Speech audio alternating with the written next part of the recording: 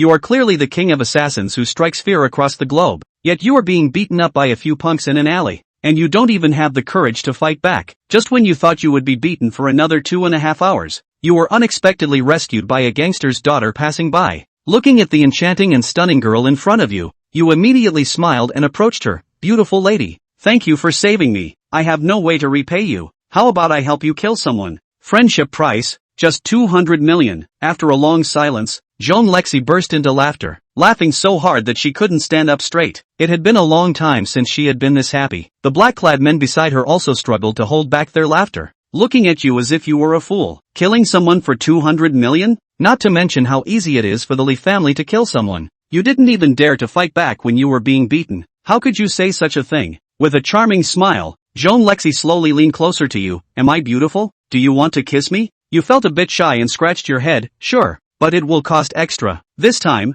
Joan Lexi laughed so hard that tears came out. You're so interesting. It's a pity for someone like you to be killed. You make me laugh so much. Then, while wiping her tears, she laughed and got into the car. Before leaving, the black-clad man looked at you deeply, as if saying, my friend, you are the real hero.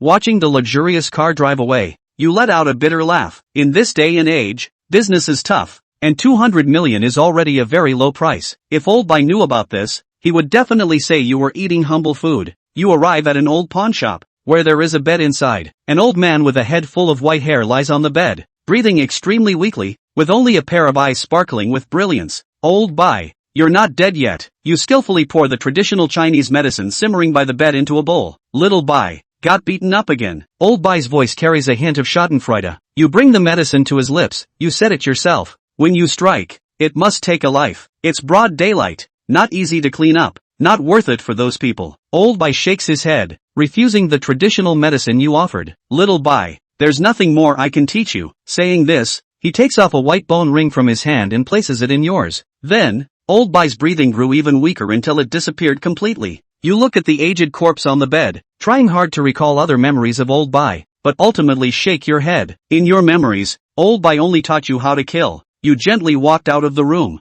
sat down at the counter, and looked through the old pawnshop door at the blurry curtain of rain in front of you. The rain was getting heavier, and a series of knocks on the door interrupted your thoughts. Your vision gradually became clearer as you looked towards the door, where a middle-aged man was standing, smiling at you. I'm here to collect the body. You nodded and pointed to the room behind you, indicating for the man to help himself. You didn't ask about the man's identity or where the body would be taken. Once a person is dead, it doesn't matter where they go. The middle-aged man smiled as he walked past you, glancing at the bone ring on your hand, his smile growing even wider. He moved lightly and quickly carried the body out, heading towards the door. After the middle-aged man left, you also stepped outside. Today you were going to handle your enrollment procedures. This year, you had been accepted into the best university in Tianhai City, Tianhai University, thanks to your excellent grades. As for why you wanted to go to school, you simply felt that studying was a bit harder than killing, and Old Bai thought so too. At the school gate, you saw a familiar luxury car, and a pair of slightly surprised eyes also spotted you. Joan Lexi didn't expect you to be a student here. She smiled and walked towards you, saying,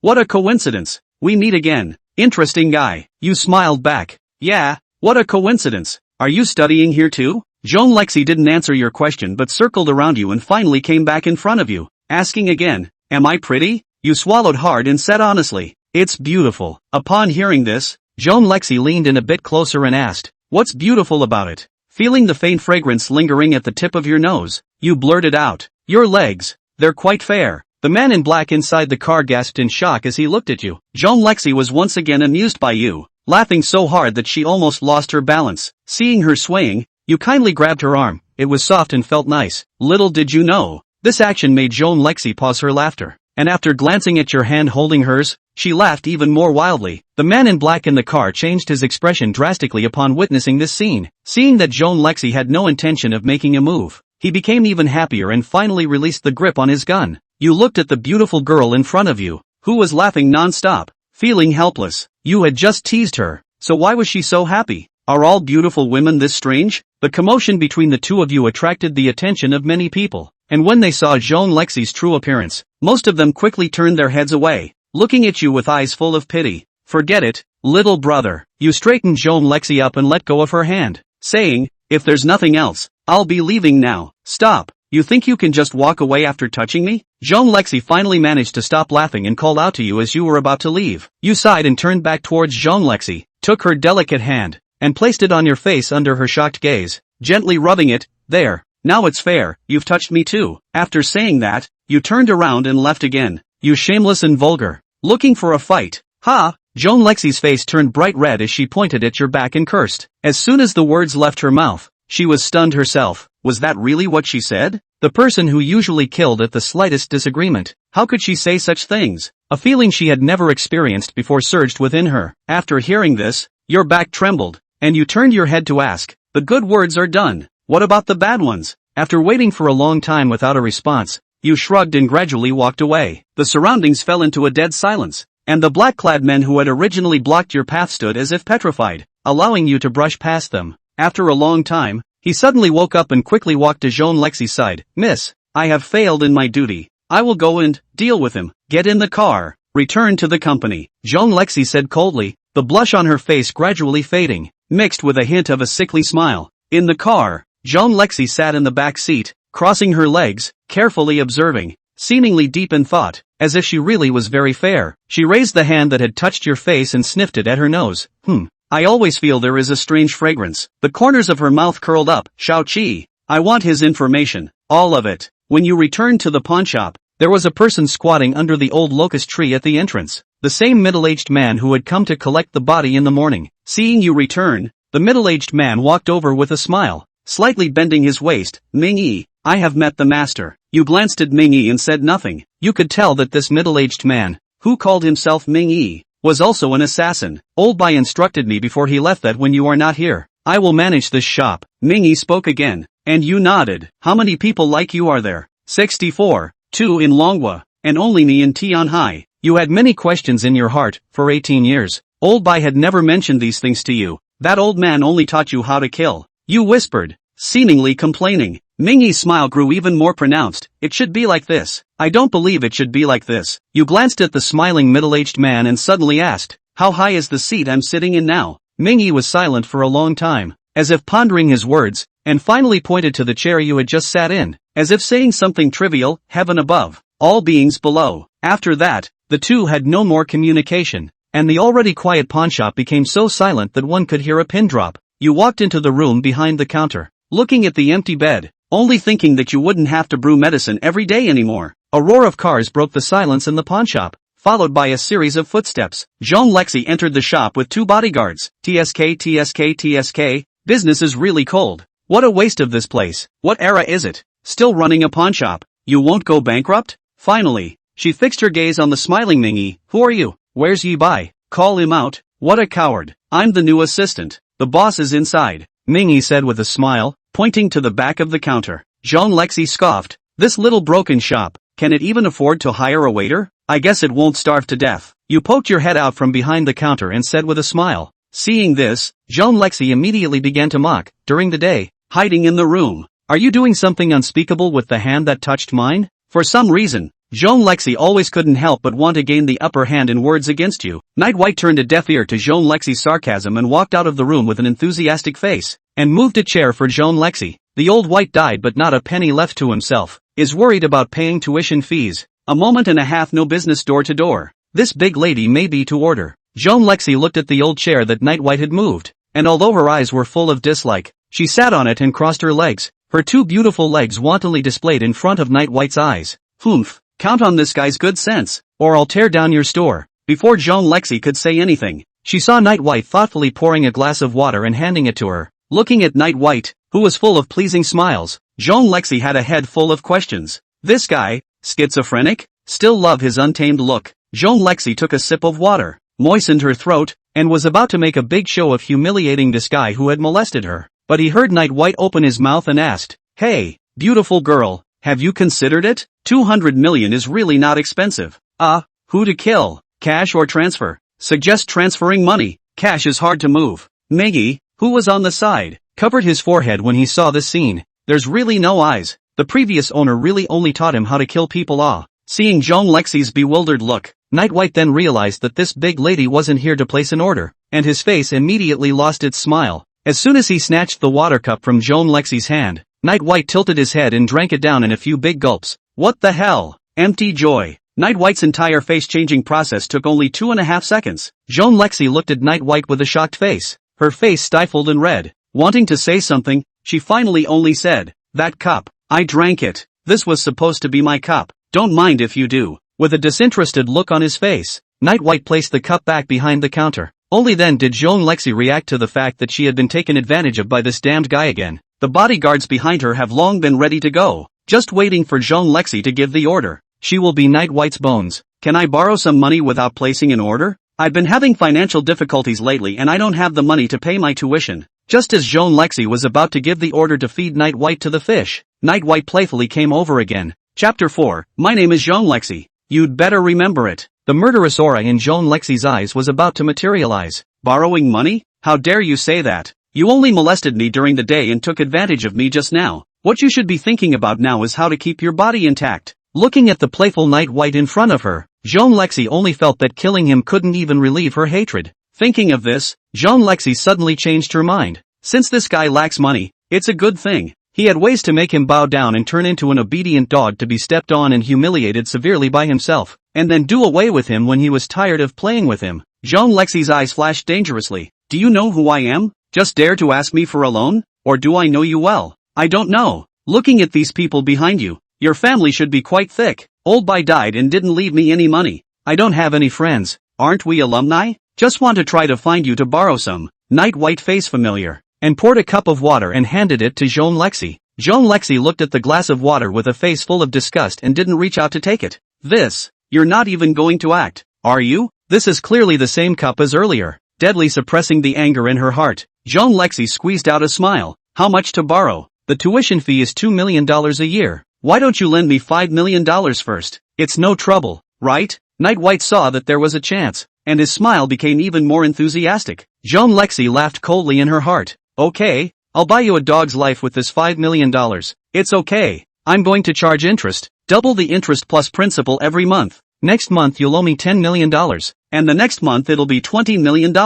Still borrowing or not?" Jean Lexi's eyes flickered with a demonic red light as she stared dead at Night White. "Really? Oops. Really, thank you so much. The interest and whatnot is a small matter. I don't know much about it. I think it must be a conscientious enterprise." Seeing Jean Lexi finally agree, Night White was immediately overjoyed, and one hand even rested on Jean Lexi's shoulder. "That's great. The immediate problem is solved." Jean Lexi looked at the hand on her shoulder and was almost about to storm out and kill someone, but when she thought of Night White's miserable state later on, she suppressed the emotion. "Go prepare the contract. The money." Jean Lexi turned her head to Xiao Qi and coldly ordered. Not long after, Xiao Qi carried a bag of money and threw it in front of Night White, and also took out a contract for Night White to sign. With a wave of his hand, Night White signed his big name on the contract, then hugged the bag of money inside. It's true that it's a conscientious enterprise, and the efficiency is just fast. Jean Lexi smiled coldly and put away the contract, staring at Night White and saying word for word, "My name is Jean Lexi. You'd better remember that name." After saying that, she got up and left with a cold face, and on her way out, she also pointed to the chair she had sat on and said, "This young lady has sat on it, and while it still has a little flavor, you can lick it, as a gift to you." Looking at Jean Lexi's back as she left, Night White clutched the bag of money in his arms and giggled. "What's the matter? You look like a bully, but you're actually a beautiful person with a good heart." Inside the limousine outside the door, Jean Lexi's pretty face was red with anger, and she spoke coldly, "Keep an eye on him. As long as he wants to run, immediately catch him alive." Night White, who had solved his urgent problem, was in a good mood, and even looked at Ming Yi's eyes a few points more smoothly. "By the way, Ming Yi, I've completed so many quests before. Where's the money?" Night White asked as if he suddenly thought of something and looked at Ming Yi. So many times in the past, the old white mission, but never gave him money, only said that they out once to 500 million to start. After old white died, Night White didn't scavenge anything of value from the room either. Ming Yi was bewildered when he heard about it. Old Bai didn't give it to you? Then what are we going to eat and drink from now on? No wonder you had to borrow $5 million. Night White was immediately exasperated and laughed. "This is good. Before the old man died, rolled away so much money, not to mention that it was not easy to die, but also to get himself a dabbling mouth. Is it possible that you're afraid that you'll just mope around when you're rich? That's so sweet. You don't have any money on you?" Night White stared at Ming Yi's leathery face, hoping that the guy would share a little of the stress of life with himself. After paying the tuition fee, there is only $3 million left, and I don't know when I will have the next income. In this Tianhai city, I don't dare to have too much spending. Mingyi looked straight at the old acacia tree outside the door and said firmly, "No." Night White instantly felt that the future was bleak, counting on this crappy old pawn store. When will business come in? Mingyi seemed to see Night White's worry and immediately said, "Master, don't worry too much, I can make money too." "You have a job?" Night White glanced at Mingyi with some skepticism. If this guy had a job, why wouldn't he, who was even stronger than him, have a job? Yes, Mingyi immediately came to the spirit, nodded. Ahem, master, according to the rules, we 64 people cannot kill the people before we can give you from the age of 5 to the current 13 years, the old master in order to let you accumulate experience, robbed a lot of our list. So, Night White immediately felt that something big was wrong and immediately asked, "So what? So you can't step in unless you meet someone we can't handle in the future. Plus you'll have to find some business for us. Private work, understand?" Mingyi nervously scratched his head, then looked at Night White with a smile. Night White's heart was already broken. This means that one has no hope of getting a single order for the months one expected, and it seems that one is still in debt. Damn old man, all 62 people outside the Dragon Kingdom have jobs? Night White asked. Hey, muddling through, most of them are taking on private jobs. The people who kill for us are supposed to be special. Mingyi's tone was full of helplessness. Night White immediately captured the key in Mingyi's words. Special? How special? Mingyi fumbled for a cigarette from his pocket and lit it for himself, taking 2 hard puffs, unable to see his real face in the smoke. Night White only heard Mingyi leisurely say, "The organization gives us killers to kill, killers who defected from the organization." After hearing Mingyi's words, Night White became even more desperate. God damn it, where are all the rebels? To find another way to make a living. This was the first thought that popped into Night White's mind. This pawn store is the old White opened. Originally also take private work. These years in the Night White observation also summarized the process of the transaction. The worthless objects on the shelves, each clearly marked, start at $10 million. Cootie, just buy it. Come here to order people. Either is to take out their own everything, including life, begging the old White hand once. For this kind of people single, known as dead single, can choose to accept or not, but as long as the order is no matter how to complete, either that or put up enough money to place a live order. After taking the order, Old White would hand over the mission target and the information of the person placing the order to Night White, who had 2 choices. The first is to kill the mission target and earn money from the next person. The second is to kill the next person on the list and find the target of the mission for money. Chapter 5, it's over. I owe another $200,000. At night, Night White lay in bed, thinking for a long time. Before the old white man died, he never had to worry about making ends meet, but not anymore. I'm afraid I'll starve to death if I expect Mingyi to keep that shabby store and take on private work. The point is, even if he receives the order, that guy Mingyi will keep it all to himself. Night White didn't have any great hopes for this. Now he just wanted to find another job to do. At the very least he could support himself. The more he thought about it, the more annoyed he was. Night White simply covered his head with a big blanket and stopped thinking about it. It's done. Let's go to bed first. Early the next morning, Night White carried $2 million to the school. Pawn shop opened in the west of the city, far from Tianhai University. Night White can only take the crowded bus to go. Thinking of the many trips he would have to make in the future, Night White considered whether to buy a car, but quickly dismissed the idea. Now they do not have a driver's license. Not to mention a car is also worth a lot of money, and not generous. Night White can only plan later. The personnel at the school's payment office couldn't help but stand in awe when they saw Night White come to pay his tuition. Yesterday's incident of Night White molesting Joan Lexi had quickly spread throughout Tianhai University, and at this moment, Night White had managed to come alive to pay the tuition fee, much to their surprise. Originally, the school board was all but destroying Night White's enrollment paperwork. "Hello, this is your student ID and uniform. Please keep it." The tone of the person handling the payment was very polite. One could even say flattering. "Just kidding. This is a fierce man who molested Joan Lexi and still managed to survive." Night White nodded and grabbed his things and headed back. Right after Night White left, a person in the corner took out his cell phone, dialed and respectfully said, "Missy, he used that money." On the top floor of Joan's building, Joan Lexi put down her cell phone. "Colorful and daring guy. Joan Lexi, will make sure you kneel at my feet," Joan Lexi murmured, her long legs in black silk crisscrossing under the desk, a little evil smile on her face. After Night White returned to the pawn store, he couldn't wait to change into his Tenkai University uniform and dangle it in front of Mingyi.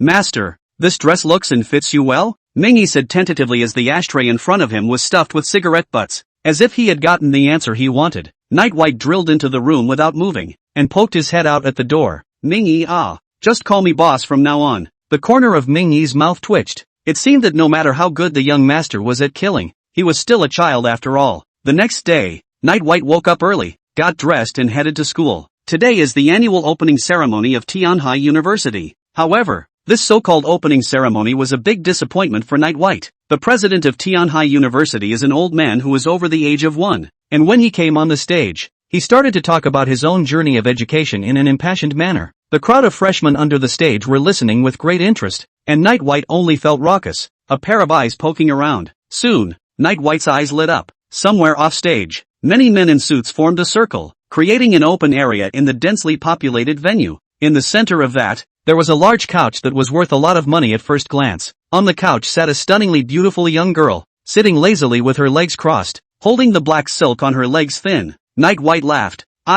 This is not their own that people beautiful heart good deader. Night White squeezed through the surrounding crowd and slowly approached Zhang Lexi. Zhang Lexi, who was eating a bunch of grapes, only saw a dark shadow flash by her side before she felt the seat beneath her sink. Fixing his eyes, Night White had sat beside himself at some point and was giggling at himself. Zhang Lexi's cheeks were bulging with a grape, and for a moment she forgot to chew. On the stage, the voice of the principal, who was gushing, stopped and looked this way. The crowd also let out a gasp. Kid, you seek death. Xiao Qi roared angrily and immediately touched his hand towards the pistol on his waist. He was shocked and angry. How did this kid speed so fast? He was not able to stop himself at the sight of Missy. Could it be that the old man on the stage was speaking too tedious? He was so drowsy that he fell asleep himself. Right at this moment of saber rattling, the responsive Zhang Lexi immediately waved her hand to stop Xiao Qi's movements and glanced at the principal on the stage, signaling him to continue. Night White hemmed and hawed, picked up the bunch of grapes in Zhang Lexi's hand, and ate them on his own. The two were so close that Night White's legs in shorts occasionally touched Zhang Lexi's. Zhang Lexi's pair of fists clenched and unclenched, repeating this many times before she breathed a harsh sigh of relief. She gritted her teeth and squeezed a few words through them. You, come for what? Seeing you sitting here alone, it seems quite lonely. Come to keep you company, Night White said vaguely, and in no time at all he finished showing off a whole bunch of grapes. Listening to Night White's words, a flash of trance appeared in Zhang Lexi's eyes. Ever since she was a child, no one had ever spoken to her like this. Everyone treated her with either fear or fawning. Even her powerful father spoke to her in a cold manner. There had never been one like Night White, who thought about her from her point of view. Zhang Lexi looked at Night White beside her, the late summer sunlight shining on his body. In a trance it covered him with a layer of golden light, and the man's smile was a little brighter than the sun. Eyes like that were something Zhang Lexi had never seen before, in which not a trace of desire or fear could be seen, like a spring of water that had washed away countless ruggedness and filth, yet still remained clear. Night White finished a bunch of grapes, seemed to be still a bit unfulfilled, looked at Zhang Lexi and asked stupidly, is there more? Yes, Xiao Qi. Zhang Lexi subconsciously blurted out. However, she soon sensed something was wrong. How could she go along with this guy? In the box. Go get it yourself. Zhang Lexi's face reddened, pointing to the box on the side, and said viciously, what the hell is going on? How could one be so nice in front of this ING guy? Night White lurched to the side, opened the box, took out 2 bunches of grapes from it, and returned to sit on his butt next to Zhang Lexi. These grapes are so delicious. How come I've never had them like this? Night White began to feast again. Zhang Lexi's beautiful eyes flashed as she said with a cold smile, this grape is called Jade Dew, $350 a piece. Converted into our money, you've already eaten almost 200,000 of my money. Night White, who was eating grapes one by one, stalled in his movements and immediately felt that the grapes were a bit hot. This money shouldn't still need me to pay it back, right? Night White put down the small half of the remaining bunches of grapes in his hands, smiled sarcastically and opened his mouth to ask. Zhang Lexi's pair of eyes flashed with a demonic light as she came closer to Night White and said quietly, what do you think? Night White was about to open his mouth to say something, but then he heard Zhang Lexi instructing Xiaoqi to the side, Xiaoqi, add another 200,000 to Mr. Knight's principal. Chapter 6 Breaking News. Commencement continued. Looking at the grapes laid out in front of him, Night White said nothing this time. Zhang Lexi was in a great mood, finally finding her way back and raising her eyebrows, as if to get out a bad breath. She took the grapes on the table and ate them one by one. In no time at all, Zhang Lexi's mouth was stuffed, and she raised her head slightly, pointing her chin at Night White with a humming sound coming out of her mouth, living like a queen who had returned victorious. On the side, Xiaoqi was dumbfounded. He had never seen Zhang Lexi like this before. Eat? Why don't you? Zhang Lexi smiled evilly and handed a grape to Night White's mouth. Night White looked at the grapes in front of him that were held between two green fingers, glistening with a tantalizing luster in the sunlight. He simply put his heart on the line. His head came up and he took a bite of the grape. Well, it seems a bit tastier than the previous one, with a light fragrance. Ah, you really ate it, Jean Lexi exclaimed, hastily retracting her hand, with what appeared to be a trace of someone's saliva still on her fingers. But soon she calmed down and sneered as she fed grape after grape into Night White's mouth. Eat until you lose all your money, so that you'll be wagging your tail and begging for mercy to me in the future. Jean Lexi thought so in her heart. Night White came to the rescue. As the saying goes, lice are not afraid of itching, and debts are not worrying. Such a scene was so ambiguous that Seven didn't dare to look at it again. All the freshmen's gazes were drawn to the two on the couch with astonished faces. After the commencement ceremony, Night White's debt increased by another $1 million. Jean Lexi had a cold smile on the corner of her mouth as she took a towel aside and carefully wiped her hands. This was great. The process was accelerating again until the guy bowed down to himself. Night White, remember, you already owe me $6 million now. This young lady limits you to pay it back within half a year. After the show dispersed, Jean Lexi pointed at Night White and said coldly. Night White smiled helplessly and finally nodded. Looking at Night White's rare frustrated appearance, Jean Lexi was satisfied in her heart, and after finally letting out a cold snort, she turned around and left, leaving Night White with a beautiful back. Looking at the slender figure that was fading away, Night White let out a bitter smile and also walked back. On this day, Tianhai University's campus network exploded. The front page headline reads, Shocked, Cold Queen Jean Lexi has a heart of gold. Attached below was a photo of Jean Lexi feeding Night White at the opening ceremony, which should have been secretly taken by one of the freshmen. Further down the page is a series of student comments. Raising chickens for 2.5 years, wow go. It's really Jean Lexi. I only dared to look at it. I'll take a set of 5 lashes in a row. This is the man in charge of that Jean family. Am I guiding my eyes? Stand still. Who is this man? Whose general is this? This life alone orc, this kid is kind of pulling it out on. My master has become immortal. Fake. It's all fake. You guys don't want to trick me. Goblin Shady Crawl, I'm going to go after the rich woman too, and tell my mother that I'm not a coward. For a while, all kinds of comments brushed the campus network. Just after the beginning of the school year, encountered this kind of shocking melon, attracted a lot of lazy people. However, the person involved in this major event, Night White, knew nothing about it and returned to the pawnshop listlessly. Mingy got a recliner under the old acacia tree in front of the store, and when he saw Night White coming, he just raised his eyelids and rolled over to continue sleeping. After Night White entered the store, he heard Mingy's leisurely voice coming from behind him again. Boss, the organization sent an order. A normal work order that we weren't supposed to take. I thought you'd be interested, so I cut it off and put it on the counter. Night White listened and walked towards the counter. There were 2 stacks of information sitting on the counter, both very detailed. The name of the person who placed the order was Xin Yi, the person in charge of the Xin family, which was the only family in the south of the capital city. Jingnan City was neighboring Tianhai City, and the Xin family was a large family that had been passed down for hundreds of years. Xin Yi has brutalized many innocent people over the years for the sake of profit, and not long ago demolished the old city center, in order to catch up with the progress, but also ordered a forced demolition in the middle of the night, and many of those who didn't have the time to move out of the old city center were buried under the rubble. What concerned Night White was that the person Xin Yi wanted to kill was Jean Lexi. The Xin family is a behemoth second only to the Zhong family,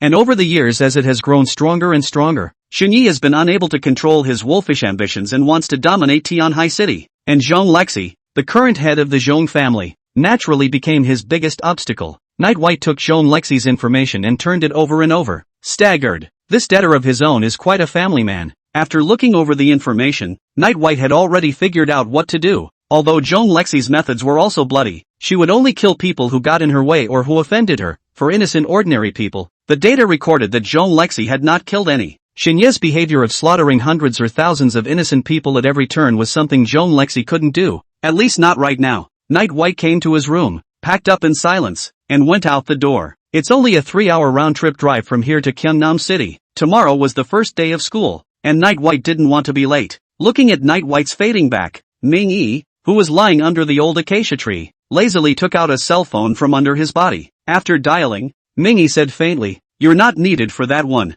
A voice rang out on the other end of the phone, as if suppressing the anger in his heart. "You guys are too overbearing. It's a common list sent to us. It's out of order." Mingy narrowed his eyes slightly, and his face collected a few smiles. "Our rules are rules. I want to report to the organization. You." A roar of rage came from the other end of the phone as it could no longer be controlled. Before the words were finished, However, they were interrupted by Ming-yi. Ming-yi sat up leisurely from his recliner and said coldly, "The list, white impermanence took it." There was instant silence on the other end of the phone, and it was a long time before the man was heard answering, his voice actually trembling uncontrollably. "As you wish." Chapter 7:28 Splitting. Night covered the land, and a light rain once again fell on Kyonin City. The wind picked up a bit, bringing gusts of salt from the distant sea. "Master, I'll get off here." Night White handed the cab driver $300 bills, and the cab slowly stopped. Seeing that Night White didn't want to find the money himself, the driver smiled joyfully. "Guests, take your time. Help you all the way." Neon lights flashed, reflecting the Night White face in light and darkness. The Shin family's company was precisely located in the busiest section of Dingnan City, and tonight Shin Yi would organize a reception here to celebrate the demolition of the old city. On the top floor of the building, Shin Yi was pressing a naked woman onto his desk, ruthlessly venting his animalistic desires. That gorgeous woman was bruised all over her body, while she could only suffer in silence, covering her mouth in death, not daring to cry out. Asterisk. "Let me have fun and I'll let your crippled father go. Otherwise, I'll kill your whole family." Shin Yi gasped and said hideously. Looking at the tears flowing from the corners of the eyes of the woman underneath him, Shin Yi revealed a perverted smile. Just then, the office door burst open. Shin Yi, who was in the midst of his excitement, became furious. "Don't you want to live? Didn't I tell you not to disturb us? Those people attending the reception, let them do as they please. It's not like I didn't arrange women for them. I'll come later." Saying that, Shin Yi laughed fiercely and moved more violently, and the poor woman wailed uncontrollably. However, no one responded to his words and there was no sound of a door closing. Shin Yi finally sensed something was wrong and turned his head violently to look. At the end of his life, Shin Yi only saw a pair of clear and indifferent eyes. Night White followed the wound and gently withdrew the dagger that had stabbed into the back of Shin Yi's head, leaving no trace of blood on his clothes. "It's a little trick that old Whitey taught him. I remember the first time I killed someone, the knife got stuck in my ribs and I couldn't pull it out, splattering blood all over my body." And the old white man laughed his ass off, picking up the clothes scattered on the ground aside and wiping the blood on the dagger. Night White walked towards the door. That poor woman forced herself to endure the pain, struggled to stand up, and took a deep look at Night White's departing back until it disappeared. Then she put on her clothes and fled the place. Night White bypassed the dozens of bodies sprawled outside the door and slowly descended the stairs. The reception was still going on. No one noticed Night White, and no one complained about why Shin Yi didn't show up. Everyone smiled warmly and did their best to hide their desires. Sitting in the taxi on the return trip, Night White pondered how to ask Zhang Lexi for money. According to the rules, this is a live order, with a payoff of 400 million, and the one who deserves to die should be Zhang Lexi, since he was the one who made the move and killed the next person, Shen Yi. It was logical to go to Zhang Lexi for money, a minimum of 500 million, but this debtor of his, surely he didn't believe that he had killed Shen Yi. Now it seemed that the only thing to do was to ask Mingyi to think of something. People couldn't be killed for nothing. After Night White returned to the pawnshop, it was already late at night. Beside Mingyi stood a slim young man who, according to Mingyi, was another assassin in the Dragon Kingdom, one of the 64, by the name of Kan. Master, Kan came to Night White and bent down. Night White nodded and asked, "Let him ask for money? That's very considerate of you. Zhang Lexi has met us both." Mingyi smiled and nodded, then inexplicably said, 500 million, split 28. Night White's ears twitched, suddenly felt that something big was wrong, and immediately asked, "What 2 or 8? Who 2 who 8? Boss, you would have owed us a lot of orders. This time I intercepted the orders. Can went to ask for money?" So, Mingyi touched his nose and said with a smile. Night White's face instantly darkened, combined with the fact that he had worked so hard to get $100 million. Master, in fact, $100 million, has earned a lot. Kan came over and said with a smile, "I earned the name Von Fu. I'm a black slave ah?" Night White cracked his mouth. However, in the end, Night White compromised. 100 million is 100 million. Night White cursed and walked into the room and slammed the door hard. Inside the hall, Mingyi and Kan smiled at each other before Kan left. The Zhong family was sitting on an entire estate in Tianhai City, a place where every inch of land was gold, and had built a castle-like villa within the estate. The estate is heavily defended, with many of the security employed being retired special forces. Zhang Lexi was lying on the bed in her bedroom, still playing her favorite mobile game, Sixth Personality. A cold gust of wind blew through the window, flipping the curtains up. "Ms. Zhang, good evening." A voice rang out abruptly in the bedroom. A slim, dark figure suddenly appeared in the chair by the window. The moonlight filtered through the window, casting a haze over the man's face that made it impossible to see. Zhang Lexi was shocked, immediately touched his hand to the pistol under the pillow. His heart was even more incomparable fear. The security in the manor is so tight. According to reason is a mosquito cannot fly in. Ms. Zhong, don't be nervous, I don't mean any harm, and your men are very nice, but if the gun goes off, I'm going to die for real tonight just to protect myself. Zhong Lexi let go of the pistol under her pillow, laughing at her own stupidity in her mind. Someone who could sneak into his bedroom unnoticed. Someone like that, even if he had a gun, it wouldn't help. Ms. Zhong, you're very smart. Introduce yourself. My name is Kan. I'm an assassin, Kan said softly as he sat on a chair by the window. Zhong Lexi caught the message in Kan's words, so she breathed a sigh of relief and asked directly, "What can I do for you?" As an assassin, the fact that she didn't immediately kill her meant that she wasn't here to take her life. Kan's shadow trembled as if he was smiling. Ms. Zhong is really smart. I have something here, please take a look. After saying that, Kan handed Zhong Lexi the information on Xinye's order. After Zhong Lexi received the information, her wrist trembled violently after just one glance. "It's you guys," Zhong Lexi exclaimed, a slight tremor appearing in her always calm voice. Kan nodded, pointed to the one in Zhong Lexi's hand, and said, "Shen Yi, dead. I've come to ask Ms. Zhong for money." It's as simple as that. Zhong Lexi frowned, puzzled, and asked, "Wasn't he one of your clients? Did you guys kill him? According to your rules, I should be the one to die, so why help me?" Ms. Zhong, you have too many questions. Kan laughed softly twice and placed a note on the table. Zhong Lexi glanced at the note on the table. "An account. How much do you want?" Zhong Lexi asked. 1 billion. Chapter 8, He's Superman. Early in the morning, Night White walked out of his room. Inside the hall, Mingay and Kan were getting together and talking about something, occasionally letting out a laugh. Seeing that Night White had come out, Mingyi walked over and handed Night White a bank card, saying with a smile, "Boss, the money is coming, your 100 million is in here." Night White took the card and gave Mingyi a suspicious look, always feeling that this guy was hiding something from himself. However, Night White did not think deeply about it, and now that he finally had money, he was still in a good mood. After putting on his school uniform, Night White headed out the door. After Night White left,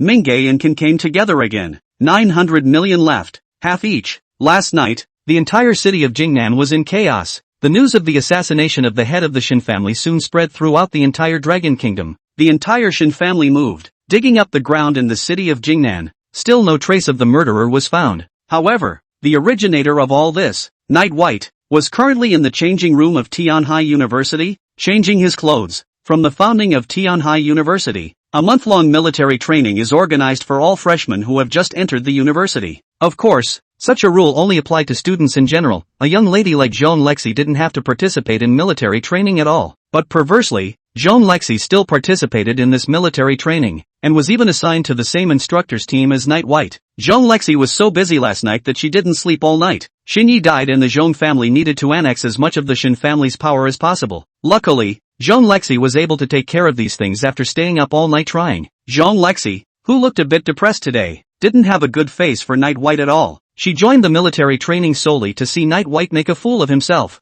The instructor in charge of this team was one that Zhong Lexi had punted and would unconditionally target Night White. As expected, the instructors started picking on Night White when they first started military training. "You, step out of line. Repeat what I just said." The instructor pointed at Night White in the ranks and ordered. Night White slowly walked out of the group. "Forget it, how am I supposed to remember after all you said?" In reality, Night White wasn't even listening, he was staring at Zhong Lexi the entire time. "Arrogant," the instructor roared, pointed at Night White and said, 100 push-ups, now do it." Night White gave the instructor a faint look and didn't say much as he began to do push-ups. The new students looked at the instructor with incomparable admiration. Because of the campus network, almost all of the new students knew Night White. Good guy, bullying his man in front of Miss Zhong's family, so brave. However, Zhong Lexi was keeping a cold, pretty face the entire time, not saying a word. In the eyes of the new students, Zhong Lexi was already furious at the moment, and this instructor was bound to have a miserable end. In fact,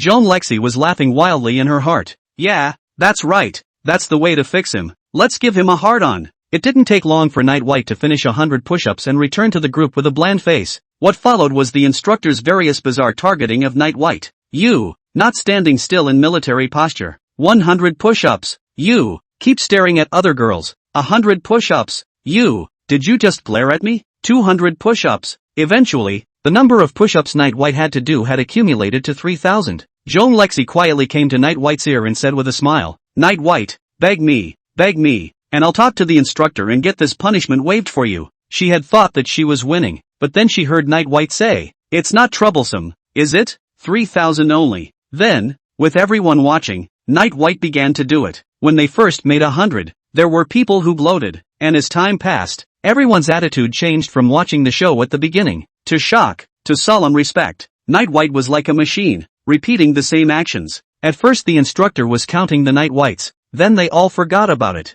Whispers began to emerge from the ranks, accompanied by gasps of surprise. "How much? It's done at least 2,000 of them. Why does he have no expression on his face? What kind of willpower is this? Is anyone counting? It's over 3,000 already, isn't it? He's practically Superman." The commotion in the team gradually began to get out of control, and in the end, even the freshmen in the other teams began to shout cheers for Night White. The instructor had no choice but to call off the farce. Night White slowly got up. He was sweating profusely and panting softly. In the ranks, Jean Lexi had been shocked beyond words. Looking at Night White's soaked clothes, and the sweat that kept sliding down his neck and into his clothes, Jean Lexi suddenly blushed. How can he be so powerful? Looking skinny. After military training this day, Jean Lexi immediately had to leave, and every time she thought of Night White covered in sweat, she felt her face burning. The current Jean Lexi didn't even want to get too close to Night White. She just wanted to hurry and run farther away. Yet Night White kept running after Jean Lexi. Looking at the rapidly approaching Night White behind her, Jean Lexi's heart inexplicably became very flustered. Such a feeling had not been there even when she had faced the unfathomable assassin last night. Night White ran over to Jean Lexi and patted her shoulder. Who knew that this small action would cause Jean Lexi to shriek? "What's wrong?" Night White looked at his hand. There was nothing wrong with it. It was a very light force. Jean Lexi's cheeks turned red to the naked eye. "You, hands are so hot. Don't touch me." Her voice was so soft and weak that even Jean Lexi herself couldn't believe that such a voice was actually coming from her. Night White was full of doubts. Why was this big Miss Strange today? "So what, Ms. Chung? I was going to pay you back. Thank you for your help. Just give me your account," Night White said to Jean Lexi with a smile. Jean Lexi's beautiful face surfaced with a touch of surprise as she looked at Night White and asked suspiciously, "You, pay back the money? Where did you get the money?" "That's not good news. This guy paid back the money. So wouldn't his plan to put him underfoot go out the window?" "Borrowed from a relative," Night White said. Jean Lexi looked incredulous and blurted out, "How come I don't know you have any relatives? Aren't you an orphan? Would you believe me when I say that this is my payment for killing a person?" Night White rolled his eyes and said slowly, "Soon." Night White felt something was wrong, and he came closer to Jean Lexi and asked, "I'm an orphan. How did you know? You checked me out?" Feeling the androgynous aura that came over her, Jean Lexi spoke a little incoherently. "Of course.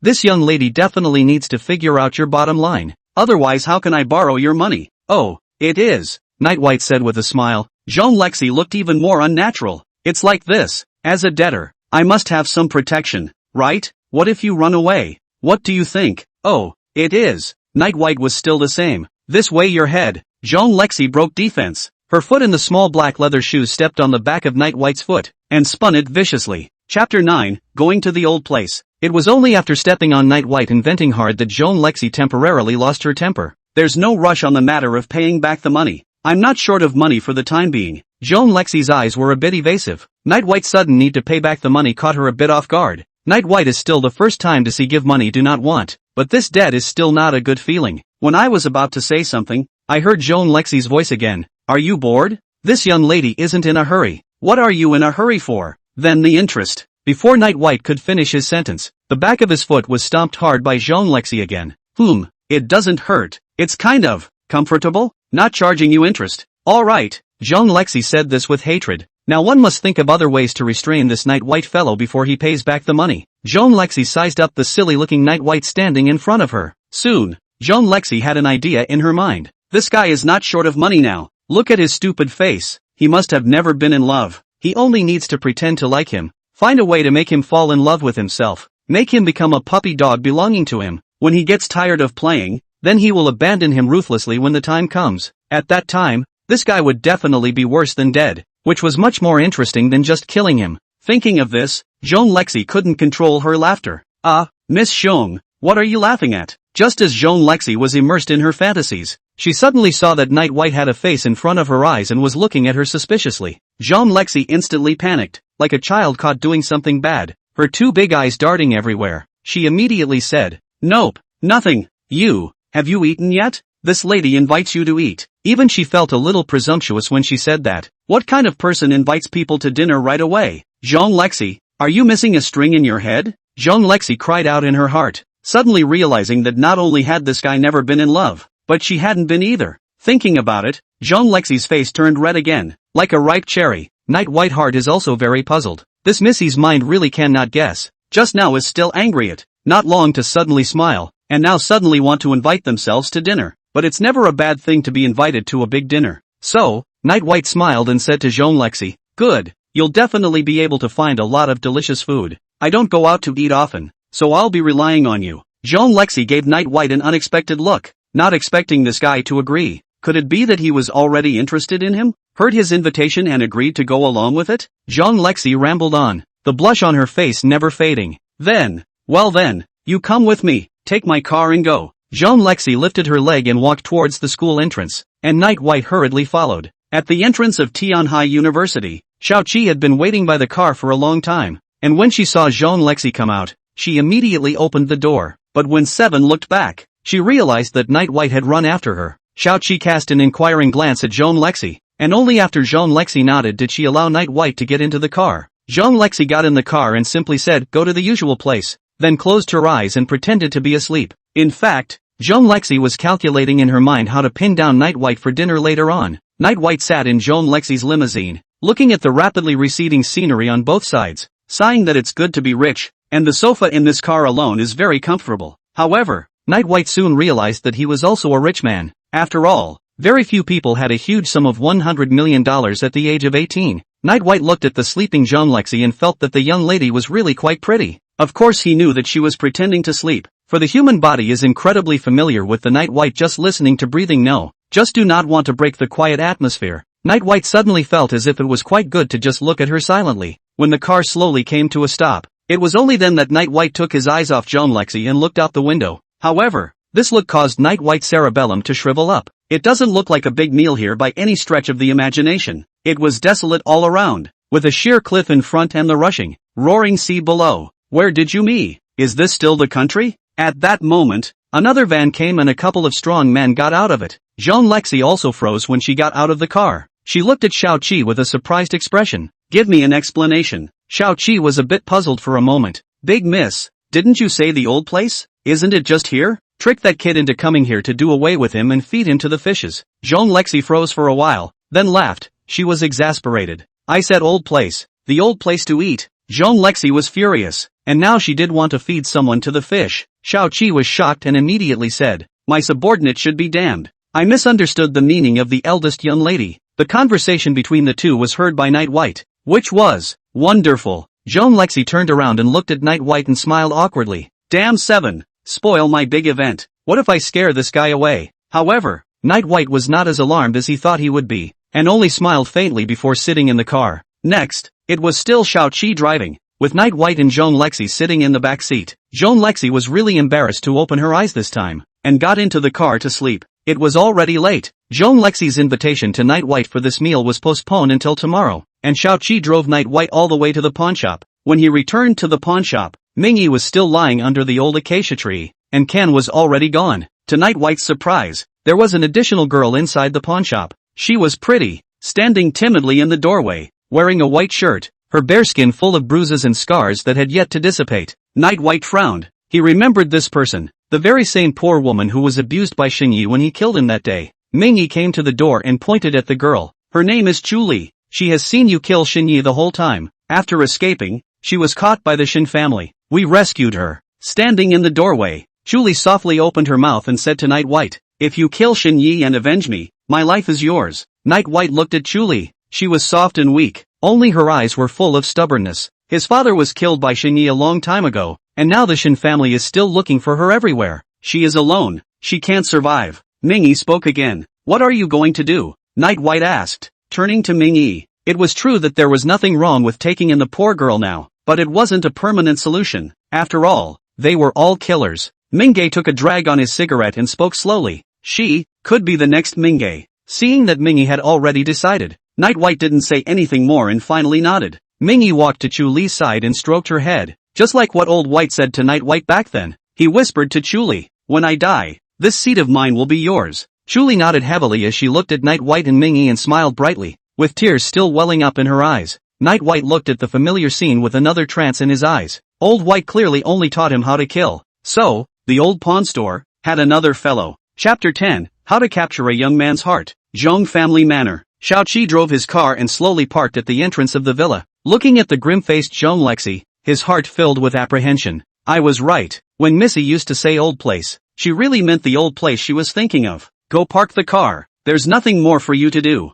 Zhong Lexi looked at the uneasy-looking Xiao Qi and said indifferently, Alas, in the end, it's my own failure to express myself that I can't blame anyone else. Hearing Zhong Lexi say that, Xiao Qi was like an amnesty. The uneasiness on her face swept away and she happily drove the car towards the garage. For a moment just now, he thought he was going to be fed to the fishes. Zhong Lexi briefly ate something, then went back to her room. I don't know how, but the game I've always loved to play has become a bit tasteless. Eventually, Zhong Lexi picked up her cell phone and dialed Xiao Qi's number. Xiao Qi, send me Night White's phone number. Night White was trying to sleep when his cell phone suddenly rang. Picking it up, it was an unfamiliar number, and Night White hung up without even thinking about it. It must be the damn nuisance calls. These people will always say they have your best interest at heart, but in reality they are just after the little money you have. Soon the phone rang again. The same number. Night White frowned. Yoo-hoo, obsessed with my money, ha? Picked up the phone, Night White immediately said, no loans, have a car and a house, both parents are dead,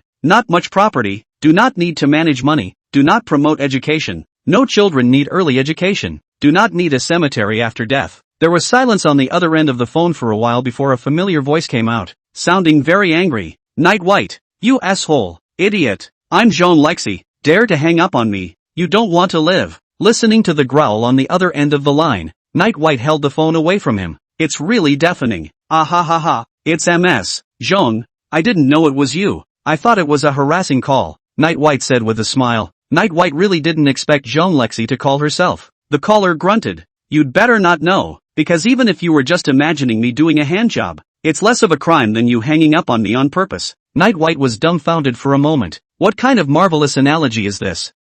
Miss Zhong, calling so late, what can I tell you? Night White glanced at the time. It was already 10 o'clock. This Missy, why has she been acting weird all day today? Zhong Lexi's voice rang out languidly. This lady can't sleep, so I'll be kind and let you accompany this lady to play the game. And by the way, I'll let you listen to this lady's voice, which is considered to be a reward for you. But Miss Zhong, I've been using this cell phone for many years. I can't play games. Night White looked at the cell phone in his hand. It was still the same keypad phone from 10 years ago. Hearing Night White say this, Zhong Lexi once again fell silent, clearly not expecting Night White to say this. Is this a rejection for yourself? Cut the crap. What kind of cell phone can't play games? Are you playing with me? Zhong Lexi said with a deathly suppressed anger. Can't curse now. Be cool. Wait for this guy to fall in love with himself before ravaging him. Zhong Lexi said to herself over and over again in her mind. Night White smiled helplessly. Push button cell phone. If you play Tetris, I can accompany you. That I'm a master. On the other end of the phone, Zhong Lexi was completely speechless. Tomorrow I'll come over to pick you up and take you to buy a cell phone, and then I'll see what else you have to say. After a long silence, Zhong Lexi said this. Small favors, nothing to give up, just something to give the guy a taste of and then trade for his heart. Socializing sleight of hand. However, Zhong Lexi heard Night White's polite refusal again. Tomorrow there's still military training. I'm not you, Miss Zhong. If you don't go you'll be. Cut the crap. I'll make sure you're fine. I'll talk to the instructor. Zhong Lexi was close to the edge of rage. One phone call, rejected twice, was something Zhong Lexi had never experienced in her memory, and so, Night White was forced to agree. After Zhong Lexi hung up the phone, she let out a light hum and muttered, Night White, I'll see how long you can be tough in front of me. She clutched her cell phone under the covers, opened the web page, and typed into the search bar, how to capture the heart of a teenage boy. Click on search. Early the next morning, the sleeping Night White heard a movement and suddenly opened his eyes, looking towards the door of his room. It wasn't long before Zhong Lexi walked in and came to Night White's bedside, staring at him with an impish expression. This damn guy, who had an appointment with himself, was still sleeping at 6 in the morning. My Missy, it's only 6 o'clock, it's just dawn, Night White said full of helplessness, his white eyes rolling up to the sky. What's wrong with that guy Mingyi? Why didn't he call out to himself? Zhong Lexi threw a set of clothes on Night White's bed and said with a cold smile, this young lady made an appointment with you to go out today, and after 12 o'clock it's today, understand? She was annoyed in her heart. If she were someone else, She would have been waiting at the entrance of the manor last night. Looking at the clothes Jean Lexi had thrown on the bed, Night White looked at her suspiciously. Hurry up and get dressed. Just wear this set. Don't embarrass me when you go out, Jean Lexi said with some unnatural eyes. Finally, under Jean Lexi's urging, Night White got up extremely reluctantly. The clothes Jean Lexi had prepared for herself did fit well, and Night White herself felt that she had become quite handsome after wearing them. Even Jean Lexi felt the same way and couldn't help but sneak a few more glances at Night White. Night White walked out of the room to take a look.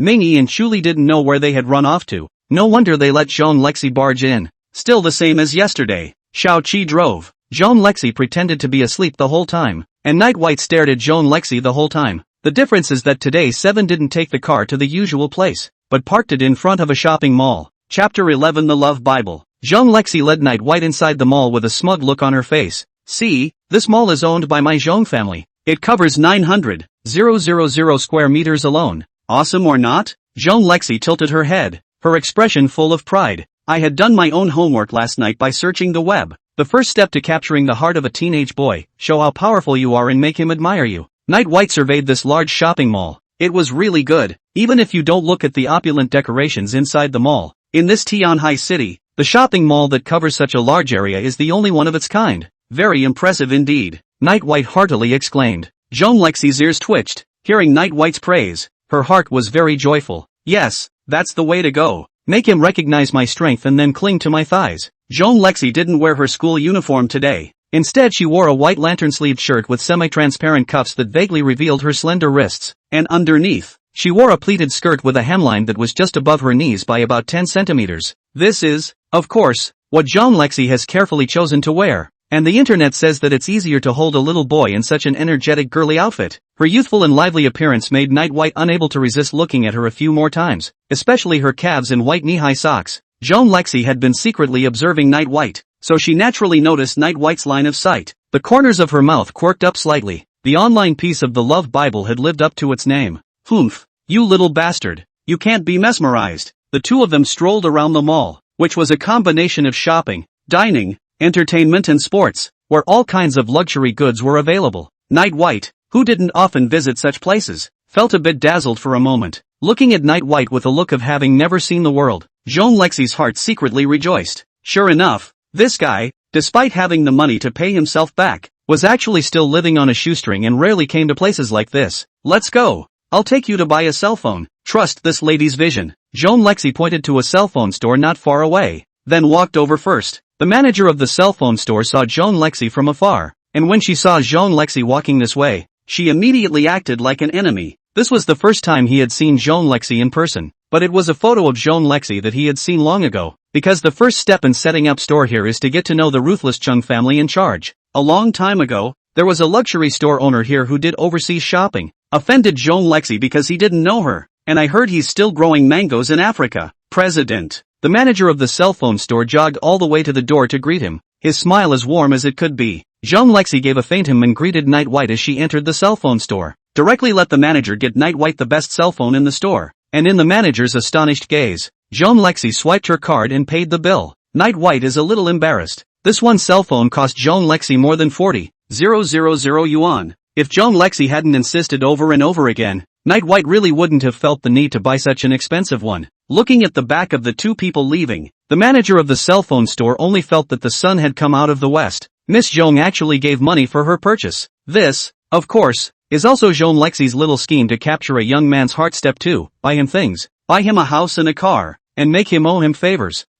Ms. Zhong, I'll pay you back this money together then, Night White said with a sarcastic smile. One can't ask for favors from others for no reason, especially if it's a girl. It always feels weird. However, when Jean Lexi heard this, her face was gloomy. Return your big head. If I say I'll send you, I mean I'll send you. If you dare to refuse my good intentions, you don't want to live. Hearing Jean Lexi's vicious words, Night White could only smile helplessly. Alright, if you don't pay it back, you don't pay it back. What kind of person forces a gift on someone? Are all young ladies like that? After Jean Lexi yelled at Night White, but immediately lowered her head, as if she suddenly thought of something. The internet says to be gentle, to be tender, to be considerate at all times, not to yell. Capture the heart of a teenage boy. Step 3, be there for him and make him feel affection. Thinking of this, Jean Lexi immediately had a smile that she thought was gentle appear on her face. Night White, I see that those clothes of yours are old. It's just the right time to buy you a few pieces of clothing. Night White head full of question marks. What is the situation? What's going on? This Missy changed her face so fast? That look just now looked like it could have eaten someone. Oh,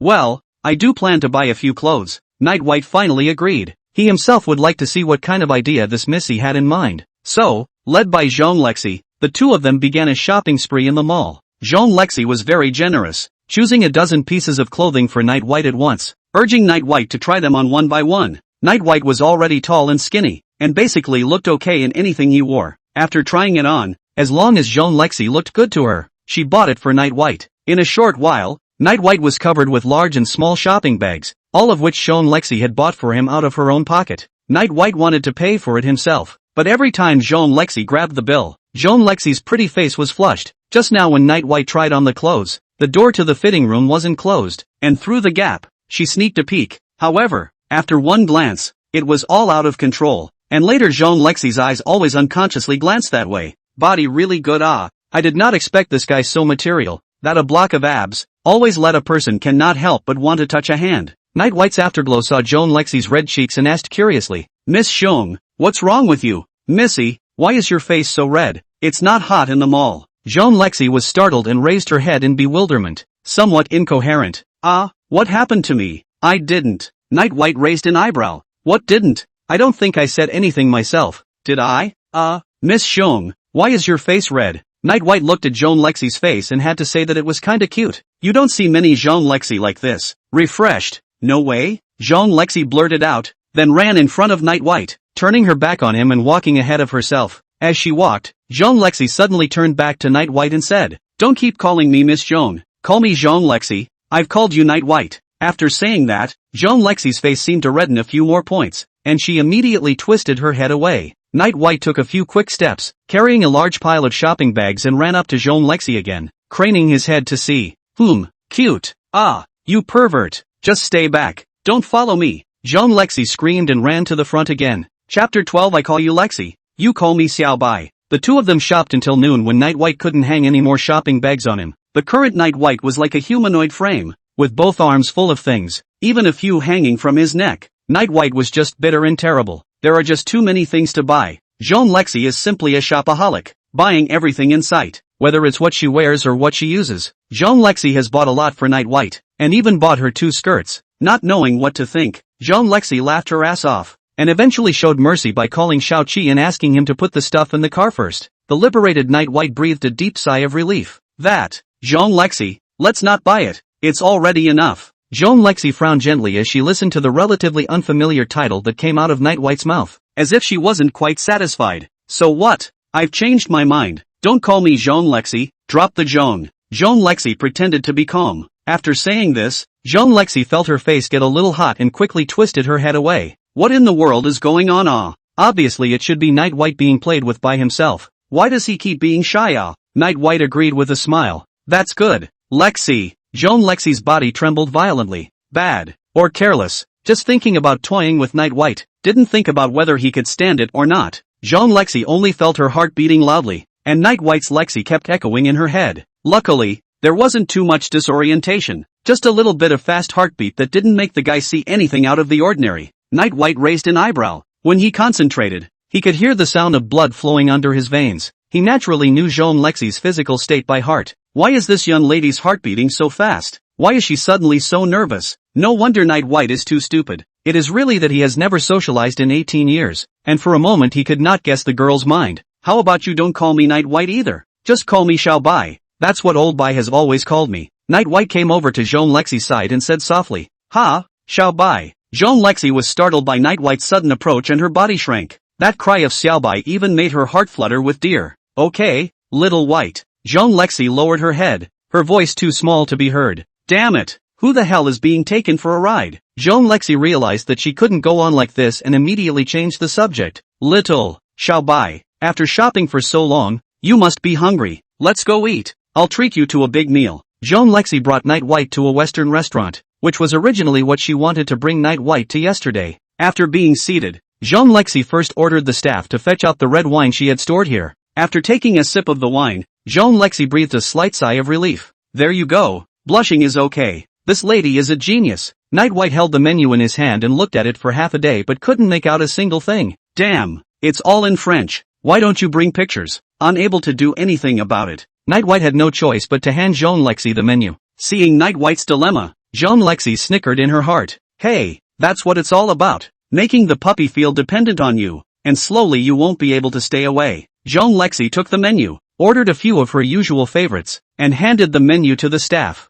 The Western food here is delicious, made by a French chef. I often come over to eat. Jean Lexi took another sip of wine. Her face was flushed and she looked tantalizing to the core. Night White nodded, and in his heart, he was also looking forward to the big meal he was about to eat. To be honest, these 18 years followed the Old White, really did not eat any good stuff. Before the age of 5 every meal as Old White casually deal with the past, and then the Night White to make a strong effort, began to learn to cook on their own, but also just as simple some of the home cooking. It didn't take long for the 2 steaks to be served, and the aroma emanating from them increased Night White's appetite. Xiao bai, just steal your joy, but I've never invited anyone to dinner, especially a man, Jean Lexi said, elegantly picking up a knife and fork, gently slicing off a small piece of steak and putting it in her mouth. Before she even started chewing, Jean Lexi was surprised to find the plate in front of Night White empty. Looking up, Night White was taking a long sip from his wine glass. Jean Lexi's 2 eyes widened in shock as she looked at Night White. Night White blinked toward Jean Lexi and asked tentatively, Lexi, is there more? Don't tell me that's all we're eating? I have to admit, it was really tasty, but it was just a little less, and I dazzled myself out of it in one bite. You finished eating? Jean Lexi blinked her 2 big eyes and looked Night White up and down. This guy doesn't have to chew his food? It's gone when he lowers his own head. Desktop cleaner. Night White stared at the portion of steak in front of Jean Lexi. It's finished. I haven't even tasted it yet. It's finished. Jean Lexi immediately stood in awe, pushed the portion in front of her to Night White as well, and called the staff to say something, probably meaning to order the kitchen to make a few more portions, as well as the fact that she wasn't familiar with this guy. In the end, under Jean Lexi's shocked gaze, Night White ate 4 steaks, an entire pizza, and countless desserts on the side. Jean Lexi's bottle of expensive red wine was also drunk by Night White. You're starving to death, Jean Lexi finally said, unable to control herself. It's unheard of, that someone can eat so well. Night White contentedly touched his stomach. He. Old White said that if you have food, you should try to eat as much as you can.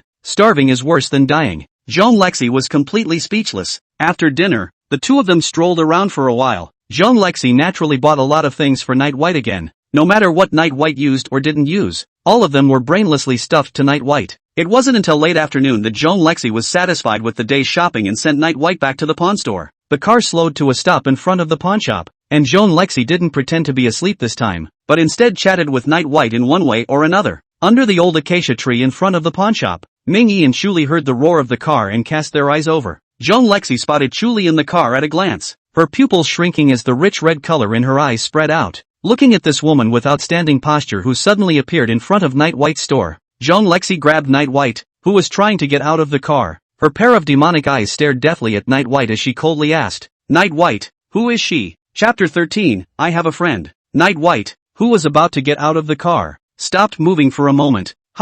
Who are you talking about? Looking at Jean Lexi, who had suddenly changed her temperament drastically, Night White didn't react for a moment. Jean Lexi's gaze shifted to Chuli, her tone icy. That's her. Why haven't I seen her before? Following Jean Lexi's gaze, Chuli was standing timidly underneath the old acacia tree, like a frightened little rabbit, seemingly sensing Jean Lexi's stern gaze. Chuli's body couldn't help but shrink. Ming-Yi smiled and took half a step forward, blocking Jean Lexi's hostile gaze. Oh, the new fellow in my store is a bitter girl. Night White looked at Jean Lexi and said, after staring closely at Night White's face for a moment, Jean Lexi then snorted coldly, You'd better. The scarlet in Jean Lexi's eyes gradually faded, and as she calmed down, her brows furrowed deeply again. What's wrong with you? What does it matter who that woman is? Why are you so nervous? Jean Lexi, who was in the middle of her thoughts, heard Night White's voice again. Lexi, what's wrong with you? In Night White's opinion, this great lady was always temperamental and didn't know what was going on. Nope, nothing. Interrupted in her thoughts, Jean Lexi glared at Night White. You can go down now. Only then did Night White get out of the car, and took out a bunch of stuff from the trunk. Don't forget to stay with me at night. Jean Lexi poked her head out of the car window, said this, and shrunk back in. The sedan slowly drove away, and before the windows went up, Jean Lexi also looked at Chuli provocatively. Of course Night White knew what Jean Lexi wanted her to do with her at night. About that 6th personality game, and along the way Jean Lexi chattered to him a lot about it. With a new cell phone, Night White also wanted to study it, having never played these games before. But before that, Night White had more important things to do. Night White came next to Mingyi and Chuli, hesitated for a moment, then asked, "You guys say, if I have a friend." Mingyi and Chuli listened to Night White's opening statement like this, first with a strange face, then their eyes lit up. "Have fun, ahem." Night White cleared his throat. "I have a friend who knows a big lady, who spends a lot of money on him, buys him clothes, cell phones, and all sorts of things, and doesn't allow him to pay back the money. What do you guys think?" Mingyi's eyes were filled with laughter, and even Chuli, who had been sulking, had a smile appear on her face. Night White looked at the two. This kind of appearance, thought that he had not described it carefully enough, and said, "In addition, that big lady often in my blush in front of my friends." Mingyi could not control his laughter. "Boss, there are no outsiders here." "You, really your friend?" "That's right, it's a friend of mine, not me," Night White said decisively. The smiles on Mingyi and Chuli's faces grew a little stronger. "That missy craves your friend's body." "After a long time," Mingyi said with a stifled laugh. After saying that, Mingyi laughed out loud. This master of his was so silly and cute. After hearing Mingyi's words, Night White was so creeped out that he was half speechless. "Boss, your heart is beating faster." Mingyi moved closer, inclining his head as if listening with his side ear. Night White unconsciously took half a step back. Then without a word, he hugged a large pile of things and walked towards his room. Chuli whispered to Mingyi, Master, the boss seems to be blushing." Yeah. Night White, whose back was turned to the two, twitched his ears, then quickened his pace and immediately closed the door after walking into his room. Inside the room, Night White listened to his cluttered heartbeat and frowned in contemplation.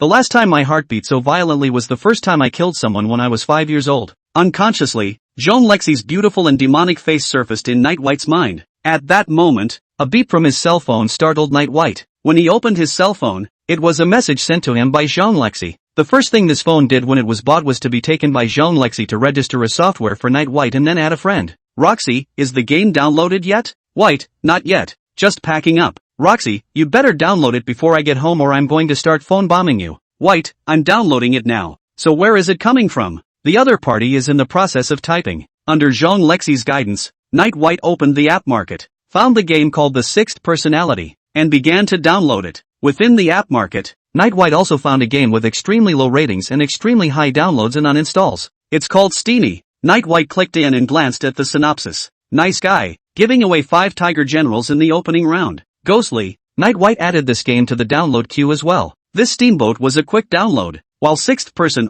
is only halfway through, so Night White tried to enter a play with offenders of the Great Wu territory. Sound. With the sound of those who violate the territory of the Great Wu, Night White was 10,000 troops to take the head. Night White's face sank as he clicked on the customer service dialogue and started typing frantically. The game balance is so poorly done that no one will even play. Customer service fair, it won't be oh. Our game is booming oh. Eventually, Night White looked at the 2 games on his phone. It feels like this life is sort of there. As the cell phone message tone rang again, Night White knew that Jean Lexi had arrived home. "Ruwashi, bye. Get on the horn. Get on the horn. Make it quick. Ruwashi, answer the phone." With a flurry of operations, Night White soon heard Jean Lexi's voice. "Aya, not bad. You're a fast learner. You can operate your new cell phone so quickly." Jean Lexi's voice carried a hint of lethargy, and Night White guessed that she should be lying in bed. Night White looked at the game interface and didn't know how to start for a moment. What next? Is this a serious game? Why are there so many CPDDs on the public screen? Don't care about these details. Do what this young lady taught you and go through the novice tutorial first. Jean Lexi's voice sounded like she was holding back a laugh as she commanded Night White to start operating. Night White was a quick learner and mastered the basic operations in no time. Get ready.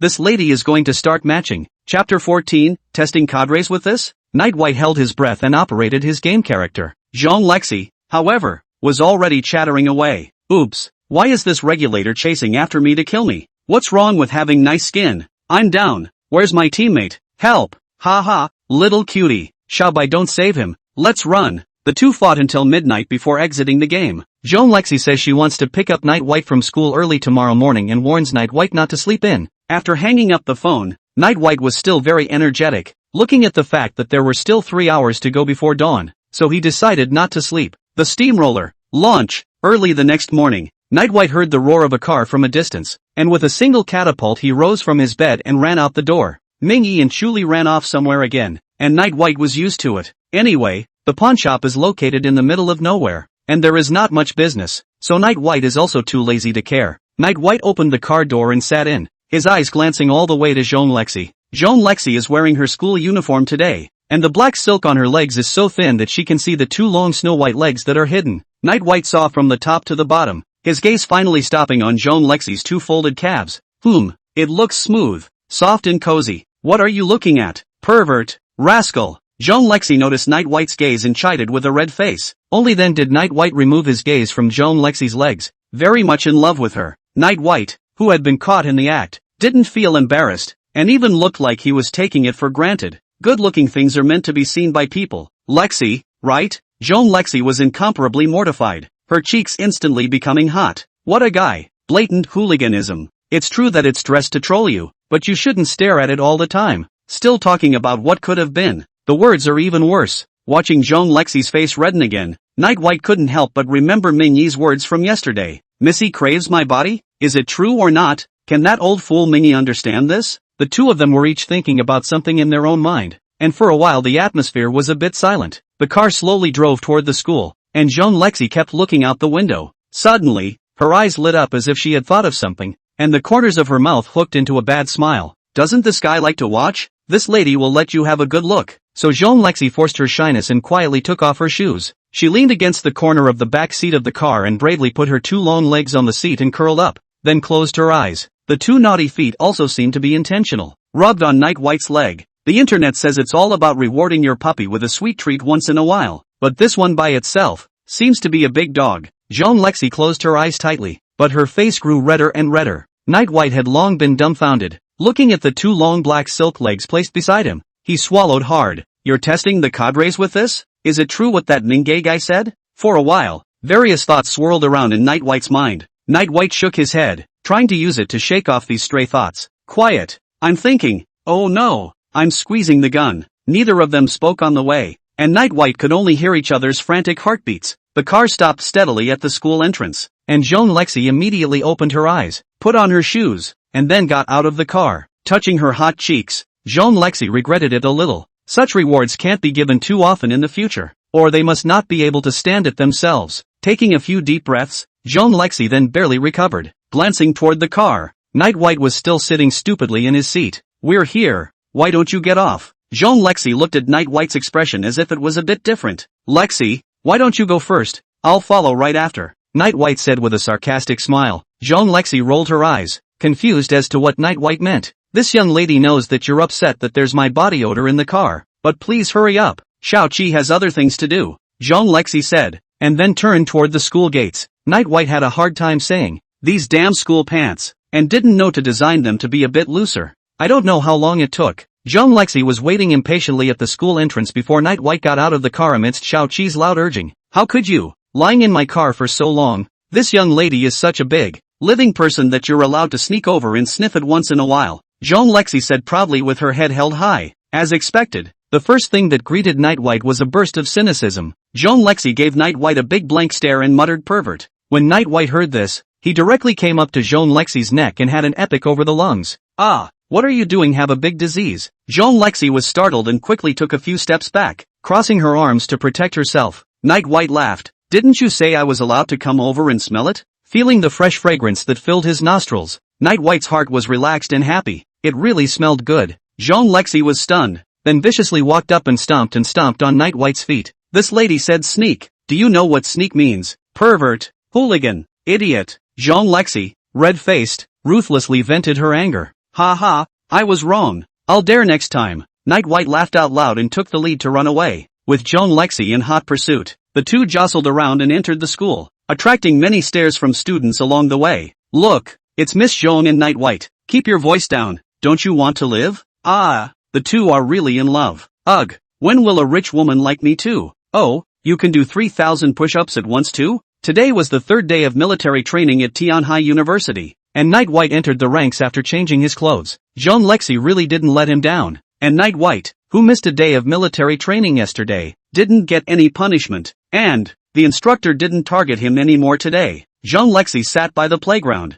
She naturally didn't take part in the training. If it wasn't for Raider Night White, she wouldn't have bothered to come to school before the end of military training. looking at Night White, who was training on the playground. The corner of Jean Lexi's mouth hooked up slightly. This guy doesn't seem like such an eyesore after looking at him for a long time. She also gave Night White a bottle of water from time to time, and even occasionally petted Night White's head, causing countless freshmen to cast envious gazes. By the end of the day, the gazes that the freshmen looked at Night White turned into jealousy. The internet says to always satisfy your puppy's vanity. For this, Jean Lexi thought she had done well, and it was the easiest thing to do. As the head of the Jean family, he was the goddess of many people's dreams. While Jean Lexi was feeling smug, her cell phone rang. After picking up, Xiao Qi's voice rang out. Missy, I've found out the information of the new woman from the pawn store. Chapter 15, The Aura of Murder. Jean Lexi looked at the information about Chuli sent by Xiao Qi on her cell phone and frowned deeply. The information showed that the pawnshop's new female fellow was named Ming Yi. It's a sunny name, but why do you look so depressed all day?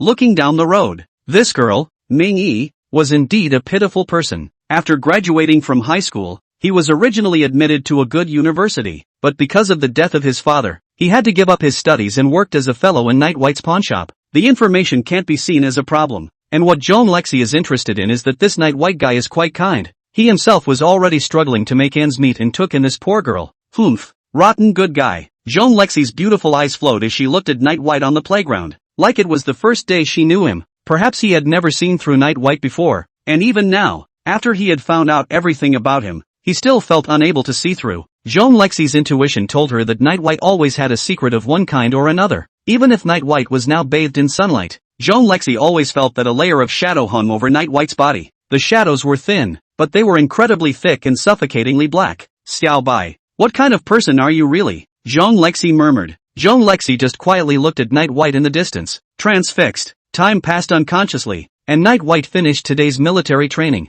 running towards Jean Lexi's side. Although it is now the end of summer, but the sun is still very hot, so Tianhai University for freshman military training only lasts for a morning. Lexi, let's go. You've been sitting here for so long, aren't you bored? Night White said with a smile. During the military training, Night White had been secretly observing Jean Lexi's side. In his opinion, Jean Lexi, as the head of the Jean family, should be a busybody, and there was no reason for him to ask her to stay here all the time. But for some reason, Night White's heart always wanted to see Jean Lexi's figure every time he looked this way. Ha, not boring, Jean Lexi blurted out, then she froze and quickly resumed her fierce look. You, why are you so close, rascal? Just now, when she raised her eyes, she saw Night White coming up to her eyes. Very, very close. Pervert, if you molest this young lady again, this young lady won't mind sending you to jail. Jean Lexi tried her best to make a vicious expression, warning Night White eyes full of smiles. Hey, send to prison it, really good. It's better than trying to feed yourself to the fishes before you move. Night White thought about it all morning before he figured out a little bit about his attitude toward Jean Lexi. Maybe, perhaps, one covets this great lady's body? Night White wasn't sure. Old White hadn't taught him what it was like to like a girl. He himself just felt that he was quite comfortable spending time with Jean Lexi. Seeing that Night White was indifferent to her threats and still had a silly grin on her face, Jean Lexi was completely compromised. This big dog of his own has a different brain circuit than the others and doesn't seem to know what it means to be afraid.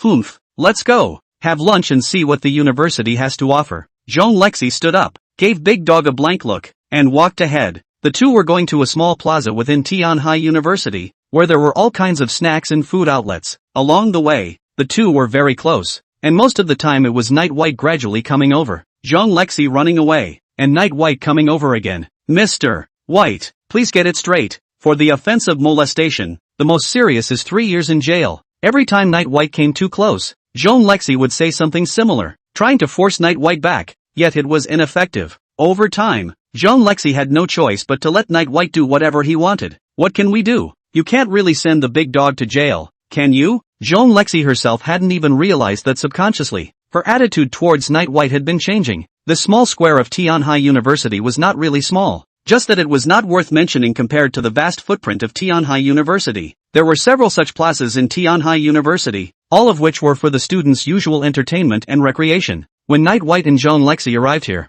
there were already quite a few students gathered here. There are also many clever off-campus vendors who sneak in and set up a food stand here. Jean Lexi didn't seem to like this crowded and noisy environment, and had been frowning since arriving. It wasn't easy for her to find a less crowded establishment to eat with Night White. It's mealtime, and there are lots of people in almost every dining establishment. While Night White arrived at the square, he put away a few playful looks. he sensed a scent, one that was too familiar to him, killing aura. Night White glanced at a certain location in the square without a trace, then quietly followed behind Jean Lexi. That man looked too amateurish to Night White to even be considered a killer. Old White had long ago taught himself that if he wanted to kill someone, the first thing to do was to hide his killing intent. Old White was very satisfied that before and after Night White killed someone, even he could not perceive a trace of killing intent. Only a moment after striking out, monstrous killing intent poured out, and then quickly dissipated. Night White tugged on the corner of Jean Lexi's coat and asked with a smile, "Lexi, does anyone keep you safe at school?" Night White didn't want to kill anyone here if he could. There were too many people.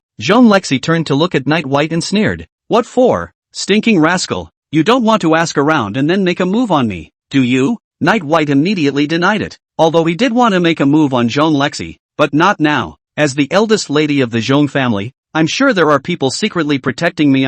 Just now, there's more than one sniper rifle pointed at your head. Afraid or not? Jean Lexi intimidated. Night White smiled and nodded repeatedly. A sniper rifle might have been there, but it definitely wasn't pointed at his head. Night White could feel it, but from what Jean Lexi said, there was someone at school to protect her. "Lexi, I don't mean anything else. There seems to be someone over there, looking at you strangely, at the sixth snack stand behind you," Night White said with a smile. When Jean Lexi heard this, the first thing she did was to glance at Night White and see that he didn't look like he was joking before she collected her smile. She slowly turned around and looked at the person Night White was talking about, seemingly sensing Jean Lexi's stern gaze. The youth-like man immediately lowered his head, his hand groping towards the bottom of the stall. With just one glance, Jean Lexi guessed a few points about the man's purpose. Jean Lexi laughed coldly in her heart. Just now, if it wasn't for Night White pulling herself back, she was afraid that she would have walked close to that person by now. It may even be possible that one is dead now. In such an environment, one's own people may be negligent and unable to protect themselves in time. People were coming and going all around them, and the man, whether he was using a knife or a gun, had to wait until he walked past to get a shot. Jean Lexi's eyes flashed with a touch of cruelty, and the corners of her mouth hooked up slightly. She was seen making a strange gesture somewhere and then walking towards the food stall. Chapter 16, No one will believe me if I tell the truth. Jean Lexi had an icy chill in her eyes as she arrived in front of that food stall. His eyes were dead set on the young man. Night White stood beside Jean Lexi, his face bland. If that young man made a move, even if Jean Lexi's people didn't stop him in time, he himself would take his life before he could get his hands on him. For Night White, wanting this man's life was easy. The young man's eyes dodged as he faced Jean Lexi's icy gaze. Finally he couldn't help himself, and with a roar of rage, he took out the pistol that had long been hidden under the stall and aimed it at Jean Lexi's head. Bang! Gunshots rang out, accompanied by a scream, and the young man, clutching his broken arm, curled up on the ground and wailed his lungs out. Thick blood quickly stained the ground, snaking down the tiny cracks in the ground. The students who had been roaming the plaza ran away screaming and panicking. Soon, only Night White and Jean Lexi were left standing in the square, along with the young man who had intended to stab Jean Lexi. On the rooftop of a teaching building at Tianhai University, there was a middle-aged man prostrate, holding a sniper rifle in his hands. "Why is he so calm? This isn't normal," the middle-aged man muttered. The aim of the sniper rifle scope in his hand pointed at Night White's head. Night White seemed to feel something in his heart and faintly glanced over to the middle-aged man's side. The middle-aged man's heart jumped, and when he looked at Night White again, Night White had already turned his head away. Soon, a group of black-clothed men ran over, each holding a gun, and surrounded Jean Lexi in the center for protection, closely observing all the winds and grasses around them. Jean Lexi grimaced and came to the young man. "Tell me who's behind you, and I can make your death less painful." The man didn't say a word. His forehead was covered in cold sweat and his lips turned pale from the intense pain. Jean Lexi's eyes flashed red as she instructed the black-robed man at the side. "Pry open his mouth. I'd like to see who wants me dead." The man in black nodded and took the man away after making sure there was no other danger around.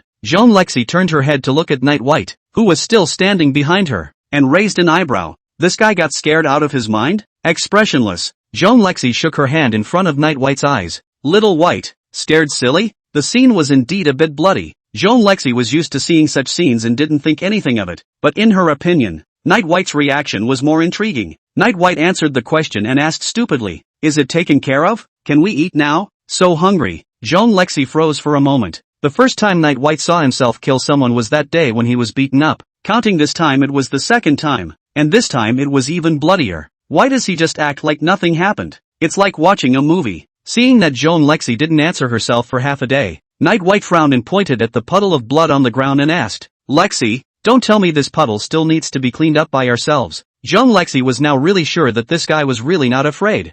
Eat, just know how to eat, come with me, it just so happens that everyone has run out now, clean, Zhong Lexi said in a slightly exasperated manner, then led Night White towards a restaurant. It was a Chinese restaurant, and now only the owner and a few waiters were left shivering in the store. When he saw Zhong Lexi arrive, the boss didn't dare to slow down and immediately served tea and water himself, fearing that he'd become a victim with the next gunshot. Night White is really hungry, ordered 3 dishes and a big pot of rice, and said that it is not enough to add more. As she ate, Zhong Lexi kept observing Night White, looking up at him with almost every bite of her meal. However, Zhong Lexi was not able to see anything because Night White had been burying his head in a fierce dry meal the entire time. In the blink of an eye, a large pot of rice was solved cleanly by Night White again, and at this time, he ran to serve the rice again, and Zhong Lexi hadn't even finished her bowl of rice. The slightest hint of envy passed through Zhong Lexi's eyes. This guy, how to eat so much body is still so good also do not grow fat. Seeing Night White's eating speed gradually slow down, Zhong Lexi guessed that he should be about to get full. At this time, Zhong Lexi asked curiously, Xiao Bai, tell me the truth, in that scene just now, when everyone ran out, why weren't you afraid? Night White put a large piece of braised pork into his mouth, chewed it a few times, and swallowed it before replying, because there's nothing to be afraid of. Zhong Lexi broke the sand pot and pursued, why? You tell me the reason, I'd love to know. Night White put down the chopsticks in his hands, looked at Zhong Lexi, and slowly said, because I started killing people when I was 5 years old. I'm 18 now, I'm definitely not afraid of any of this. When Zhong Lexi heard Night White say this, her pair of beautiful eyes fell into a long stupor before she laughed out loud. If I hadn't checked Night White myself, I would have believed this guy's bull ********. And the guy had a stupid look. He didn't look like someone with a strong background in any way. Ha ha, Xiao Bai, you can do it. You don't even change your face when you tell lies now, do you? Have you forgotten that I've checked you out? I know everything about you from birth until now. Zhong Lexi was about to burst into laughter as she lay on the table. This guy, who said he'd help himself to murder the first time we met, and now he's saying he's been killing since he was 5 years old. What the hell kind of joke is this? And yet jokes like this are just enough to poke their own funny bone. Night White sighed softly and picked up the dishes again, continuing to dry his meal. These days, no one believes you when you tell the truth. Zhong Lexi smiled and laughed, suddenly picking up the chopsticks on the side and stabbing straight into Night White's eyes, eventually stopping a few centimeters away from Night White's eyes. Night White didn't even blink. The corner of Zhong Lexi's mouth hooked up. Why don't you avoid it? Night White rolled his eyes widely and continued to bury his head in his rice. Zhong Lexi's foot under the table stomped on Night White. This lady is asking you. Answer me. Just now, she was the one who was testing Night White. If Night White was really a well-trained person, he should have avoided the moment he struck out. Night White ate the bowl of rice cleanly and said helplessly, I was scared silly, okay? For that little tactic of Zhong Lexi's, he didn't even bother to hide himself because he didn't feel a single trace of killing intent. Only then did Zhong Lexi nod her head in satisfaction. Sure enough, being scared silly was the right thing to do, right? Killing people at the age of 5 or something? Cootie, just believe it. I have something to do this afternoon. You're not allowed to run off and fool around elsewhere. Wait for me to call you. After eating, Zhong Lexi looked at Night White and warned, she's going to see if the person who tried to kill her has spoken yet, and uncover the mastermind behind it to wipe them out. Zhong Lexi didn't have an ounce of mercy for these guys who wanted her life. Night White nodded and said nothing. Seeing Night White's expression, Zhong Lexi was a bit dissatisfied and warned again, if I catch you fooling around in certain establishments, you're dead. After saying that, Zhong Lexi's face eased a few points, took out her cell phone and transferred $10,000 to Night White, and then asked for Night White's cell phone to click on the collection. Get whatever you want for dinner. You don't expect me to buy you every meal.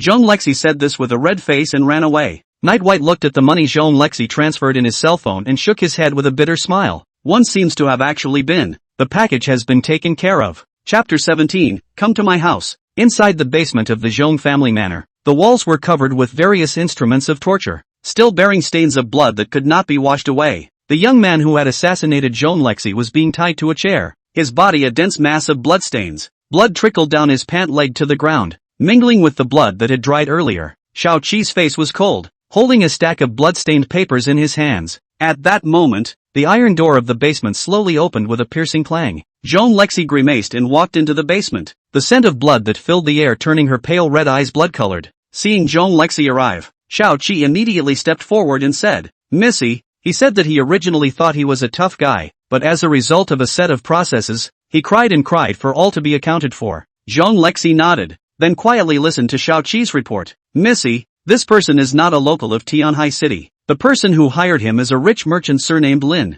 who had a small conflict with our company during this period of time when they grabbed the development rights of a piece of land. Xiao Qi held the stack of papers and slowly narrated. Listening to Xiao Qi's report, Zhong Lexi's eyes gradually became cruel. When Zhong Lexi first took over the Zhong group, she encountered assassinations almost every day, and it was during that time that she killed a lot of people, and it was only then that Tianhai City finally recognized the bloody methods of this queen of the mob. There's nothing to say. Kill it. Zhong Lexi spoke coldly. A hint of hesitation appeared on Seven's face as she turned the stack of papers in her hand to the last one. He became a bit gulpy in his speech. Missy, after our investigation, this rich merchant surnamed Lin has close dealings with the young master who is far away from home, and his company is also secretly funded by the young master. A ripple rose in Zhong Lexi's eyes. The young master in Xiao Qi's mouth was named Zhong Yichen, Zhong Lexi's half-brother, who had been abroad since he was a child. Zhong Lexi's eyes flashed red. It's getting more and more interesting. Xiao Qi once again asked for instructions. Missy, so now, catch them alive first and ask to see if my dear brother directed them.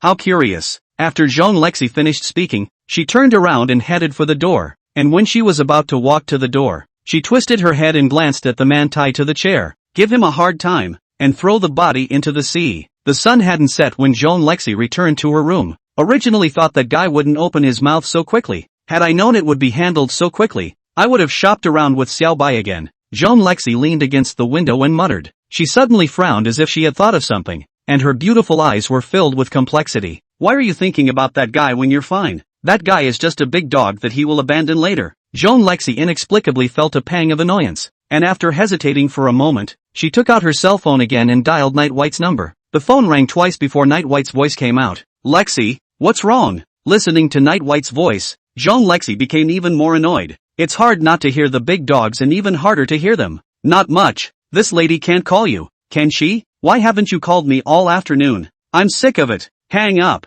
Call me. Zhong Lexi hung up the phone in a huff after a set of magnificent streaks. The Night White on the other end of the phone is full of bitter smiles. Is not someone himself said something in the afternoon? Also said not to fool around. Waiting for her call to come. Night White put the call through again, and when he connected, he heard Zhong Lexi's questioning. What are you doing? The tone eased up a bit, but Night White knew it was only superficial. This great lady is temperamental, and I don't know when she will somehow go crazy again. Playing a game. A game called Steamy. Night White answered truthfully. After a long moment of silence on the other end of the line, Zhong Lexi's surprised voice came out. What? You've caught Steam. That game will make you delirious. Understand? Uninstall it. Listening to Zhong Lexi's exaggerated voice, Night White looked at his great general's rank and fell into deep thought. Okay, uninstall. Ruwashi have you eaten yet? Night White very lamely changed the subject. Night White decided. He became a great general of this matter. Absolutely cannot let Zhong Lexi know. Strange shame. On the other end of the phone, Zhong Lexi narrowed her eyes, sensing something was wrong. Heck, I'll know if it's true or not once I try it. Zhong Lexi spoke quickly. Quick question and answer. What comes after the Yangtze River risk? Jiangdong Iron Wall. Night White blurted out without thinking. Just as soon as he said it, Night White felt something big was wrong. Maru Spice. Already delirious? Zhong Lexi's voice didn't come out of the phone again for a long time. Roxy, why don't I treat you to dinner? What do you think about hot pot? Or a barbecue or something? Night White said with a sarcastic smile. I only heard Zhong Lexi say, Xiao Bai, I want you to appear in front of me now. Immediately. Right now. Zhong Lexi was furious. Not actually angry at Night White for secretly playing the game, but at him for even trying to lie to himself. Night White walked out of the room, glanced at the sinking sun in the west, and asked, Lexi, where are you now? I have to say, the game is really time-consuming and it felt like it was getting dark before I got back and played for long.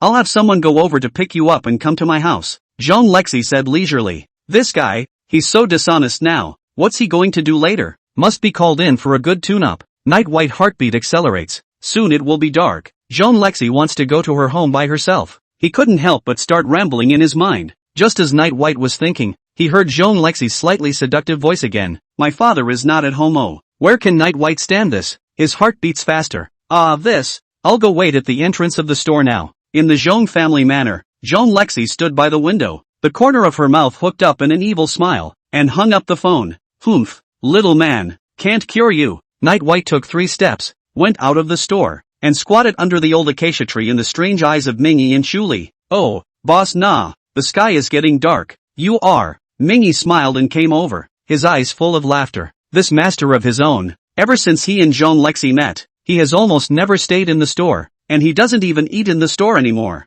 Night White was a little embarrassed by Mingy's eyes and immediately said, I have important business, I won't eat at home tonight. Mingy nodded in understanding and asked again, and you, boss, are you coming back tonight? This sentence asked to Night White's heart. He naturally did not want to come back. Can't say. Night White half-heartedly stifled such a sentence. Mingy laughed out loud, and even Chuli covered her mouth and snickered. Chapter 18, The Perverse Jean Lexi. In the strange eyes of Mingy and Chuli, Night White squatted unnaturally under the old acacia tree. Finally, Night White saw Jean Lexi's limousine from afar, as if he had been pardoned. It wasn't Seven who came to pick up Night White this time, and Night White guessed that Seven should have something else important to do. Mr. Night White, Missy asked me to come and pick you up. The driver, a man in his 30s, got out of the car and opened the door for Night White. Night White nodded and got into the car. Your Missy just told you to pick me up? Didn't say anything else? Night White sat in the car, hoping to pry any information out of this driver. The driver maneuvered the car to start slowly and said very respectfully, Mr. Night White, Miss didn't say anything else. She just asked me to come pick you up quickly. When Night White heard this, he nodded helplessly, laughing at his own stupidity in his heart. That cunning Missy must have anticipated that she would ask questions. With no words on the way, the car drove to the Jean family manor. As soon as Night White got off the bus, he looked at the castle-like villas in the manor and secretly sighed.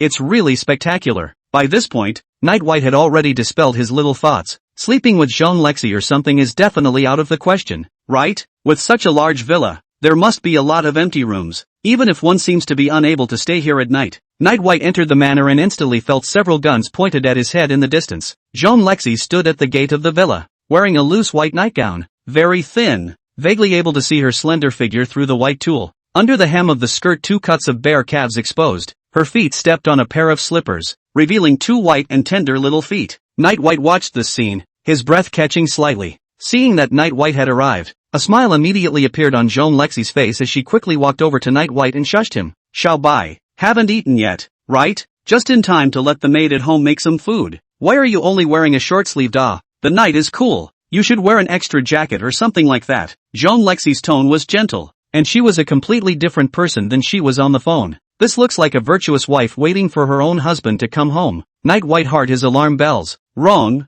Very have 12 points wrong. What's this young lady up to now? She's not going to poison my food, is she? Or after they knocked me out? A dominatrix? Night White kept observing Jean Lexi's expression, wanting to see some clues about what was going on. No killing intent. There should be no problem with his safety. It's just that the smile is creepy. Could it be the second one? Good lord. Though being full of yellow scraps is a very bad habit, but then again, with Jean Lexi's attire like this, Night White did crave it. Looking at Night White as he kept staring at himself, Jean Lexi couldn't control her blush. Jean Lexi first took Night White for a stroll around the villa, introducing the villa to Night White along the way. How spectacular was the villa? Night White didn't see it. What did Jean Lexi say? Night White didn't hear. Night White's entire gaze fell on the two bare, jade-like calves, and the pair of cute little feet that moved around with Jean Lexi's steps. Jean Lexi of course knew that Night White had no intention of visiting the villa at all, and this was originally designed by her to ruthlessly seduce Night White and make him let his guard down. However, over time, Jean Lexi couldn't stand Night White's scorching gaze anymore, but for the sake of tonight's plan, she couldn't get mad now. Shall by. It's rude to keep staring at girls, understand? Jean Lexi tried to make her tone as gentle as possible and looked at Night White and said. Night White acted as if he hadn't heard, his eyes still staring unblinkingly at Jean Lexi's legs. Jean Lexi only felt her cheeks rolling. This guy, he didn't know what it was to be embarrassed. It was useless to say it. Let's go la. Dinner should be ready. Jean Lexi had to greet Night White as she walked towards the restaurant. Until the two men were seated, Night White withdrew his gaze, because the two men were seated face to face. With the blockage of the table, Night White really couldn't see anything. The servants quickly brought up the meal. 3 dishes and 1 soup. Night White looked over one by one and was struck by lightning with just one glance. I just saw those 3 dishes and 1 soup, which were oysters, leeks, fried pork loin, and turtle soup. Crucially, there were many goji berries floating within that pot of turtle soup. Night White jaw. According to his lifelong knowledge, these things seem to be kidney tonic. Can't it be that Missy is really planning to do me in tonight? But you're so young, do you really need all this? Xiao Bai, the food is on. Why don't you eat it? Jean Lexi asked with a big smile. She looked at Night White with both hands resting on her cheeks, not intending to eat at all. Seeing Joan Lexi in this state, Night White asked curiously, "Aren't you going to eat? Specially made for you. I've actually eaten it, blah." Joan Lexi smiled mysteriously and pushed a few dishes towards Night White. Seeing that Night White hadn't moved his chopsticks yet, Joan Lexi urged again, "Eat, drink the soup first. It's healthier." Night White grinned and picked up the soup spoon. "Drinking soup is good. This drinking soup, much is a beautiful thing." Next, Joan Lexi quietly watched Night White wolf down his food, the smile at the corner of her mouth becoming more and more pronounced. After eating this table of tonic, Night White wiped his mouth. Imagine that the feeling of dizziness did not appear. It seems to be the dish does not have a drug or something. Night White couldn't help but feel a tiny bit disappointed in his heart. Seeing that Night White had finished eating,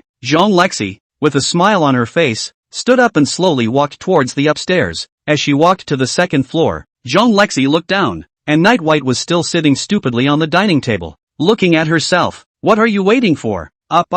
Dumb goose." Joan Lexi blushed, gently bit her lower lip, and gave a shy smile to Night White. Night White's heart fluttered, feeling like he was going to be fished into a warble. Without thinking too much, Night White was busy running upstairs. Joan Lexi looked at Night White's slightly flustered appearance and forced a smile. "Humph, pervert, let you get carried away for a while. Lexi, I'm coming up." Night White quickly ran to Joan Lexi's side, looking at her with an expectant face. Joan Lexi guffawed and turned toward her room. Night White did not hesitate, hurried to follow. Today, even if the front is a ghost gate, Night White also want to see how in the end. Chapter 19, Inviting the Wolf into the House? Night White followed Joan Lexi like a follower until Joan Lexi walked into the room. However, when it really came to this step, Night White hesitated and stopped. "It's like I'm really going to have to eat it, and I don't feel like I'm ready for it. Xiao Bai, if you don't come in I'll close the door." Joan Lexi poked her head out of the doorway of the room and said with a smile. After Night White heard these words, it was no longer difficult to maintain his sanity, and with a flash, he walked in. Joan Lexi didn't expect this guy to be so fast. She only felt a gust of wind blow past her, and when she turned her head to look again, Night White was already standing in her room. "Virtue," Joan Lexi muttered, an evil smile on her face as she closed the door to her room. Joan Lexi directly took off her shoes, sat on the edge of the bed, crossed her legs, and her two big white legs were boldly displayed in front of Night White's eyes. Night White's breathing was ragged. Facing the yukai in front of him, Night White really couldn't stand it anymore. Forcing back the throbbing in his heart, Night White moved to the window and drew the curtains. Watching Night White's movements, Joan Lexi's delicate body trembled. "What are you doing? Why are you pulling the curtains?" She was a little flustered in her heart. The original plan was to lure Night White to her room. Then when Night White couldn't help himself, she would reject him and keep him from going up and down. Then seize the opportunity to give him a hard lecture, and then finally give him a little sweetness. In this way, Night White would slowly become subservient to himself and would never be able to leave him again. The internet says that big dogs are meant to be conditioned this way, but Night White's action of pulling the curtains caused Joan Lexi to panic, and she suddenly remembered that according to Night White's character, he would not just sit back and wait for death, especially if he had been allowed to eat so many supplements. Looking at Night White slowly approaching her, Joan Lexi shrank back. "What do you want? I'm warning you not to mess around." Night White didn't say anything, but just approached. Joan Lexi panicked as she cowered on the bed, facing Night White, both hands supporting her body as she slowly retreated toward the head of the bed. "You're really leading the wolf into the house." Until there was no way to retreat, Joan Lexi leaned against the head of the bed and looked at Night White, who was kneeling on both knees and still approaching her. Her mind went so blank that she forgot that all she had to do now was cry out and someone would come to her rescue. Night White gasped, looking at Joan Lexi's snow-white skin under her nightgown, his heartbeat ringing out. Joan Lexi stretched out a foot against Night White's hot chest, trying to stop him from continuing to approach. "Xiao Bai, calm down." "No." Joan Lexi's tone was mixed with a hint of pleading. Where did Night White listen? He now only had the most primitive human desires in his head. Joan Lexi's two hands groped around haphazardly, finally feeling for the pistol under her pillow. She hesitated and raised the pistol directly against Night White's forehead without her finger on the trigger. Feeling the cold touch on his forehead, a flash of clarity appeared in Night White's eyes, and then desire receded like a tidal wave. That pistol conveyed a message that Night White, even if he was a cutie, all understood. Joan Lexi didn't want this. Night White's brows furrowed. Just now he had actually lost all of his senses. All he could think about was this attractive body in front of him. He suddenly remembered what Old White had said before. "Little White, remember that anything tempting enough to kill you is enough to kill you." Night White only felt a boom in his head. Looking at Joan Lexi's disheveled clothes underneath her and the panic in her eyes, he immediately stepped back, as if he was running away. "Lexi, I'm sorry, Night White fled into the shadows of the corner, making it impossible for Joan Lexi to see his expression. For some reason, the current Night White was terrified in his heart and only wanted to hide or run away. Jean Lexi's breathing was messy as she slowly lowered the gun in her hand, then covered herself with the quilt. The two were speechless for a long time, and the only sound in the silent room was the sound of their messy breathing. The breeze blew the thin curtains and squeezed into the room, adding a touch of coolness to the evening. In the end, it was Jean Lexi who broke the silence first. "You, come here, what's the point of hiding?" Night White's figure shuddered and slowly walked out from the corner, taking a seat on a chair furthest away from Jean Lexi. Jean Lexi was all pissed off and laughed at how it felt like this guy was the victim.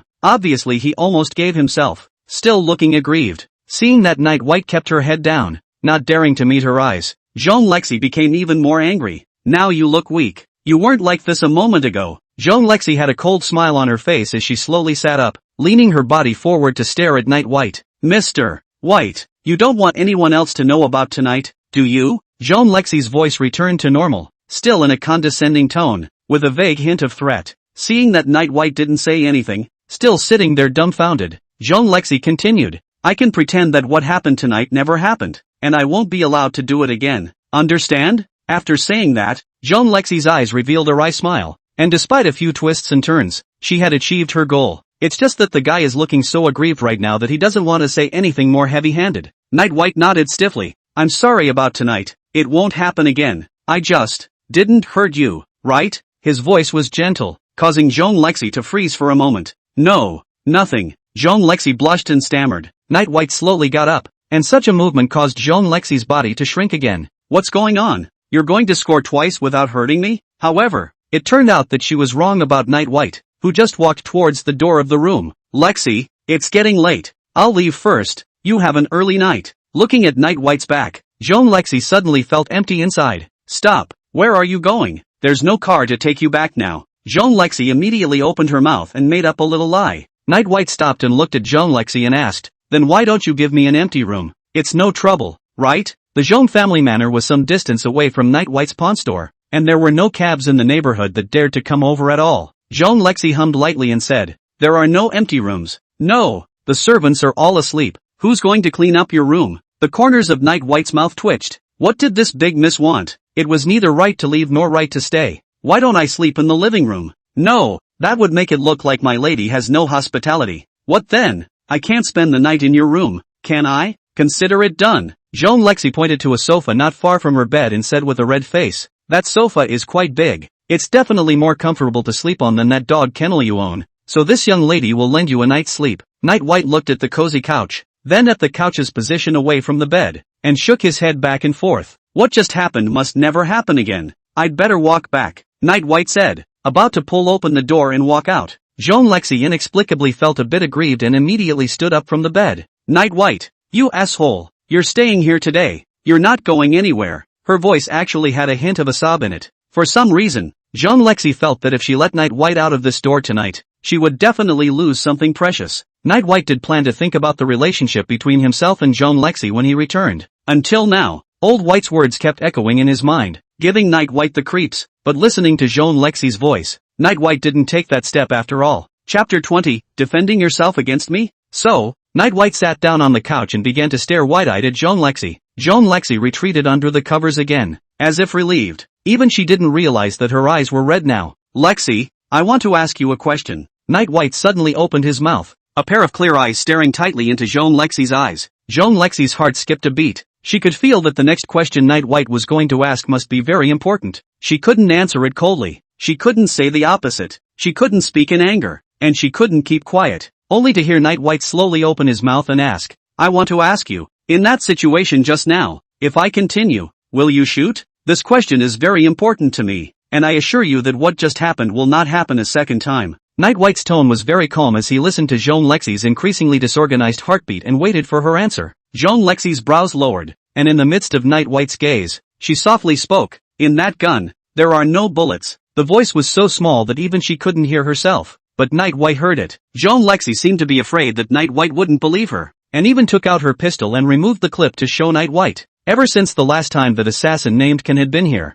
Jean Lexi had gambled on unloading the bullets in her gun, because it was useless. Night White let out a long breath, and his tightly furrowed brow unfurled, as if he had unraveled some sort of knot in his heart. An instant of relief. Night White was all smiles, It's best to keep it loaded. What if you run into another bad guy like me? Jean Lexi sensed the change in atmosphere and gradually returned to normal, putting away the pistol and placing it on the table, and pretending to be ferocious. Humph. Just you wait. Tomorrow I'll load up the bullets and blow your head off. Night White giggled, finally figuring out that Jean Lexi didn't want to kill herself. She just wasn't ready. After all, the two of them hadn't even finalized their relationship yet. As for Jean Lexi's erratic behavior tonight, Night White guessed that it should be some sort of mischief on Missy's part. It's just that this prank almost got her in trouble herself. You're just going to sit there all night? Jean Lexi asked with a red face, opening her mouth to Night White, who kept giggling, looking at the dumbfounded Night White sitting on the sofa. Jean Lexi pointed to the closet on the side. I remember there's a blanket inside. You cover that so you don't catch a cold. Jean Lexi's voice grew smaller as she spoke.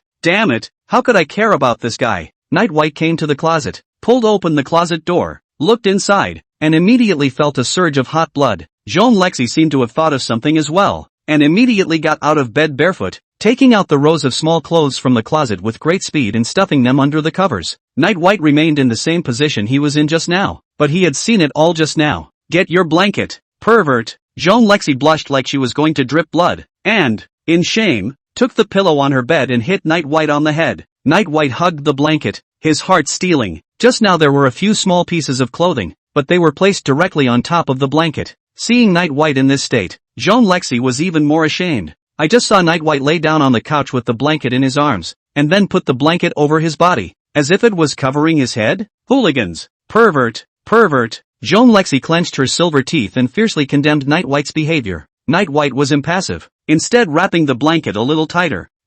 Soft, warm and fragrant. Lexi, should I turn off the light? Night White asked in a jarred voice. Wrapped in a blanket. Not off. And you, no talking. I don't want to talk to you right now. Jean Lexi's tone was a bit exasperated. Roxy, want to play some games? No fight. Sleep. Lexi, I can't sleep. Why don't I tell you a story? Think of when shut up. Then good night, Roxy. White. Good night. Good night. Early the next morning, Night White leisurely opened his eyes. Jean Lexi was still sleeping, wrapped tightly in the quilt, with a fine layer of sweat on her forehead and a hint of crystals coming out of the corners of her mouth. The corner of Night White's mouth twitched, wrapped so tightly. This is to prevent who? It's understandable to guard against a villain, even a decent man like me. Walking over to the bedside, Night White quietly looked at Jean Lexi's sleeping face, and now that she was in this lovely state, she wouldn't be reminiscent of that ruthless mob queen at all. Under Night White's gaze, Jean Lexi opened a pair of beautiful, sleepy eyes. What are you doing? Stinking hooligan! Did you want to molest me again this early in the morning? Jean Lexi screamed just as she opened her eyes. The screams soon attracted the security personnel in the villa, and Night White only heard a rush of footsteps stopping at the door of the room, and a voice, Missy, are you alright? Jean Lexi wiped the drool from the corner of her mouth and said to the doorway, it's okay, I had a nightmare. After saying that, she didn't forget to cast a warning look at Night White, a look that seemed to say, see, old me only needs to howl and I can let you go out sideways. The footsteps at the doorway faded away, and Night White was filled with a bitter smile. He just looked at it a little more. He didn't do anything else. Jean Lexi got up and went into the bathroom, ready to wash up, but she saw Night White follow her in. Pervert White, this is the bathroom. What do you want again? Do you have any other weird fetishes besides being horny? I really despise you. Jean Lexi gritted her teeth, itching to eat this guy. Night White listened to Jean Lexi's new name for herself with a smile on his face. Jean Lexi's eyes widened in surprise when she saw Night White react like this. Did you give him a good scolding? I'm going to wash my face and brush my teeth too. I'm very clean. And by the way, I'm going to the restroom, Night White said with a smile. Jean Lexi frowned. She wasn't in the habit of sharing a bathroom with others. But if it's this guy, consider making an exception for once. No matter what, I'm the one who came in first. You wait outside and go. Jean Lexi blasted Night White out, unlocked the door, and turned the bathroom faucet on full blast. Night White directly lay down on all fours on Jean Lexi's bed, breathing in that unique fragrance. After Jean Lexi walked out of the bathroom, she saw Night White lying on her bed in an extremely indecent position, and with a face full of enjoyment.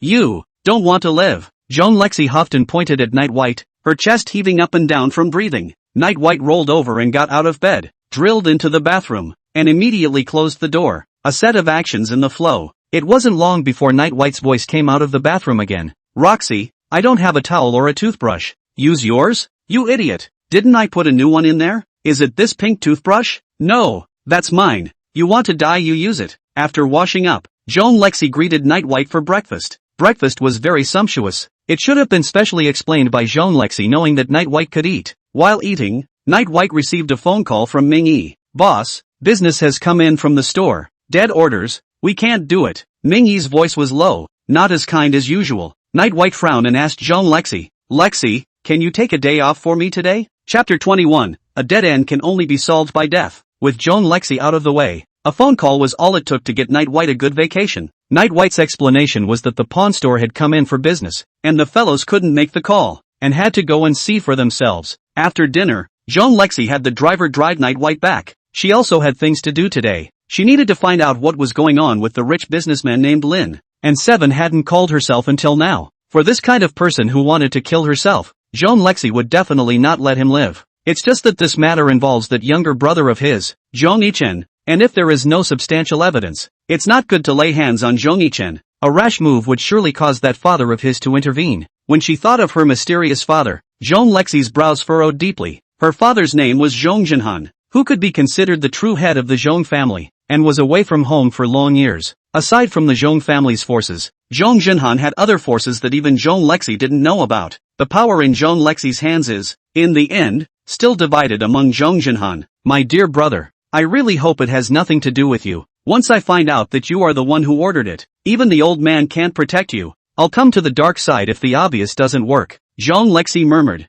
a cruel smile in her eyes. Night White was similarly deep in thought after getting into the car. Dead orders are not common. Such orders require the person placing the order to give everything, including his own life, and such a signal to take or not to take. It is all up to Night White. If Night White didn't want to take the order, even if the person placing the order died in the pawn store, it was useless. After Night White returned to the pawn store, just as soon as he got out of the car, he saw a white-haired old man lying on a chaise longue under the old acacia tree, smoking a Ming-Yi cigarette. Ming-Yi and Chuli squatted under the old acacia tree with nothing to do. Seeing Night White arrive, Ming-Yi and Chuli stood up, and Ming-Yi pointed at the old man and said, he's the one who's going to place the death order. The old man raised his eyelids and slightly inclined his head to look at Night White, his cloudy eyes looking up and down. If you don't come, I'm going to break. This was the first thing the old man said, and then slowly got up. Night White pointed inside the store and gestured for a few people to go in and talk. The old man stumbled with his gait, closely following Night White as he moved into the pawn store. My name is Wu Fu.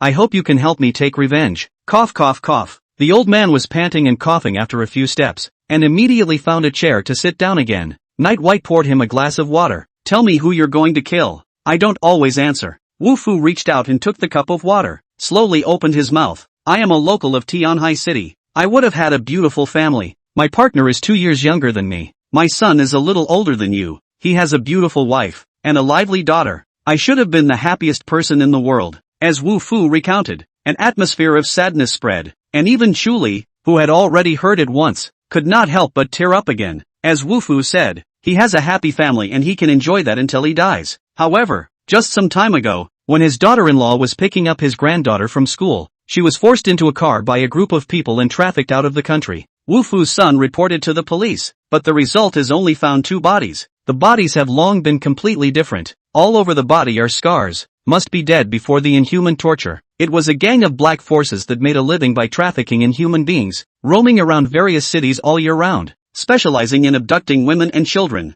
Wu Fu's son could not bear the great grief of his wife and daughter's death and eventually jumped to his death. Within a few days, Wu Fu has suffered major blows, and his life is turned upside down. In the day before yesterday, my old partner also died due to excessive grief, and I lost everything. Wu Fu's voice was hoarse, and his eyes were streaming out cloudy tears. Night White listened to this quietly and opened his mouth to ask, you want me to kill everyone in that force? The old man didn't answer and continued to speak. I'm a dying man. I can't find those scumbags. I'm the only one left in the world, and I don't understand why the heavens are doing this to me. When I wanted to die once and for all, a mysterious man found me, and from him, I learned of the existence of all beings, and found this place. Wu Fu's eyes erupted with 2 streams of refined light as he stared at the Night White trio. All Beings is the very name of the organization that Night White is a part of, an organization that has existed in the world for 1,000 years. That person told me that I could trade my life for you to make one strike instead of killing one person, and if I could, I would like to let them all die. Speaking here, Wu Fu's eyes revealed bone-deep hatred. Night White was silent for a while, touched the bone ring he wore on his hand, and slowly said,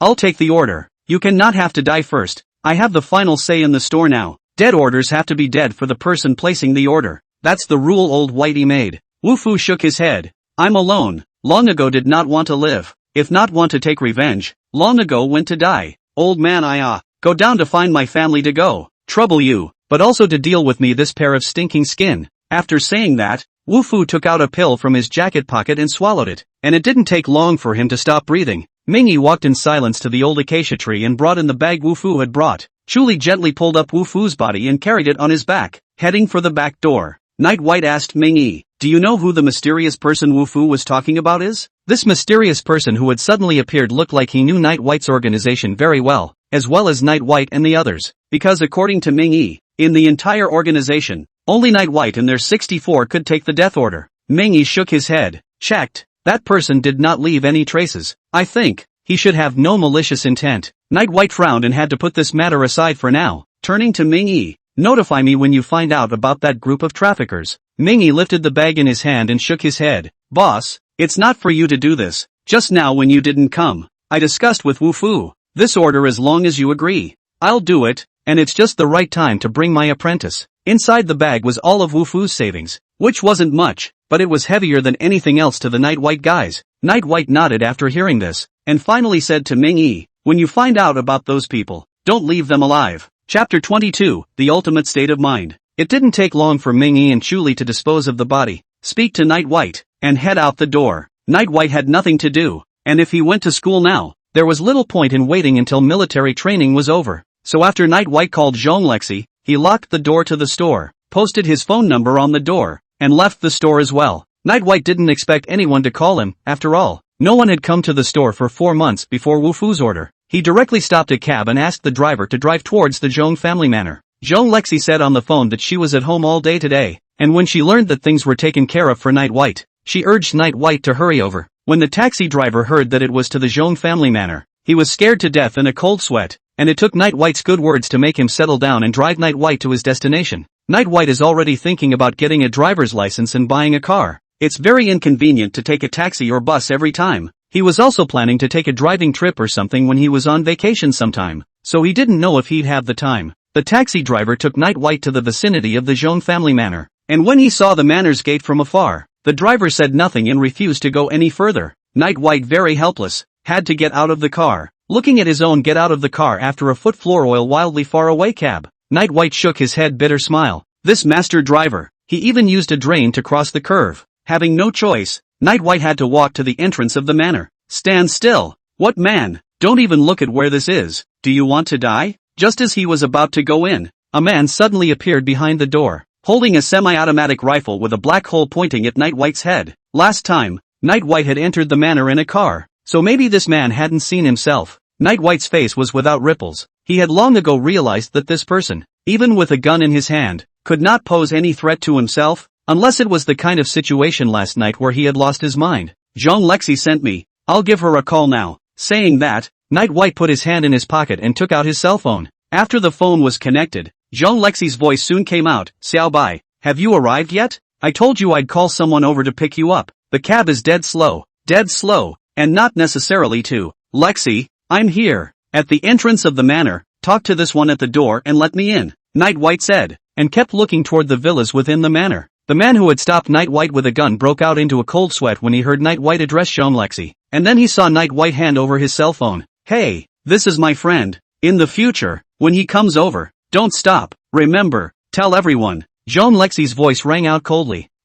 Missy. After a small hiccup, Night White was finally able to enter the manor unimpeded. He walked directly toward the villa, and before he reached the door, he saw Zhong Lexi poking her head out of the doorway. Zhong Lexi was dressed conservatively today, wearing a shirt and a pair of jeans that didn't reveal the parts that Night White liked to look at like yesterday, but Night White's eyes were pervasive, and even when Zhong Lexi was wearing jeans that covered her up tightly, Night White could imagine her hot body and was more than a little evocative. This is the Jiang who said a very high state, no code in the heart, naturally high definition. Pervert Xiao Bai, I don't even know what to say about you. Scolding you is like rewarding you. Zhong Lexi noticed Night White's gaze and rebuked with a red face. Night White smiled. That's good. I'll sneak a peek next time. Zhong Lexi wanted to say something, but finally she was speechless, and after a light grunt, she led Night White into the villa. The two sat down on the sofa in the living room, and Night White saw Zhong Lexi's brow furrowed from time to time. obviously with something on her mind. What's the matter, Roxy? Is there something you're unhappy about? Night White asked.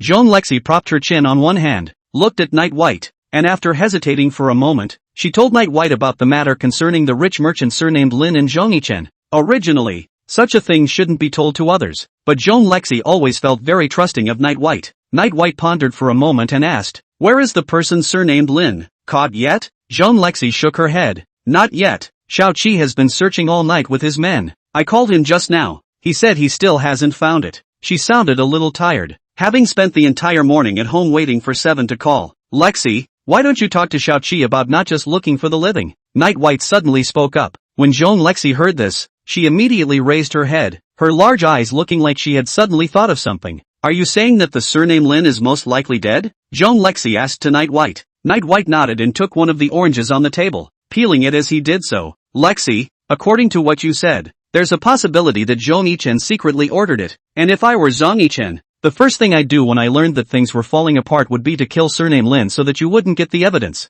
The more Jean Lexi thought about it, the more sense it made, and continued, "If the surname Lin really died, then it would be sideways proof that Zhongyichen was the one who ordered it." Night White shook his head, denying Jean Lexi's thoughts. "You can't say that. You can only say that Zhongyichen is currently the most suspected, since the person is already dead. It's also possible that some other person behind the scenes killed the person." Jean Lexi snorted coldly when she heard it. What other masterminds behind the scenes? Those who were close to the one surnamed Lin, those who had the guts to kill themselves and who he could directly benefit from after their own deaths. Who else could it be but Zhongyichen? Zhongyichen was good at calculating. In this way, even if he knew it was him, without evidence, it was really not good to start. The key is that Zhongyichen has been abroad, and the power in Jean Lexi's hands is only able to mobilize the Zhong family, and it's not easy to reach out abroad. Jean Lexi called Shao Qi again, asking him to thoroughly investigate anyone who had died recently, or whose body was unidentified. Sure enough, shortly afterward, he received a call back from Seven, and at a crematorium, a body was found, none other than the one surnamed Lin. "But what a good brother of mine. He has learned 9 times out of 10 of this viciousness of his father's," Jean Lexi said coldly. Looking at Jean Lexi in this state, Night White wanted to tell her that Mingyi only needed 300 million to do away with that Zhongyichen, and himself, the deal was only 200 million. But if you say that, Jean Lexi will definitely not believe it, and you have to say that you have a serious illness. And so, Night White dismissed the idea. "Shao Bai, you've done me a big favor. This lady will personally cook for you at noon." Jean Lexi grabbed the orange that Night White had peeled and said as she ate it. Night White couldn't help but be impressed with Jean Lexi. "Missy can still cook?" Jean Lexi looked at Night White's eyes like this and was not happy then. "What kind of look is this? You don't think highly of this young lady, do you? I'm telling you, my own father didn't even have the pleasure of eating the food I made. So you're picking up a great bargain." Night White immediately nodded his head frantically, and when Jean Lexi said that, he became curious about Jean Lexi's craftsmanship. "Then let's try it at noon. How about Missy's own cooking? Shouldn't be bad, right?" Chapter 23. She's a genius. Night White and Jean Lexi chatted for a while in the living room, and Jean Lexi walked into the kitchen with her apron on. Night White wanted to go into the kitchen to give Jean Lexi a hand, but she pressed her down on the sofa, saying something about being afraid that Night White would steal her craft or something. So, Night White had to sit on the couch and wait for the meal to be ready. With nothing better to do, he pulled out his cell phone and started steaming. Not long after, Shao Qi came in with a tired face. He had been looking for that surname Lin for the whole day and night, and only found a corpse, knowing full well that he had done a poor job. Seven was here to be scolded. Shao Qi saw Night White sitting on the sofa at a glance and asked, "Why are you here? Where's Missy?" Night White looked like he was in a bad mood and was on his cell phone. "My lord, have you run out of moo? I'm a loyal subject." After typing out such a sentence, Night White exited the game, looked up at Seven and said, "I came over to dine. Lexi is cooking in the kitchen." Shao Qi's eyebrows furiously jumped when she heard it. What was this kid talking about? Missy cooking? For him to eat? Are you hallucinating because you haven't slept for so long? When Night White saw Shao Qi standing stupidly, he picked up an orange from the table and shook it in his hand. Have an orange? After a day and night of high mental concentration, eating some fruit can relieve fatigue. Seven then woke up to the realization that what was in front of him was not a hallucination, for he did hear the sound of cooking in the kitchen, coming to sit on the couch across from Night White. Seven asked, "How did you know I hadn't slept all night?" Night White, with a pile of orange peels piled up in front of him, said, "Lexi told me. If I hadn't come up with the idea of letting you guys go look for the body, you'd still be looking for surname Lin all over the place right now." Shao Qi glanced at Night White in surprise. No wonder Missy suddenly called. So it was this kid's idea. Unable to help it, Seven was a bit impressed with Night White. The two of you chatting. Through the chat, Night White learned that Xiao Qi's real name Shang Qiqing. Very odd name. Really not as smooth as Xiao Qi called. Only when Night White asked him why he was called Seven, he was silent. As she spoke, Jean Lexi carried a plate of dishes and came directly into the living room, as if she couldn't wait for Night White to taste them. Eldest Miss, Xiao Qi immediately stood up, his face full of tension, waiting for Jean Lexi's chastisement. After all, he was the one who hadn't captured surname Lin back. Jean Lexi didn't say much when she saw Xiao Qi's tense face. This was that brother of hers tactics. Maybe the surname Lin was done for after hiring the assassin. Back, count yourself lucky, eat some together. Get your own chopsticks, Jean Lexi said indifferently. Xiao Qi raised her head with a surprised look. Is this still the same Jean Lexi? Why did it feel like a different person? Compared to Xiao Qi's surprise, Night White was focusing on the dish on the table. Let's call it a dish. It was completely impossible to tell what it was. Just a black-on-green heap of something unnameable, still wafting hot air. Lexi, what are you doing? It looks very different? Night White forced a smile and was slow to move his chopsticks, because on that pile of stuff, Night White felt a crisis. Jean Lexi was full of smugness and said with a smile, Hey, you don't understand this, do you? This is a dish that this young lady has researched. Fried tofu with spinach, also flavored with crab roe and persimmon juice, guaranteed to be better than what the special chef makes. After saying that, Jean Lexi also added, if you like to eat, when this lady is in a good mood, she'll make it for you every day. Night White's eyebrows furiously jumped when he heard it. The extraordinary chef really couldn't study this stuff. Lexi, don't you know the compatibility of various foods? Night White asked tentatively. You can't go wrong with this stuff once, but eating it every day can really kill you. Jean Lexi snorted lightly. Looking down on who? This young lady naturally understands. But can't you see that I use two pairs of mutually exclusive foods? As the saying goes, negative gets positive. So you just eat it. One without squeaking. Night White instantly felt that Jean Lexi was a genius. Seven listened in awe, suddenly feeling that the meal wasn't a necessity. Oh, I also cooked soup. I'll bring it over for you to try, Jean Lexi said, and headed for the kitchen again. Night White was startled. There were still experts? Xiao Qi, you've come all the way here. Let's split this meal in half. If you dare to run away, I'll tell Lexi that you look down on her cooking. Night White looked at Xiao Qi and threatened. Xiao Qi instantly felt like crying. Prayed, Night little brother, you and I just talked so much. It was simply like a good friend at first sight.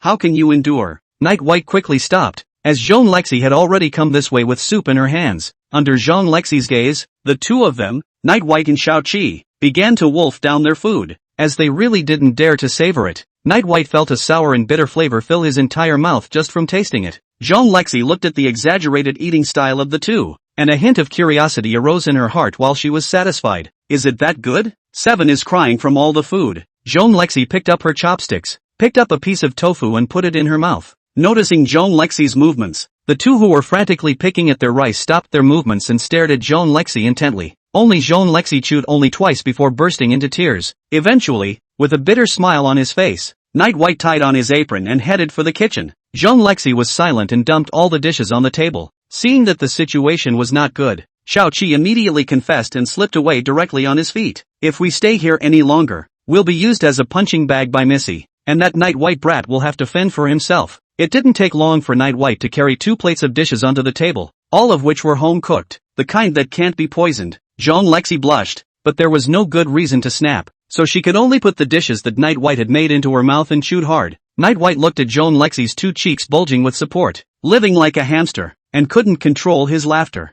Jean Lexi finally found a reason to be angry, swallowed the food in her mouth, pointed at Night White and said, Eat, what are you laughing at? Smile again, or I'll set the table. Don't eat. This voice howled out, and Jean Lexi immediately felt a lot smoother. Night White laughed and held up his hands in forgiveness, burying his head in his food and only giving a few occasional gentle shrugs of his shoulders. This meal was the most unhappy meal Jean Lexi had ever eaten, and whenever she saw Night White's smirking demeanor, she wanted to press him to the ground and stomp on him. Chapter 24, Learning to Curse Before Learning to Drive. After dinner, Night White and Jean Lexi said he planned to take the driver's license. Now the university daily military training is only half a day. The remaining half a day is just enough time to practice driving. Which knows? Jean Lexi waved her hand and directly let Night White go to the garage to choose a car at random. And by the way, found a person for Night White as a coach. As far as driver's licenses and whatnot, a phone call will send them over. Night White was now practically experiencing the deliciousness of soft rice. After selecting a car in the garage, a man in camouflage drove it out and parked it in the open field on the property. Jean Lexi sat in front of the villa, intending to just watch Night White learn to drive. "Hello, Mr. Knight. My name is Fong Lin. Missy asked me to teach you how to drive." After Fong Lin parked the car, he stepped down from the car and pulled open the passenger door. As early as this morning, Fong Lin had been notified by the brother who guarded the door, and knowing the importance of Night White in Jean Lexi's heart, he didn't dare to be negligent in the slightest. Soon, Night White was in the middle of his studies. Sitting in the passenger seat, Night White watched as Fong Lin gestured at some of the buttons and gears on the car, and introduced them as he did so. Only Fong Lin pointed at his feet and said, "This is the brake. This is the gas. Next I'll teach you to drift." "Night White?" The car roared out like an arrow off the string, leaving a long arc on the ground. Night White grabbed the seatbelt and cursed in his heart as he looked at Fong Lin, who was operating as fiercely as a tiger on the side. "This guy's gonna teach me how to drive? Elder brother Fong, your driving is really unique. I'm sure it will take me a long time to reach your kind of realm. Why don't we start learning from the simplest?" After the car stopped, Night White said with a bitter smile, "If I keep learning like this, I won't even dare to ride in a car, let alone drive." Hearing Night White praise himself, Fong Lin laughed and said cheerfully, "Ha ha, I won't lie. I used to drive a tank in the army." "The easiest? Why don't I teach you to curse first?" "It's not good to drive without cursing, especially in Tianhai. If you drive for 5 minutes without cursing, then you've probably been cursed for 5 minutes. Night White's mouth twitched as he listened. This Fong Lin could really be a man of nature. Fortunately, Night White's learning ability was extremely strong, and before long, he was already able to control the car and drive normally. As for drifting and whatnot, Night White thought that he still had to practice. There was also that cab driver's drain crossing, which Night White was eager to learn. Fong Lin saw that Night White got the hang of it so quickly, and sat in the passenger seat and nodded repeatedly. He was very satisfied, and was considering whether to go to a driving school as an instructor or something, to get a little side business. Night White practiced for a few hours, and after mastering some of the basics, he got out of the car, intending to practice again tomorrow. Jean Lexi sat in the doorway, looked at Night White who was walking over, and asked with a smile, Hey, how's it going? The coach I found for you is pretty good, right? He taught me how to drive, and I can spiral into the sky in place. Awesome or not?" Night White raised an eyebrow, hoping that the only thing Spiral Ascension had was the car. Jean Lexi pointed to the car that Night White had just driven and said, "When you're done learning, that car will be given to you, and when you go out to play, you'll be this young lady's full-time driver." Night White looked at the valuable car and was about to open his mouth to refuse when he saw Jean Lexi's eyebrows rise. "Shall buy. Don't refuse me." Night White saw Jean Lexi like this, had to accept the reward without merit. Soft rice hard into the mouth. Do not eat also have to eat Seeing that Night White didn't say anything else to refuse, Jean Lexi then revealed a satisfied look. "Shall buy. Bring the cell phone." After sitting in the living room, Jean Lexi smiled and extended her hand to Night White. Only that smile was a bit dangerous. Without asking Jean Lexi what she was up to, Night White handed her the phone and then stared wide-eyed at Jean Lexi's maneuvering. Jean Lexi took Night White's cell phone. The first thing she did was to open the chat software,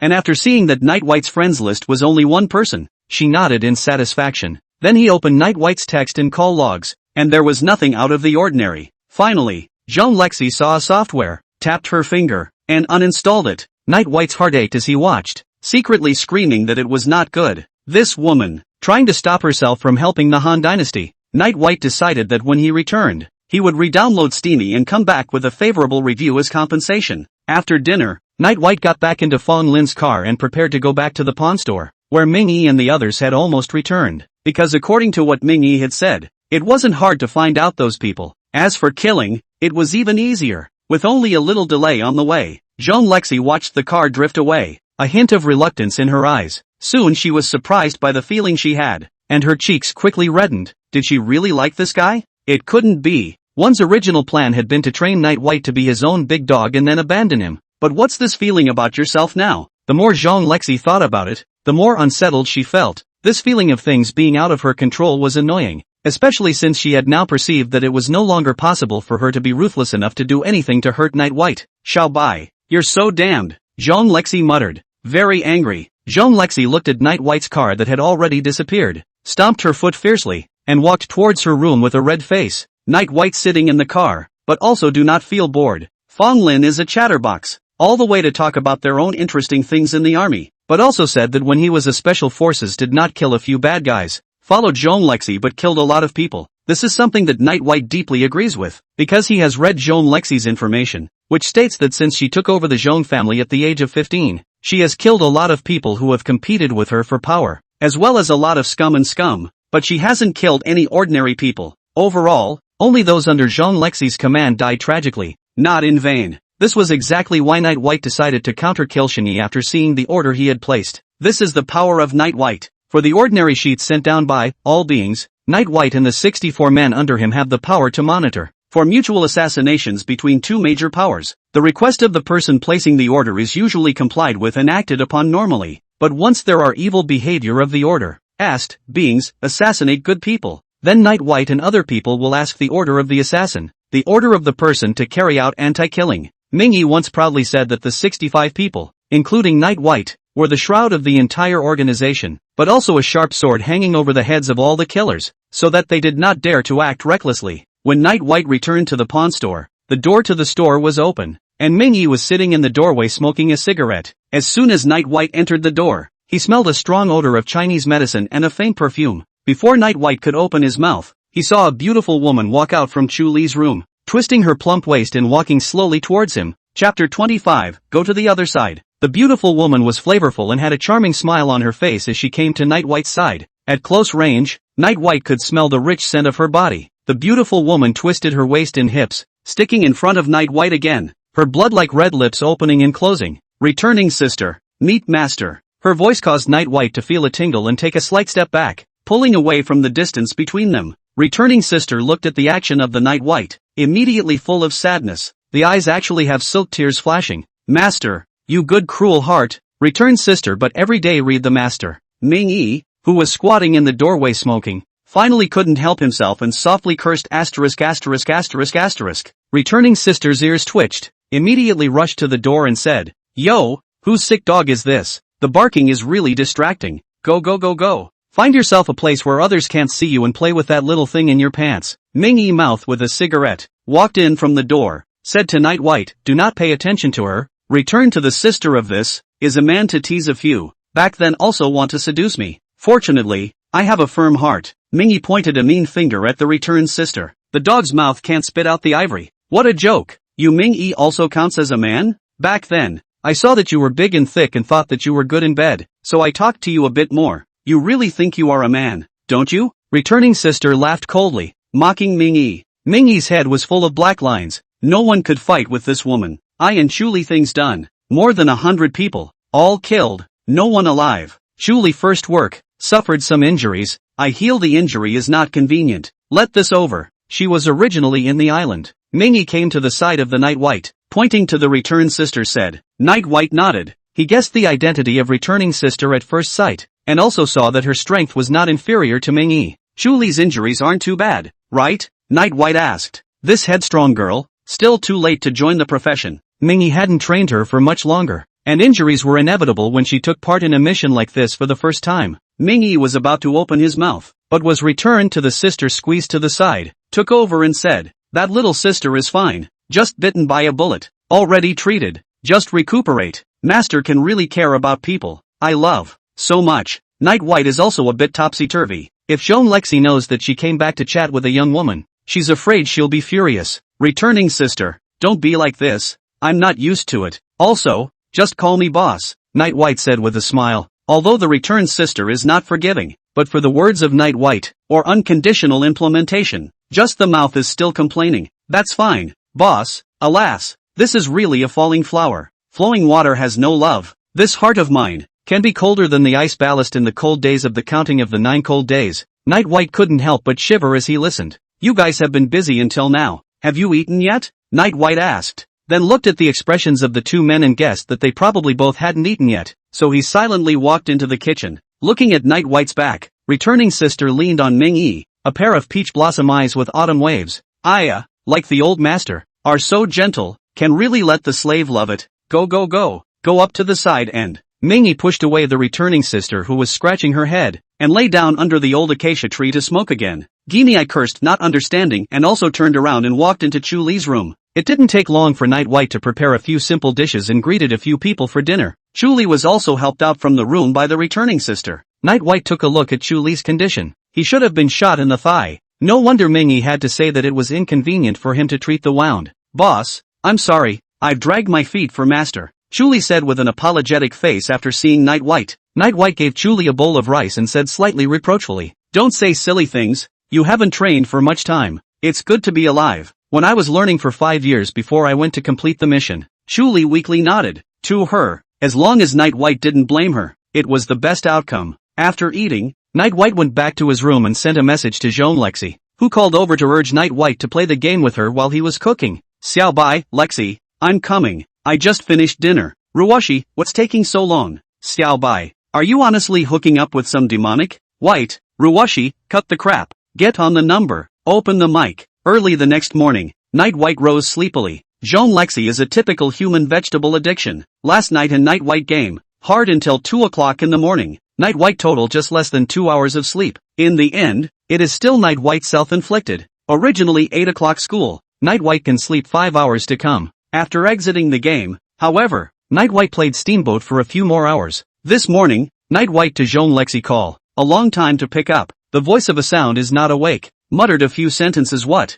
Night White did not hear for a moment. Jean Lexi hung up the phone. Now that I think about it, Jean Lexi seems to be in a kind of half-asleep state and seems to be saying, "Bad Xiao Bai, you're crushing my hair." Unsurprisingly, Jean Lexi should not be going to school today. After all, no one would dare say anything even if she didn't participate in military training. Mingyi was still lying under the old acacia tree smoking a cigarette, and Guinea and Chuli were chatting in the room, with occasional bursts of laughter. Just to Night White's surprise, Seven was also squatting next to Mingyi and was swiping her phone. Seeing Night White come out, Xiaoqi stood up and said to Night White, "Missy explained to me last night to drive you to school. She didn't call me today, so she shouldn't be going." Night White nodded, looked at the car that was Jean Lexi's exclusive ride, and sat directly in it. Little brother Night, can a pawn store make money? Very few people open this kind of store nowadays. In the car, Xiaoqi asked Night White, who was sitting in the passenger seat. Jean Lexi wasn't in the car, so naturally Seven was very relaxed and chatted with Night White. "Shop well,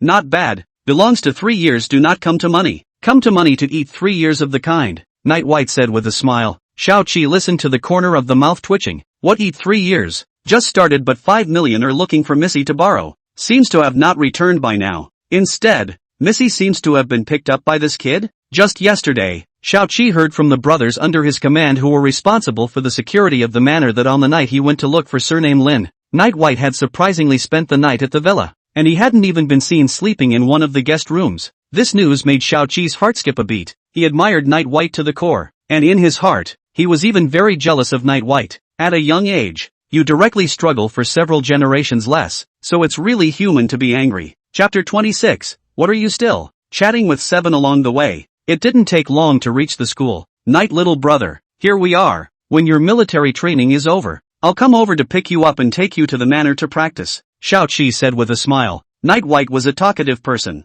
and the two of them laughed and laughed along the way. Plus, they had a dark meal together yesterday, and now they're on much better terms. "Good, then I'll trouble you," Night White said. After getting off the car, Night White went directly to the locker room. Today the road is a little bit traffic jam. Seven was focusing on chatting with herself. Driving did not cross the road, resulting in coming 10 minutes late. Their own military training belongs to the 3 days of fishing and 2 days of sunshine net. Good thing Jean Lexi this umbrella. The instructor has always turned a blind eye. After changing his clothes, Night White walked towards the playground, and just as he found his own group, he saw the instructor reprimanding a student with a split face. The instructors here are all officers that Tianhai University has spent a huge amount of money to hire from the army, and for this group of rich kids, they naturally dare to beat and scold. Aside from people like Jean Lexi who had too much power, basically no one dared to offend the instructors in this school. "Xia Muyun, why are you late every day? And how do you wear these pants? Don't you know that they're on backwards? The zipper is on the back of your butt.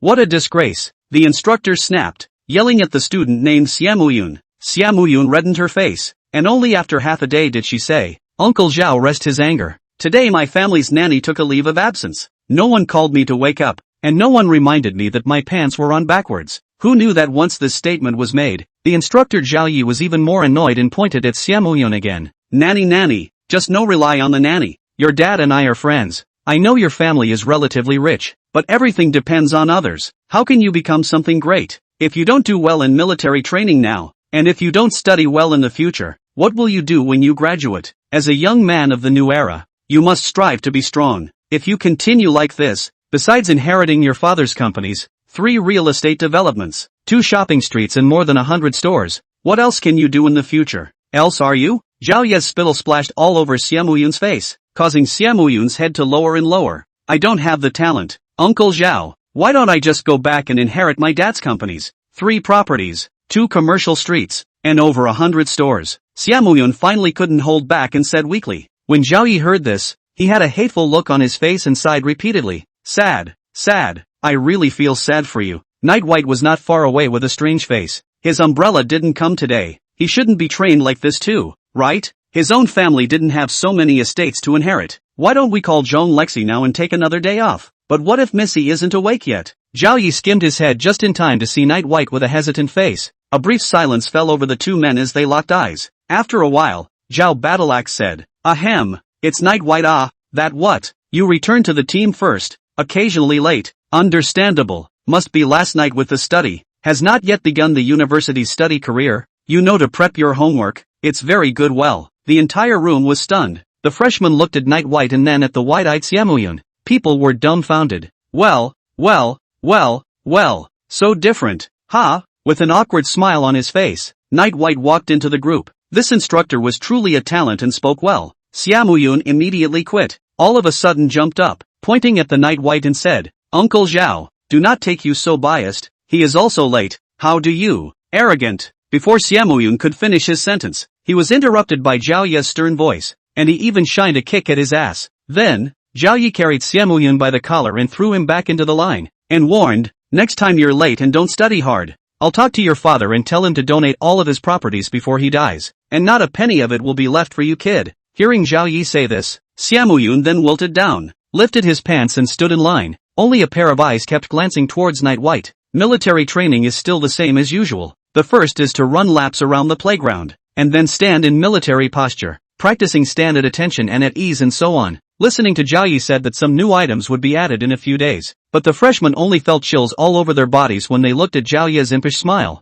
Military training is very simple for Night White, because his physical quality is still very good, since he was trained by Old White since he was a child. It can be said that now he has this body, has long exceeded the scope of normal people. Old White didn't train Night White into a beefy man with a face full of meat, because Old White believed that too much muscle would only be a burden, and bragged that although he was all skin and bones, there was no one he couldn't kill. Night White's performance had made Zhao Yi very optimistic, and during the break he had asked Night White if he was interested in becoming a soldier and developing into the army. Night White naturally found a reason to put it off, saying something about how he has to focus on his studies at the moment, and that he would consider it again when he graduates. Zhao Yi face a pity, Night White like this, into the army to mix for a few years, certainly also an officer. The military training lasted until noon, and finally ended amidst the wailing of all the new students crying for help. Night White wasn't going to eat at school because Jean Lexi had already ordered someone to make it at home. Ugh, Night White, wait. As Night White was about to leave, he saw a person panting and running towards him, and it was none other than Xiaomuyun, who had been lectured by Zhao Yi. Oh, Xiaomuyun, right? Looking for me for something? Night White looked at Xiaomuyun and asked with a smile. Night White was also curious as to what this young master could want from him. Xiaomuyun took a few steps forward and came in front of Night White, gasping for breath as he said, Uncle Zhao, he told me to take you as a role model. I was about to ask for your advice. How did you train all morning without blushing or gasping for breath? Do you have any tricks? He had long heard of Night White's glorious deeds and thought of getting to know Night White, and now he had found a reason to do so. Once Night White heard that this was the original matter, he smiled and said, I grew up with a good body, coupled with a more disciplined life, and slowly built up, so this bit of training doesn't feel very tiring. After hearing this, Xiaomuyun frowned and fell into deep thought, and soon brightened up. He caught the key word in Night White's words, self-discipline. Night White, I'm also very self-disciplined. I can remain undisciplined all the time. Is this not considered a kind of self-discipline? Xiaomuyun looked at Night White and said, a pair of eyes filled with clear stupidity. Night White was creeped out. Genius. Next, Night White walked while painstakingly talking to Xiaomuyun about how to discipline himself and some tips on exercising. Xiaomuyun nodded repeatedly as she listened, looking at Night White with eyes full of gratitude. Gee, thank you so much for teaching me so much. My dad always says I'm a loser and always says things like shoot the wall. I'm going to work hard in college to shut that old bastard up, and when I'm done cheating my family out of their fortune, I'm going to pull out his oxygen tubes. Xiaomuyun said playfully. Night White looked deeply at Xiaomuyun, What a good lad. Not only a genius, but also a filial son. The two of them walked all the way to the school gate, and Xiaomoyun wanted to invite Night White to his house for dinner, but after learning that Night White was going to Jean Lexi's house, he didn't dare say anything more. Later, Xiaomoyun invited Night White to be his guest at his house tomorrow, Saturday, and Night White didn't refuse. Tomorrow and the day after school vacation. No need for military training. Night White has no other arrangements. Seeing that Night White agreed, Xiaomoyun was very happy and immediately took out his cell phone and dialed a number. Hello? Hello? Lao Dang. I'm going to bring my friends over tomorrow, so if you don't have anything to do, don't stay home and go get a massage or something with Uncle Zhao. Mom? Don't worry. I said the school invited the parents and asked for you by name. Hi. You're welcome. Actually, who are we? Chapter 27. I think I really like it. Still the same as the previous days. Jean Lexi was sitting at the door when Night White arrived at the manor. Night White had the feeling that coming to Jean Lexi's place these days was more diligent than going back to her own store. Hey, Lexi, waiting for me? Night White came to Jean Lexi and asked with a smile. Jean Lexi's cheeks blushed slightly, and she immediately denied it. Self-indulgence. Who's waiting for you? I just woke up from a nap. It was too stuffy in my room before I came out. You just happened to be back. Understand? Jean Lexi herself does not know why this will be so. Cannot see the Night White always feel a little empty in the heart, and sleep last night seems to dream of this guy. Night White quietly watched Jean Lexi's face get redder and redder, forcing a smile and saying, well, it's understandable. The room was too stuffy, so Lexi didn't even have her shoes on, and ran out barefoot, wanting to get some air. Having spent so many days with this great lady, Night White had also learned some of her habits. Whenever Jean Lexi blushed, it meant that she was in the middle of a brainstorming session, and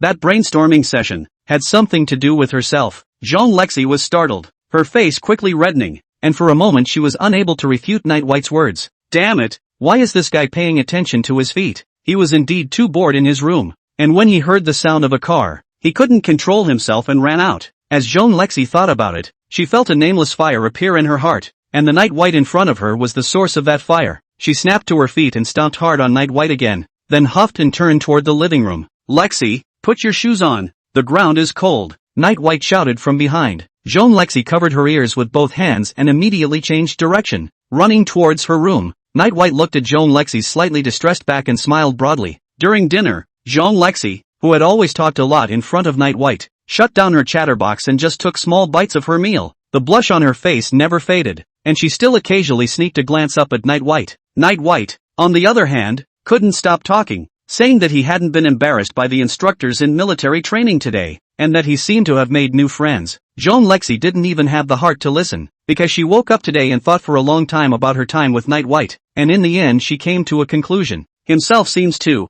well, really kind of like this guy. And just now, as soon as he saw that Night White had returned, he rushed out himself, actually wanting to see him quickly. Lexi, Xiaomoyun invited me to his house tomorrow. Do you want to come along? Night White asked as he gave Jean Lexi some food. Jean Lexi lowered her head and obediently ate all the dishes that Night White chucked at her. And when she heard Night White's question, she subconsciously opened her mouth and said, well, it's fine, listen to you. However, she immediately went on to say, go, this young lady is kind enough to let you take me there, so that you will definitely have face in front of others. Why don't you quickly thank me? Night White smiled, thanked Jean Lexi for her kindness, and complimented her, probably saying, even if you're beautiful, you're also so understanding. It's just too perfect. With Jean Lexi, Night White had long had deep experience. This Missy is just like a grumpy kitten. She has to be jerked off with her fur. As expected, after Jean Lexi heard Night White's praise, she didn't move on the surface, but inside she had already smiled,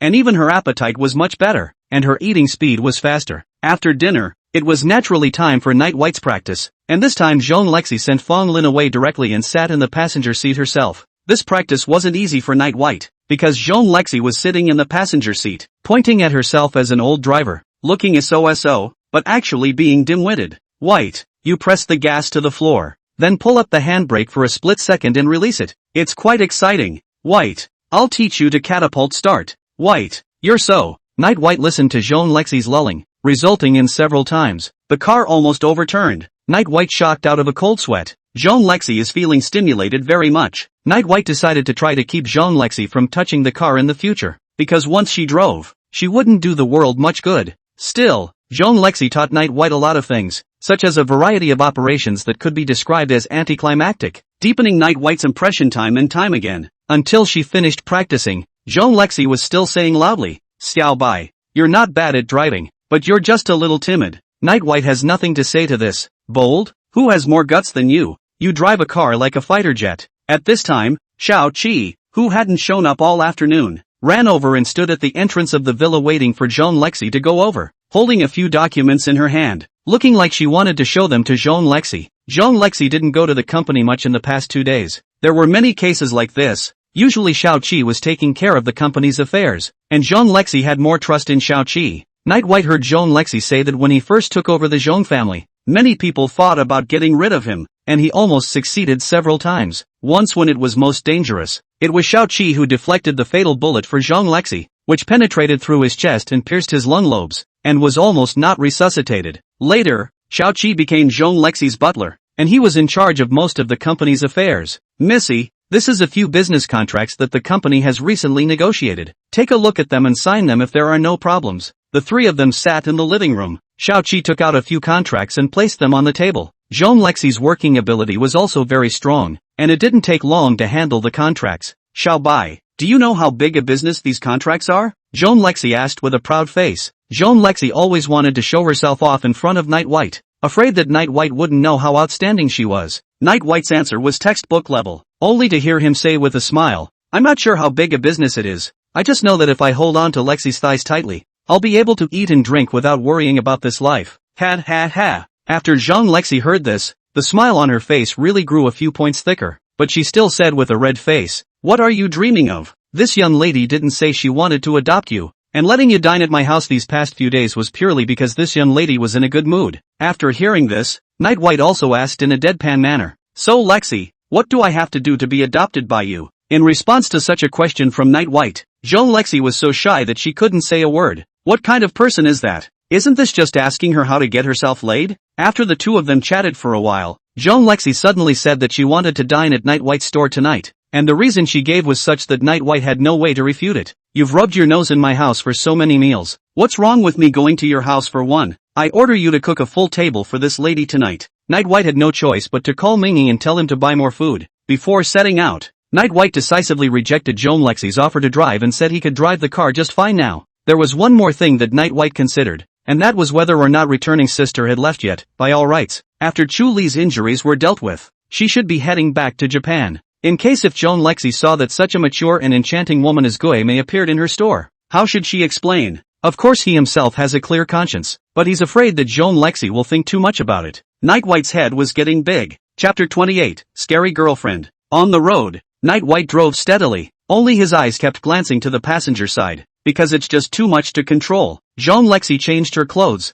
and instead of dressing conservatively as she did at home, she changed into a super short skirt, with her two long black silk legs folded over each other, curled up on the passenger side, and this action caused the black silk at her thighs to become so thin that she could see the snow-white skin that was hidden from view. Night White only felt that his heart was unbearably hot. Wasn't this seducing people to commit a crime? Pervert Xiao Bai, if you can't control your eyes anymore, I don't mind sending you to prison for a period of time to further your education. Jean Lexi reprimanded with a red face. It had only been 5 short minutes, and Night White's eyes had flicked to his thighs more than 20 times, although there was nothing to resist in his own mind, and even a little bit of beauty. A girl still needs to be a little more reserved. In the face of Jean Lexi's stern warning, Night White just hemmed and hawed and giggled a few times, still doing what he wanted. Jean Lexi rolled her eyes. This guy, colorful, and didn't expect this kind of warning to work. Pervert White, do you often stare at other girls like this? What a hooligan, Jean Lexi suddenly asked, a pair of big eyes observing Night White's expression. Night White laughed and said, which I did.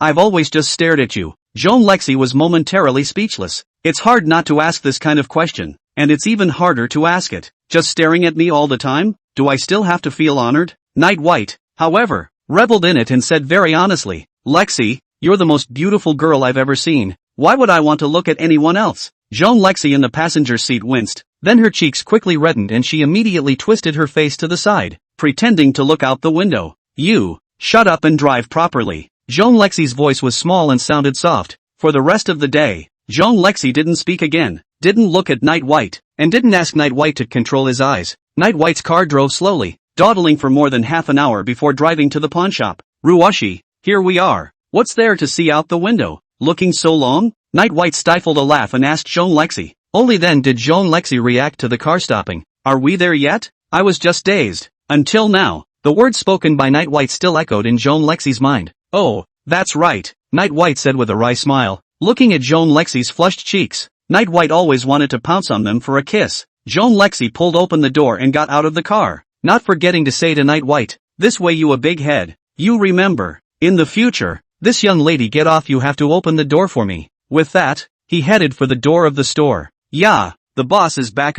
It looks like we can eat the boss's cooking again tonight. It's so good. Right at this moment, a charming voice came, and immediately after, returning sister twisted her enchanting figure and appeared at the entrance of the store. Joan Lexi's footsteps lurched, and she stood still, her eyes fixed on returning sister. Night White suddenly felt that the big thing is not good. Return sister, this guy why is not yet gone? Night White walked over to Joan Lexi's side, took a look at Joan Lexi's expression, and in his heart he felt even more ferocious. Joan Lexi's pretty face was covered in frost, no longer the shyness she had felt in the car, and her eyes became bloodshot, revealing a bloodthirsty killing intent. Lexi, you. Night White was still about to say something when he saw Joan Lexi looking at him with a cold smile. Joan Lexi looked at Night White and said coldly, "Shao Bai, you're good, you really surprised me." First, the girl named Ming-Yi suddenly appeared, and Joan Lexi didn't think too much of it, thinking that the girl was rather pathetic. But now where did this come from? A boss, simply called the tenderness. This damn light bones are listening to the crisp right.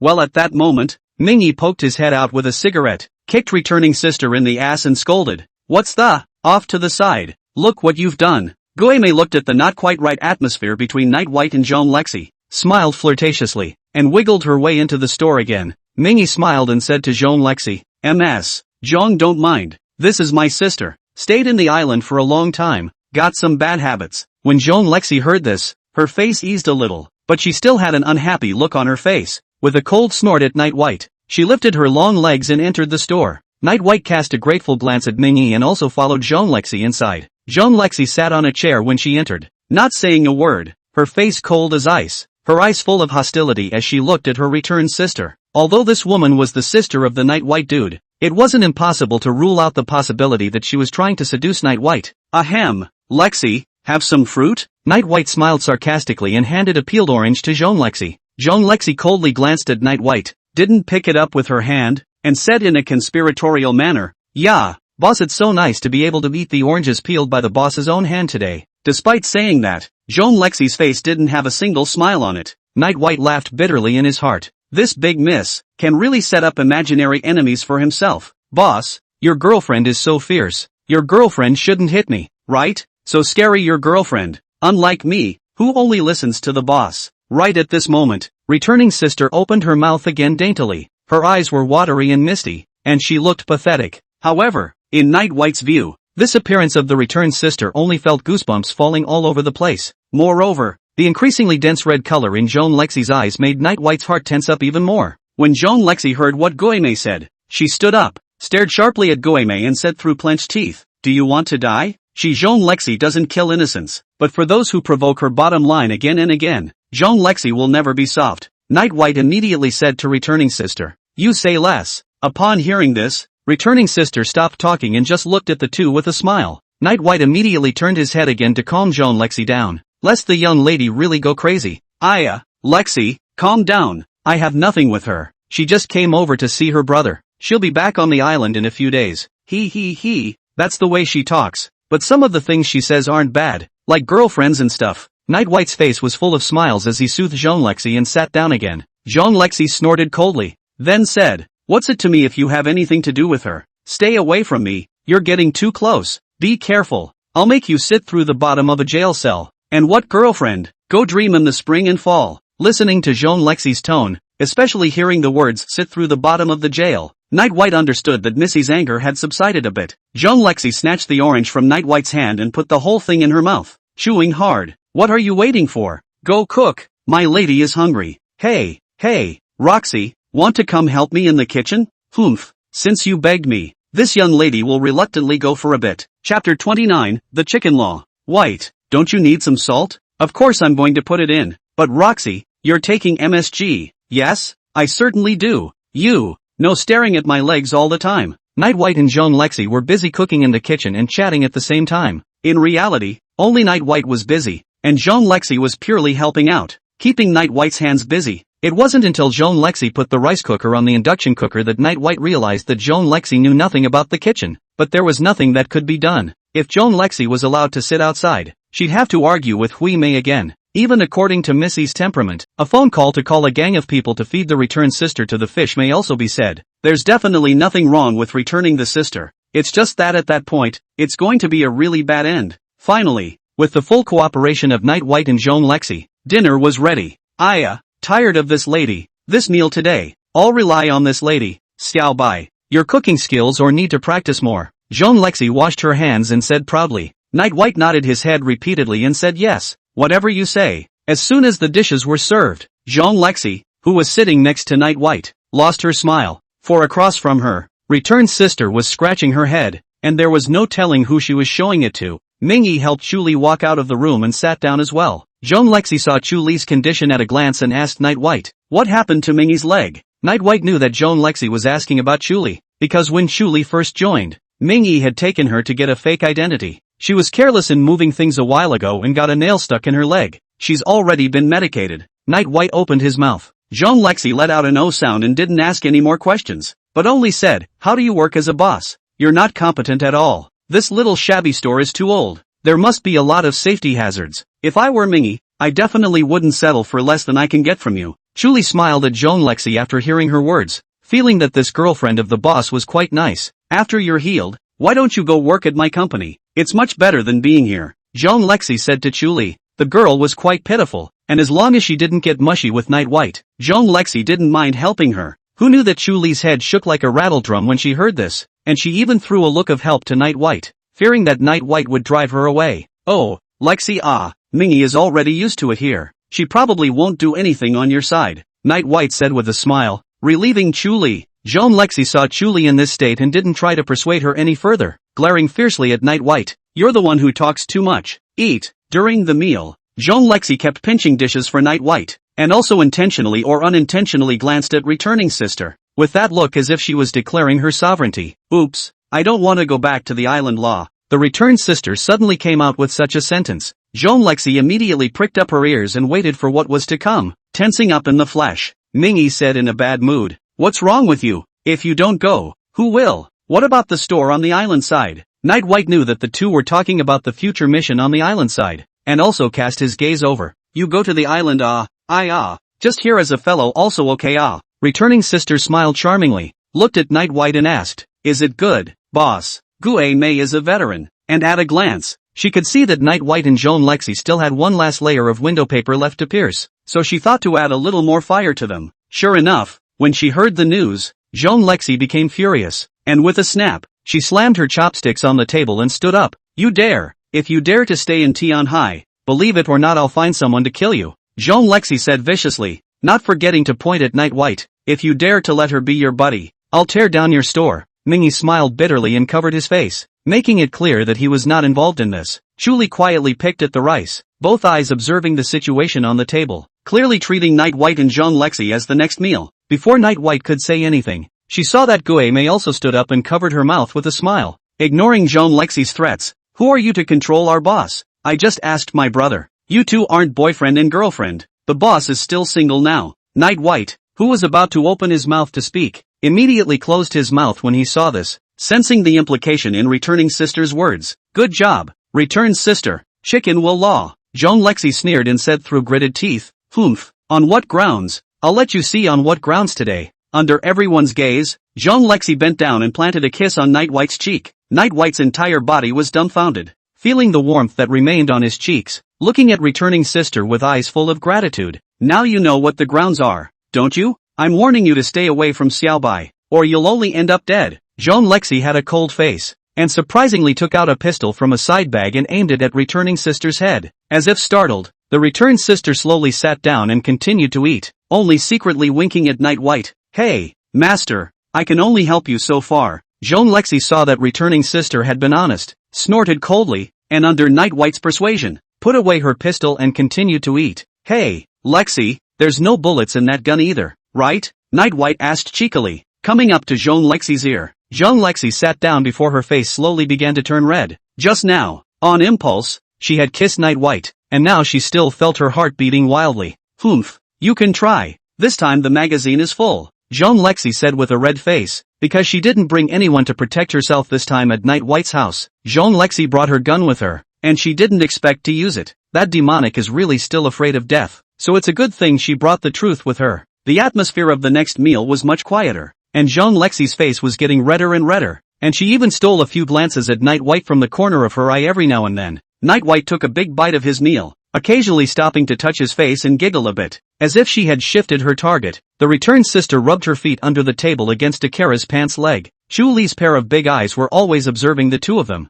Night White and Jean Lexi, and the speed of eating slowed down as she felt full. After dinner, Jean Lexi forcibly pulled Night White into the car and said to wait for when that vixen was gone when she would be back. Xiao Bai, you better listen to me or I'll lock you up. Jean Lexi was sitting in the passenger seat, a pair of red eyes staring at Night White, and that look didn't seem like she was joking at all. Night White, still with a silly grin on his face, came over to the passenger side and said, Lexi, you just kissed me. Jean Lexi's petite body immediately trembled and immediately retorted, what are you thinking? That's because I didn't want to show my cowardice in front of that vixen, and it has nothing to do with you. Understand? Seeing that Night White was still looking at herself with a silly grin on her face, Jean Lexi became annoyed and pushed away Night White's head that had come over. What are you laughing at? Drive. Go home. No looking at me. I'll gouge your eyes out. Chapter 30, Let's Meet. Night White giggled the whole way and slowly drove the car to the Zhong family manor. It took him an hour to drive such a distance, and it was after 10 o'clock when he reached the manor. Pervert Xiao Bai, driving so slowly,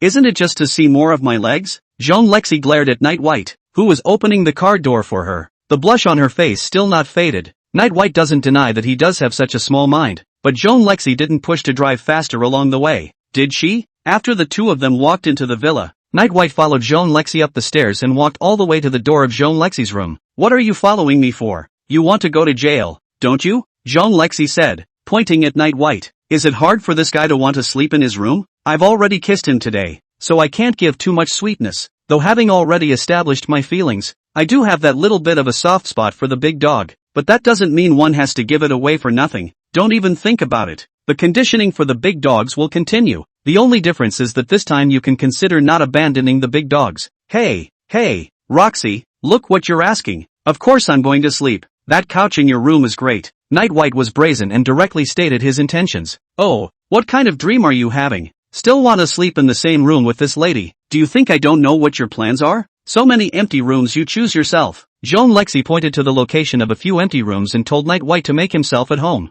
Night White still didn't want to give up and said, but didn't you say last time, Lexi, that none of the empty rooms had been cleaned up? Jean Lexi seemed to have expected Night White to say this and said with a smile, last time was last time, now is now. In short, you're not allowed to come over tonight. After saying that, Jean Lexi turned around and headed for her room, and when she was about to enter, she saw that Night White was still following her, as if she had made up her mind to come in. Xiao Bai student, please get it straight. This is my house. I only need to shout and you'll be severely beaten up and put in jail, Jean Lexi warned. Night White kept looking toward Jean Lexi's room, and in his heart, he realized that tonight's dream was going to be a bust, so he had to say, Lexi, you've got it wrong. I'll take my blanket, the one I covered last time. Jean Lexi froze, then remembered that Night White had covered himself with that blanket last time, still wrapped tightly. Thinking of this, Jean Lexi's heart burst with shame. Go get it yourself. Get it and come out. Dare to rely on my room, you're done. Night White smiled sarcastically and walked into the room. The blanket was still on the couch. Night White held it in his arms and sniffed it, nodding in satisfaction. It's good. The scent's still there. Watching Night White's movements, Jean Lexi didn't even know what to say. Shooing Night White out, Jean Lexi closed the door to her room tightly and went into the bathroom to start washing up and getting ready for bed. Night White hugged the blanket, chose a room closest to Jean Lexi, and walked in. This room was a little smaller than Jean Lexi's, and it didn't have that faint scent, but luckily, there were blankets. Night White thought this was a very good decision. He was a little resourceful, simply washing up. Night White lay down on the big soft bed, wrapped the blanket tightly, took out his cell phone, and sent a message to Jean Lexi. Xiao Bai, Lexi, asleep? Lexi, asleep. Do not disturb. Our Father who art in heaven, hallowed be thy name. Thy kingdom come, thy will be done, on earth as it is in heaven. Thine is the kingdom, and the power, and the glory, forever and ever. Amen. Inside a church in England, a tall man holds a cross in his hands and prays reverently. Behind him stood a man fully shrouded within a black robe, silently watching him do this.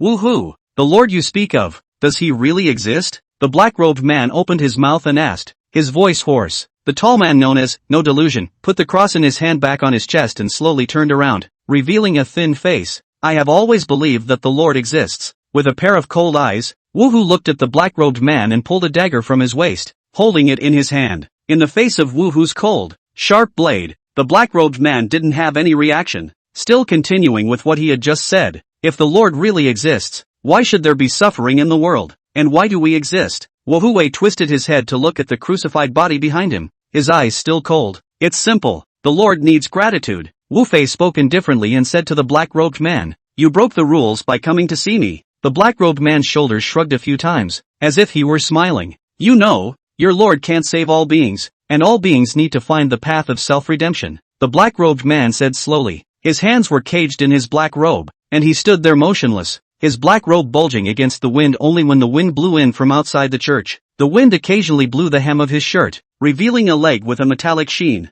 I don't want to listen to whatever path you're on. I have my own path to follow. If you're here to avenge him, you can do it. Woohoo pointed at the corpse behind him. The black-robed man snorted. You think too highly of him. I'm here for you. After hearing these words from the black-robed man, Woohoo frowned, seemingly surprised. This era needs us less and less. We are slowly exiting the stage of history. The black-robed man's voice echoed within the church. Wu-Fei remained frowning, not saying a word. When the black-robed man saw Wu-Hui's silence, his emotions became even more agitated and he continued, to break the predicament that will soon follow, all beings will need to change, and if they want to change, they must push everything back down and start over again. Shut up, Peerless growled, interrupting the black-robed man. The black-robed man gradually calmed down and said, he's still a child, and you, Wu-Hu, were once only a step away from that seat. With a cold expression, Wu-Hui held the dagger back in his hand and stared at the black-robed man with a cold light flickering in his eyes. Go or die. I only recognize that ring.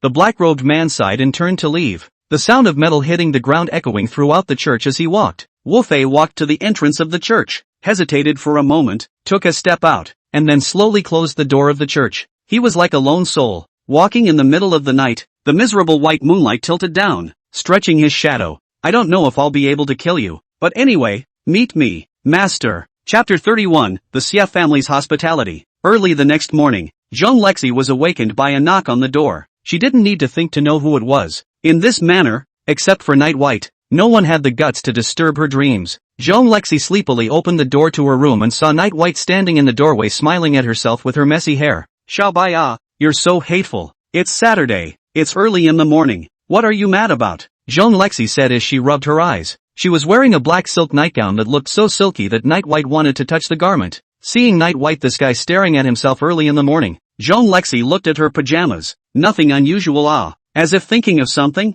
Zhong Lexi immediately turned around and put on her slippers, then looked at Night White with a look of contempt. Xiaobai, you're really incorrigible. Zhong Lexi looked at Night White like she was looking at a piece of trash. Night White is more excited. That's the look. More. Zhong Lexi had completely broken her defense, and it looked like she had been taken as a reward by someone again. Not letting people sleep in the morning. Please give me a perfect explanation. Zhong Lexi said as she looked at Night White with an unkind face. Night White stepped forward and squeezed into the room, much to Zhong Lexi's annoyance. Hey, Lexi, have you forgotten? Didn't we agree to go to Xia Muyun's house as guests today? After Night White squeezed into the room, a pair of eyes looked around, hoping to see something he wouldn't normally see. When Zhong Lexi heard this, she remembered that she did seem to have said something like this yesterday, and that she had even agreed to it. Even so, what are you squeezing in for? You have to think about the consequences of being a hooligan in my house, Zhong Lexi warned. Night White pointed to the bathroom and said smugly, ha,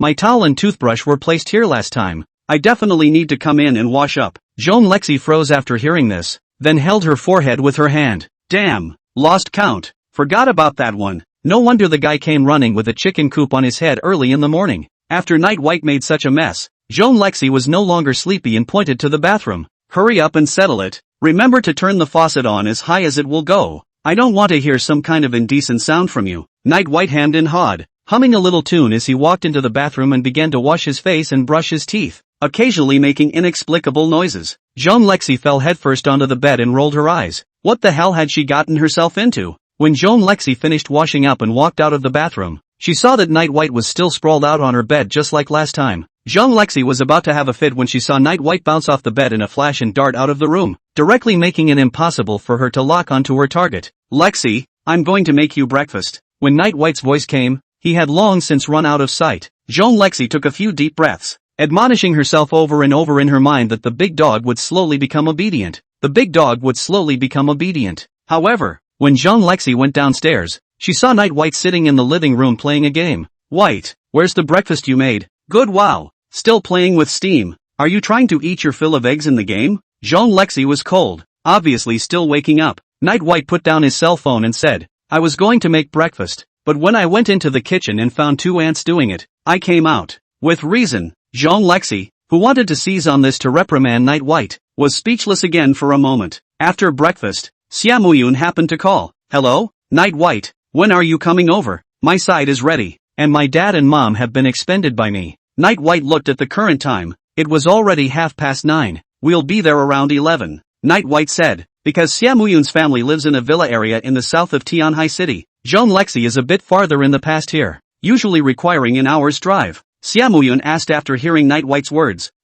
You guys? Who else is coming? Oh, I'm coming with Roxy and the two of us. Roxy? Which Ruashi? Do I know her? When Night White was about to say something, Joan Lexi took the phone and said in a good-natured manner, Me, Joan Lexi. Which other Lexi can be with Night White? There was a long silence on the other end of the line before a scream came out. Joan Lexi took the phone a little farther. This Xiaomuyun. How to get into the Tianhai University. Squarely spend money to get in, right? Night White chatted with Xiaomuyun a few more times before hanging up the phone and getting ready to leave with Joan Lexi. Since trying to find out that Night White likes black silk, Joan Lexi basically wears black silk every time she goes out with Night White, making Night White's eyes look straight. Drive well, control your eyes. If you can't, just stop and see enough before you go. Pervert, Joan Lexi said. Originally, he wanted to remind Night White of his reckless behavior, but who knew that this guy really pulled over and then came over to keep staring at his legs. Bye. I really can't stand you, La. You're simply an idiot. Joan Lexi scolded with a red face as she pushed away Night White's head that was all but about to stick up. Night White also felt very aggrieved. The woman's mind is really difficult to guess. Not you said let me see enough before leaving. All the way to dilly-dallying, until 11 o'clock or so. Night White drove to Xiaomuyun's house, parking the car directly under the villa. Xiaomuyun had long been waiting in front of the house. Xiaomuyun didn't expect that Joan Lexi would actually follow Night White, which made him a bit flattered. For Xiaomuyun, although the Xia family was relatively wealthy, that was only for the ordinary people of Tianhai City. Someone like Joan Lexi was an unattainable existence for the Xia family, not to mention being able to have dinner together or anything. Welcome, Night White, Zhong. General Manager Zhong. Xiaomuyun looked like she couldn't think of any appropriate title for a moment. Joan Lexi looked at Xiaomuyun and said, It's okay, just call me Joan Lexi, this is your home. We're guests, don't be too nervous. Actually, Joan Lexi would like to say one more thing, don't be nervous, I don't kill everyone. But as soon as she saw Xiaomuyun's complexion, Joan Lexi still didn't say anything for fear of scaring him into fainting.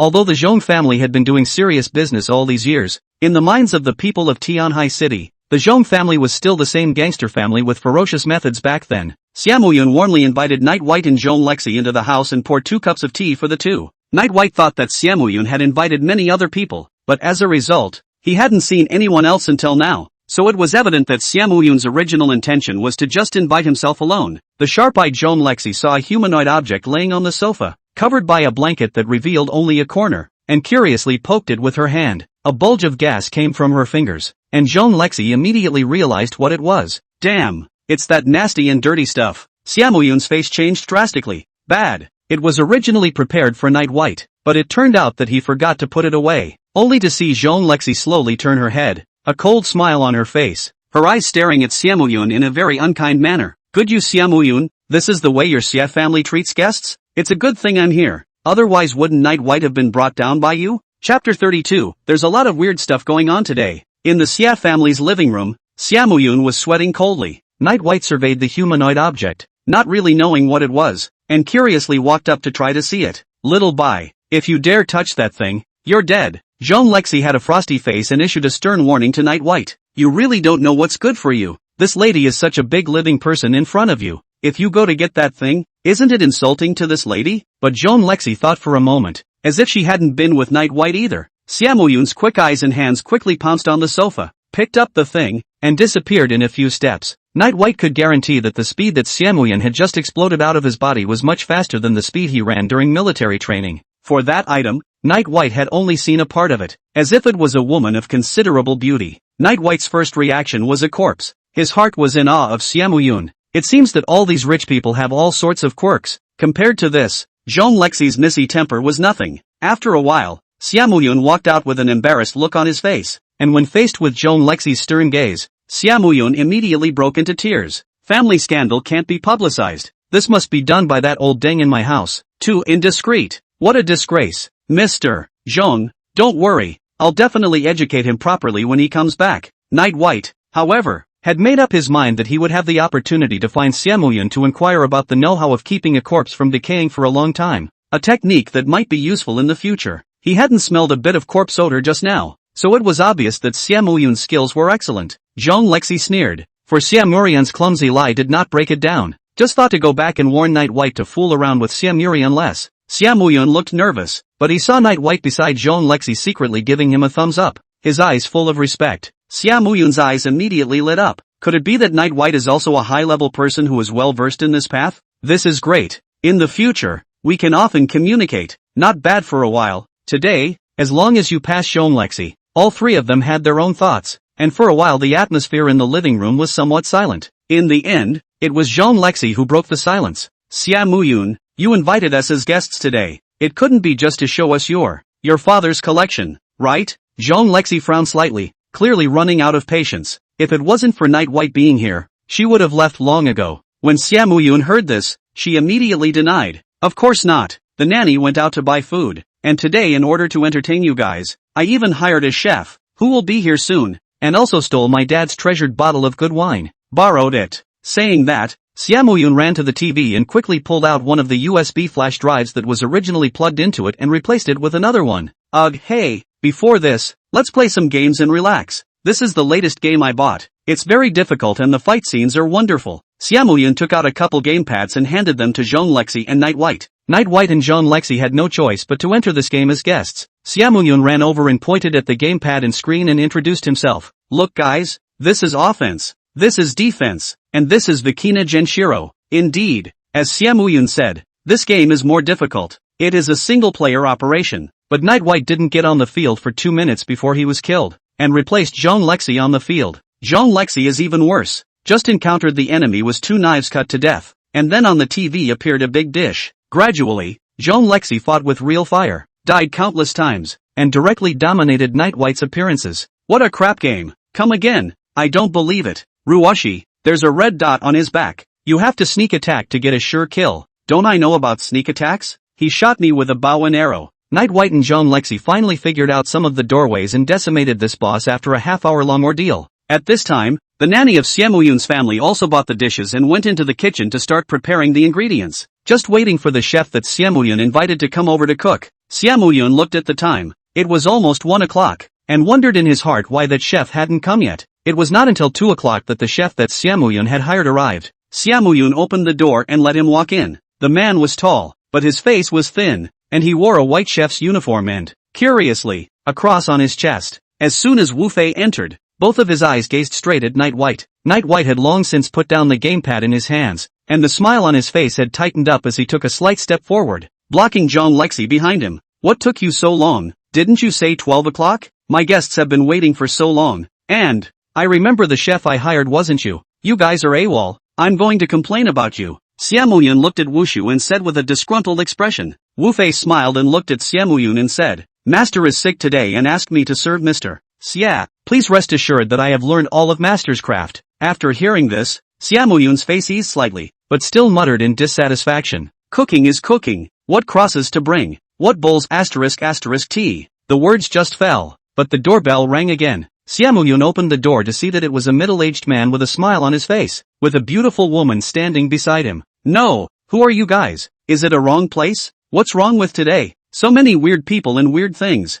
Xiaomoyun grinned and shouted strangely at the 2 people at the door. The middle-aged man at the door smiled, glanced inside, and said, Excuse me, we're here to see our boss, Night White. Hearing Night White's name, Xiaomoyun then let the 2 walk in. Mingy and Gimei entered the door and then stood beside Wuhui one after the other. The atmosphere was oppressive, and Night White was still standing there in that same position, staring tightly into Wuhu's eyes. Mingy was all smiles, but his hands stayed in his pants pockets. With a winking smile on the corner of her mouth, returning sister stood behind Wuhu, on the verge of sticking up to her. Xiaomuyun had wanted to urge the chef to hurry up and cook and go, but for some reason, the words came to his mouth and then closed it. Zhong Lexi, who was playing the game, felt the surrounding area quiet down all of a sudden, and also stopped her movements and looked this way. She saw returning sister at a glance and immediately stood up, instant killing intent filling her eyes. Do you want to die? Dare to find this place. Zhong Lexi broke the silence as a gun appeared in her hand, pointing it directly at Gue Mei. The very moment the atmosphere was broken, Wu Hui took a small step towards Night White.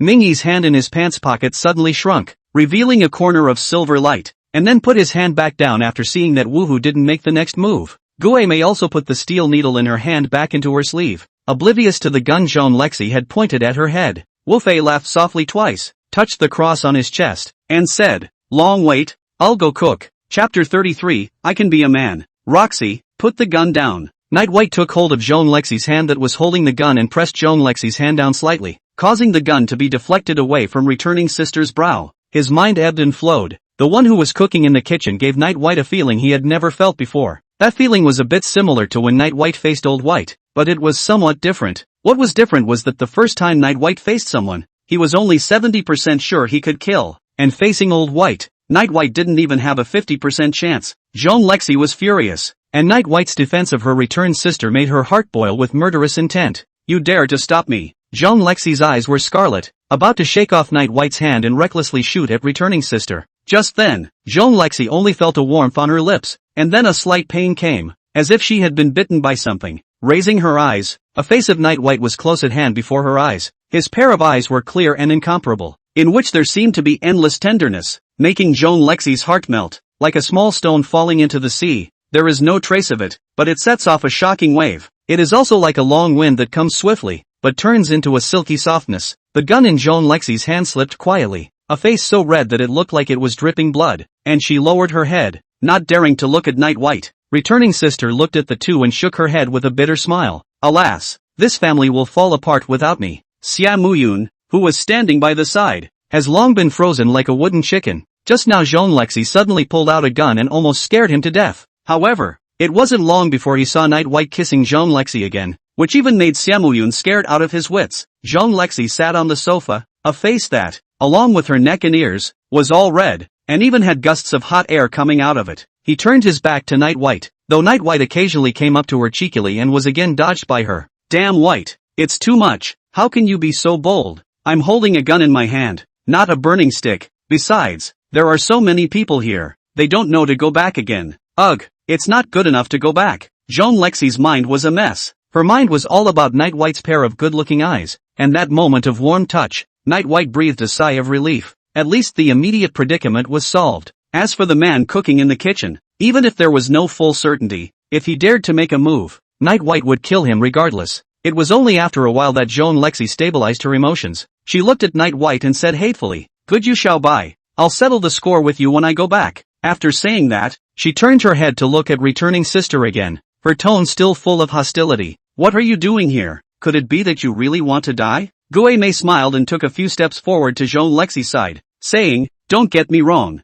I'm here to say goodbye to the boss. I'm going back to the island tomorrow. My husband is still waiting for me at home." Zhong Lexi's eyes rippled, frowning as she asked, "Saying goodbye? Your husband?" She caught the useful message in returned sister's words that returned sister was leaving and that the woman had a husband. Gue Mei hid her mouth and smiled, a pair of good-looking peach blossom eyes looking at Zhong Lexi and Night White both.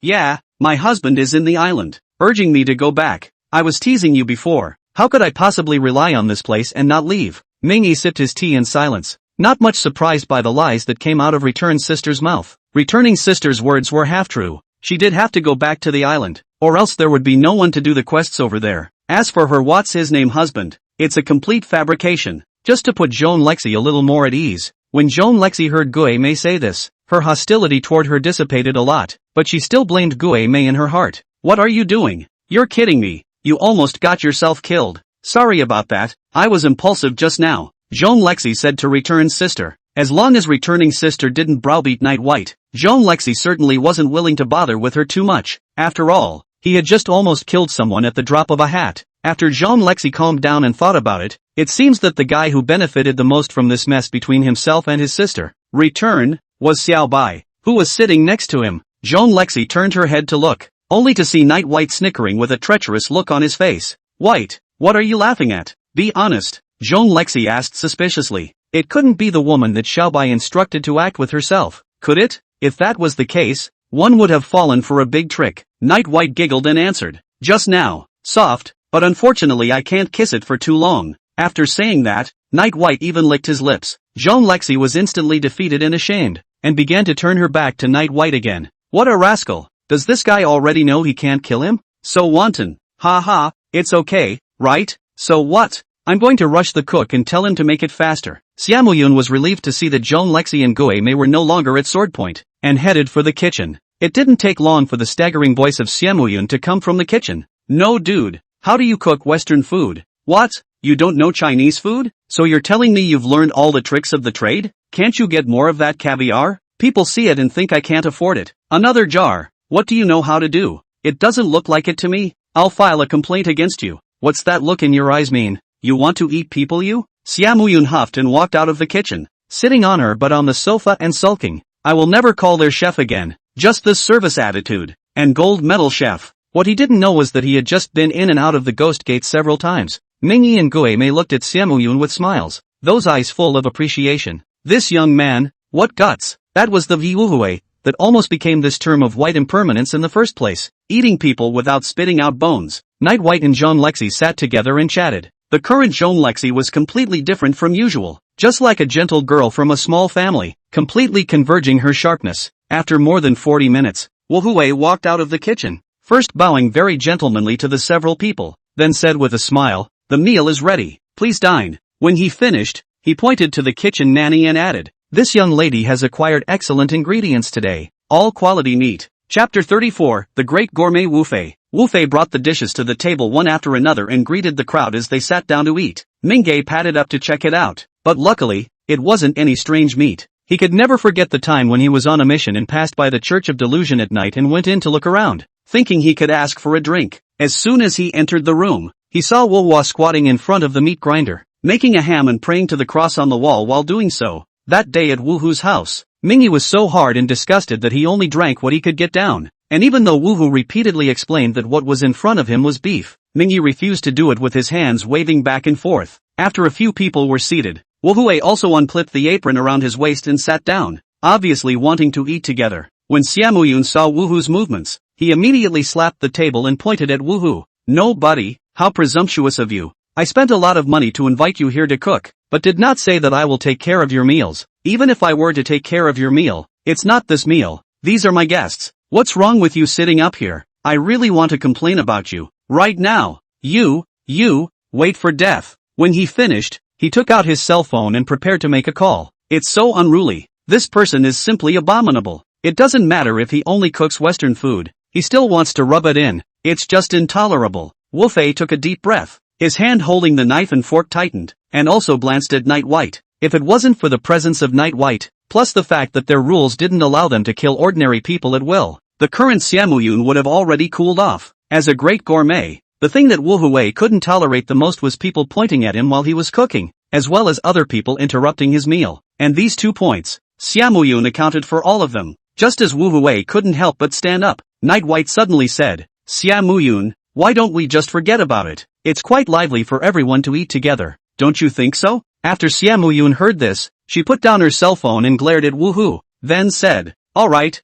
since Night White has pleaded for you, I'll allow you to eat with us, and I won't complain about you. It's not that I'm talking about you. You're a guy with no rules. Sooner or later you'll suffer a big loss, and when the time comes to die, you won't even know how to die. Wu Fei's hand that was about to let go of his knife and fork clenched again, and the veins on both sides of his temples bulged out. Ha ha ha, okay, everyone cut the crap, let's eat. I've heard that this red wine can't stay awake for too long. What do you think, Lexi? Night White immediately came out to round up the conversation, but his eyes were firmly fixed on Wu Liao. Wu Shu ultimately did not take a shot at Xiaomuyun, taking a knife and fork and elegantly cutting off a piece of steak, putting it in his mouth and chewing it. Yama, Who is this Xiaomuyun, and why is his name flickering in the book of life and death? All of them ate. Wowa's cooking was really delicious. The Western food made was no worse than those chefs. Zhong Lexi ate it with praise. Xiaomuyun worthy of being the son of a rich merchant. For the table of the doorway know a lot. Although the food is Western food, but he still gave each of the toast. Even the chef Wuhao did not let go. Who's that? Cook, let's have a drink. I may talk bad, but I'm also bad at what I do. Don't be offended. Cheers. In the end, Wushu still clinked glasses with Xiaomuyun with a head full of black lines. When Mingy and Guinea saw this scene, their heads dropped below the table, forcing themselves not to burst out laughing. After 3 rounds of wine, Xiaomuyun said to Night White with a big tongue, Night White, say it out, you may not believe it. My Xia family, although a little bit of small money, but I'm in the school, most people look down on me. Nothing else, is because my Xia family is just rich, no power. My short-lived father fell for money, only making money, although I have some connections, but I'm nothing compared to those sons and daughters in the school. So yeah, my dream is to become an official, a big official. Money is secondary, and when that time comes, I'll send in all those who have mocked me. Xiaomuyun finished his sentence. Night White could not help but fall into deep thought. It is good for young people to have a dream. It just feels like this is a strange starting point for him. Zhong Lexi spoke up at this time.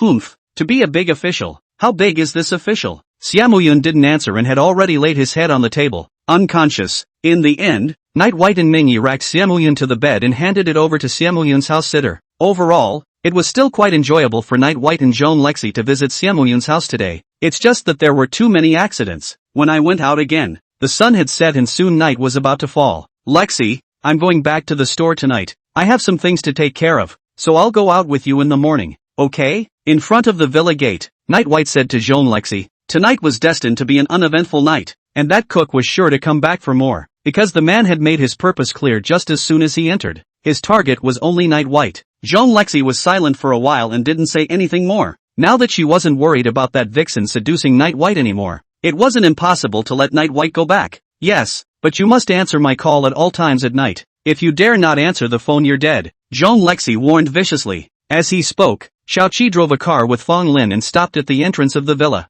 Since both Night White and Zhong Lexi had been drinking and couldn't drive, they were called in to drive back. Zhong Lexi got straight into Xiaoqi's car and returned to the manor. Night White sat in Fong Lin's passenger seat, and in the back seat were the two Mingy and Guinea, heading back to the pawn store. Wu Fei took off his chef's uniform and stood at the entrance of the villa to watch Night White's vehicle go away, his torso straightening up. After a long time, until night began to fall, Wu Fei turned to leave, his figure gradually disappearing into the night. Chapter 35, To Kill and to Run. Fong Lin drove the car, rushing across the road at a fast speed. Many drivers on the road were startled, and wanted to stick their heads out of the car window to greet each other with cordial greetings, but when they took a look at the license plate number, they immediately closed their mouths. It didn't take long for Fong Lin to bring the Night White few back to the pawn store. Night White didn't keep him much longer, only told him to take the car first and call him tomorrow. In addition to Chuli in the store, there was also a tall man, who also looked like he had just arrived not long ago, and was taking small sips of tea. On the table beside him, a dagger glinted with a cold light. You guys are not as fast as me jumping in a car. Wu Huwei put down his teacup and said with a smile. Returning sister snorted and said, I say, what time is it now? It's not like we're in a hurry. Who's jumping around up there like you? Still an English gentleman, just a monkey. When Wu Fei didn't cook and eat, he was extremely good-tempered, and he only laughed at returning sister's taunts. Mingy stepped forward and pointed at Wu Hu to introduce himself to Night White. His name is Wu Hu, one of the 64. When the old master originally wanted him to take your seat, but he was too bad at being a good person and had a bad character, so old Bai trained you. As soon as these words came out, Wu Fei immediately sat down, the smile on his face instantly disappearing. Don't you dare say that I won't behave? Maggie, I promise that when you die, I will absolutely sprinkle you with cumin and fry you up on the outside. No delusion, said in a cold voice, and everyone present knew that what he said about the outer burner was really the outer burner. Mingy is still smiling, said, dead things, 2-bit, we two who die first is not easy to say.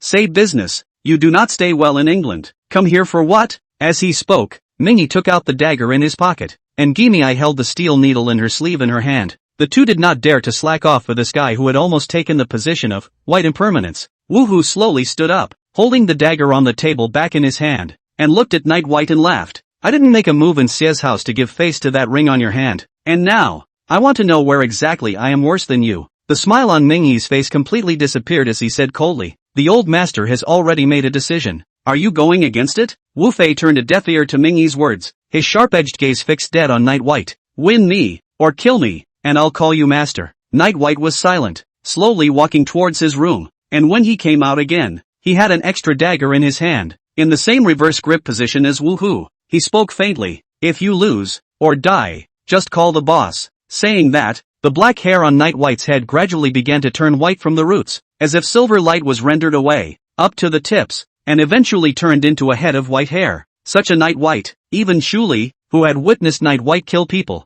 had never seen it before, and this also showed that Night White was about to use his full strength. Seeing Night White in this state, Wu Hui laughed maniacally. Well, it seems that you have indeed obtained the true essence of your old master. Outside the store, a sudden gust of wind blew the branches and leaves of the old acacia tree in front of the door rustling. The atmosphere in the room was incomparably depressing, and Shuli, who was sitting by the counter, had a pale face and felt breathless. Even Mingyi and Gimei slowly retreated to a place slightly farther away from the two. Night White moved. His figure suddenly disappeared, and when he reappeared, he had already arrived behind Wu Hu, and the dagger in his hand stabbed the back of Wu Hu's head. Monstrous killing intent poured out, causing Shuli, who was sitting far away, to almost faint. However, Night White stabbed a blank, and there was no longer any figure of Wu Hu in front of him. Only Night White could see that Wu Hu had swept up beside him, the dagger in his hand stabbing towards his temple. Night White immediately inclined his head to avoid it, and blood spurted out as the cold blade slashed across his cheek, and the dagger in Night White's hand stabbed straight into Wu Hu's chest. The whole process only happened in a moment. The competition between the two top killers instantly can be divided into victory and defeat, life and death. Night White dodged out of the battlefield in a flash to prevent a counterattack from Undisputed. Wuxia's knees went weak and his tall body fell to the ground. Blood gushed out of his mouth as he smiled and said, Master, boss, I'm convinced. Night White wiped the blood from his dagger and said, Old White said that when running for your life, think about taking someone else's life, and when taking someone else's life, think about running for your life. Wu Fei froze after hearing this, then laughed out loud, like he was happy like this for the first time. Gimei walked up and kicked Wuhua in the face, scolding, What are you laughing at? If you've become like this, don't you still have to rely on your mother? With that, returning sister took out a few steel needles and stabbed several of Wu Hu's acupoints. Ha ha, if you weren't here, I wouldn't have dared to come. Wu Hui continued to speak strange words despite the blood gushing out of his mouth. Returning sister looked at Night White and complained, Boss, you're still too kind. You should have just stabbed him in the heart, or the head. Night White smiled and didn't say anything. If Wu Hu didn't die from this, he could only count himself lucky. Seeing what Sister Gue meant, Wu Hui couldn't die this time. Julie smiled and came forward, handing Night White a towel to wipe his face. She believed from start to finish that Night White would win. Night White took the towel in Julie's hand and wiped the wound on his face, and suddenly he let out a strange cry. Oops, I won't leave a scar on my face, right? Don't ah. This gash on his face angled down from his cheekbone to the corner of his mouth. My ass, how am I supposed to meet Lexi? Wu Hui, you deserve to die. The entire store resounded with Night White's ghostly cries. Finally the returning sister couldn't hear it anymore and said in a bad mood, Boss, don't scream, calm down, I have medicine there, I'll put it on you in a while, it definitely won't leave any scars. Wu Fei was lying on the ground all dumbfounded, not thinking that the murderous Night White would care so much about his image. Thinking of this, Wu Hui heatedly laughed again, only to be stomped on again by the busy returning sister. What are you laughing at? I just sewed it up and broke it open again. You want to die, I'll bury you here. Night White was in a hurry near returning sister, and when he saw that returning sister had taken care of Wu Hui's wounds, he immediately came up. Returning sister, quickly find the medicine for me to use. The wound is almost scabbed. I'm afraid that even if there is medicine later, it won't work well. Night White bared a large tooth and urged the returning sister. Returning sister rolled her eyes. My boss, the wound is scabbed over. Won't you cut it open again? And I'm sure this medicine is good. Despite what she said on her lips, returning sister listened to Night White's words and immediately got him medicine. Wu Fei was lying on the ground, as immobile as a dead dog, with only the sound of gentle breathing proving that he was still alive. Mingyi walked over to Wu Hui and crouched down next to him, with a cigarette in his mouth, and flicked the ashes onto Wu Hui's head. I've long looked at your kid with displeasure. It's great to know how to be a man, isn't it? This is called one thing leads to another. Mingyi's face was full of smiles, frantically digging at Wu Hu. Wu Hui was afraid of pulling his wound again, so he didn't pay attention to him, only cursing Mingyi in his mind. Oh, I call this a defeat that is still honorable.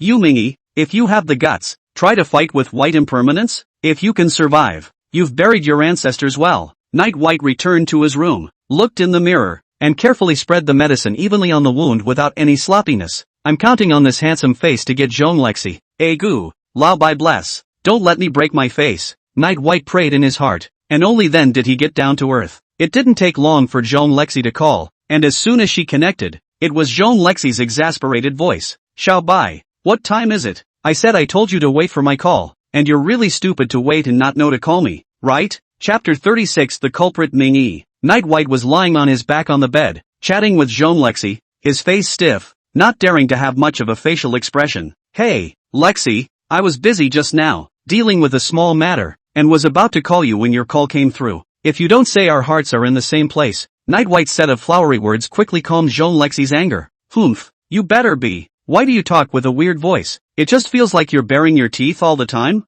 Jean Lexi asked. Listening to Night White's voice, it seemed like something wasn't quite right, like he was afraid to open his mouth. When Night White heard this, he didn't answer Jean Lexi's question, but instead asked tentatively, Gee, Lexi, let me ask you something. I said what if a scar suddenly appeared on my face? After saying that, Night White waited apprehensively for Jean Lexi to answer. Jean Lexi was silent for a moment and immediately said, Xiao Bai, what's wrong with you? Broken face? Night White? What the hell? Am I not covering up perfectly? Ha ha, Xiao Bai, if you break your face, you must be ugly. You weren't good looking in the first place. Quick, hit the video, let me see, Jean Lexi said, and hung up. Night White was alarmed. Now this appearance cannot give Jean Lexi CA, especially his hair is still white However Jean Lexi's video had already called, and a sharp ringtone sounded. Night White's mind flew through countermeasures, and he finally pressed the answer button. In the video, Jean Lexi was sitting on the bed, covered with a quilt, revealing only her shoulders in a lace nightgown. White, what the hell are you doing? Covering the camera for? Quickly show me, Jean Lexi urged over and over again. Night White gritted his teeth. It's death either way, no matter what, so he simply put his face up. Jean Lexi first let out a gasp, then there was a long silence. Night White had white hair and a deep wound on his face, stretching from his cheekbone to the corner of his mouth, which had already scabbed over. He put his face in front of the camera, giving Jean Lexi a good look. This face of Night White contained so many messages that Jean Lexi forgot to speak for a while. After a long period of silence, Jean Lexi anxiously asked, Xiao Bai, what's going on? How did you get that injury on your face? And your hair? Quick! Jean Lexi looked at the wounds on Night White's face, a rich red light flickering in her eyes. What she was most worried about was that her enemies would go after Night White in order to get back at her. And if that was really the case, Jean Lexi would go absolutely crazy. When Night White saw Jean Lexi like this, in his haste, he finally thought of a reason. He immediately put on a bitter look and said, I blame that old man Su-Mingi. Didn't you pay him today? When this guy got rich, he lost his human form, and had to drag me to dye my hair. But on the way back, a piece of glass fell from upstairs and cut my face, and I regretted it to death. Su-Mingi, the very name Mingi used externally. Night White really had no choice but to dump the pot on him. After Night White finished making up the blind story, he watched Jean Lexi's reaction in the video with a tense face. Xiao Bai, I really don't know what to say about you. Jean Lexi's chest rose and fell violently, but she didn't hold any doubts about Night White's words. Just how can anyone be so unlucky? Wait at home. I'll take you to the hospital now, Jean Lexi said, and got up from the bed, ready to go find Night White. Night White hurriedly stopped it. He couldn't let Jean Lexi come over now. That guy Wubo was still lying outside like a dead dog. Don't Lexi, I've already been to the hospital. I'll come back for you tomorrow, okay? Night White said with a nervous face. Jean Lexi, however, had already put on her shoes and walked out of the room. Cut the crap. Can the hospital you went to treat the wound?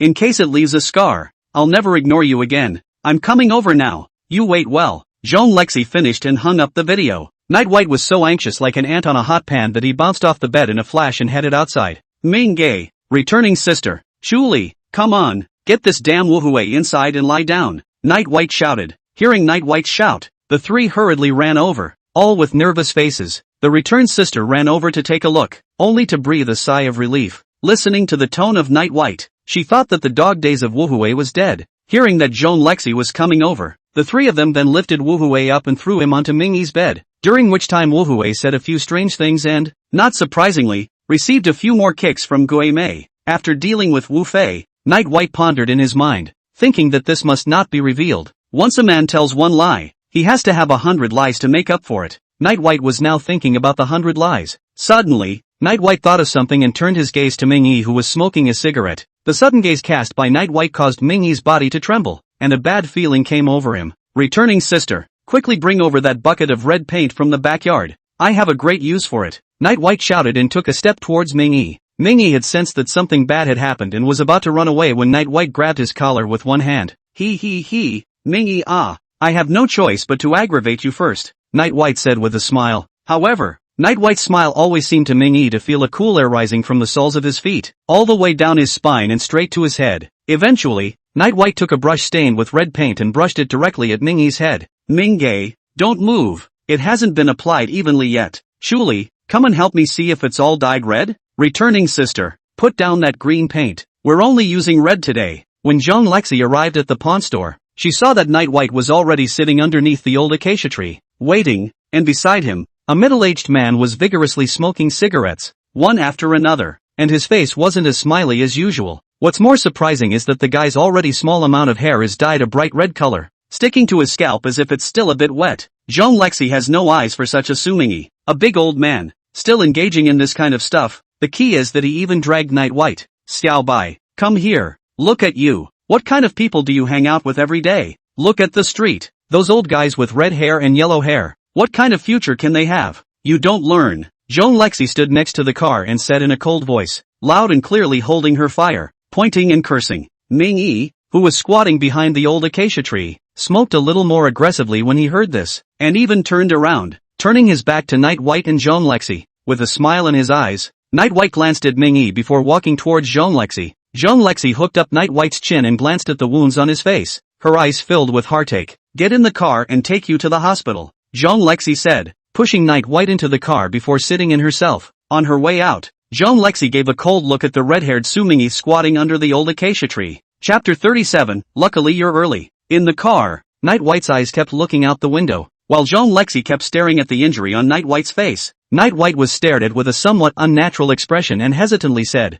Ahem, Lexi, am I ugly now? After saying that, Night White pricked up his ears and waited for Zhang Lexi's reply. Well, it's quite hard to see, not as good as before, but it's okay, you'll get used to it after seeing it for a long time, Zhang Lexi said with a smile. The guy actually looks kinda manly with a scar suddenly appearing on his face, but Zhang Lexi certainly won't say anything like that to Night White, and frankly speaking she's still more used to Night White's previous appearance. Hearing Zhang Lexi say this, Night White seemed to put his heart down, and his eyes immediately moved from the window to Zhang Lexi's two big white legs. Zhang Lexi should have gone out in a hurry just now, and didn't put the black silk on, and Night White could no longer take his eyes off it after just one look. Noticing Night White's burning gaze, Zhang Lexi scrunched her legs back and an abnormal blush began to appear on her face. She took a few deep breaths, and for the sake of Night White being a wounded man, she wouldn't scold him this time. Yet Night White stomped on his nose, coming closer and closer, his eyes almost falling into Zhang Lexi's lap. Xiao Bai, you're going a bit too far, please watch your behavior.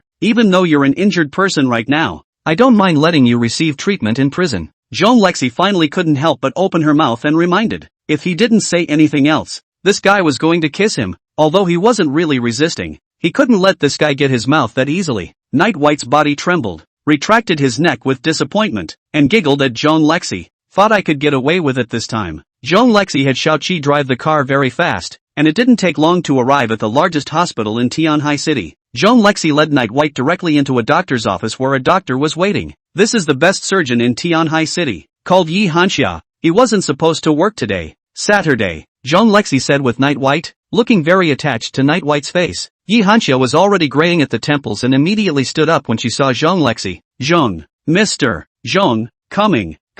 Yi Hanxia seemed to be stuttering a bit, perfectly illustrating what it meant to be a healer who doesn't heal himself. Zhang Lexi frowned. This Yi Hanxia is good at everything, but she can't speak well, and she doesn't find a way to cure it. But as long as it didn't interfere with the treatment, Zhang Lexi didn't bother with such minutiae. Show him, use the best medicine, and ask that no scars remain in the future. Zhang Lexi pointed at Night White before finding a chair and sitting down. Yi Hanxia didn't waste any time and immediately walked over to Night White's side, holding his face in her hand and started to observe. Zhang, Mr. Zhang, it's a good thing you came early. No, otherwise, Yi Hanxia said in a broken voice. Zhang Lexi immediately couldn't sit still and stood up in a flash, asking, is it serious? Can his face be restored as it was before? The more Yi Half-Summer tried to speak, the more she stuttered in her anxiety. holding her tongue for half a day before uttering, "No, otherwise, it'll heal." Jean Lexi's eyes were wide open, opened her mouth, wanted to say something, but in the end didn't say anything, sat down again with her head full of black lines, and said in a cold voice, "Continue." Yi Hanxia stared at Night White's face instead. Strange, strange, I've practiced medicine for dozens of years. This is the first time I've seen this. When Jean Lexi heard this, she inevitably got nervous again. For an old doctor like Yi Hanxia, it was not a good situation for him to see for the first time. Yi Hanxia continued, Your injury, what you smeared before, what kind of medicine was it?" Surprisingly, it was so miraculous that the wound grew new flesh so quickly. Strange, strange. After hearing Yi Hanxia's words, Night White stammered, "It's just ordinary medicine. Maybe it's because my healing ability is stronger? Old sir, it's fine if it's nothing serious." Yi Hanxia shook her head and said, "When? Of course not. No, not bad." Jean Lexi sat down in her chair and took another deep breath. Yi Half-Summer let go of Night White's head with both hands and turned around to write and draw on a piece of paper before handing it to Jean Lexi. "Jean, Mr. Jean, this is..." Jean Lexi stood up at once and said impatiently, "This is medicine, isn't it? Bring the medicine over so you can put it on, right? All you need to do now is nod or shake your head." Finally, under the gaze of Jean Lexi's eyes, Yi Hanxia nodded. Jean Lexi breathed a sigh of relief and gave the list to Xiao Qi, who was at the side, asking him to go and bring the medicine. It didn't take long for Xiao Qi to bring over several kinds of medicine and put them in front of Yi Hanxia. Jean Lexi walked over and asked, "After this medicine is applied, won't his face be back to normal soon? About how long?" Yi Hanxia stood up, looked at Jean Lexi and said, "You put, don't worry, at most, 5 days at most." Jean Lexi clenched her teeth and sat back in her chair again with a grim look on her face. Yi Half-Summer cleaned Night White's wounds and rubbed his own medicine on them. Night White felt that his face was now cool and comfortable, even though the medicine of the returned sister was very effective, but it hurt and itched when it was smeared on. After treating Night White's wounds, Jean Lexi didn't want to stay here for a second longer and left the hospital with Night White. That Yi Half-Summer didn't speak well, but she talked a lot, treating Night White's wounds while still talking to Jean Lexi. Jean Lexi kept a cold face the entire time, nodding once in a while as a response. A few more words with that Yi Half-Summer, and Jean Lexi would feel like she was going to become a stutterer too. Seven drove the car and sped along. "No touching your face all the time. Are your paws dirty? Don't get infected." In the car, Night White's little action drew a reprimand from Jean Lexi. Night White felt warm in his heart, stopped his hand movements, and looked at Jean Lexi and giggled. "What are you laughing at? Silly." Jean Lexi's pretty face flushed and she lowered her head. The car drove directly into the Jean family manor. It was already late. Jean Lexi had no intention of sending Night White back. Night White tried to squeeze into Jean Lexi's room to sleep as a wounded man, but still couldn't, and was labeled a lecher. "Tomorrow weekend, I'll take you out to play. Thank this young lady properly for her great kindness. Go to bed early." After Jean Lexi said this, she closed the door to her room and even unlocked it. Night White was at the door with harsh words. "Lexi, are you thief-proof? Do you believe I'll go in through the window at night?" As soon as the words fell, Night White heard the sound of Jean Lexi closing the window, and also heard her shout, as if she was specifically shouting for Night White to hear. "Listen carefully, if there are any sneaky guys in the manor tonight, especially those prying doors and overturning windows, shoot them straight." After Jean Lexi shouted, she didn't forget to send a message to Night White. "Ruwashi, hear that? Perverted little white, try it if you don't want your little life. Shall bye, colon." Night White had to go back to his room with his head hanging down, but he soon cheered up and began to look forward to their date tomorrow. Chapter 38 Excellent Matching Mechanisms. The next day, Night White got up early again and started disturbing Jean Lexi's sleep.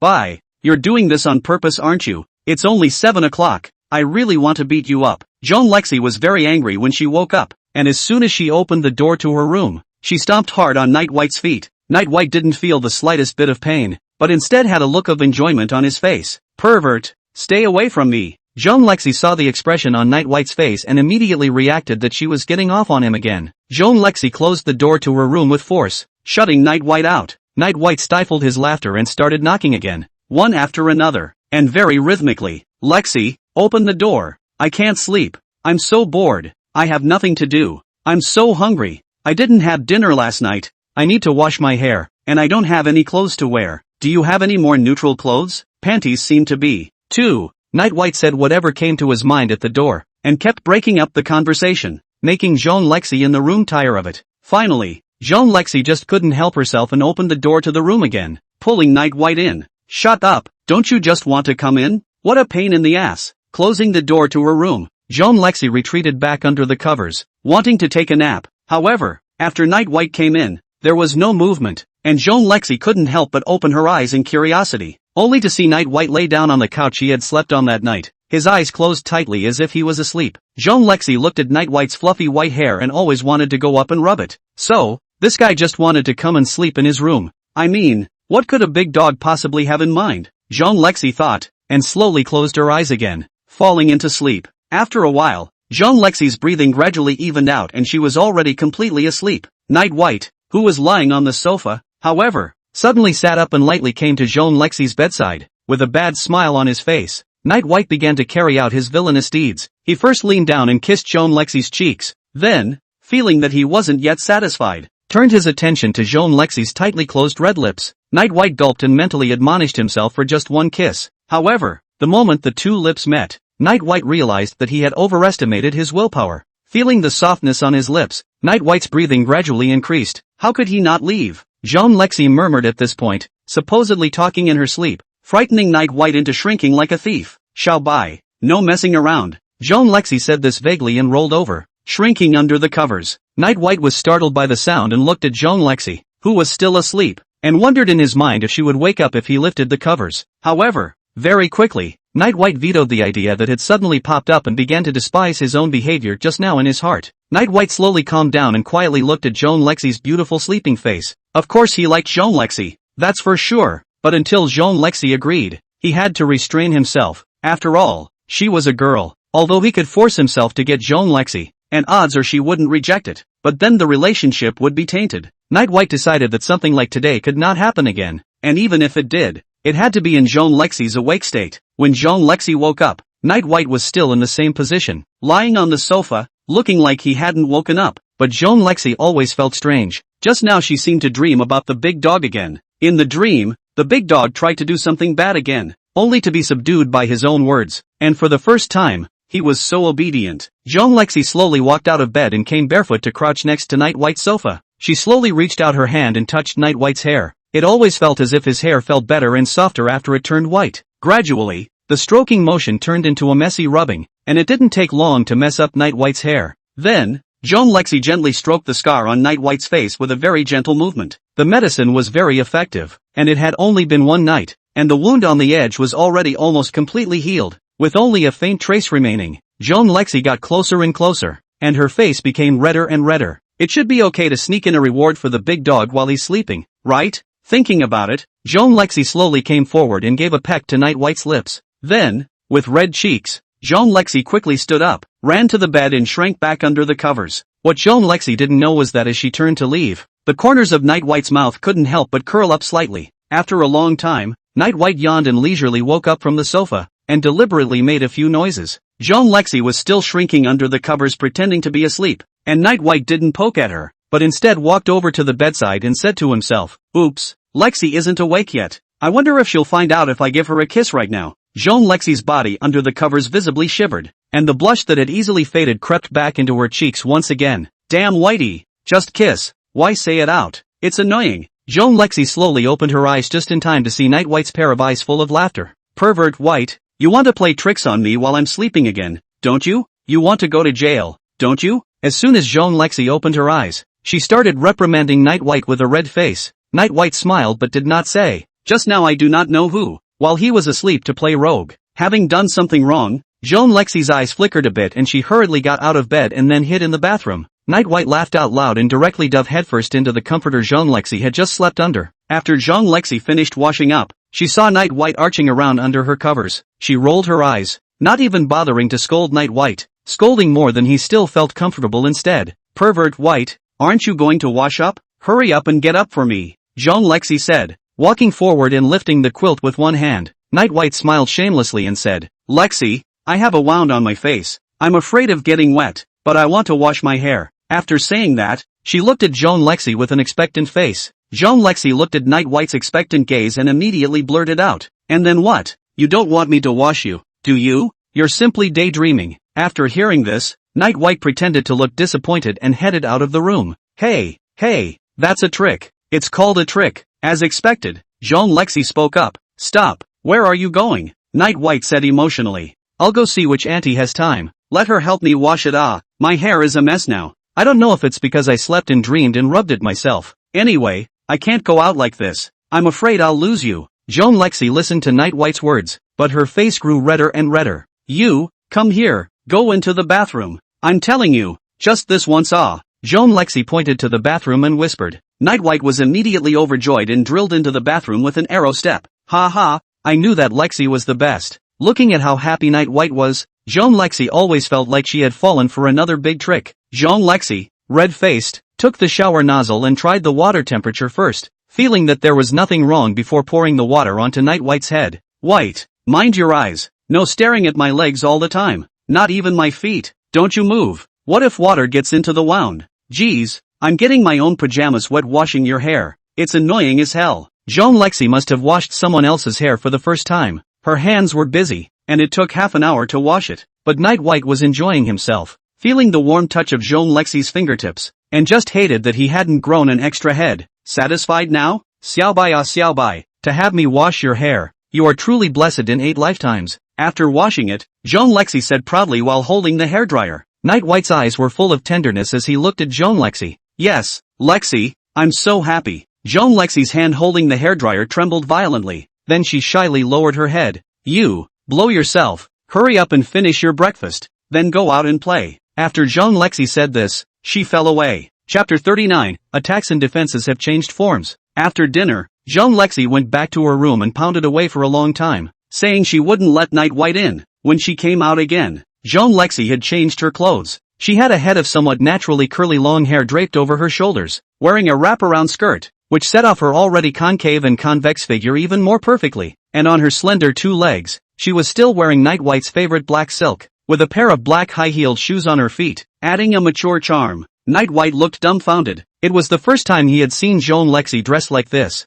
Although Joan Lexi was already very pretty, the lethality caused to Night White under such an attire was even greater. Seeing Night White's reaction, Joan Lexi had a satisfied smile in her eyes. Yes, that's it, the mouth is watering. This lady is just going to fish you into a warble. Humph, perverted little white. Let's go. Still looking, Joan Lexi walked up, reached out and grabbed Night White's white hair, then walked towards the door. Night White rushed to follow. Who can withstand this? Hey, Lexi, wait for me, slow down. Night White followed behind Joan Lexi, looking at the 2 long black silk legs. Dazzled, Joan Lexi gave him a blank look, still walking on her own, and stopped next to the car. Looking at Night White, who stood frozen in place, Joan Lexi said without a trace of humor, "What are you waiting for? Open the door for me." Only then did Night White react, opening the backseat door for Joan Lexi and letting her sit in. Today, it was still 7 who drove the car, as the 2 were planning to go to one of the biggest amusement parks in Tianhai City, which was a bit farther away. Night White sat in the back seat without blinking, and even though he had seen it many times, every time he faced Joan Lexi's 2 long legs, Night White couldn't take his eyes off it. Joan Lexi glared at Night White, clearly wanting him to be more restrained. Forget about sneaking a look, don't keep staring. However, this Night White guy didn't understand any hints at all, and his eyes were about to set. Xiao bai, please be normal. You make me feel like I'm sitting with a demented man. Joan Lexi had no choice but to speak out and remind. Night White hemmed and hawed and subconsciously tried to touch his face with his hand, but Joan Lexi grabbed his hand. What?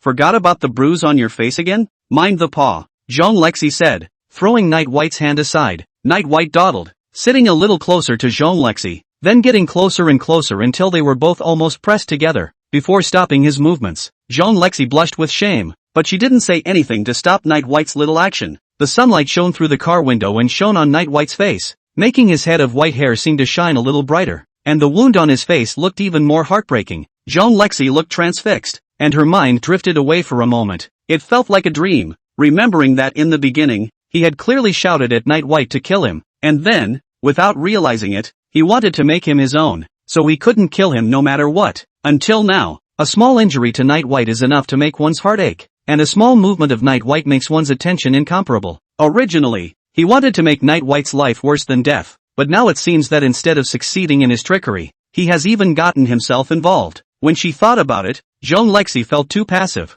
as if she was always being led by the nose by the big dog. Calculating in her mind, Joan Lexi's mouth gradually revealed an evil smile. You're sitting so close, aren't you? You like to look at your legs, don't you? Joan Lexi laughed, held back her shyness, and directly raised both her legs and placed them on Night White's lap, then looked at him with a smile. Humph, Bad White. How are you going to cope with this lady's direct king bomb? As expected, Night White's body shuddered violently and looked at Joan Lexi in surprise. Joan Lexi leaned back in the corner, propping her head up diagonally with her hand. The corners of her mouth hooked up, and there were hints of scarlet in her large, seductive eyes. Night White looked toward his legs again. Joan Lexi's two legs were close at hand, as if he could kiss them if he slightly lowered his head. Shall by. Don't move, oh. If you dare to move your hands, I'll ignore you. Joan Lexi's cheeks turned red and she said with a smile. Night White's heart was bitter, although such a reward was begging for it, but not allowing himself to move was the hardest part. Right? And no touching? Who's making a move? White. What's wrong? Why don't you say something? Oh, what's pinching my leg? Joan Lexi suddenly said with a red face, her legs gently moving. She was naturally shy in her heart, but compared to Night White's woes, Joan Lexi felt it was worth it. At this time, Night White only felt that his mouth was dry and wanted to get a bottle of water to drink, but was afraid that if he made a move, Joan Lexi would take her leg down. Seeing Night White in this state of embarrassment, Joan Lexi was secretly delighted. Sure enough, what the internet says is false. What girls must be reserved is bull ********. Only the initiative can charm the man. The big, overwhelmed dog in front of me is proof of that. No matter how disobedient they usually are, they become obedient with a little trick from my mother. Joan Lexi now feels so smart that she could totally write a book called How to Get Along with Men Correctly. The two stayed in that position for a long time. In front of him, Seven drove with full concentration. Even with the rearview mirror in front of him flipped up, Seven did exactly what her eyes did not see, her ears did not hear, and her mouth did not speak. Joan Lexi suddenly changed her sitting position into one where her two thighs were placed on Night White's lap, her calves naturally dropping down, and her entire body sat up straight. Where had Night White ever seen such a battle? And despite being thick-skinned enough, he felt embarrassed. What's wrong with Joan Lexi today? Why do you feel like a different person? Night White thought in his heart, but he didn't notice that Joan Lexi had come up to his ear. Pervert shall by. Satisfied? Joan Lexi's voice entered Night White's ears, causing Night White's entire body to tingle. Night White was about to open her mouth, but she saw Joan Lexi cover her mouth and laugh, and then she felt an emptiness in her legs as Joan Lexi had removed her legs. Night White instantly felt frustrated, but it wasn't good enough to ask Joan Lexi to put her legs back again. Joan Lexi laughed daintily and said, "Look at your virtue. It's almost enough, but if you make me happy, I don't mind giving you a little more reward." Heck, that's what it takes to make the big dog obedient and not let him take the initiative like he used to. From now on, offense and defense are changing shape. When Night White heard this, he actually wanted to ask Joan Lexi how happy he had to be to let himself sleep in her room and not have to sleep on the sofa, but Night White didn't ask after all, for fear that if he did, all the promised small rewards would be gone. Hey, Lexi, can you reveal what the reward is? Night White said knowingly. Joan Lexi smiled mysteriously and said, "What's the point of inquiring blindly? You'll naturally know when the time comes." Along the way flirting with the Night White, time flies, the car stopped again, has arrived at the gate of the amusement park. Get off, White, what's the matter? Can't bear to part with it? Joan Lexi smiled and rubbed Night White's head. Ever since Night White's hair became white, Joan Lexi always found every opportunity to touch Night White's head. Night White and Joan Lexi got out of the car and headed for the ticket office of the amusement park. Outside the gates, Night White noticed a huge Ferris wheel and thought he must go for a ride with Joan Lexi. Just as the two were about to buy their tickets, a surprised voice suddenly rang out. "Ha, is that Roxy? What a coincidence, to meet you here as well." Joan Lexi frowned when she heard the voice, her eyes filled with disgust. Night White followed the sound and saw a handsome man in a suit, walking towards Joan Lexi with a smile on his face. Chapter 40, The Unseasoned Night White. The man in the suit came in front of Joan Lexi, and along with him, there was also a woman dressed in a floral dress. The man smiled and extended his hand, looking like he wanted to shake Joan Lexi's hand. Joan Lexi, however, pressed on, indifferent to giving him this face. The man's hand froze in midair, and a hint of harshness appeared in his eyes, but it was quickly covered up by him. "Lexi, we're really destined to meet again," the man said to Joan Lexi with a pleasing smile on his face. Joan Lexi's brows furrowed as she looked at the man and said in a cold voice, "Suziyu, I don't know you well, not to mention I've never allowed you to call me Lexi." The smile on Suziyu's face froze, but he quickly smiled again. "Lexi, there might be some sort of misunderstanding between us." The entire time,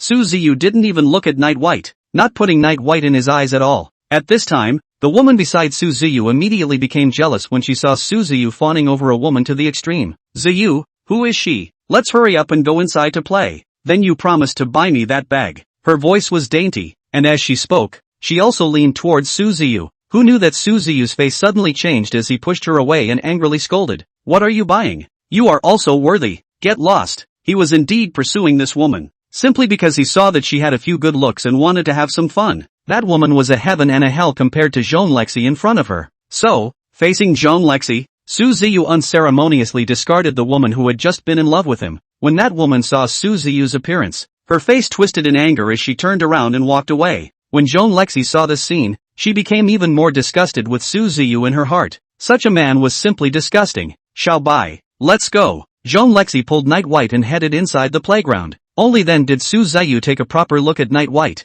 his mind quickly pondering who this white-haired monster was. Soon he came to the conclusion that he had never seen Night White. That's good. In Tian High, he's seen all the powerful people. Lexi, wait for me. Let's take a stroll together, okay? Suziyu, deadpan, caught up with both Night White and Jean Lexi again. In Tian High City, the Zhong family is deservedly the #1 gangster family, while the Su family's power. But throughout the entire Tian High officialdom, Suziyu is precisely the Su family's second young master. The Zhong family and the Su family had been working together for many years, and when the Zhong family's original triad forces were cleansed, the two families had reduced many of their interactions, but they were still inextricably linked. When Suziyu sees Jean Lexi at a cocktail party, he is immediately amazed by her and starts a crazy pursuit of her. And Jean Lexi cannot be the same as those mediocre fans he has played with. Has long heard that the second youngest master of the Su family has bad character. Jean Lexi from the beginning has no good face to him. Suziyu, I'll say it again. I don't know you well. Don't call me Ruwashi. I'll give your father face. I won't bother with you, but I'll tell you this. If I'm determined to kill you, your father won't be able to protect you. After all, you're not the entire Su family. Jean Lexi spoke coldly, a pair of eyes full of killing intent staring at Suziyu, who had come forward. After saying this, Suziyu really stopped his steps, not daring to move forward, standing in place and said, Miss Xiong, don't turn people away from me, you know how I feel about you. In the face of such Jean Lexi, Suziyu really didn't dare to stick his nose up at her. Jean Lexi was right. If she really killed Suziyu, in the face of Jean Lexi, who was already in charge of the Zhong family, the Su family could only swallow their anger, because a mere Suziyu couldn't shake the foundation of the Su family. Jean Lexi laughed coldly after hearing this. Suziyu, if you have this time, why don't you think more about how to get that woman in bed just now? After all, I'm afraid that the only value you have is to perpetuate the Su family. After saying that, Jean Lexi took Night White and headed inside the playground without looking back. Suziyu stood at the entrance of the playground, his face a shade of green and white. Damn! Sooner or later, one day, I'm going to make you kneel down and wag your tail at me. Suziyu looked at Jean Lexi's distant back and said coldly. In the amusement park, Night White looked at Jean Lexi, who was still full of coldness, smiled and went up to comfort her. Lexi, don't get upset over someone like that. Here, head for you to rub. With that, Night White stuck his head in front of Jean Lexi. He'd noticed a long time ago that Jean Lexi liked to rub her hair ever since she turned white. Jean Lexi looked at the white fur in front of her and finally covered her mouth and laughed before literally grabbing Night White's head with both hands and rubbing it. Okay Lexi, if you keep rubbing it, it's going to be bald. Look, it's losing its hair. Night White laughed and broke away from Jean Lexi's claws. Jean Lexi smiled happily, the unhappiness she felt just now instantly disappearing without a trace. When Night White entered the amusement park, he was like a bumpkin who had never seen the world, and everything he looked at was new. There was no way to expect Old White to bring himself to a place like this, unless the target of the mission to be killed was inside. Bye. How come you've never been on a merry-go-round? That's a kid's thing, and you went up there to sit on it. Aren't you ashamed? Jean Lexi stood in the open space next to the carousel and laughed, but after laughing, when Night White pulled her to sit with him, Jean Lexi still didn't refuse. Jean Lexi didn't ride there like Night White, but very elegantly sat up with her legs together, and from Night White's point of view, it was even better to see the full extent of Jean Lexi's two long legs. Don't just look at the legs, pervert, grab the handrail, don't fall. Jean Lexi's pretty face slightly reddened as she gently rebuked. The two giggled happily, experiencing the beauty and joy of the moment. Night White and Jean Lexi experienced many of the playground's programs, most of which Night White dragged Jean Lexi to play. Jean Lexi was holding a very large stuffed animal, a prize that Night White had won by playing balloons. Night White's performance in playing balloons impressed Jean Lexi, literally hitting every shot, and in the end winning enough prizes to empty the boss's stall. But Jean Lexi still only chose the one she wanted the most.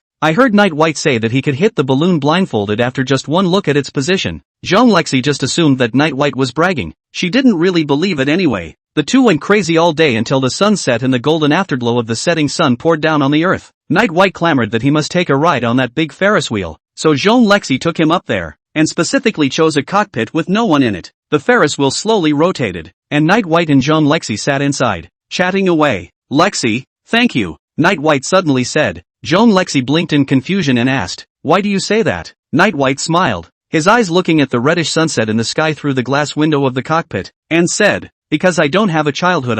Jean Lexi froze, then remembered that Night White was an orphan, and the one who adopted him must have never brought him to a place like this before. Under the light of the setting sun, Night White's head of white hair fell naturally, covering half of his forehead, and the wound on his face always made Jean Lexi feel as if Night White was now shattered, like a piece of porcelain. It shattered silently, but caused Jean Lexi's heart to throb inexplicably. Night White turned his head to look at Jean Lexi, his eyes filled with tenderness. Jean Lexi seemed to have guessed something, her cheeks gradually crawling with redness. Only Night White slowly approached and came up to Jean Lexi's eyes, his clear gaze gazing at her as he opened his mouth to ask, Roxy, may I? Chapter 41 Big Dog's Soft Underbelly. As the Ferris wheel rose to its highest point, the evening sun reflected red on the faces of Night White and Jean Lexi. The clamor of the playground outside the glass capsule is sinking. Jean Lexi's eyes slowly closed, and within moments she felt the softness coming from her lips, like a butterfly touching the petals of a flower. Love slowly rises like a tidal wave. Jean Lexi couldn't help but reach out her arm and tightly circled Night White's neck, her palm gently stroking his soft hair.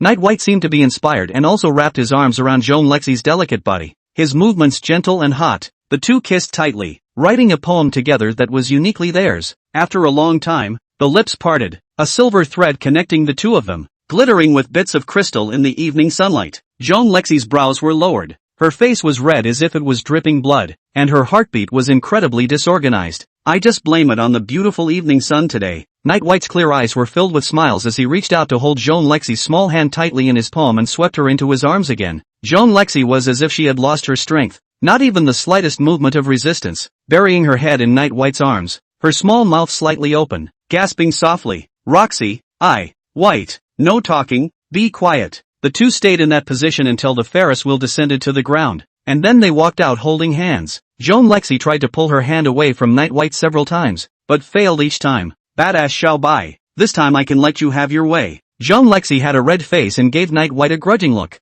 I didn't want to give it to him so soon, but I just couldn't help it. Night White carefully felt Jean Lexi's soft little hands, his face filled with a happy smile. Smile, smile, smile, just know how to smile. Let you take advantage today. Go home and cook for me. Jean Lexi shoved the stuffed animal in her hand into Night White's arms, took the opportunity to pull out and quickly ran away. Night White hugged that big rabbit doll of Jean Lexi's and chased after Jean Lexi. The two jostled along, heading out of the playground. When they reached the gate of the playground, Night White ran behind Jean Lexi and hugged the big rabbit with one hand and one hand toward Jean Lexi. Jean Lexi laughed and shrieked, immediately turning around, grabbing the big rabbit and blocking it between the two. For the first time, Night White felt like the stuffed animal was getting in the way a bit. Jean Lexi laughed playfully and got into the car, and even poked her tongue out at Night White. Night White immediately ran over, got into the car and directly threw the big rabbit into the passenger seat, then grabbed Jean Lexi's hand. Humph, let's see where you're going to hide now. Jean Lexi shrieked, gently pushing against Night White's body that was getting closer and closer.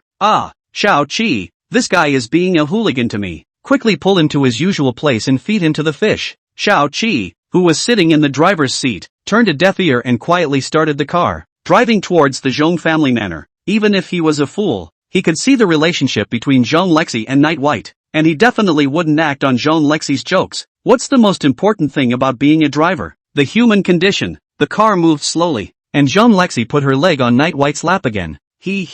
Perverted little white. Had fun today. Reward you for that. Legs are so tired. Help me rub them. Jean Lexi winks, her leg rubbing on Night White's knee. Night White was overjoyed. Such a reward was just begging to be given. His hand trembled gently as he slowly reached over. The moment she made contact, Jean Lexi visibly trembled, and along with her, Night White's heart trembled as well. For Night White, it was a perfect experience. Jean Lexi looked at Night White's infatuated face and smiled with satisfaction. She leaned back again, pulling her leg out a bit, and said with a bad smile, White, feet are tired too. With that, Jean Lexi's feet wiggled, signaling Night White to take off his shoes. Night White felt that today was simply his lucky day, but he can't be too aggressive. As Jean Lexi said, Night White doesn't want to be a pervert. Despite all his current behavior, it has been With a straight face and no expression, Night White took off Joan Lexi's high heels, put them aside, and rubbed them. As he rubbed, Night White's gaze began to look out the window, as if he didn't dare to continue looking at the beauty in front of him.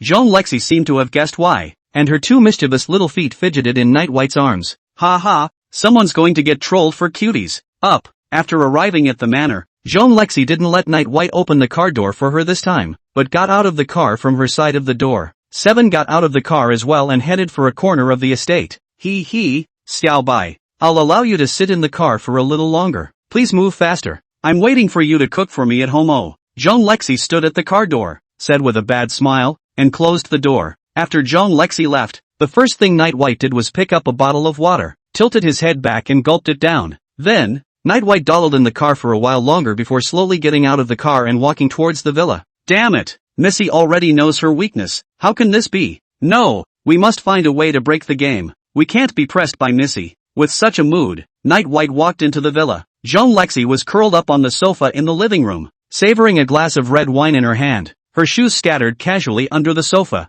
The trip to the playground made Joan Lexi sure of the big dog's little hobby, which made her very happy. Knowing Night White's soft spot, Joan Lexi resumed her queenly, high-flying appearance. Xiao Bai, not bad, actually stayed in the car for half an hour before coming out. Joan Lexi laughed evilly, holding her red wine glass and shaking it elegantly. Night White, after listening to the old facer, read, "What good man, this kind of thing is still counting time off." Joan Lexi couldn't help but laugh as she looked at the embarrassed Night White. Go and cook, perverted little white. Joan Lexi laughed and scolded, then added, if the cooking is good, there's a reward. Joan Lexi laughed wildly in her heart. Now that she had completely mastered the Night White's manual, Night White decided he couldn't go on like this and very rebelliously sat down on the couch. I'm tired too. I don't want to cook. Joan Lexi smiled slightly, as if she expected Night White to say that. Ever since she got the upper hand, her IQ has rocketed. Only Joan Lexi leaned elegantly on the sofa, her two legs folded together, then pointed her finger at the high-heeled shoes on the floor, a red aura flickering in her eyes.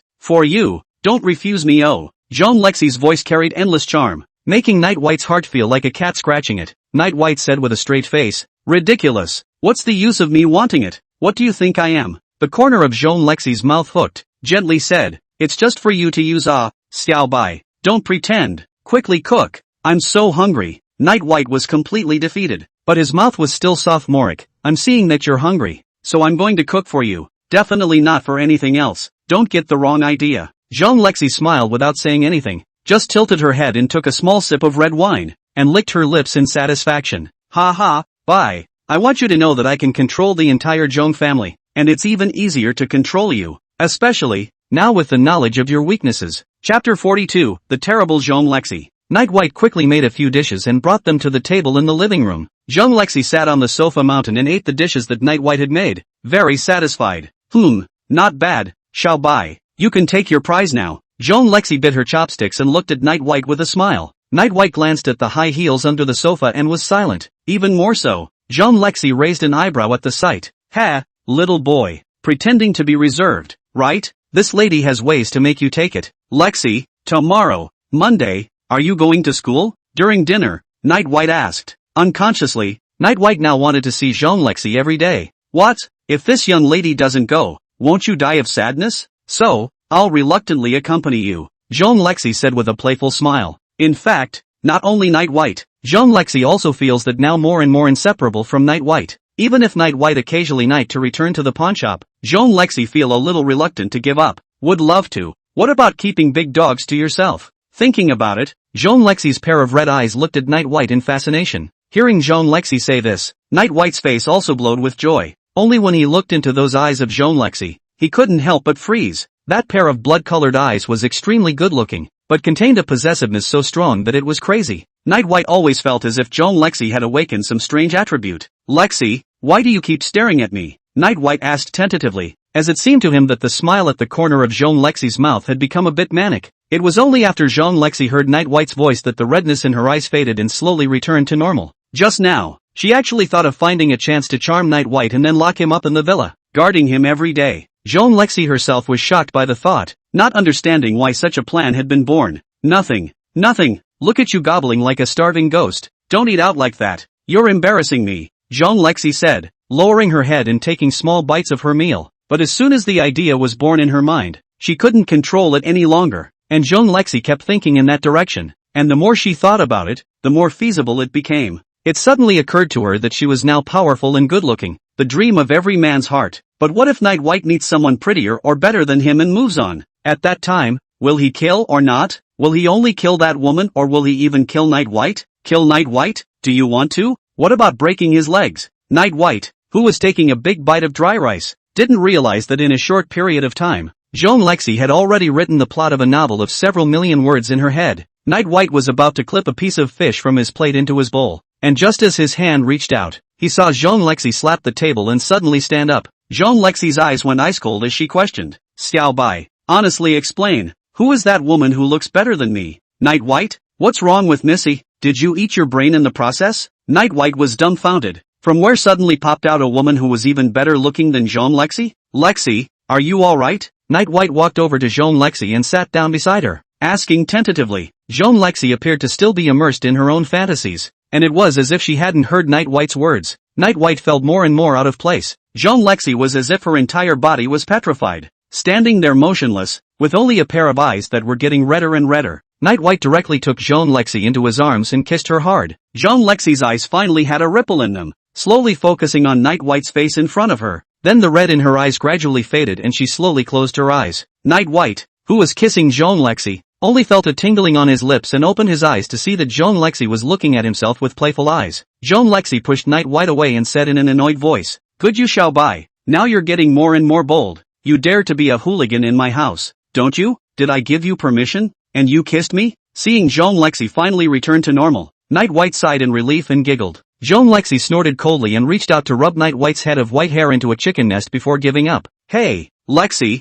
what were you thinking?" I was mesmerized and asked me inexplicable words. Night White pulled Jean Lexi's hand up and rubbed it in his own palm. Jean Lexi's eyes dodged a bit, not knowing how to answer this question from Night White. Is it hard to tell him that he just thought about breaking your legs and locking you up and killing all the other women around you? Jean Lexi would definitely not tell Night White such words for fear of scaring him away. Jean Lexi didn't answer Night White's question directly, but said, "Bye, I want to warn you. You kissed me. You're my person. Don't let me know that you're hooking up with another woman, or else the consequences will be very serious. I don't like to kill innocents indiscriminately, but I can make an exception for things that are related to you." After hearing this, Night White nodded his head repeatedly, and in his heart, he also understood that this eldest young lady was just imagining things and had created another love rival for herself. Seeing Night White's playful face, Jean Lexi viciously pinched him and coldly asked, "Little White, are you mocking me?" Saying that, Jean Lexi seized and pinched Night White with both hands on her body. Night White even begged off and said with a smile, "No way, Lexi, I didn't laugh at you, I was just thinking." Speaking here, Night White purposely paused for a moment and tried to look at Jean Lexi's beautiful face. Jean Lexi didn't wait for the following, immediately raised her head, looked at Night White's face, and asked, "What do you want? Be honest or you're done for the night. Do you believe I'll sleep without my clothes on, and tie you to the chair next to my bed?" Night White was shocked to hear this, and he could guarantee that this was the most desperate way to die. "Gee, I was just wondering, are your legs and feet still tired? Rub them?" Night White had no choice but to answer truthfully, making his intentions completely clear. Jean Lexi's eyes widened a bit when she heard it, not expecting that. After Night White stammered for half a day, "It was just such a thing. Xiao Bai, you really are incorrigible. What a maggot full of yellow waste." Although Jean Lexi said this on her lips, she still stretched her legs into Night White's arms. Night White was obviously getting a kick out of being scolded again and hemmed and hawed, while Night White and Jean Lexi were enjoying their two-person world. Night White's cell phone suddenly rang. Night White picked up his cell phone to see that it was Ming-Yi calling, and when he answered, Ming-Yi's lazy voice came out. "Hello, boss, a group of people rushed into our store, saying they want to demolish the store. Kill or not? There are too many people, I'm afraid it's not good to bury them." Night White frowned. He hadn't messed with any of them either, so why was he like this? No matter what, this store is what Old White left for himself, and Night White doesn't want to be torn down for good. "I'll be right back," Night White said indifferently. "I hope that group of people haven't made a move yet. In order to demolish an old store, it's not cost-effective to lose one's life." Night White didn't turn on the speakerphone, so Jean Lexi didn't hear what Ming-Yi said, only that she heard Night White seem to say she wanted to go back, so she came over and asked, "White, what's wrong?" Chapter 43, The Means Are Bloody, but I Love It. Seven sped along in her car, followed by a dozen other cars. His face was hard. He had been asleep and was disturbed by this incident. Jean Lexi in the back seat had a face that was even more gloomy, as if it was going to drip water. She didn't expect that someone would lay hands on Night White so soon. It was simply too long to live. Night White didn't have any waves on his face. In his opinion, those people were totally looking for death. Maybe by the time he and Jean Lexi arrived, those people were already a piece of the East and a piece of the West. After all, anyone of Mingy and Gimei could have killed all those people. Shao Qi, drive faster. Tell the people behind to take out their guns. And when you get to the place, surround the store first. Don't let a single person go. Jean Lexi spoke coldly, a pair of eyes filled with tyranny. Yes, Missy. Seven held the steering wheel with one hand while the other took out her walkie-talkie and gave orders to the people behind her. Outside the door of the pawn store, a bunch of people were clamoring. The leader was a handsome man in a suit, and it was none other than the second youngest master of the Su family, Su Ziyu. Hurry up and tell that Night White kid to come back and kneel down for me, or else I'll burn this Thai place with a fire. Su Ziyu pointed at Ming Yi and said sternly. After meeting Night White at the amusement park during the day, Su Ziyu checked Night White's name at the ticket counter, and through the Su family's power, he quickly learned Night White's details. After learning that Night White was just an ordinary person, Su Ziyu immediately put his heart down and brought a large group of people to find this place at night. In Su Ziyu's opinion, Night White is nothing more than a dog raised by Jean Lexi. After all, in Tianhai, where power reigns supreme, there is no reason for Jean Lexi to have any affection for Night White, and at most, she is just playing around. Because of Jean Lexi's insults to herself during the day, Su Ziyu thought of looking for Night White to vent her anger, and in the process warned him to stay away from Jean Lexi in the future. Mingyi just sat in the doorway smoking a cigarette without saying a word. As for the two of them, returning sister and Chuli, this kind of thing is too lazy to show up. Su Ziyu heard the roar of a car behind him and turned his head to look just in time to see Night White walking towards him. However, he didn't have much time to focus on Night White, because beside Night White, Jean Lexi had a cold face as she slowly walked out of the car. At the same time, a large group of people in camouflage uniforms rushed out of the several cars behind Jean Lexi, each holding a gun. In less than a minute's work, Jean Lexi's men surrounded Su Ziyu's group. The blackened muzzle of the gun pointed at Su Ziyu's head, causing him to break out in a cold sweat. I didn't expect that Jean Lexi would also come, and with this stance, it seems to be a real move. Su Ziyu's legs were feeling a little weak, but as the Su family's second youngest master, he managed to force a smile and asked, Lexi, what brings you here? Who knew that it was better not to ask? But as soon as Su Ziyu's question was uttered, he saw Jean Lexi take out a gun and shoot Su Ziyu in the leg. A loud gunshot broke the silence of the night, followed by Su Ziyu's heartbreaking wail. Su Ziyu, I said I wouldn't let you call me Lexi. You probably forgot. I'll give you a long memory. Jean Lexi's eyes flashed with a bloodthirsty light, and her voice was even more chilling. Su Ziyu rolled on the ground in pain, a series of miserable cries emanating from his mouth. Ah, Jean Lexi, how dare you? My Su family won't let you go. Jean Lexi frowned, and when she heard Su Ziyu still clamoring, she lifted her gun and fired another shot into his other leg. Ah! Su Ziyu erupted into an even more miserable wail, and then his voice faded away as he fainted from the hard pain.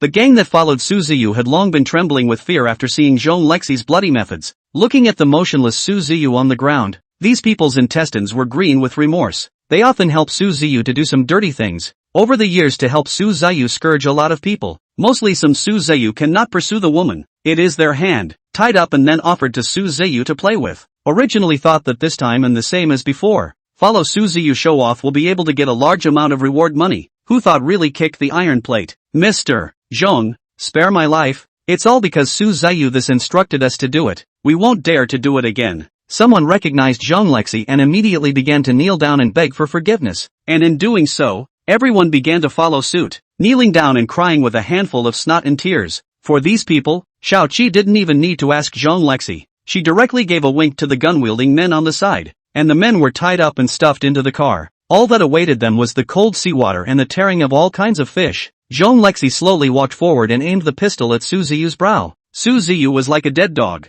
still in a coma. Lexi girl, wait. Just then, a sharp break sounded, followed by the sight of a middle-aged man with graying temples sticking his head out of the car window, shouting at Jean Lexi. When Jean Lexi heard this, instead of stopping, the movement in her hand was even faster, aiming at Su Ziyu's head and ruthlessly pulling the trigger. With the sound of a gunshot, Su Ziyu's body twitched a few times and completely went still. Only after doing so did Jean Lexi turn her head toward the middle-aged man. Shao Qi all froze when he heard that shout from the middle-aged man just now. Even he thought that Su Ziyu wouldn't be able to die today. The middle-aged man who hurriedly arrived was none other than the contemporary head of the Tianhai Su family and Su Ziyu's father, Su Mo Chang. Night White, who was standing beside Jean Lexi, looked at Jean Lexi, who had just finished killing someone, and the more he looked at her, the more charming she felt. She's so bloody, but I love. After Sumo-chan heard that gunshot, his entire body froze for a split second, then a face that was first filled with anger, and then filled with helplessness after struggling for a long time.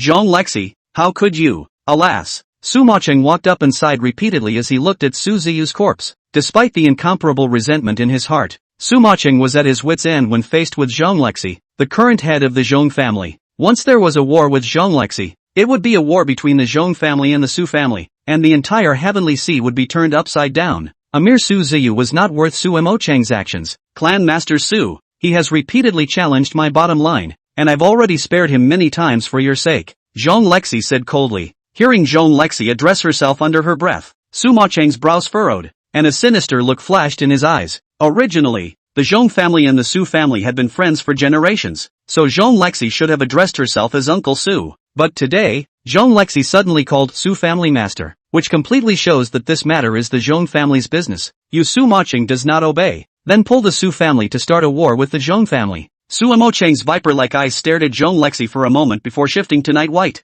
It was this white-haired teenager that made Zhang Lexi kill Su Ziyu, even at the risk of going to war with the Su family. In the face of Sumo-chan's gloomy gaze, Night White had a cloudy face and was not pressured at all. Zhang Lexi, however, took a step out and blocked in front of Night White, the blood in her eyes incomparably thick. Master Su, this is my man. If anything happens to him, even if it's a toss-up, I, Zhang Lexi, will make the Su family pay the price in blood. Sumo-chan's face was grim, and after hearing Zhang Lexi's warning with murderous intent, he once again looked deeply at Night White. This is really fearful for the later generations. Sumo-chan said this before getting into the car. Sumo-chan left, not even taking Su Ziyu's body with him. However, Zhang Lexi knew in her heart that Sumo-chan would never let this matter go, but no matter what, even if she had to do it all over again, she still wouldn't hesitate to shoot. Sumo-chan sat in the car, his face turning blue and his chest rising and falling violently. Finally, he took out his cell phone, dialed a number, and said in a deep voice,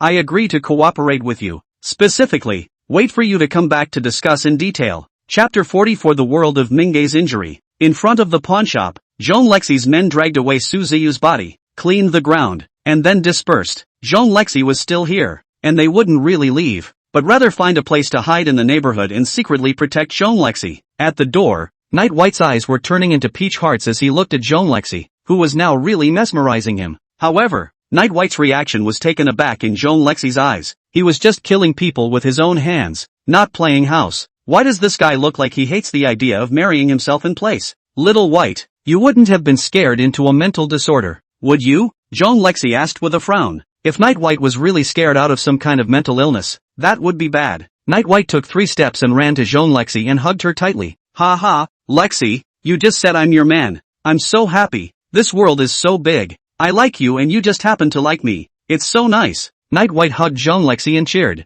happy as a child. When Zhang Lexi heard this, her entire body froze, then she rolled her eyes widely. It seemed that he had overthought things. This little white guy of his brain circuits would never be the same as a normal person, and that seemed to be the reason why he was interested in him in the first place. Soon, Zhang Lexi became flushed, recalling what Night White had just said. What, I like you and you happen to like me? How could he say such a thing so bluntly? It's so humiliating. Shut up, White, you rascal, cheeky. Zhang Lexi cursed with a red face and headed inside the store. Ming Yi, who was sitting in the doorway, saw Zhang Lexi go in and pointed at Night White, pointing at his red hair. That's like saying, see, boss, this hair of mine takes a big part of the credit for you two being where you are today. Night White ignored Ming Yi's invitation for reward and immediately lifted his leg to chase after Zhang Lexi. The returning sister and Shuli in the store heard that there was no more movement outside, and only then did they come out from the house. Facing her returned sister, Zhang Lexi didn't have the hostility she had at the beginning, but just asked curiously, why haven't you returned to the island yet?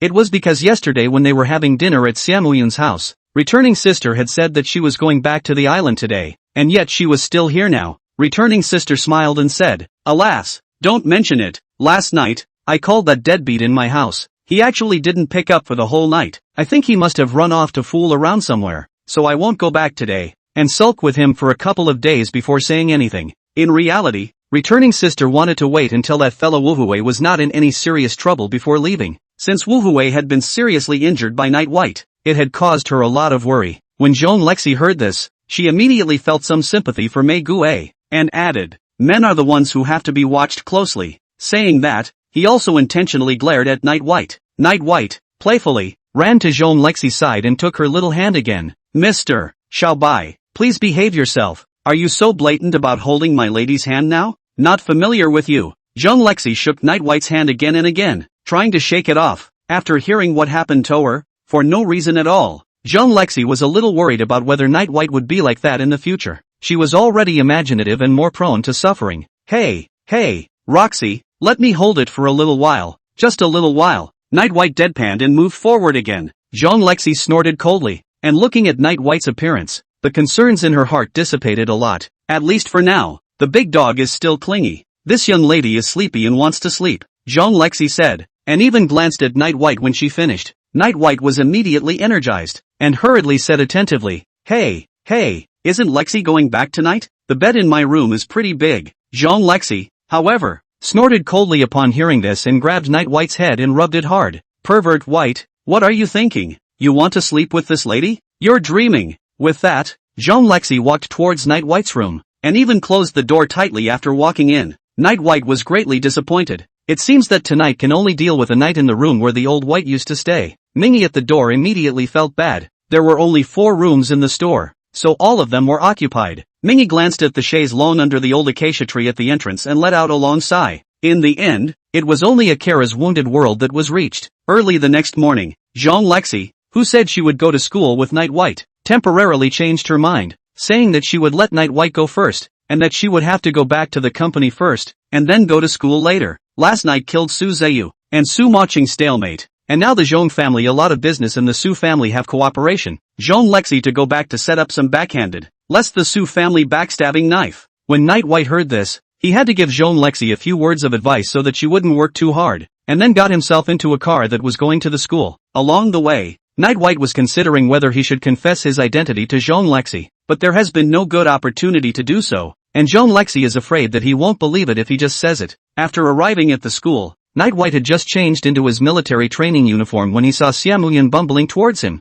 Night White, I heard that Miss Zhong shot Su Ziyu dead last night? Well done. This scumbag deserved to die a long time ago. Xiaomuyan said this as soon as she came up. Night White frowned and asked, How did you know about this? Logically speaking, last night's events, Zhong Lexi's men certainly will not tell the outside world. Not many people around their own store. Zhong Lexi's 3 gunshots did not attract people over to the onlookers. In that case, then it was only possible that the Su family themselves had put the news out. My god, that's Su Ziyu, the Su family's second youngest master. He died such a big deal that it spread all over Tianhai last night and night. Xiaomuyan staggered. Night White's frown deepened as he listened. What was the purpose of the Su family doing this? The Su family, as a great family in Tianhai, should not have made a big deal out of such a disgraceful matter. Is it all said to be Lexi's doing in this case? Will it have any effect on her? Night White asked the question he was most concerned about. Xiaomuyan smiled when she heard Night White's question, then came to Night White's ear and said mysteriously,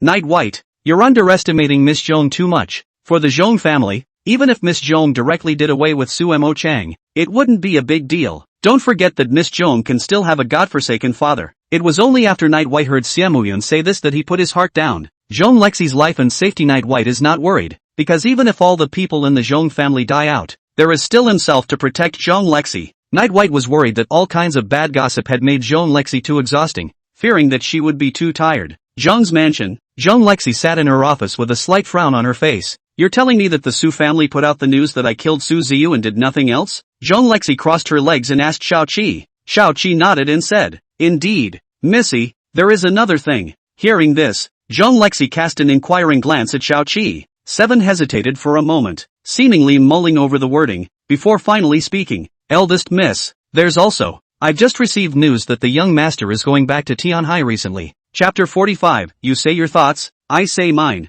In Tianhai University, today's military training ended in a haunting cry from the freshmen. For freshmen, this kind of military training is really killing them, especially since most of them are the children of rich families, pampered since childhood, and it is difficult to adapt to the high-intensity training. Recently, there were even rumors that there were a few male young masters who were already plotting to use their family's connections to give Tianhai City an artificial rainfall that would last for half a month, so that military training could be dispensed with. However, their plan was doomed to die in the womb. and when the school authorities learned of the news, they immediately announced that all military training time delayed by the weather would eventually have to be made up. As Tianhai University was a place for nobles to study, the school administration must have a couple of tricks up their sleeves, or else they wouldn't be able to subdue these gentry young masters. Night White and Xiaoyun ran next to a store and one of them got a popsicle in their mouths to relieve the dry heat. Military training are over. Zhong Lexi still did not come. Just now Night White sent her a message. Zhong Lexi replied that let Night White in the school wait for her. Xiaoyun was curious about the wound on Night White's face and laughed so hard that she couldn't straighten up after asking Night White about the origin of this wound.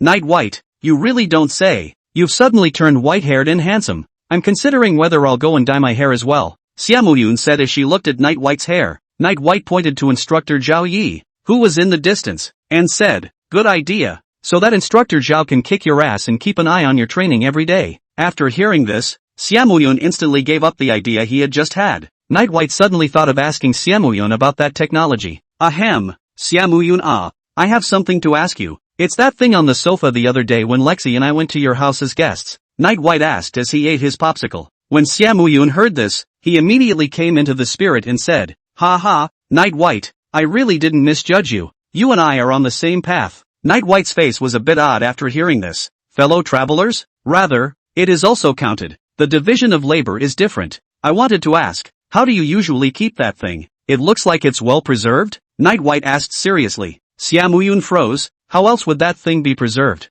Just pump it up After thinking for a long time, Xiaoyun thought that Night White should have asked about hygiene and cleanliness. Thinking of this, Xiaoyun immediately said, hi nothing complicated skills. Wash every day on the line, inside and outside. Especially some places have to be turned over and washed. Night White's eyes widened in awe when he heard such a statement from Xiaoyun. Oh, my god, inside and out? You're going to turn it upside down. Can you really do that? Don't you think it's disgusting? It's true that the quirks of these rich people are scary, and it's a good thing Zhong Lexi doesn't have these bad habits. Xiaoyun looked at Night White who had a shocked face. How did he feel that Night White was surprised? Is it possible that Night White usually doesn't wash? Thinking of this, Xiaoyun's eyes immediately became much more admiring when he looked at Night White. Night White, if you prefer these things as well, it's best to be like me. Xiaoyun spoke tentatively, trying to persuade Night White. Night White immediately waved his hand and said, no, I don't like these things. It's quite good.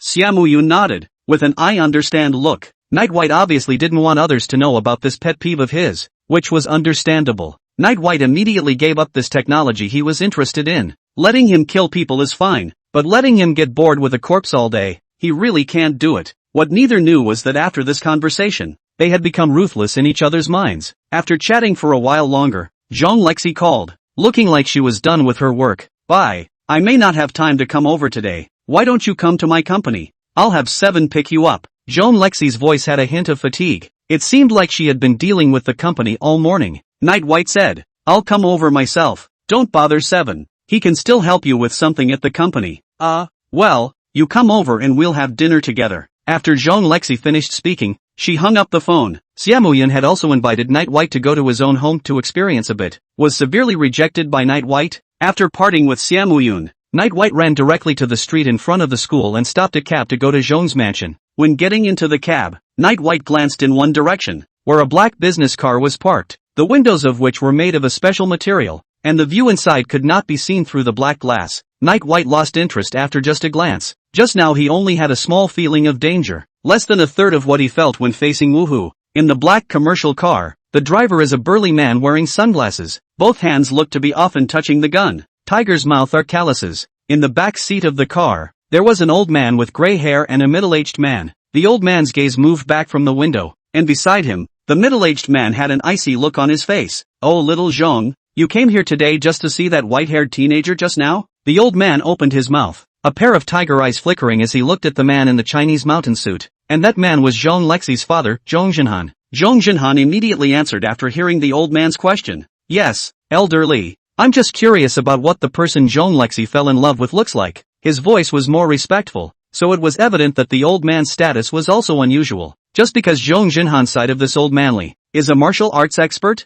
in the martial arts industry has a significant position, not only in the Dragon Country, even in foreign countries, is also well known. Disciples are countless. He, himself, was the winner of a national tournament not long ago. Wushu has evolved into a sport that favors performance, but the martial arts that Elder Li teaches are truly something that can be used to fight against people. Little Zhong, that plan of yours, you need to change it. Zhong Yichen can't win the competition, even with your secret help, Elder Li suddenly said with a complicated expression. When Zhong Jinhan heard this, his eyes flashed and he looked at Elder Li in surprise. What's wrong, Elder Li? Is something wrong? Zhong Jinhan asked with a frown. Elder Li looked at Zhong Jinhan and slowly spoke. That teenager just now. If I fight him, I will definitely win. When Zhong Jinhan heard this, a hint of a smile appeared on even his expressionless face. Isn't this nonsense? You're the national martial arts champion. Who can beat you? However, Elder Li's next sentence shook Zhong Jinhan to the core. I only heard Elder Li's voice filled with depression as he said helplessly, but if I fight with him, I will die. Chapter 46, You can't kill your old man, can you? Inside the cab, Night White was staggered as he surveyed the spectacular Zhong's mansion outside the window. TSK, TSK, TSK, this is even more spectacular than that castle villa of Zhong Lexi's. Oh, young man, you are very good. Can work here? My family that boy if you can have half as good as you, the cab driver said with a smile, looking towards the Zhong clan building that was straight into the sky with a look of longing. Night White gave the driver the money and said with a smile, Hey, I don't work here. I'm here to find my girlfriend. With that, he got out of the car and walked toward the building. The driver looked at Night White's back inside, muttering, if I were to be 20 years younger, I'd also go to evening a rich woman. Night White heard Zhong Lexi say that her office was on the top floor, and there was only one elevator to get up there. However, Night White asked the staff here and learned that Night White was going to the top floor, and they all looked at him with a kind of look at a little cutie's gaze at him. Security, security, security. Here comes a madman. Fork out. Fork out. A young man in a suit said with a walkie-talkie. Night White rolled his eyes and had to call Seven to come down and pick him up for a bit. It didn't take long for Seven to come down in the elevator, and in front of everyone's astonished gazes, she led Night White directly up to the top floor. When Night White arrived at Zhong Lexi's office, she was sitting on the sofa, her brows furrowed. Lexi, I'm here. Long time no see. Night White came over and said with a playful smile. Zhong Lexi glanced at Night White, her tightly furrowed brows stretching a bit as she said in a bad mood. What's all this talk about a long time no see? Obviously I haven't seen you for only half a day. Night White sat down next to Zhong Lexi and said, Hey, an hour's absence is a long time. During military training, Night White had been waiting for Zhong Lexi to show up, really looking forward to it. Zhong Lexi's cheeks rose a layer of redness as she laughed and scolded. Pervert, you're just a smooth talker. After saying that, Zhong Lexi leaned back on the sofa and extremely naturally crossed her legs onto Night White's lap. Night White understood and put his hands on it, kneading it. Zhong Lexi slowly closed her eyes, looking like she was enjoying herself. Gradually her breathing evened out and she actually fell asleep. Night White smiled helplessly. Zhong Lexi slept in her own room last night. That bed of her own was very hard. Zhong Lexi must not be used to it and didn't sleep well. Adjusting Zhong Lexi to a more comfortable sleeping position, Night White also took one of Zhong Lexi's jackets aside and covered her with it. Bored, Night White wandered around Zhong Lexi's office, poking around. It had to be said that Zhong Lexi's office was even more luxurious than the living room of an average rich family, and the various decorations placed there dazzled Night White. Soon, Night White's gaze was drawn to a document on Zhong Lexi's desk. A strange smile appeared on Night White's face, because that document was nothing else but his own life history. In addition, even Mingyi and Chu Li's information was here. Looking at Zhong Lexi, who was sleeping soundly on the sofa, Night White gave a bitter laugh. This Missy, who still says she hasn't checked herself, clearly hasn't checked her true self, the means of the beings, just by the power of the Zhong family. It is still very difficult to find out. Besides, the information of Night White's group of people is all top secret within the beings. Night White didn't have a problem with Zhong Lexi's small-mindedness. As the person in charge of the Zhong family, she had to know the ins and outs of everyone around her. There was another piece of information on the desk that intrigued Night White. It's Zhong Lexi's younger brother, Zhong Yichen's profile, which shows that Zhong Yichen, who grew up abroad, is recently returning to Tianhai, taking power? Kind of interesting, Night White muttered. No wonder when she saw Zhong Lexi just now, she looked preoccupied, obviously because of this matter. As Zhong Lexi's half-brother, he is definitely not happy with the fact that Zhong Lexi is a woman in control of such a huge thing as the Zhong family. But Zhong Lexi had been in the position of power in the Zhong family for several years, and it wasn't easy to bring her down. But Zhong Yichen still came back, obviously with something to fall back on. Many possibilities came to Night White's mind, but soon his thoughts became whether or not to go and kill Zhong Yichen. Compared to those plots and tricks, it was still killing that made Night White feel simpler. Last time it was suspected that Zhong Yichen secretly instructed someone to go to the school to assassinate Zhong Lexi, But Jean Lexi was very sure that it was Zhong Yichen who did it. Night White decides to wait for Zhong Lexi to wake up and ask her what she thinks. It's easy to kill Zhong Yichen by himself, but if Zhong Yichen dies, Zhong Jinhan might take it out on Zhong Lexi. What should we do then? We can't just kill the old man, can we? Night White sighed slightly. Dark things are good, but bright things are hard to accomplish. It's just that no matter what, with herself around, there was no way Zhong Lexi would suffer. Putting the several pieces of information back in their original places, Night White came back to sit next to Zhong Lexi. Looking at Zhong Lexi's beautiful sleeping face, Night White murmured, "Lexi, you've made a lot of money. You don't have to pay to kill anyone in the future. Are you happy?" Zhong Lexi slept straight through this sleep until 4 o'clock in the afternoon, and Night White's stomach was rumbling with hunger. When she came, she listened to Zhong Lexi paint a big cake, saying that she would eat when she arrived. But when she arrived, she fell asleep straight away. Zhong Lexi sat up in a daze and wiped the drool that flowed from the corner of her mouth. This sleep was groggy. The couch felt uncomfortable even though it was much more comfortable than Night White's bed. Looking at Night White, who was sitting on the sidelines with a grumpy face, Zhong Lexi whitened him fiercely. "This wood, doesn't he know how to take himself to sleep in his arms? Usually you're so bold, but now that you've been given the chance, you're no good at it." "Lexi, are you finally awake? I'm so hungry. Listen." When Night White finished speaking, his stomach made a series of noises very cooperatively. Only then did Zhong Lexi remember that she seemed to have said that she would wait for Night White to come over for dinner, but she didn't feel hungry when she fell asleep, so this guy must be starving. No wonder the moment he opened his eyes, someone looked like an aggrieved little daughter-in-law with a grimace on his face. "Bye. Are you stupid? Wouldn't you have asked Shao-Chi to send over some food first?" Zhong Lexi's tone was laced with a bit of apology. Then Zhong Lexi stood up, took the phone on her desk, and asked Shao-Chi to send food over. I was afraid of waking you up. My family's bed is too hard. I wronged you last night," Night White said with a smile. Zhong Lexi's cheeks reddened slightly as she said, "Humph, it's good to know.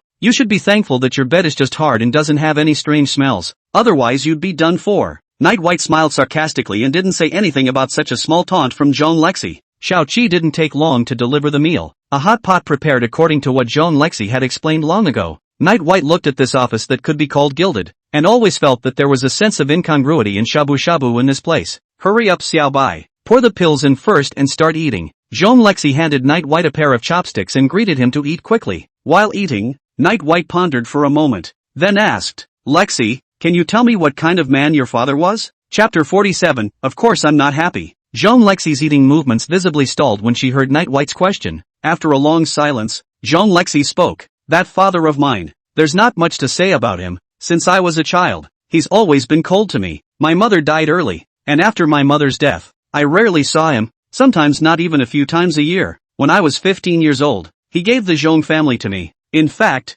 I knew in my heart that even if I did well, sooner or later, the Zhong family would still be Zhong Yichen's, and I would only be a temporary power holder of the Zhong family. And when Zhong Yichen grows up, I'd have to give up my seat, and that was my father Zhong Jinhan's plan." Zhong Lexi's voice was low, revealing that it was full of helplessness and unwillingness. This time Zhong Yichen wanted to return to Tianhai, and Zhong Lexi understood that there must be Zhong Jinhan's secret support. Zhong Jinhan must be planning to hand over the Zhong family to his son Zhong Yichen now, and then have Zhong Lexi assist Zhong Yichen in developing the Zhong family. "Then Lexi, are you willing to listen to your father's arrangements?" Night White looked at Zhong Lexi with a burning gaze, very much looking forward to her answer. Zhong Lexi smiled to herself and then said, "Xiao Bai, you may not understand. Once you have something like power, you won't want to lose it again. Even if I don't have the confidence to fight against my father, but I'm not willing to, I still have to put my best foot forward to give it a try. Why should I give away everything I've worked so hard for when I'm a woman? If I really can't, I'll just die." Speaking of this, Zhong Lexi looked slightly agitated, her pair of good-looking eyes flickering with a faint red aura. After Night White heard Zhong Lexi say this, as if he had made some sort of decision, he smiled and said, "Lexi, you're right. You can ignore your father's arrangements and fight for everything you want." Zhong Lexi looked at Night White and asked earnestly, "Xiao Bai, if one day, I'm not the one in charge of the Zhong family anymore, or even have nothing left, will you still?" Before the words were finished, however, they were picked up by Night White. "Well, I'm sure I'll like you Besides, you have me. It's impossible to have nothing." Night White smiled, and pinched a cooked ball into Zhong Lexi's bowl. Zhong Lexi looked dully at Night White, who was full of bright smiles, and a layer of watery mist emerged from her eyes, blurring her vision a lot. "Lexi, you're crying. are you touched by me? Night White came up to Jean Lexi's eyes and said in mock surprise. Jean Lexi was startled and immediately reached out and wiped her face, realizing that the tears hadn't flowed out, and immediately knew that Night White was swindling herself. Annoyed, she reached out with both hands and pressed and rubbed Night White's head. Good you shall buy. Dare to make fun of me. You're screwed. I'm going to rub you bald. Jean Lexi screamed, directly holding Night White in her arms and rubbing him. Night White smiled playfully and begged for mercy, struggling gently in Jean Lexi's arms. Lexi, I'm wrong, don't pull my hair. Jean Lexi and Night White joked around, and for a moment they forgot about all those annoying things and laughed happily. After dinner, Jean Lexi took care of some more company business and was ready to go home. Night White still wanted to come back with Jean Lexi, but a call from Mingy made him decide to go back to the store first. Mingy said on the phone that 2 people had come and said they wanted to talk business with him, but didn't say what kind of business, only that they wanted to see him. After Jean Lexi learned that Night White was going back to the store, although she was very reluctant to leave, she still didn't force Night White to stay, but only had unhappiness written all over one face. Night White went through all the trouble and promised to call her as soon as the matter was taken care of, which made Jean Lexi's face look a little better. Mr. White, please finish settling things as soon as possible. If you keep my lady waiting too long, there will be serious consequences. Also, no fooling around with that old immodest fellow of yours. Jean Lexi also sternly warned Night White as she got into the car. Night White nodded repeatedly and finally watched Jean Lexi's car go away. When Night White returned to the pawn store,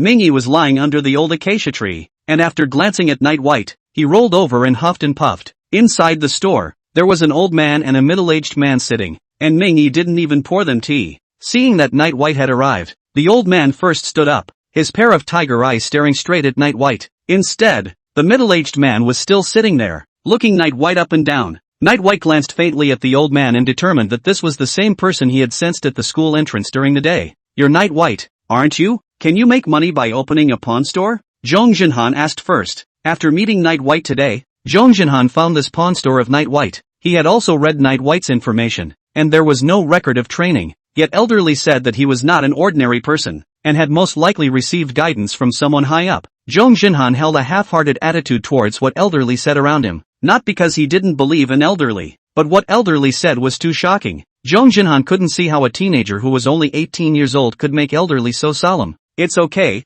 barely making ends meet. I heard from the fellows that you guys are looking for me for business. I can't do business with ordinary people. Night White's tone was flat as he found a chair and sat himself down. Zhong Jinhan frowned, his face a bit ugly. Himself and Li Lao since entering the store. Not a single person to greet also even if, as a fellow does not know the rules. But how this when the boss is also proud of no bounds? I'm Zhong Jinhan, Zhong Lexi's father. Zhong Jinhan snorted coldly and identified himself. Only then did a ripple rise in Night White's eyes as he listened. It's just that today, having already heard Zhong Lexi say something about Zhong Jinhan, Night White doesn't have a good feeling about him. Zhong Yichen was coming back, and Zhong Jinhan's purpose for appearing in Tianhai City now was self-evident. Night White slowly stood up, found a disposable cup, poured 2 cups of water and placed them on the table in front of Zhong Jinhan and Li Lao. To you being Zhong Lexi's father, it's only right that I pour you a glass of water. So tell me, what business to talk about? Night White's tone remained indifferent. Zhong Jinhan's eyes became even more gloomy, but when he thought of Elder Li's scorn for Night White,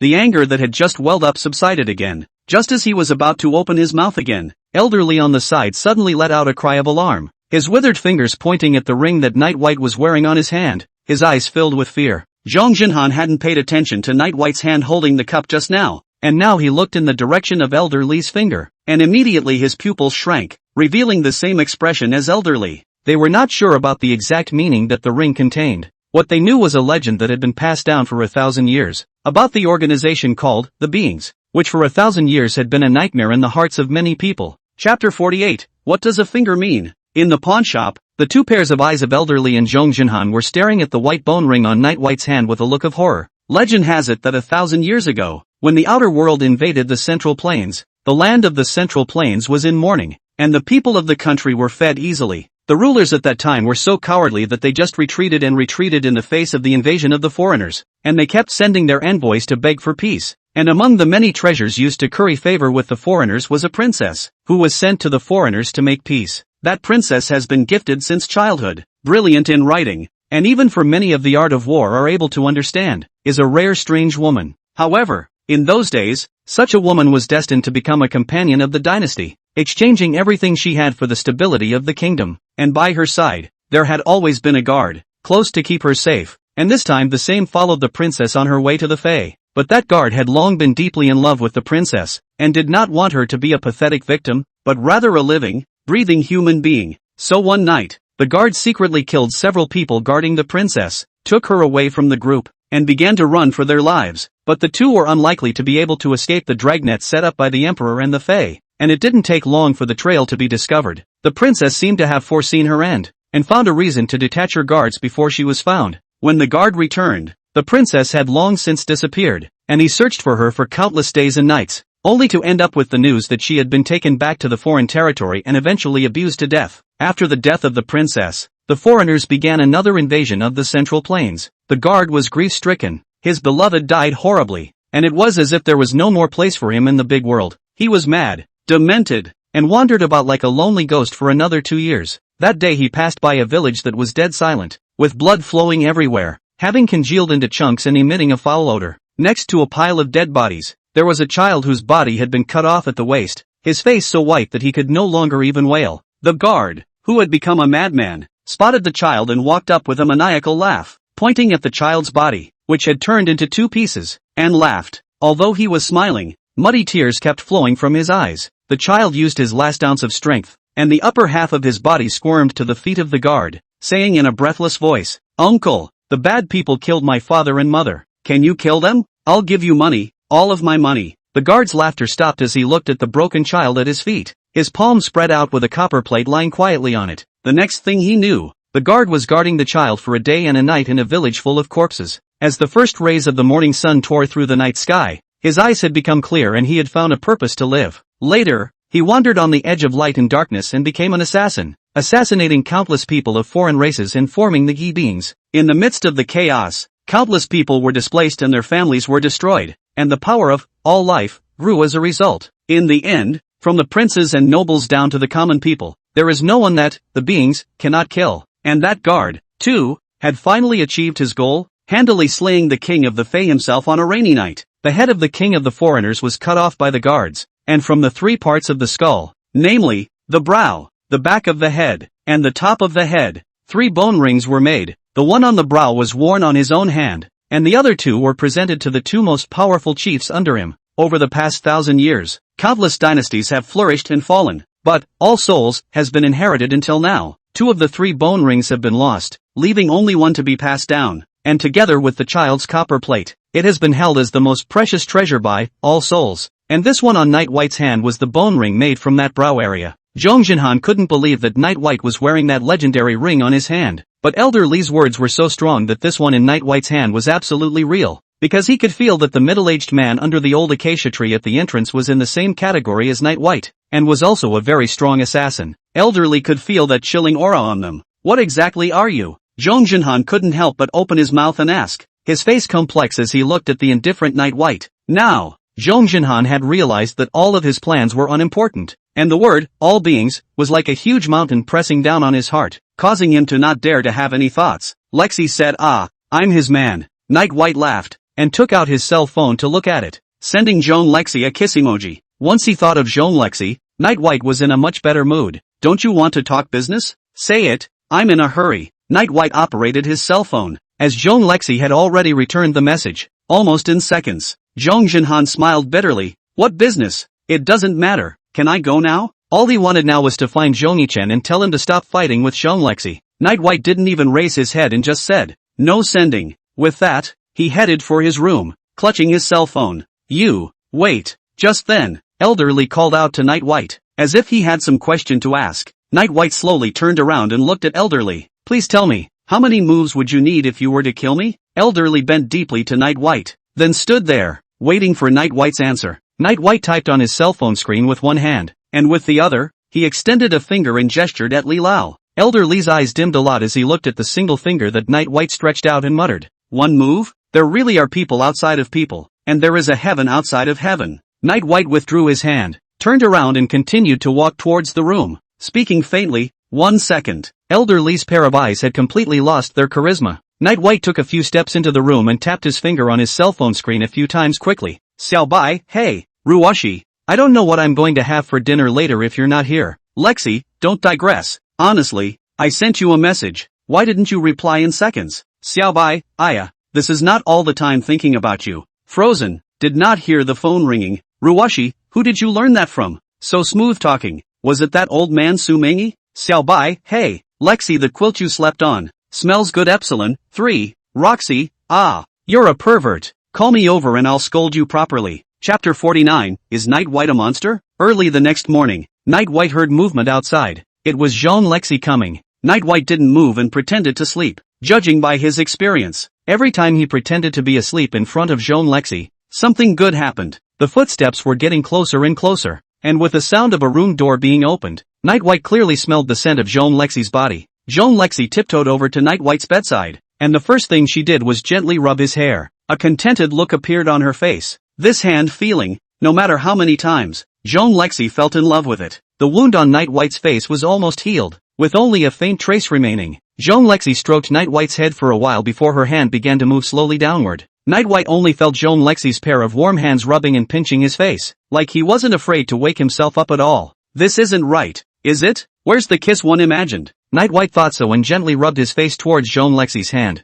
A wry smile appeared at the corner of Jean Lexi's mouth. Then that smile gradually widened and she finally couldn't help but laugh out loud. Pervert White, how long are you going to pretend to be asleep? Are you still fantasizing about my hands touching down? Jean Lexi's silver bell-like laughter rang in Night White's ears, and Night White's hair was rubbed hard again. Only then did Night White realize that his little plan had fallen through and opened his eyes, smiling awkwardly at Jean Lexi. Jean Lexi wore a casual outfit today, one leg kneeling on Night White's bed, her hair hanging down on Night White's face, itching. Night White looked dazzled. If only he could wake up and open his eyes every day in the future to see such a beautiful view. Xiaobai, still not up? This young lady sends you to school today. Then this young lady won't accompany you. You come over to me by yourself after the military training. Think of what to eat at noon during the military training. I'll let Xiao Qi prepare it, Jean Lexi said, then looked at Night White's expression, wanting to see a look of reluctance in his eyes. But Jean Lexi noticed that the guy had been staring at her neckline ever since he opened his eyes. Reacting,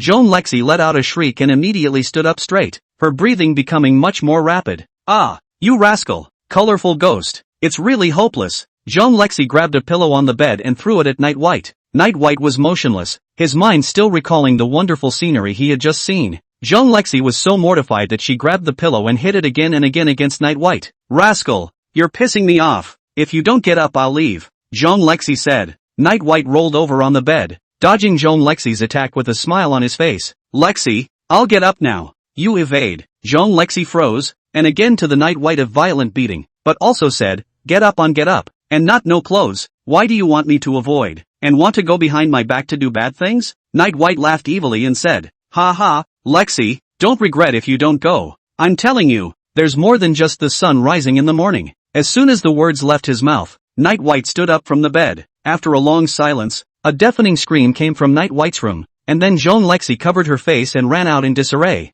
Sitting in the car, Jean Lexi didn't say a word. Her entire face along with her neck was red, and stayed away from Night White. Several times Night White tried to get closer, but she was pushed away by Jean Lexi screaming, ah, Kahaku, don't come near me, you monster. Jean Lexi put her legs on the seat between them so that Night White wouldn't come close again. Night White forced a smile and looked at Jean Lexi, who was shy to the core. Hey, Lexi, you have to be responsible for me, Night White said in a resigned manner, and even pretended to throw a wink at Jean Lexi with a shy face. Jean Lexi completely broke her defenses, covering her face with both hands in death and screaming, shut up, I'll throw you down if you keep talking. This journey was nothing short of a torment for Jean Lexi, with Night White constantly making small moves and occasionally making strange noises, causing the blush on Jean Lexi's face to never dissipate. When she arrived at the school, Jean Lexi didn't even get out of the car and urged Night White to hurry up because she just couldn't take it anymore. Night White laughed loudly and got out of the car, and Jean Lexi stretched out one foot and kicked Night White's ass before she hurriedly closed the door and also shut the window,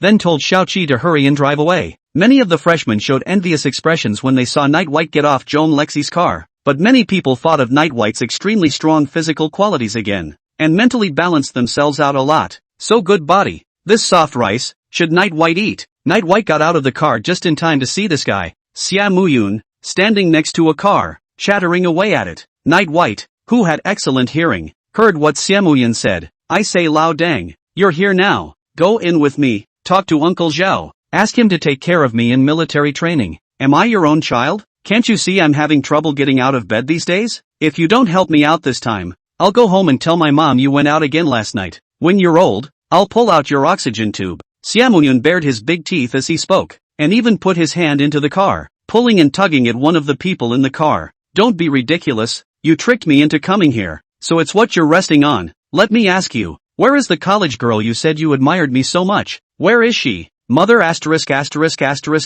her, still threatening old me every day. In the future you will be my father. Let go. A middle-aged man's voice came out of the car, tinged with exasperation. Night White listened on the sidelines with the corners of his mouth twitching, very shocked at this relationship between Siamoyun and his dad. Did this father and son meet on a posting? Mei Yi Kook poet. Night White walked slowly towards Siamoyun, and in just a moment's time, the father and son were already full of foul language spewing at each other. Siamoyun kept talking about how he was going to thwart his dad in the future or something like that in a harsh voice. As for Siamoyun's dad, he kept telling how Siamoyun came to this world, switching freely between nouns and verbs. Siamoyun, who was in the middle of cursing, glanced at Night White in his afterglow and walked over, immediately stopping the birds and the bees in his mouth. The family scandal should not be spread outside. This point Siamoyun still knew, although this bit of his own family scandal, Night White might already know all about it. Hiya, Night White, why are you here so early too? It's not like you, you've always stepped in at the right time,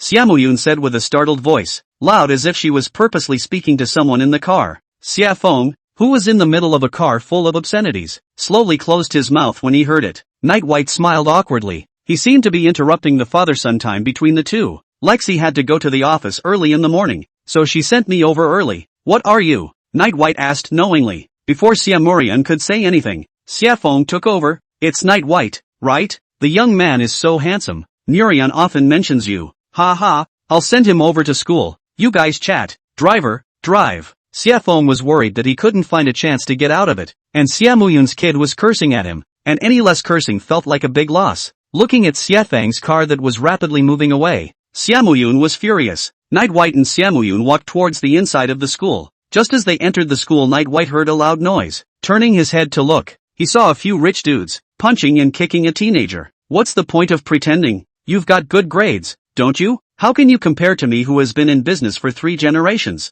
Chapter 50, It's bad. I've met a real genius. Night White, who had just walked through the school gates, couldn't help but frown at the sight. But when Siamoyun saw the person who had been beaten, he revealed an expression of surprise. Seeing Siamoyun's demeanor, Night White curiously asked, what's wrong? Why are these people beating up students in front of the school, and the school administration doesn't even bother? Logically speaking, Tianhai University would not allow this kind of brawl to happen. Hearing this, Siamoyun let out a bitter smile and explained to Night White, the person who was beaten is called Yi Zhichen, just like you, also good grades to enter Tianhai University. I heard that the grades are a little better than you, but this is Tianhai University. He's such a powerless person to come in, would have been easy to be looked down upon, coupled with the fact that this guy is very pretentious. Naturally it is offensive. The university authority will certainly not offend those powerful and noble sons and daughters for his sake, so it will not be cared for. After saying that, Siamoyun also glanced at Night White and continued after hesitating for a while.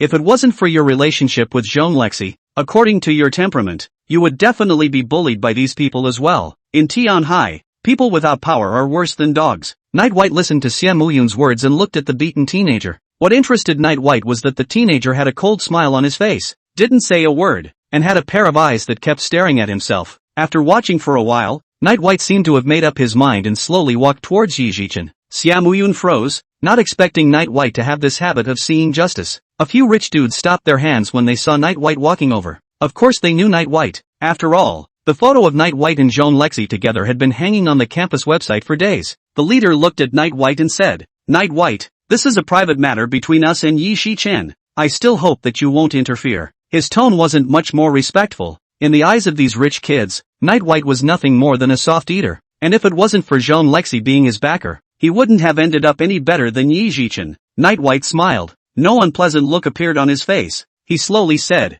I have no intention to intervene. I just want to advise you a few words. This is the entrance to the school. If your behavior is photographed by others and passed on to the campus network, the school's face can't bear it, and it will definitely look for trouble from you. After Night White finished speaking, he leaned against the wall and looked at the men. The man in the lead was silent for a while, but finally said, thanks for the reminder. With that, he took off with a couple of his helpers. Of course he knew that Night White was standing up for Yi Zichen, but what Night White said also had a few points of truth. So let's consider it as giving Night White a face. Yi Zichen climbed up from the ground, picked up the trampled glasses, and put them back on the bridge of his nose. One of his faces was a little twisted in pain from the act of getting up, but he tried to keep his spine straight. It was only then that Night White could see that he had a very clean face, but was very thin and weak, and the military uniform he wore felt empty as if it had been put on him. He walked up to Night White and looked at him for a moment before extending his hand as if he wanted to shake his hand. Night White looked at the pair of bony hands, which still had a lot of dust on them,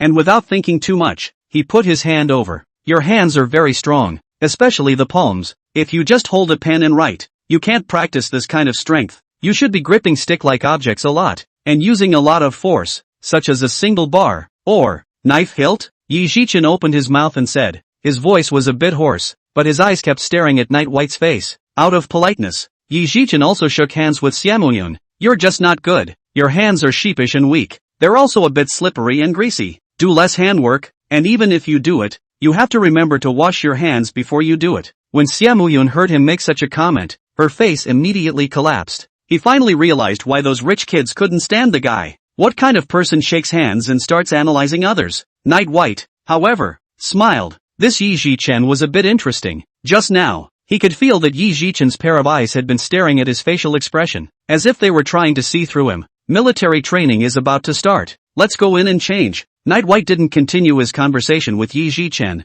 but instead greeted Xiaomuyun and headed to the locker room. But Yi Zichen had followed them all the way to the locker room. No dude, what are you up to? What are you, a peeping Tom? You're supposed to be in the women's locker room. Are you craving 200 pounds? Xiaomuyun finally couldn't help himself and started talking with his mouth full of strange words. Yi Zichen did not respond in the slightest to Xiaomuyun's strange words, but instead looked at Night White with a burning gaze and said, Night White, I'm going to be yours. I'll do whatever you want me to do. At these words, Xiaomuyun's jaw dropped to the ground as he looked at Yi Zichen in shock. Could it be that this kid is the kind of guy from the legend? That would be really exciting. The corners of Night White's mouth twitched even after hearing this. The ambiguity of what this Yi Zichen said was also too great. Looking at the time, there were less than 5 minutes before the military training would begin, so Night White let Xiaomuyun go over first. Otherwise he would be lectured by the instructor again. Yi Zichen didn't seem to be afraid of being late for military training at all, even though he was facing a very harsh punishment in a while. What do you mean? Why do you think that? Night White asked. From Yi Zichen's tone, Night White surmised that he might have guessed something. Yi Zichen smiled and sat down, saying, It's very simple. I don't have a backer and I'm bullied all day long, so I want to find a backer in Tianhai University. Night White frowned and said, Zhong Lexi? I can have her notify the school authorities to take care of you for a moment or two. However, Yi Zichen snorted disdainfully when he heard this. The school authority is of no use. Night White, the backer I'm talking about is not the school authority, much less Zhong Lexi, but you, pure and simple. Yi Zichen said as he stared intently at Night White. Night White was about to ask Yi Zichen about his reasoning when he heard him continue. You're handsome, but there are ones in school who are more handsome than you, but they didn't pick up Zhong Lexi, so it's not your face value that Zhong Lexi likes. There must be something about you that attracts Zhong Lexi to you, or a trait that none of us have. Zhong Lexi owns the entire Zhong family. It's impossible for her to be short of money, and she is cruel in her methods. If such a person wants to get close to her, they have to speak with her on an equal footing. You must not have any fear of her and her powering yourself. Once you show your fear, you'll become her. A plaything? Yi Zichen calmly analyzed. Then he pushed his glasses, which had already shattered on the bridge of his nose, and continued reasoning. To be able to do that without fearing Zhong Lexi, you have to have power equal to hers, and to get her, you have to be stronger than the Zhong family, or even, your power is so great that you can't put the Zhong family in your eyes? Speaking here, Yi Zichen suddenly asked a probing question, then stared closely at Night White's micro-expression, finally revealing a look of I'm sure it's like this. Sure enough, only then will you have enough backbone to socialize with Zhong Lexi. I guessed right again. Yi Zichen said with a sense of relief. In Tianhai, one cannot find a force that exceeds the Zhong family. Even in the entire Dragon Kingdom, one cannot find a force strong enough to crush the Zhong family. So the force behind you is frighteningly strong. The conjecture in Yi Zichen's heart was confirmed, and he finally came to this conclusion. After Night White listened to Yi Zichen's analysis, he knew that he had met a true genius today. To be able to surmise so much from these minutiae, Night White greatly admired him. You are indeed very powerful, but why should I promise you? Night White asked with interest. Chapter 51 Yi Zichen's own way. Facing Night White's question, Yi Zhichen's face revealed a touch of nervousness. He was silent for a long time before he finally said, "As you can see, I have a high IQ, and although I know that all the intrigues and tricks don't play much of a role for someone at your level, I think I can help you with some of your troubles with my brain." After saying that, Yi Zhichen looked at Night White with anticipation, waiting for his reply. Night White didn't give him a clear answer, but asked, "If I'm right, you planned for you to be mobbed in front of the school today, didn't you? Let's see. You should have planned more than that. What you planned should have been for them to beat you up a little harder, to look a little more miserable, so as to have a better chance of making me sympathize, but unfortunately I came a little early today, and they didn't beat you up for long before I was able to stop them." After Yi Zhichen heard Night White's words, he was silent for a long time before finally nodding his head, and then said with a smile, "You are truly a sword with wisdom." The military training had already started for a long time.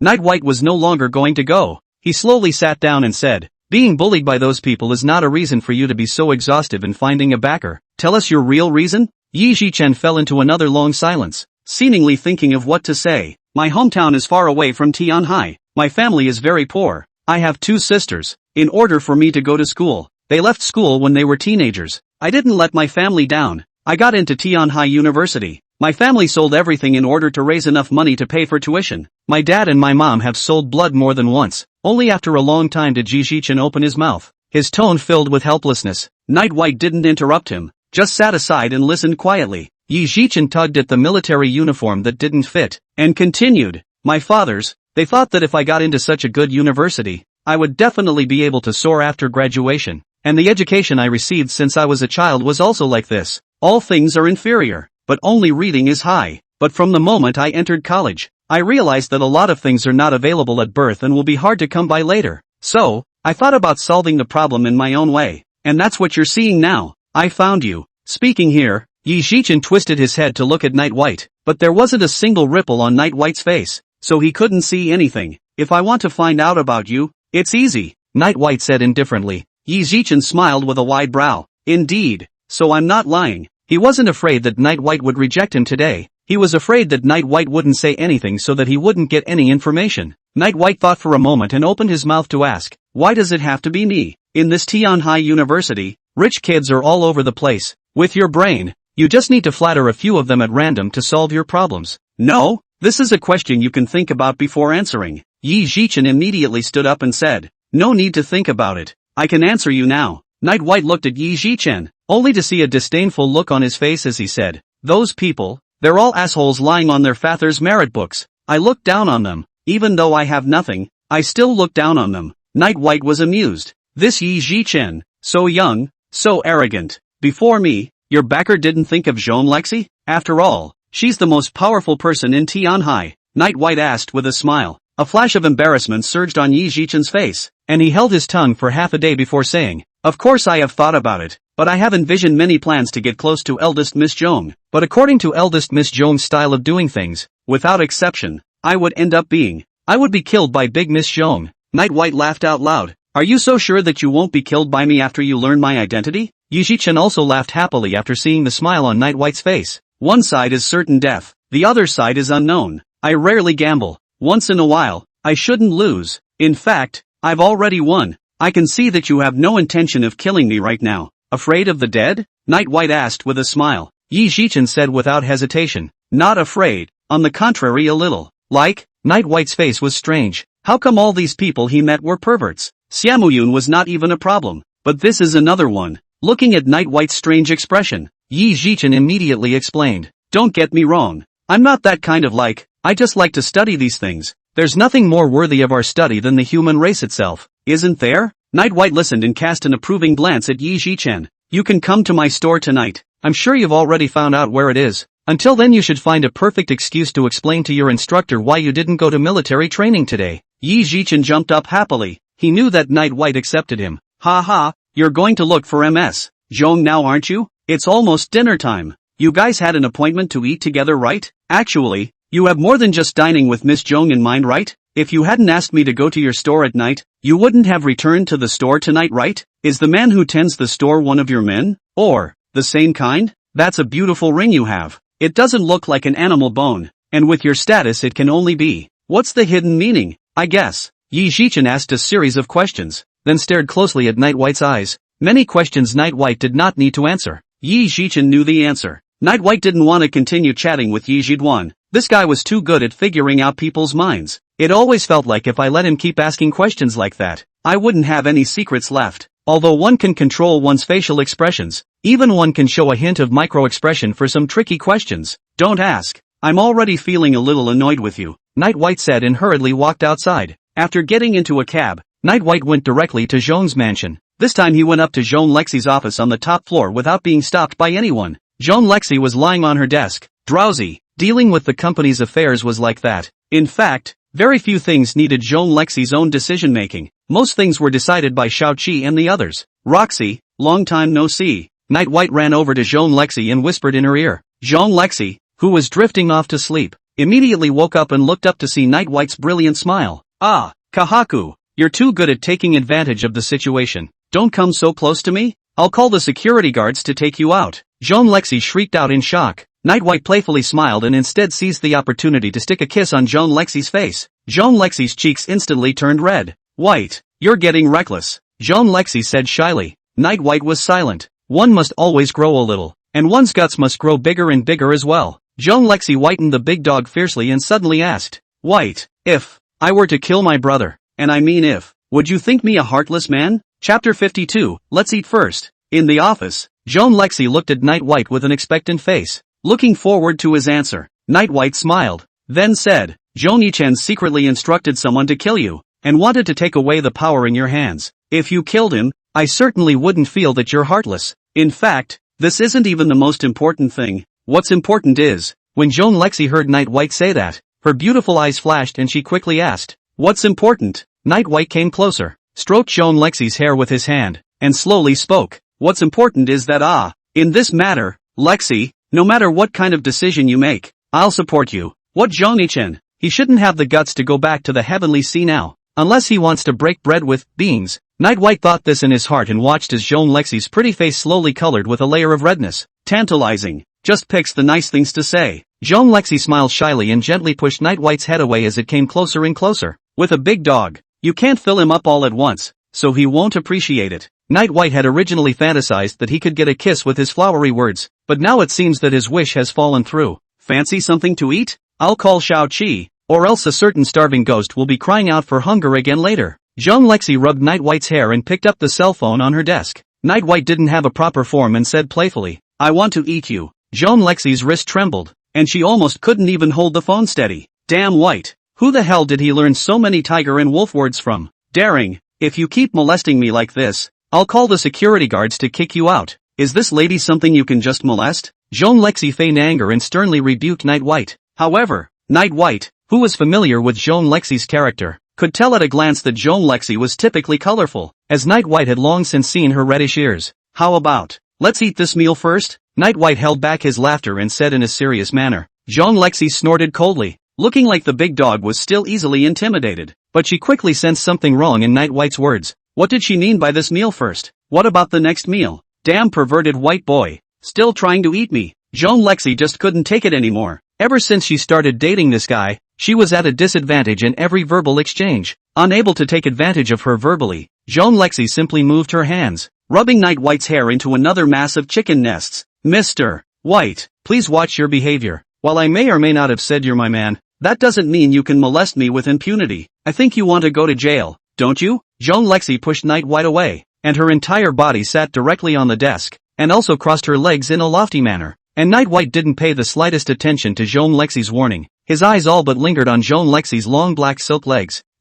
Black and white chocolate buttercream. Lexi, I'm hungry. Suddenly so hungry. Night White suddenly felt very appetizing. The corners of Zhong Lexi's mouth hooked up slightly as she watched Night White's demented face, enjoying the feeling of a big dog wanting it so badly but not giving it to herself. Say, what's for dinner? Chocolate cream cake. That's it. I'll cough on anything else. Zhong Lexi laughed out loud and finally satisfied Night White's little wish. While eating the cake, Night White's eyes weren't even on the cake, but kept staring under the table. Mr. Xiaobai, I want to tell you that if you don't pay attention when you eat, you're likely to choke. Zhong Lexi spoke up to warn. She had long since noticed Night White's eyes, and although she said so on her lips, her heart was still beautiful. It's a good thing that big dogs are madly obsessed with themselves. Zhong Lexi thought so, and even moved her legs a bit, putting them into an angle where Night White could see more fully. After Night White ate his fill, he told Joan Lexi that he had to go back to the store later, because he had an appointment with Yi Jichen to talk to him at the store. Joan Lexi couldn't help but frown when she heard the news.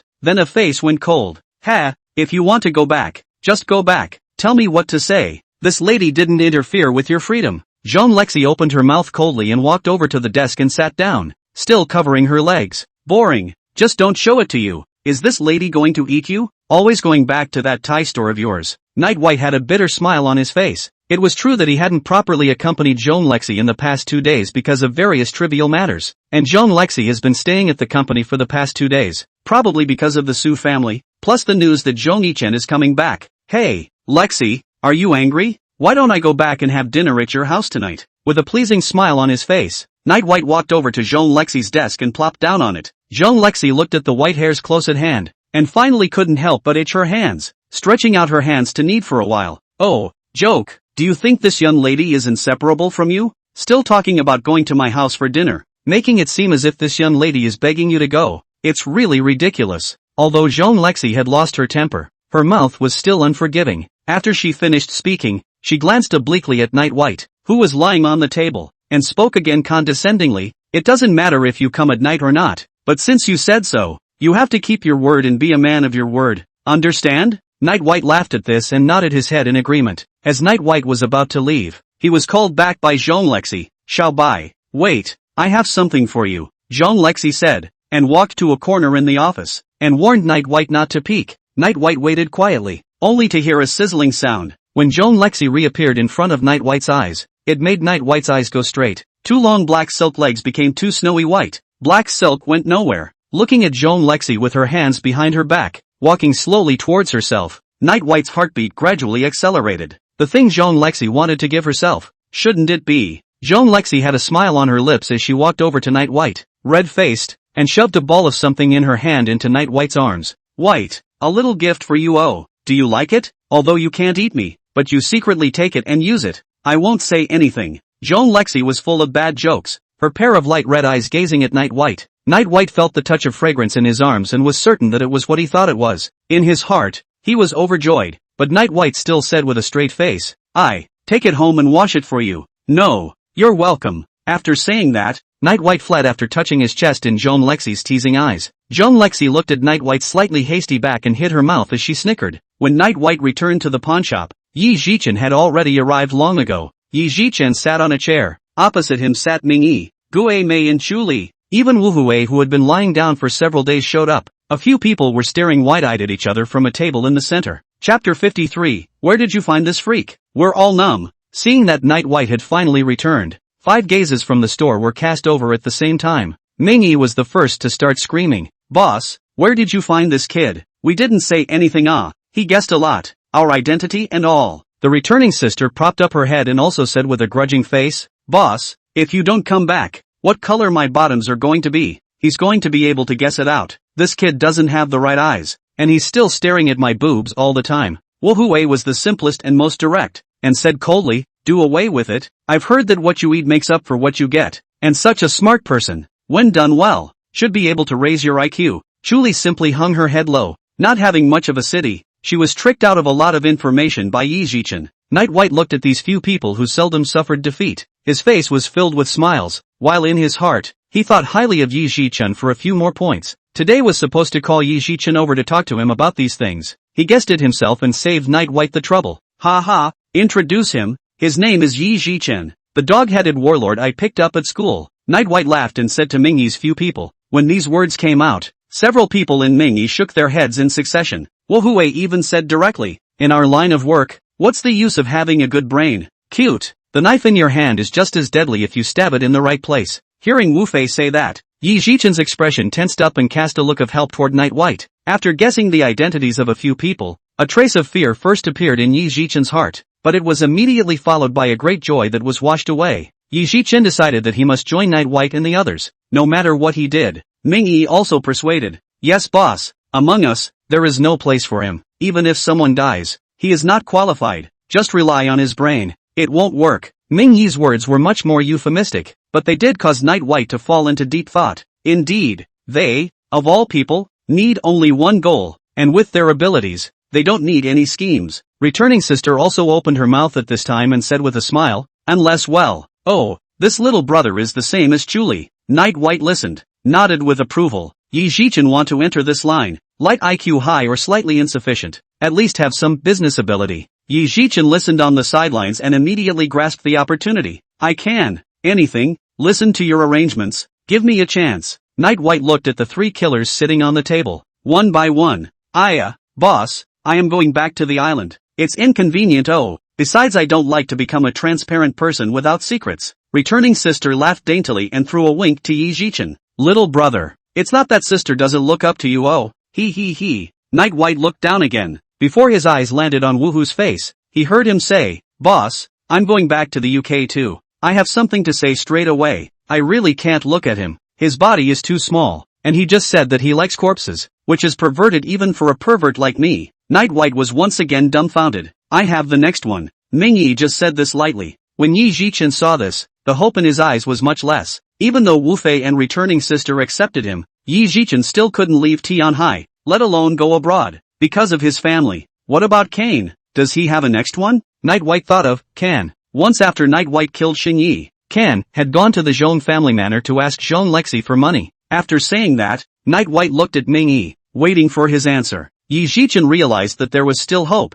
and his eyes immediately lit up again. Looking at Ming Yi expectantly, Ming Yi glanced at Yi Zhichen and finally said, count your kid's luck. Can that guy is also a skinny monkey? About to look at you. Wait for 2 days. I'll ask him to come over and take a look before saying anything. Yi Zhichen nodded his head repeatedly after hearing this, and on his face was an uncontrollable ecstasy. Night White glanced at Yi Zhichen, not understanding why he was so happy. Yi Zhichen, things haven't even come to fruition yet, and you're winning? That's not a good habit, Night White said with a smile. When Yi Zhichen heard this, the smile on his face didn't tighten, but said, ha ha, for someone like me, even if there is only a slim chance, it is enough to make me rejoice for a long time. I'm not afraid of anything, but I'm afraid of having no hope. Night White nodded. Yi Zhichen's character like this was something that many people did not possess. As you should have guessed from our conversation, to be able to kill people in our place, you may undergo very painful training. Night White reminded. Yi Zhichen became even more excited and directly jumped out of the chair, spinning a few times in place. That would be great. My favorite thing is pain. Night White was completely speechless. Wu Huwei snorted coldly. What did I say? A pervert like me thinks he's perverted. Night White dismissed Yi Zhichen and decided to wait for Can to come before informing him. After Yi Zhichen left, Ming Yi smiled and said, boss, there really are those who aren't afraid of death. That Zhong Yichen went back to the heavenly sea, and I'm wondering if All Souls has killed fewer people over the years and doesn't have much prestige anymore. Night White was also immediately interested after hearing this news. No wonder Zhong Lexi had asked herself today what she thought if she killed Zhong Yichen. Now it seemed that this Zhong Yichen was determined to snatch the Zhong family. Zhong Jinhan must have told him about the horrors of all beings, but Zhong Yichen still got bent out of shape. That's how human desires can make people incredibly stupid sometimes. Zhong Yichen was still too young in the end, and did not have a deep appreciation for the horror of all beings that Zhong Jinhan spoke of. Boss, we don't care about this. Speaking of which, that's your brother-in-law, Ming Yi said with a smile, and returning sister and Wu Fei nodded their heads. Night White rolled his eyes greatly, and had no intention of letting them take care of it. Alright, got it, I'll do it myself, Night White said, and headed out of the store. As if interested, Ming Yi stood up and asked, boss, you're doing it tonight? Ha, killing your brother-in-law is not soft at all. Night White's pace paused, looked back, and said, who said I was going to kill him tonight? I have important things to do tonight. When Ming Yi heard this, he immediately revealed a look of understanding. Wu Fei, whose injuries had improved somewhat, saw that Night White was going to leave again, and after hesitating for a while, he finally made up his mind. Boss, don't go yet, I have something to tell you. Wu Huwei's voice was low, calling out to Night White, who had already taken a step out of the doorway. Night White turned around and glanced at Wu Huwei's expression before returning to his chair and sitting down again. What is it? Wushu took a deep breath and spoke slowly. Black impermanence has looked for me. When Night White heard this, a rare look of gravity appeared on his face. Chapter 54, Who should be saved? Wushu's words immediately caught everyone's attention. A silence fell over the store.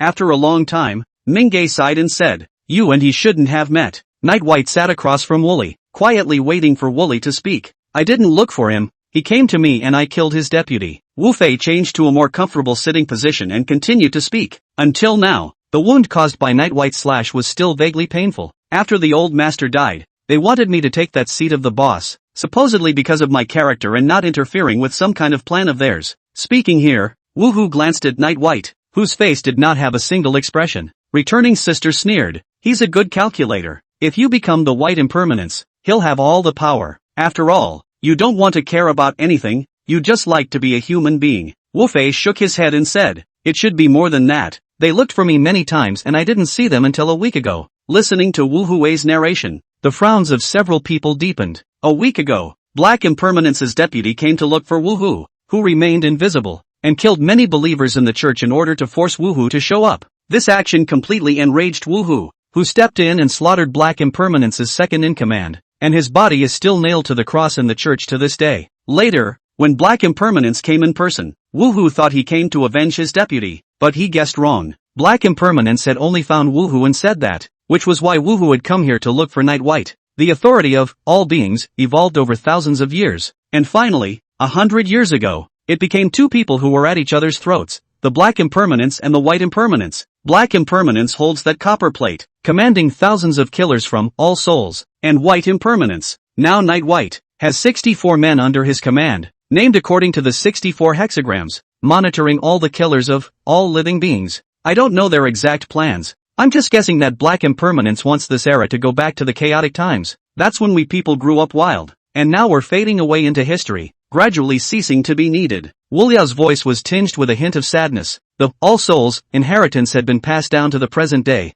from the peak of 700,000 people to less than 100,000 assassins now, and although it was still an unrivaled force, it had to be admitted that the All Souls was in an increasing state of decline. Back then, when all beings was in its incomparable prime, there was a saying that circulated among all the people: wherever the light of the sun and the moon shines, it is a frontier for all beings to ride. Boss, to be honest, if it wasn't for your existence, I would have followed Black Impermanence, Wu Hu said with a smile. Returning sister sneered at this and said sarcastically, "That's why you can't be the White Impermanence." Night White looked at Wu Hui's smile and had mixed feelings in his heart. If we go by what Black Impermanence thinks, a lot of innocent people will die. Night White muttered, "If this era returns to chaos, how many people will have to die? The prosperity of all beings requires the sacrifice of all beings. Glory, power, desire. This world has survived until now, and there are no more innocents in all beings." Wu Fei held the cross on his chest in his hand and said softly. The two thoughts in Night White's mind were constantly intertwined. Whether to save all beings, or to save all beings. Where is Black Impermanence? I want to talk to him, Night White suddenly said. As soon as Night White's words fell, Ming Yi, who had been silent, stood up, and under the shadow of the lamp, his face flickered. "Boss, the king doesn't see the king, that's the rule." Ming Yi's tone was full of determination. Night White was silent for a long time after hearing this. "I have to think about it. If one chose to stand on a united front with Black Impermanence, then with the two of them joining forces, nothing in the world would be able to stop the rise of the Yi beings anymore. But the consequence of that would be the birth of an even greater chaos. If you don't do that, all beings will surely, because of the two, fall apart." Night White gently stroked the bone ring he wore on his left hand and slowly got up, walking towards his room with heavy feet. "What do you think, sons of turtles? What decision do you want your master to make?" Gini I asked, her eyes fixed on Wu Hui, who was pale, and Mingyi, whose expression was unreadable. Mingyi remained silent, his face hidden in the shadow of the lamp as if he were asleep. "Me, I only recognize that ring." Wu Fei spoke faintly before covering his chest and walking towards the room he was sleeping in. Returning sister rolled her eyes. "Never mind, it was useless to ask." Night White sat in his room, looking at the bone ring in his hand. "Suddenly I kind of miss the old white man." In the middle of an old courtyard in Tianhai City, a young man with a shadowy expression sat at a stone table. Across from him, a gray-haired old man held a teacup and took a small sip of tea. Elderly glanced at the young man with a face as heavy as water and spoke. "Zhong Yichen, you shouldn't have come back." When Zhong Yichen heard this, he gritted his teeth and a look of anger appeared on his face. "I'm not willing. The Zhong family was originally mine." Zhong Yichen squeezed out a few words from between his teeth. The teacup on the table was tightly squeezed by him. Elderly sighed after hearing this and stopped speaking. At that moment, the courtyard door slowly opened, and Zhong Jinhan walked in with a sullen face. Zhong Yichen immediately got up upon seeing Zhong Jinhan. "Father!" Zhong Jinhan arrived in front of Zhong Yichen and raised his hand to slap Zhong Yichen across the face. This slap was so powerful that it directly knocked Zhong Yichen to the ground. "Asshole! I warned you not to let you come back." Do you know the consequences of doing so? Zhong Jinhan roared angrily, looking at Zhong Yichen, who had fallen to the ground, without a trace of heartache in his eyes. Zhong Yichen slowly climbed up and wiped the blood that spilled from the corner of his mouth. His eyes filled with madness. He roared hysterically. By what right? You agreed. The Zhong family is mine. What is Zhong Lexi? How can a woman lead the Zhong family? Before the words were finished, Zhong Yichen was greeted with another slap from Zhong Jinhan. Something that doesn't know how to die. I told you, we're nothing compared to all beings. Are you looking for death? Zhong Jinhan's anger increased, and he threw another round of punches and kicks at Zhong Yichen on the ground. When Elderly saw this scene, he frowned and finally couldn't help but stand up to stop Zhong Jinhan. Zhong Yichen, listen to your father. Go, don't think about the Zhong family. Your father is considering giving you other powers. Elderly said this and pulled Zhong Jinhan to sit down.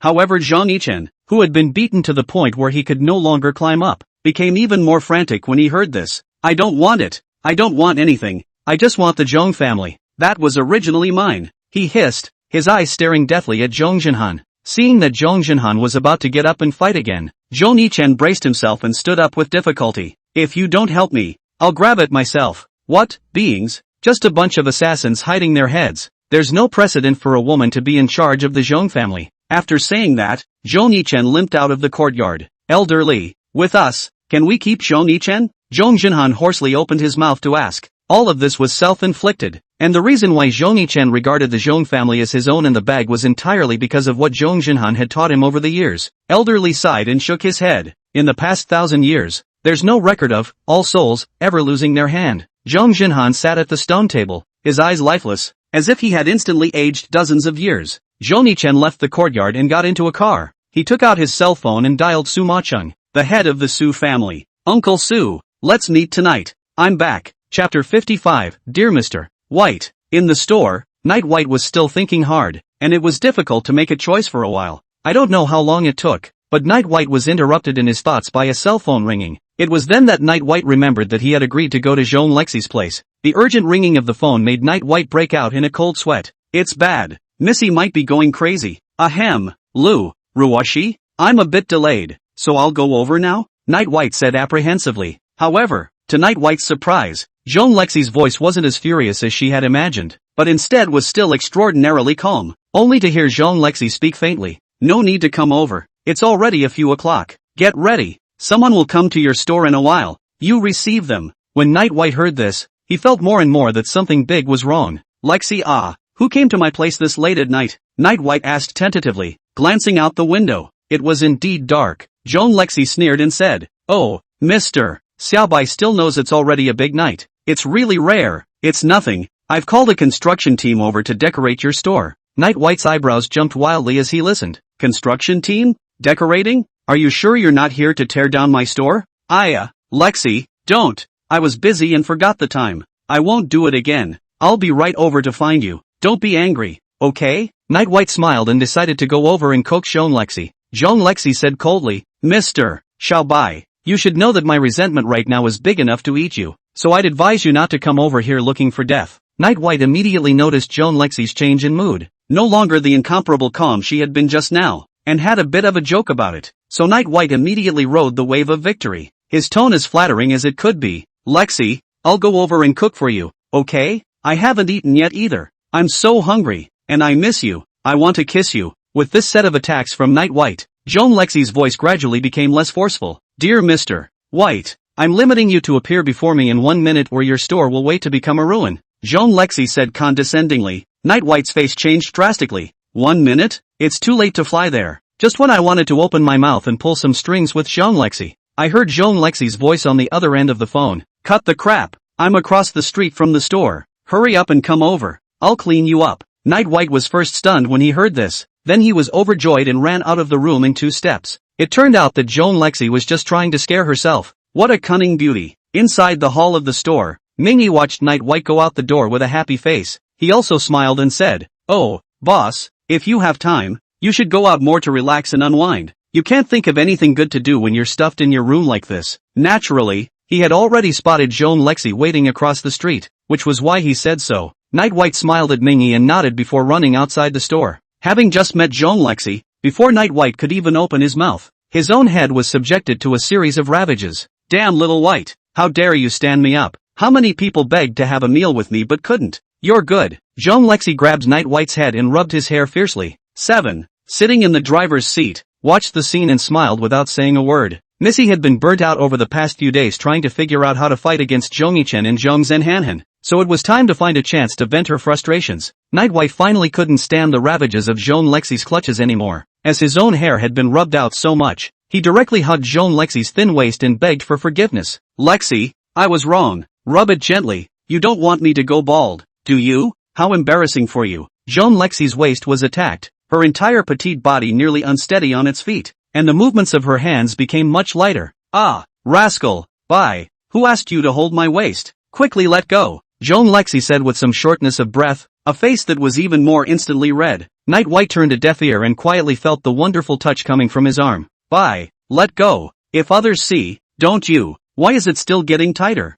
Zhong Lexi hugged Night White's head and spoke softly. The situation changed too quickly, and Zhong Lexi, who was originally unforgiving, actually had a hint of pleading in her tone. Ah, Lexi, why don't you rub it? Night White said with a bad smile, his head still arching into Zhong Lexi's arms. Zhong Lexi shrieked out, then struggled. No more rubbing. Go away. Under Zhong Lexi's constant struggles, Night White finally slowly loosened his grip and looked at Zhong Lexi with a smile on his face. He stretched out his finger and pointed it at Night White, holding his tongue for a long time but not uttering a single word. What's wrong with this big dog? He's getting more and more aggressive. He used to just hold his hand, but now he's just pulling it. Come home with me. I'll clean you up when I get back. Zhong Lexi barked, then got into the car. Night White immediately dug in as well, still sitting close to Zhong Lexi. Pervert White, please don't keep arching towards me like an animal. Zhong Lexi curled up and sat on the seat, looking at the big dog that was clinging to her. Next to Night White was a large space, but he was hard and had to be so crowded.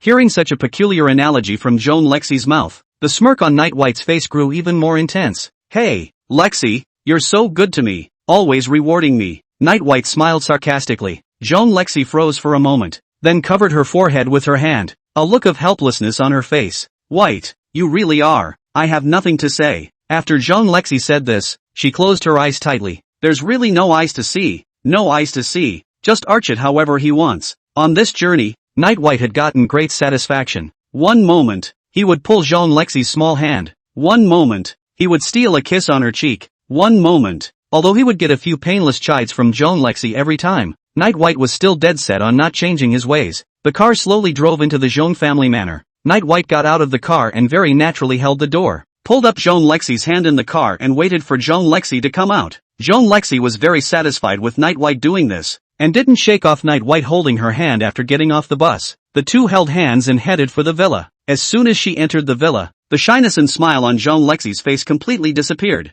replaced by a face of ice coldness. On the living room sofa, Zhong Zhenhan was sitting there as if waiting for Zhong Lexi to return. My daughter, long time no see. Zhong Zhenhan stood up, and a small smile was pulled from his face. Zhong Lexi took a step forward, blocking Night White behind her, and coldly opened her mouth. It's been a long time, father. Chapter 56 Zhong Zhenhan's request. Inside the villa, Zhong Lexi faced Zhong Zhenhan with a cold face. For this father of hers, Zhong Lexi had never had much affection in the first place. Growing up, the power-obsessed father hadn't given her an ounce of fatherly love. Whether it was Zhong Lexi or Zhong Yichen, for Zhong Zhenhanhan, it was nothing more than a tool to solidify his power. The atmosphere was a bit tense for a moment, and when she saw Zhong Zhenhan's gaze stay on Night White, Zhong Lexi's complexion chilled a few more points. Father, Night White has nothing to do with the Zhong family. Let him go back first and we'll talk, Zhong Lexi said coldly. After saying that, without waiting for Zhong Zhenhan to agree, he turned to Night White and said, Little White, will you go back first? When I'm done with it,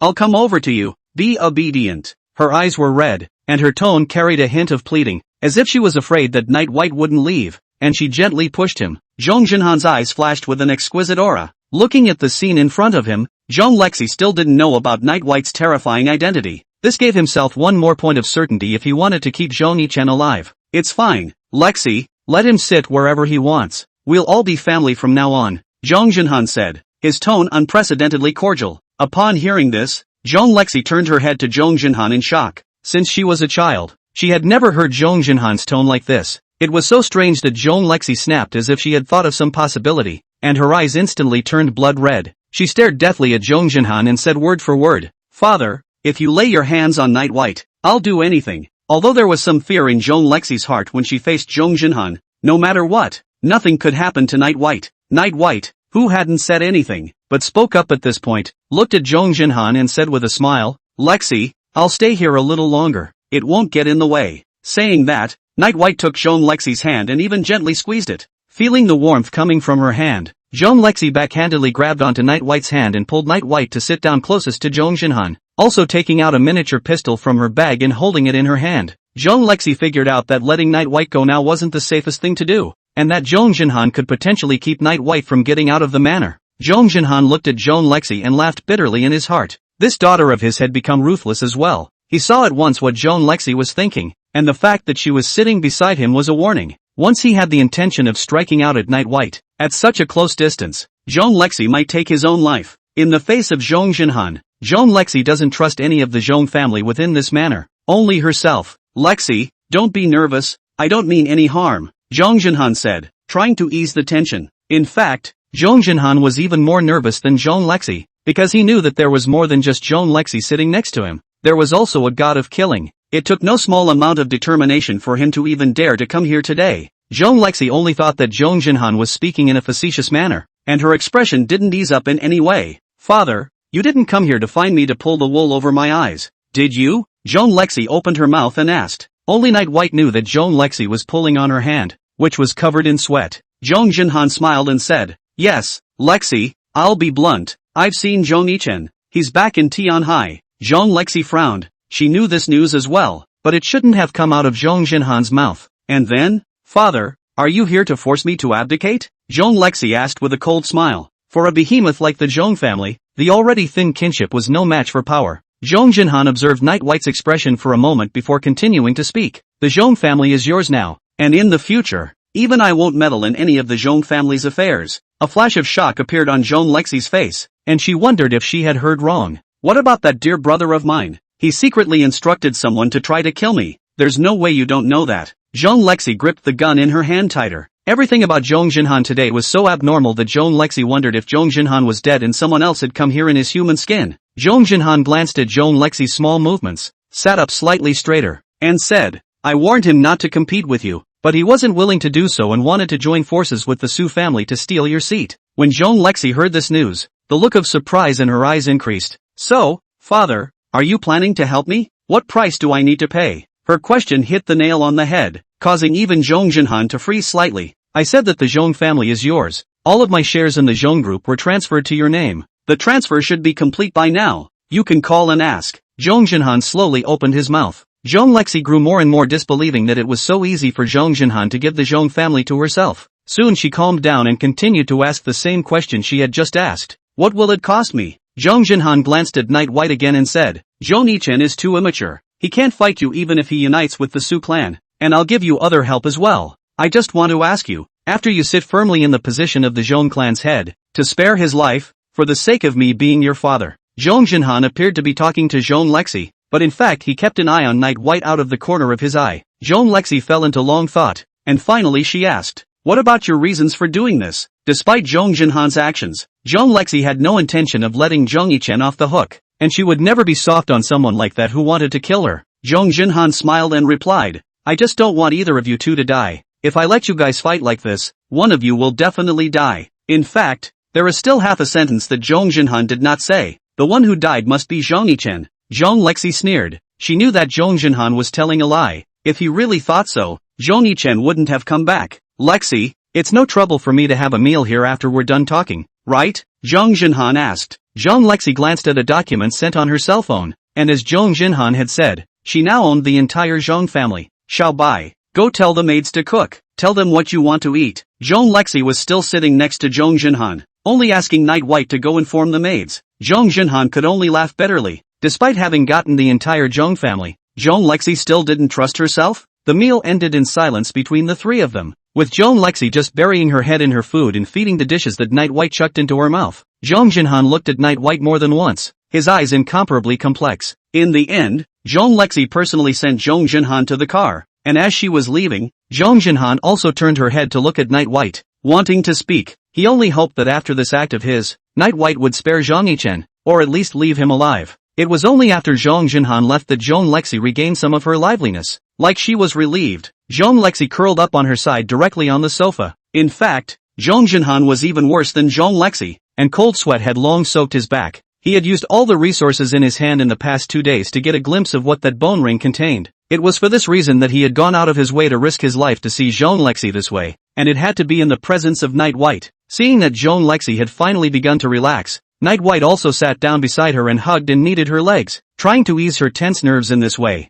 It was only after a long time that Zhong Lexi completely relaxed and a smile appeared on her face. Zhong Lexi looked at the busy Night White, stretched out a small foot and nudged his chest, asking, "White, be honest, have you used the little gift you were given at noon?" Chapter 57, What's your body made of? Night White's eyes widened a bit as he felt the soft touch coming from his chest. Because it was still September and the temperature was relatively high, Night White only wore a short sleeve. Zhong Lexi's little foot was only stepping on her chest through a thin layer of fabric. Night White greedily arched his body forward, pressing close. Zhong Lexi's pretty face was slightly red. Her heart was very happy, but her mouth still said, "Pervert Xiao Bai, asking you, have you used it yet?" Night White shook his head and denied. "Lexi, do I look like that kind of person? What with or without? I have to have time too." Zhong Lexi looked like she'd heard the funniest joke ever, her legs slightly harder, kicking away from Night White. "Oh, too embarrassed to admit it. Ha, I guess you forgot the time and stood me up, just hiding in your room to do something bad, right?" Night White was dumbfounded by the question. This problem is blocked at both ends. Say useless words, and then have to explain why he released Zhong Lexi's pigeon. Wouldn't one's image really be that of a pervert if one said one had used it? Zhong Lexi looked at Night White's expression and revealed a bad smile. "Humph, not enough for me. I'll give you tomorrow's as well." Night White, however, smiled and said, "Actually, Lexi, I miss you more than that." As he said that, Night White's pair of eyes kept looking toward Zhong Lexi's pair of small feet that were placed on the sofa. "You dream, pervert." Zhong Lexi guessed what Night White was thinking and scolded with a red face. After saying that, he got off the couch and headed upstairs to his room, and on his way out, he even stretched out his foot to step on one of Night White's legs. "Lexi, where do I sleep?" Night White asked knowingly, holding on to a glimmer of hope even though he felt that idea in his mind was unlikely. Zhong Lexi stood on the stairs to the second floor, turned her head and smiled shyly at Night White. "Of course I'm going to the room you sleep in. What else? You're addicted to sleeping on the sofa, aren't you?" Night White wanted to say that he was indeed addicted to sleeping on the sofa, but Zhong Lexi had already run into her room and closed the door tightly. Zhong Lexi, who had entered the room, had reddened cheeks and was breathing a little fast. She patted her chest gently, mentally admonishing herself over and over again, not for nothing, not for nothing. The next day, after Night White and Zhong Lexi had breakfast, Zhong Lexi sent Night White to school. Zhong Lexi had a lot to do now that she was truly in control of the entire Zhong family. The first thing to do is to exclude dissidents. Zhong Lexi must drive out all those old subordinates of Zhong Jinhan, who are not safe to use. In the past, because of Zhong Jinhan, this thing Zhong Lexi wanted to do but did not dare to do. Now the Zhong family is completely in her hands. Finally it is possible to start to implement. In addition, Zhong Lexi also had to guard against Zhong Yichen and the Su family, who were sure to make some moves in the near future. Zhong Lexi didn't trust Zhong Jinhan at all right now, so she didn't expect Zhong Jinhan to help her in any way. When Night White arrived at the school, he saw Yi Zhichen waiting at the school entrance early. Upon seeing Night White, Yi Zhichen immediately trotted over to Night White. "Hey, boss, has my master come yet?" Yi Zhiduan asked with a smile. Yi Zhichen is in the school accommodation. Last night has been to the pawn store. He came back froze excited to sleep all night. Night White looked a little unnatural as he listened to this unfamiliar name for himself in Yi Zhichen's mouth. "It's only been one night. What your master? The 8 characters haven't even started yet. And don't call me boss. It's weird," Night White said, and walked towards the school. Yi Zhiduan followed Night White's ass and said with a smile, "Hey, I've always been a patient person, but I'm really quite anxious about this." Night White knew that he was being honest, and I'm afraid that the average person, given such an opportunity, would have stayed in the store. Although Kan is in the Dragon Kingdom, he's not in the Heavenly Sea. Besides, he might still have a mission on his hands, so you wait patiently, Night White explained to Yi Zhichen. Yi Zhiduan nodded and had to settle for waiting 2 more days. Night White came to the locker room and prepared to change into his military training uniform. Yi Zhichen still followed all the way. While changing clothes, Yi Zhichen kept staring at Night White's body, a strange light flickering in both eyes. Night White was stared at in a hairy manner. Did this Yi Zhichen really have any special fetishes? If that was the case, this guy wanted to join all beings. He would have to reconsider himself. Yi Zhichen saw that Night White's expression was very unnatural and immediately explained. "Don't get me wrong, I'm oriented towards normal. It's just that I heard you did over 3,000 push-ups in one sitting, close to 4,000, which exceeds the physical limits of a normal person, and I'm curious as to what your body is made of. Saying that, Yi Zhichen remained tightly focused on Night White's body. Night White immediately put on his clothes and said with a dark face, "If you want to dissect me, just say so." Being punctured through the thoughts in his heart, Yi Zhichen didn't feel embarrassed, and asked, "Is it okay to touch without dissecting?" Night White's brows furrowed as he listened, subconsciously shrinking his body before heading outside. Yi Zhichen was still chattering after him, making Night White tire of it. "If you die in the future, can you arrange for someone to give me your body, please? Are all those guys of yours as strong as you are? Are any of them dead, and can you tell me where they're buried? Please, when I join, can you show me a personal autopsy?" Night White really couldn't stand Yi Zhichen anymore. It was enough to have one woohoo being a pervert, but now there was another one, and from what Mingy said, other than the 4 that Night White had seen, the other 60 guys each had their own weird fetishes. Night White walked faster and faster, and soon came to his own military training team, finally shaking off Yi Zhichen. After a while, the military training started, and not surprisingly, Xiaomuyun was late again, and was again criticized by Zhao Yi. During military training, Night White also received a call from Joan Lexi. Joan Lexi said that she was busy today, so that Night White didn't have to come over and find something to eat on his own, and transferred a few more tens of thousands of dollars to Night White. Night White was happy in his heart, but it always felt like he was being raised as a son. Since he and Joan Lexi met, Night White has never spent any money at all, and up to now that 100 million is still in the account and hasn't moved. Night White finally know why so many people dream of eating soft rice. Is really fragrant. The intensity of the recent military training has gradually increased, making many of them miserable, but with more than half a month left in military training, it seems like it's a long way off. It was hard to make it to the end of today's military training. Night White was not physically exhausted, he just felt very bored. Night White was already thinking now about whether or not he should trouble Joan Lexi to give himself a long vacation and come back to school when military training was over. After having a meal with Yi Zhichen at school, Night White went back to the store. Under the old acacia tree in front of the store, Mingy saw that Night White had returned and stood up, as if he had been waiting for Night White. "Something wrong?" Night White asked. Usually when Mingy this guy saw himself back, his eyelids didn't even bother to lift a bit. Mingy smiled and picked up a book from the floor, shaking the soot from it before handing it to Night White. The book was plain, the kind you can buy on the market for $2 or $3, and had many pages torn out, like the person who wrote it was so torn up and unhappy with what they had written that they tore it out and wrote it many times. The paper is a little yellowed, so someone should have been looking through it a lot. Old White wrote it the year before he died and instructed me to give it to you when you have a hard time choosing. After Mingy finished, he lay back down again and slowly closed his eyes. Night White looked at the book in his hand and froze for a long time before heading to his room.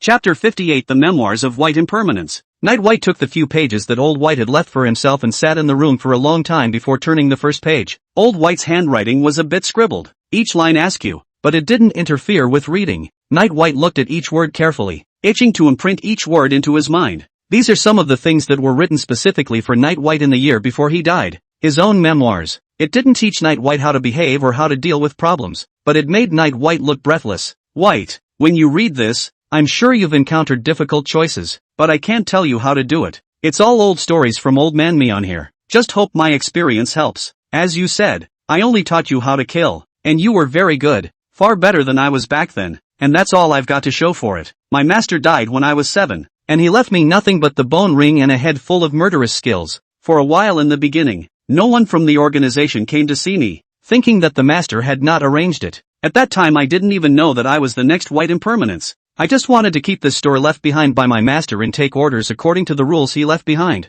But I didn't have a single order. In my time, it was hard to get enough to eat, and I had nothing much to offer because my master said I couldn't kill ordinary people. After my master's death, I was so hungry I couldn't stand it any longer, so I left the place and wandered around. In one village, I got my first order, and that one was a dead order from an old woman. Her son was killed by bandits and her daughter-in-law was tortured to death. I was surprised when she agreed at first when I said I could help her get revenge, and then I realized after a long time that it doesn't matter if it's true or not when it comes to people at her level. The old woman only took out a few ears of corn. That's all she had stashed away, and she ground it up and made me a bowl of porridge to drink. That bowl of polenta simmered so hot that it still seems to burn my chest. I helped her kill all the bandits on that hill, 71 in all, and then brought the head of the bandit leader up to her. When she died she pulled me along and said only one thing: I wish people like you existed. And I wish people like you didn't have to exist. The calluses on her hands hurt my palms, as if the pain had kept me awake for nights, and I didn't understand why. Later, the last, Xian, and Koan, found me, and it was then that I realized who I was. I had no feelings about my status or anything, except that I might not have to go hungry in the future. Life picked up slightly from there. Not only could I fulfill the orders I received from the store, but I could also go kill killers who defected out of all life. And so it went on for many years. I don't remember exactly how many, and over the years I got a few orders for my store, most of which were live orders and very few dead orders. Then I came to the rule that people who place live orders really want others to die, and people who place dead orders are simply people who don't want to live on their own. And the people who place the death orders are the ones who don't deserve to die. The year Black Impermanence came to me, I had already been sitting in the seat of White Impermanence for 10 years, and he had just taken over the seat of Black Impermanence. He asked for my help to kill a man, and when you get to his position, a list that requires personal attention and my help is never a normal list. He said no one else knew about the operation, and he'd only approached me. I think he just took over the position of Black Impermanence. He should have no one he trusts.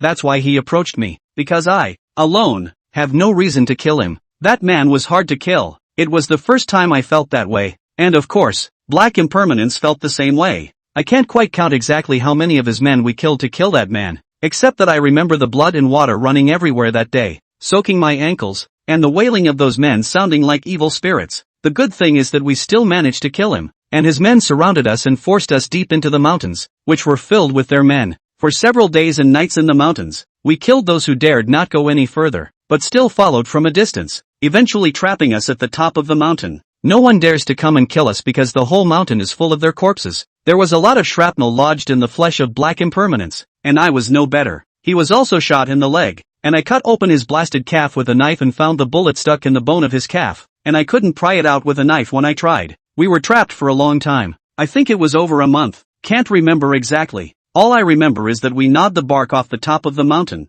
and in the meantime we killed quite a few more people. At the time, I missed the bowl of polenta I had when I was 7 immensely. Black Impermanence's wounds began to fester, and he simply chopped off that calf and sliced it into a dozen pieces with his knife. The charred flavor mixed with the sour smell, and I didn't eat meat again for years afterward. But luckily with the Black Impermanence, we didn't starve to death. The war broke out after the death of the man we killed, and the men who surrounded us gradually withdrew. As we descended, the last of the afterglow in the sky was being swallowed up, exactly like the light in the old woman's eyes when she died. I was utilized by the Black Impermanence, and while the war grew in size, the beings had a heyday. In the many years that followed, I killed many of Black Impermanence's men and laid down a rule for my next term: the king does not see the king. White, remember that story I told you 1,000 years ago? I lied to you. There's no such thing as a singable love between a squire and a princess. That's just a nice legend that all beings tell the world. The truth is that the guard did love the princess and he took her by force for her freedom, only to be betrayed by the power-hungry princess. She had left markers along the way, causing the two to be quickly found by the Fae. Later on, the princess became the queen of the foreigners by her superior mind and led them to invade the Middle Kingdom. The guards were sent into the foreign armies to join the other captured Han Chinese and serve as the first Ro to die in times of war. He miraculously survived several subsequent wars, and the Fae's guard against him gradually slackened. Finally, late one night, the guards found a chance to escape. Heartbroken, he met the child who changed his life, who created all beings, and eventually killed the princess who became the queen of the Fae. White, the bone ring made from the skull of the princess has been handed down to this day, not as a symbol of power, but as a reminder. I'm not good at reasoning, but you should know the fact that the present-day exalted beings only exist because of an ordinary child. Long before I died, I predicted that in the near future, Black Impermanence would surely still be looking for you, and you would have sleepless nights because of it. I don't know if he's right or wrong, and I don't know what decision you should make. It is thought that whatever decision you make, it is for all beings. White, I wish I could see you more often.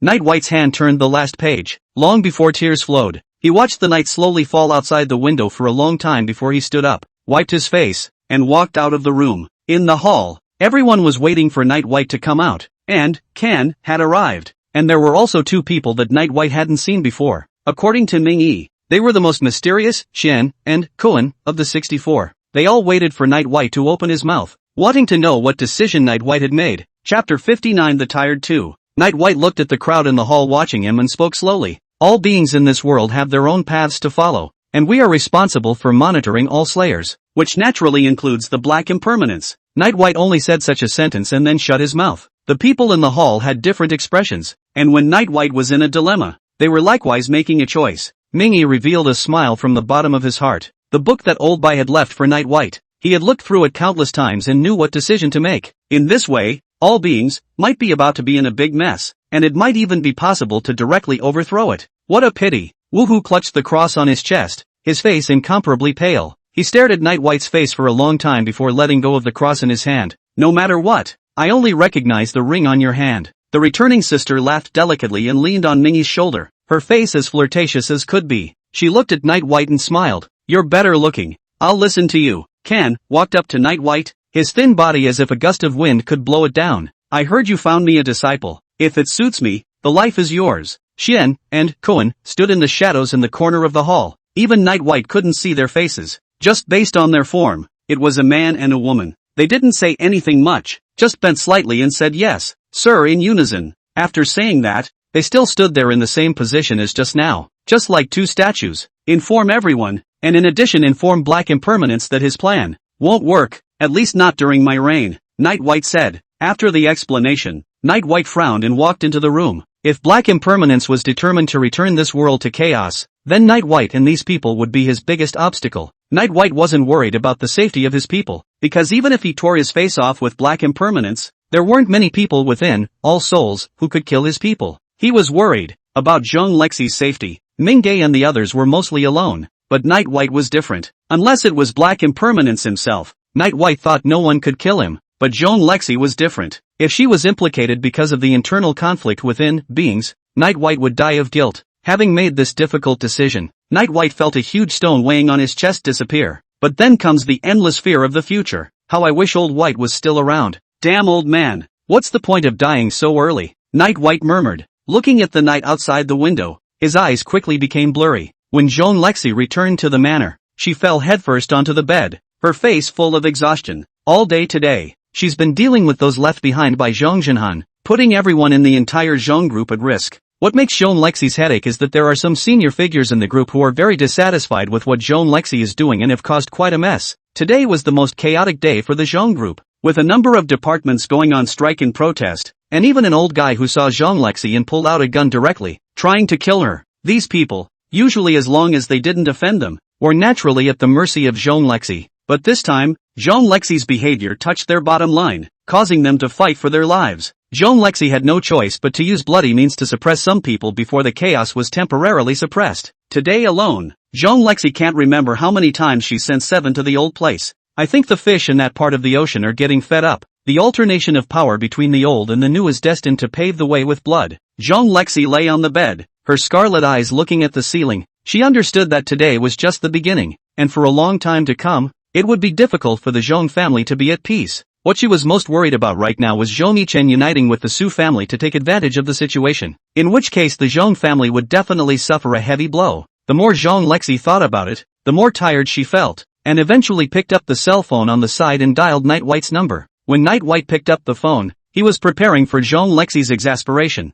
as he still hadn't taken the initiative to call Zhong Lexi today. However, there was no sound of Zhong Lexi reprimanding herself on the other end of the phone, much to Night White's surprise. Only Zhong Lexi's voice was full of fatigue as she softly said, Xiao Bai, are you busy? Come over and keep me company, okay? Listening to Zhong Lexi's almost pleading tone on the phone, Night White's heart broke. Lexi, wait for me, I'll be right there. After Night White finished speaking, he hurried out of the room. Mingyi was left alone in the hall again. Xian and Koan had long since left. Mingyi said that those two guys are always coming and going. Kan says he's going to sneak into the school tonight to see that prospective protege of his, and is a little impatient. Night White only briefly explained a few things to Mingyi, then left the door, took a car, and went straight to the manor. After entering the villa, Night White went straight up to the second floor and stood at the door of Zhong Lexi's room and knocked. The door quickly opened, and Zhong Lexi looked very tired, and without saying a word when she saw Night White, she dove into his arms. Lexi,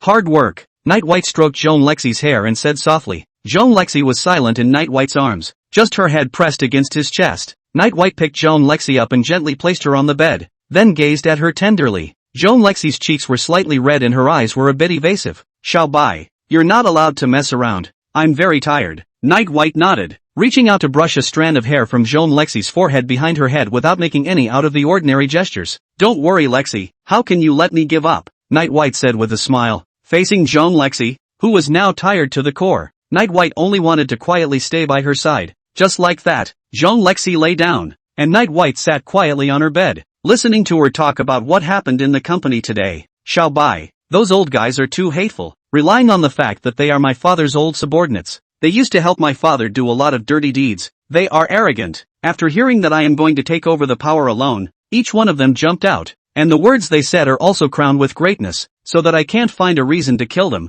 They are annoyed to death. Jean Lexi spoke softly, knowing that Night White might not be able to help much, but still wanting to find someone to say what was on her mind. Night White quietly listened to Jean Lexi's confidences, and the thoughts in his mind about these things were very simple. It's not convenient for you to kill. I'll do it. However, Jean Lexi's following sentence caused Night White to reveal a strange expression. I only heard Jean Lexi say, I plan to hire a killer to assassinate them without God knowing it. Whisper it to you. There's an assassin organization called All Beings. It's very powerful. What do you think? Chapter 60, Too Late. In the room, Jean Lexi looked at Night White, whose face was a bit strange, and her two large eyes flickered for a moment, revealing a hint of worry. She sat up and reached down, pressing Night White's head into her lap and rubbing it gently. Little bye, don't be afraid of me, and also, don't divulge my plans. Jean Lexi gently pinched Night White's ear, as if comforting Night White. Jean Lexi thought that normal people would be afraid of themselves when they heard about this heartless plan of theirs, but she didn't want Night White to be like that. Lexi, I'm not afraid. On the contrary, I also think that you, like this, are charming. Night White lay there, smiling at Jean Lexi. Jean Lexi smiled flirtatiously and gently grabbed Night White's face. You're just going to make me happy. Get up and away. This young lady is going to sleep. Night White, who was enjoying himself, was pushed away by Jean Lexi, who was then seen shrinking under the covers and wrapping herself up tightly. Night White was about to go back to sleep on the couch when he heard Jean Lexi's heavenly voice. Xiao Bai, come here and sleep with me in your arms. And remember not to move, or I'll tie you up. Night White burrowed through a corner of Jean Lexi's quilt that had been lifted up, very obediently not moving around, and circled Jean Lexi's head with his arm. Jean Lexi's pretty face flushed red as she curled up in Night White's arms, feeling much more at ease. Night White held her tenderly, listening to her breathing gradually become steady. When Jean Lexi was asleep, Night White gently got out of bed and walked over to the window. He looked at Jean Lexi's beautiful sleeping face and said softly, go to sleep dear, and when you wake up, the Bell family will be entirely your Bell family. After saying that, Night White swept out of the window silently without disturbing anyone. As early as the first time he came to the manor, Night White had mapped out the security force within the manor, and he very easily left the manor and blended into the darkness of the night. At the pawn store, Mingyi was about to close the door of the store when he saw Night White returning. Yo, boss, what are you doing back at this hour? Kicked out by Oniai-chan? Mingyi's tone was full of sympathy. In his opinion, Night White must have annoyed Miss Zhong and was kicked out of her bed before she came back in disgrace. Night White glanced at Mingyi and said, don't think too much. What family status do I have? Can she kick me out? Come back for business. Mingyi collected a few laughs. It was late at night now, and Night White's main business must be to kill someone. Check the top management of the Zhong clan group and give me the details of each person. How long will it take? Night White asked directly. He had to go back before dawn, and according to what Jean Lexi had just said, there were 4 people who had been working against her. 4 of them were the most radical. All of them were the patriarchs of Zhong's group, and Night White made a note of their names. Akira smiled and said, 1 minute. When Night White heard this, he revealed a strange look. So fast?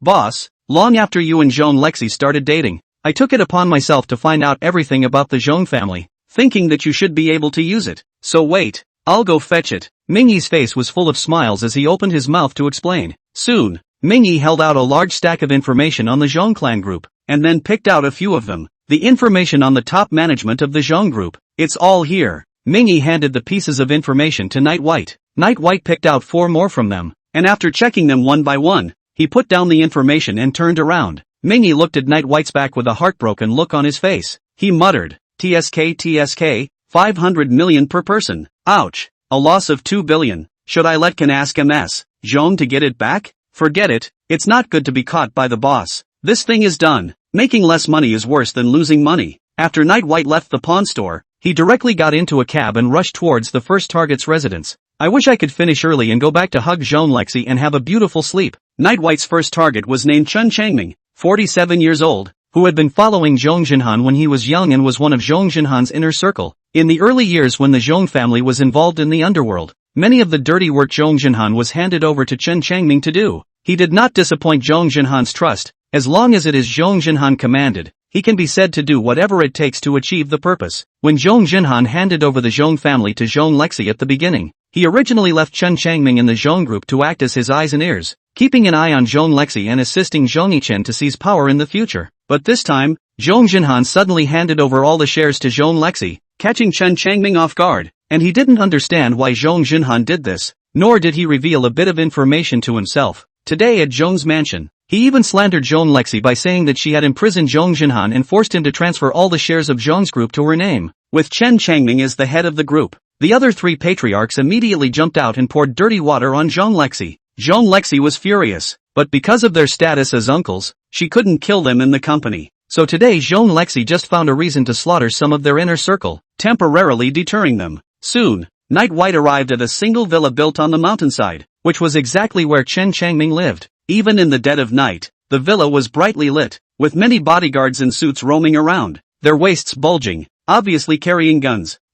Going down the mountain for some fun later? My buddy there recently kidnapped a bunch of goodies, all young and beautiful. Are you crazy? Next time, Mr. Chen ordered to pay close attention to the villa's defense in the next few days. If we both get caught, our little lives will be over. That's right, only when Mr. Chen finds someone and brings down Zhong Lexi can we breathe. The two bodyguards came together to smoke a cigarette, unaware that not far from them, a figure was hidden in the darkness. After confirming that Chen Changming was in the villa, Night White was about to leave when he heard the two talking again. Brothers, Miss Xiong, that body is simply enchanting. If this time Mr. Chen can bring down Miss Xiong, at that time I do not know if we can let our brothers deal with her. Hey, think of the excitement. You're just dreaming. If she's like that, why doesn't Mr. Chen enjoy it himself? If it really falls into our hands, I'll pay $500,000 for the first one. He. The two men laughed lustfully, unaware that death was close at hand. Only a black shadow was seen sweeping past, and the two people who were talking and laughing were both stunned.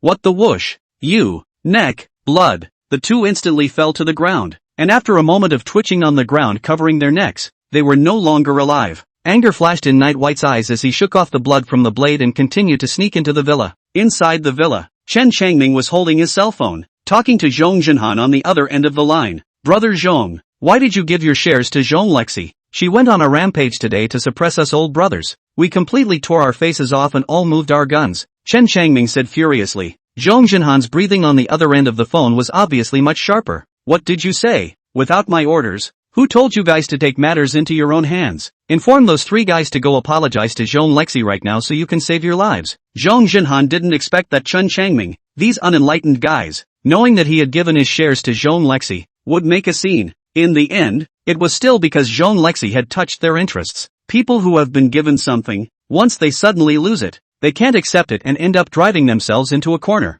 Seemingly sensing the urgency in Zhong Jinhan's words, Chen Changming realized the seriousness of the matter. He immediately opened his mouth and said, Brother Zhong, what the hell is going on? The voice ended abruptly. Hello? Zhong Jinhan called out several times in succession on the phone without any response. As if he had guessed something, his hand holding the phone began to shake violently. It didn't take long for an icy voice to come from the other end of the phone, scaring Zhong Jinhan out of a cold sweat. Late. Chapter 61. What do you call it if not Lexi? At 4 in the morning, Night White returned to Zhong Lexi's room. Zhong Lexi was still asleep, just curled up on the edge of the bed. It was as if he had been searching for Night White's embrace in his sleep and had moved all the way to the edge of the bed. Night White gently lay down next to Zhong Lexi and re-held her in his arms. Zhong Lexi grunted, feeling the familiar embrace, and arched in Night White's arms, the drool that flowed from her sleep rubbing off on Night White. Night White looked at her tenderly and hugged her a little tighter, delicately feeling the fragrance in his arms. Shall buy. Hot, Zhong Lexi murmured in a fine voice, then reached out and lifted the quilt, wrapping her arms around Night White but tightening them even more. Night White's eyes gradually became fiery, and he lowered his head to hold Zhong Lexi's soft lips, and then it was a passionate kiss. Zhong Lexi frowned lightly, awakened by Night White's movements, and opened a pair of autumnal eyes before closing them again, responding to Night White's scorching kisses. After a long time, the lips parted, and Zhong Lexi's sleepy eyes gasped softly, Bad Xiao Bai. What about the promise not to let you mess around? Night White was caught in the act and said with a smile, Lexi, it's not my fault. If it is, it's because you're so good looking. Zhong Lexi's hand under the covers gently pinched Night White and arched into his arms again. Little Bai, Honestly, did you just hate the heat of holding me and slipped off to the side to sleep? Joan Lexi gently stroked Night White's hair and asked with half-smiled eyes. Night White's gaze flickered for a moment as he explained. No, I just got up to go to the restroom, and when I came back, I continued to hug you. Hearing this, Joan Lexi closed her eyes again and hummed softly. Humph, Xiao Bai, isn't it time for you to exercise a little moderation? You have to go to the bathroom in the middle of the night. You're so weak, and don't touch my pajamas. You want to be tied up to see me without clothes, don't you? After saying that, Joan Lexi went into sleep once again. In Night White's arms, she always felt like she couldn't get enough sleep. Night White's eyes were filled with shock. Half asleep, half awake Joan Lexi, always able to say something about tigers and wolves. He smiled bitterly and hugged Joan Lexi tightly, slowly closing his eyes as well. Early the next morning, as soon as Joan Lexi opened her eyes, she saw Night White arching into her arms and falling asleep at some point. Her face instantly turned red. Damn, I was so tired last night. Did I really sleep with this guy? It didn't do anything, but wasn't giving the big dog too much of a taste. I have to say that last night was the most restful sleep I've ever had. Joan Lexi's body slowly shrunk back, trying to escape from the bed. However, Night White, who was pretending to be asleep, had long since noticed Joan Lexi's small movements, and every time Joan Lexi shrank back, he arched forward. The two of them moved all the way to the edge of the bed, where Joan Lexi didn't know that this guy was pretending to be asleep. She was just too embarrassed to poke him. Yeah, Lexi, you're awake? Did you sleep well last night? After a long time, Night White opened his eyes and looked at Joan Lexi with a smile in his eyes. Joan Lexi's delicate body trembled and immediately reached out and pushed Night White away before running off the bed. I didn't sleep well at all. I'm warning you, Xiao Bai. This young lady didn't say that sleeping in your arms was comfortable, Joan Lexi said in a panic. Listening to Joan Lexi's pre-verbal words, there was more laughter in Night White's eyes. Lexi, it's still early. Let's sleep some more, okay? Night White said playfully, and even opened his arms to Joan Lexi. Joan Lexi's pretty face reddened a few more points as she looked at Night White's open embrace, and although she wanted to dive in, she held back. Wouldn't I be disgraced if I went over there when he asked me to? Shut up, Xiao Bai. You're too insatiable. I'm telling you, it was only once last night. Don't even think about sleeping with me again. And you're brazen enough to get into my arms, so I'm punishing you with 2 hours of not being allowed to call me Lexi. Joan Lexi grunted softly before she walked around the bed and headed for the bathroom. Just as she was about to walk into the bathroom, Night White's voice came lazily from behind. What do you call it if not Lexi, baby? Night White suddenly thought of the scene where Joan Lexi had wiped saliva onto herself. Joan Lexi, who had her back to Night White, shuddered violently when she heard Night White's words, her eyes full of incredulity. Immediately after that, one of her faces quickly turned red, and even her neck and ears became reddish. Idiot.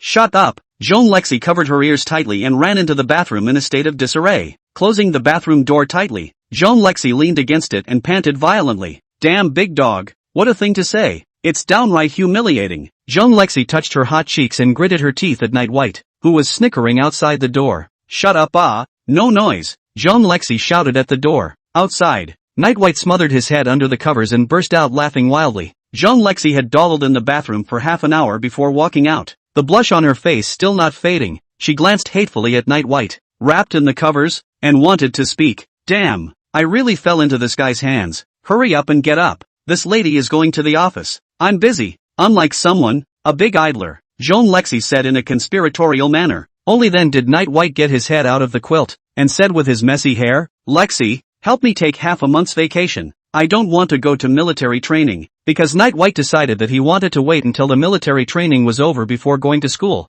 and then Clock Lexi wouldn't be busy and could be together every day. Most importantly, Night White had to guard against the possibility that Black Impermanence might do something against himself. When Joan Lexi heard Night White say this, her heart was also secretly happy that the big dog had finally begun to eat his own soft food with peace of mind. Humph, why should this lady help you? I'll consider it if you beg me. Joan Lexi snorted coldly, tilting her condescending head up and pointing her chin at Night White. That look is so like a high and mighty queen. Night White didn't panic, just approached Joan Lexi's ear and whispered, Is it good, baby? Joan Lexi immediately squared off and took several steps back, her breathing becoming rapid once again. Fine.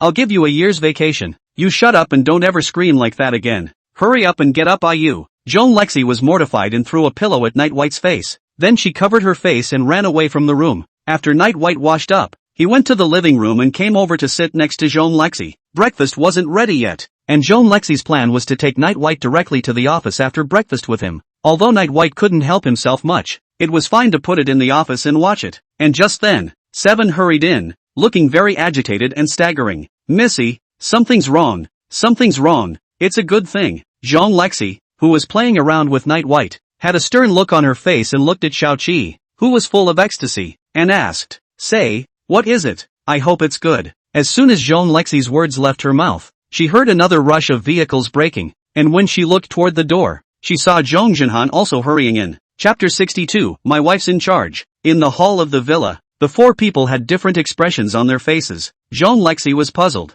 wondering why the usually calm Xiaoqi was so flustered. On the other hand, Zhong Jinhan, who had rushed here in a hurry, was full of nervousness and looked at Night White every now and then, his eyes full of fear. Night White, however, had a face as flat as water and sat close to Zhong Lexi. "Xiaoqi, go ahead. What is it?" Zhong Lexi glanced at Zhong Jinhan, then turned her gaze to Xiaoqi, who had come in first. Zhong Jinhan wanted to say something, but he had the sense to keep his mouth shut.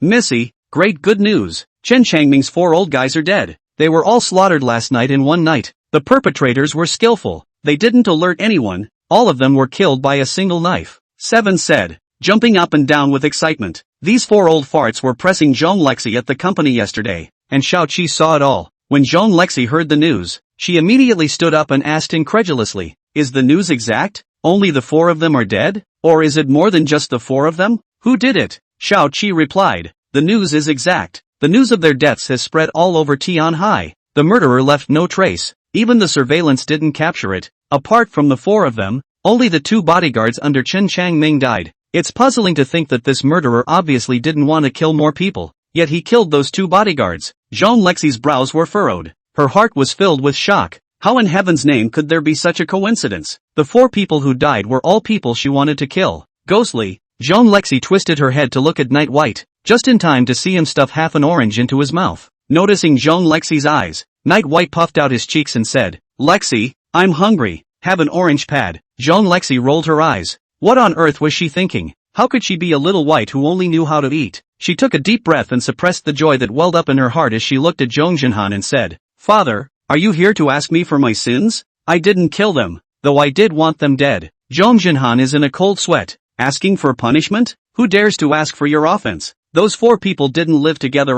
To be able to roll over half of Tianhai and kill them in a few hours. Just how terrifying is Night White? Zhong Jinhan was even sure that Night White had spent a large portion of these hours rushing. Lexi, you've got it wrong. I'm only here today to clarify one thing, and that's that the 4 of them going against you wasn't at my behest. Zhong Jinhan opened his mouth and said, "We mustn't let Night White think that I ordered it. Those 4 guys are dead. So be it, but don't implicate me." Zhong Lexi raised an eyebrow unexpectedly upon hearing this, and after a long silence said, "I know, Father. I don't know why, but Zhong Lexi always felt that Zhong Jinhan had become strange since his return this time, as if he was a bit afraid of himself." Night White, who was eating his second orange, froze and glanced at Zhong Jinhan. This old husband, a little too sensitive. However, Night White's glance fell in Zhong Jinhan's eyes, but it made his heart tremble with fear, and he felt that he had already seen a stern ghost demanding his life.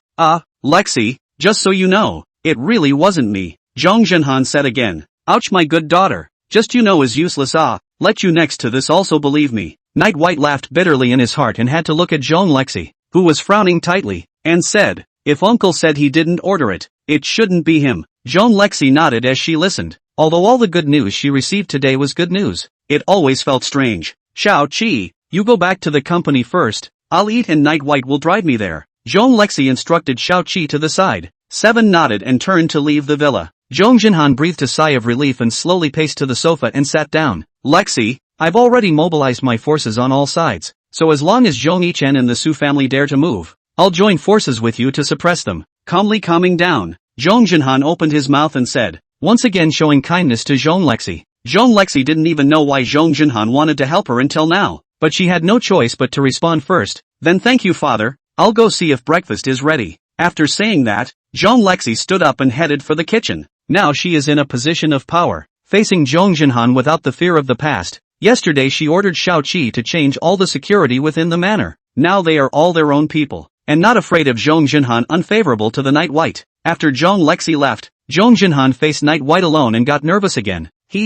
Uncle, you're Lexi's father after all. As long as Lexi doesn't say anything, I won't lay a hand on you," Night White said with a smile. giving Zhong Jinhan a peace of mind. Of course he knew what Zhong Jinhan had been worrying about, nothing more than this life of his own. Zhong Jinhan nodded repeatedly after hearing this and a smile appeared on his face. That Zhong Yichen kid? Can it? Zhong Jinhan asked tentatively once again, although he knew that he had gotten a little carried away. Zhong Jinhan still wanted to beg Night White to let Zhong Yichen go. Night White peeled an orange for Zhong Jinhan and handed it over, saying faintly, his life, too, depends on what Lexi says. Zhong Jinhan took the orange handed to him by Night White and was a bit flattered. While they were talking, Zhong Lexi came over and looked at the way the two seemed to be having a good conversation, which made it all the more strange. Xiao Bai, breakfast is ready. Come over and eat. Zhong Lexi greeted Night White and turned toward the table. Night White stood up and looked at Zhong Jinhan and asked, has Uncle eaten? Eat something together? Zhong Jinhan immediately waved his hand and refused, saying that he had eaten and had things to do, so he wouldn't bother, and then headed for the door. Staying with Night White was so stressful, it was like being on pins and needles. If it wasn't for all this crap, Zhong Jinhan really wished that he would never see Night White again. At the table, Zhong Lexi looked at Night White, who was wolfing down his food, and asked, what did you two just talk about? It seemed so friendly. Night White stopped moving and said with a smile, nothing. He said he wanted me to persuade you to leave Zhong Yichen a small life. I said I don't care about this matter. My wife has the final say. Zhong Lexi nodded her head. Wait a minute. What's wrong? Wife? Zhong Lexi was like being bombarded by 5 thunderbolts. Her chopsticks couldn't hold them steady and fell on the table. She instantly stood up, stretching out a trembling finger to point at Night White. Her face stifled red. You rascal! After holding her tongue for half a day, Zhong Lexi only managed to stifle such a sentence, because she really couldn't think of anything to say. Night White's wife kept echoing in her mind, and Zhong Lexi was about to become an idiot. Looking at Zhong Lexi's cute appearance, Night White secretly snickered. Hey, it's nice to take advantage of words. It was a long time before Zhong Lexi sat down and ate her meal with her head down, not saying a word. All Night White could see was that Zhong Lexi's cheeks were red, and that she had nothing in her bowl, and was still using her chopsticks all the time to pull it into her mouth.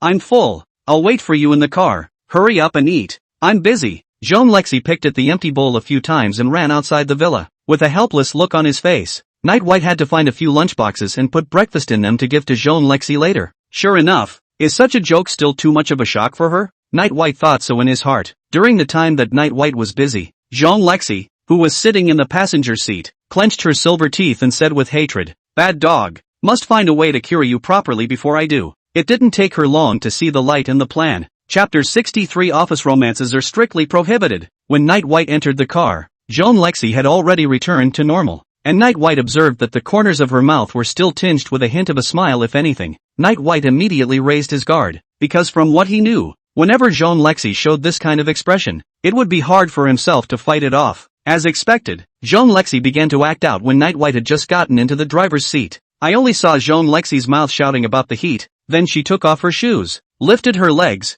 and then put her feet in front of the car's windshield, and wiggled her feet in a mischievous way. Night White's eyebrows jumped as he watched. Will he be watching the road or what later? Mr. Xiao Bai, please hurry up and drive. This young lady is still in a hurry to go to the company to take care of things. Zhong Lexi smiled wryly, and one foot even moved to the front of Night White's driver's seat. Zhong Lexi had long since grasped the preferences of the big dog in front of her, and the fact that he couldn't take his eyes off him now was the best proof of that. While Night White watched his mouth go dry, Zhong Lexi launched a renewed onslaught at this point. It's really hot, Zhong Lexi said, then surprisingly slowly took off her black silk in front of Night White. Night White's eyes widened some more, and he hastily adjusted the seat back. Mr. Xiao Bai, if you listen to me, you can consider this one for you as well, Zhong Lexi said with a winking smile. Night White opened his mouth, his mind filled with Zhong Lexi's flirtatious smile. Can listen. Zhong Lexi was satisfied with Night White's performance, so she gently threw the object in her hand onto Night White's lap. Reward for you. Hurry up and drive. Delay this lady's business. You can't even think of such a reward in the future. Zhong Lexi spoke condescendingly, then lowered her legs that were crossed high. After all, someone still has to be safe when driving, so you can't let him get too distracted. When Night White heard Zhong Lexi say this, he immediately panicked, and with one foot on the gas, he took control of the vehicle and sped away. Zhong Lexi sat in the passenger seat with a smug smile on her face. Humph, can't I rule you? I want you to obey me step by step. With Night White speeding along, he soon sent Zhong Lexi to the company. Seven had been waiting at the entrance to the building, looking all high and mighty. Ever since those 4 old guys died last night, everyone in the company looked at him with eyes full of horror. It wasn't Seven's handiwork, but it didn't stop him from foxing a wave in the slightest. Well, it's not bad. I thought you've always driven slowly. Isn't it possible to go faster? Jean Lexi said with a smile. Night White was dumbfounded. Before, driving slowly was all about admiring the passenger's legs, but this time it was different. Nobody doesn't want a reward, do they? Jean Lexi laughed out loud. Good little boy. Bring this young lady's breakfast, collect your reward, and go upstairs with this young lady. Night White flew out of his hand and quickly stuffed the thing that had been in his lap into his pocket, but his face pretended to be plain. Today's Jean's mansion was different from the past, and everyone who saw Jean Lexi was so scared that they immediately lowered their heads. Just yesterday, when there was chaos within the group, there was a lot of talk about how to stand, and the 4 people who died last night, as the top management of the Jean group, their deaths caused an uproar in the entire Tianhai. Countless people are shocked by Jean Lexi's ferocious methods, and now no one in the company, from top to bottom, has the guts to sing against Jean Lexi anymore. Overnight, everyone's attitudes changed dramatically. Jean Lexi walked at the front, her face cold as ice, her aura incomparably powerful. Night White, however, followed her and stifled his laughter. Clearly Jean Lexi was still flirting with herself just now, and changed her face a little too quickly. After following Jean Lexi all the way into her office, Night White finally couldn't hold it in and burst out laughing. Ha ha, Lexi, laugh me to death. You're such a good actor. Those people were scared by you. Night White laughed for a while, and realized that Jean Lexi didn't react at all, just standing in front of herself, her back to herself. Just as Night White wanted to go up and hug her, Jean Lexi suddenly turned her head back. Her pair of beautiful eyes were incredibly chilly, with a hint of scorn, as she coldly looked at Night White. There was a momentary freeze in Night White's movements, then he stuck on again with a deadpan expression. Humph, lecherous man, this is no place for you to take liberties, thinking about that stuff all day long. What a loser. Maggot. Jean Lexi's tone was an icy coldness that Night White had never heard before, and she reached out and grabbed Night White's collar, ruthlessly pushing him down onto the sofa. She looked down on Night White condescendingly, her eyes like she was looking at a bug, full of disdain. Night White, however, got excited, stood up and grabbed Jean Lexi's small hand, pulling it back, and they both fell onto the sofa. Jean Lexi's eyes widened. What was the situation? With an expression and aura like the one she just had,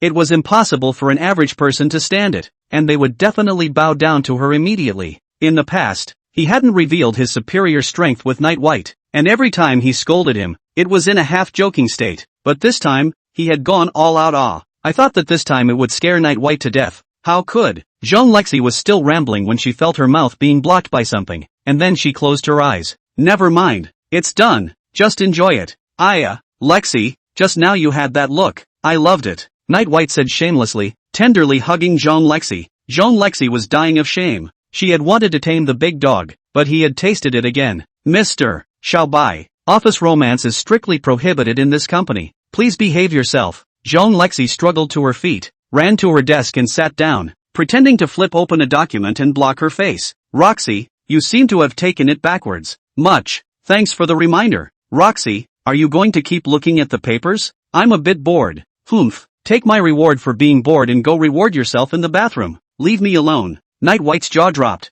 Unable to speak because of Jean Lexi's dislike, there was no other way. Night White had to lie down on the sofa with his entire body, ready to catch up on his sleep. Ran around last night and didn't get a couple hours of sleep. Jean Lexi didn't hear any movement for half a day, so she quietly poked her head out and saw that Night White seemed to have fallen asleep. She grunted in displeasure. Was it because she liked to move around in her sleep? Did this guy not sleep well? Thinking of this, Jean Lexi gently walked over to Night White's side, wanting to see if the guy was really asleep. After her observation, Night White's eyes were slightly closed and his breathing was steady, not like he was pretending to be asleep. After Jean Lexi confirmed it, she slowly approached towards Night White. Hey, since the big dog is asleep, it's okay to sneak a kiss, right? Just at the moment when her lips were about to touch, a knock on the door interrupted Jean Lexi's movements. Her frame stiffened and she looked toward the door in annoyance, saying coldly, come in. This bad guy good guy 7, he better be something. Lying down and pretending to sleep, Night White's heart was already cursing.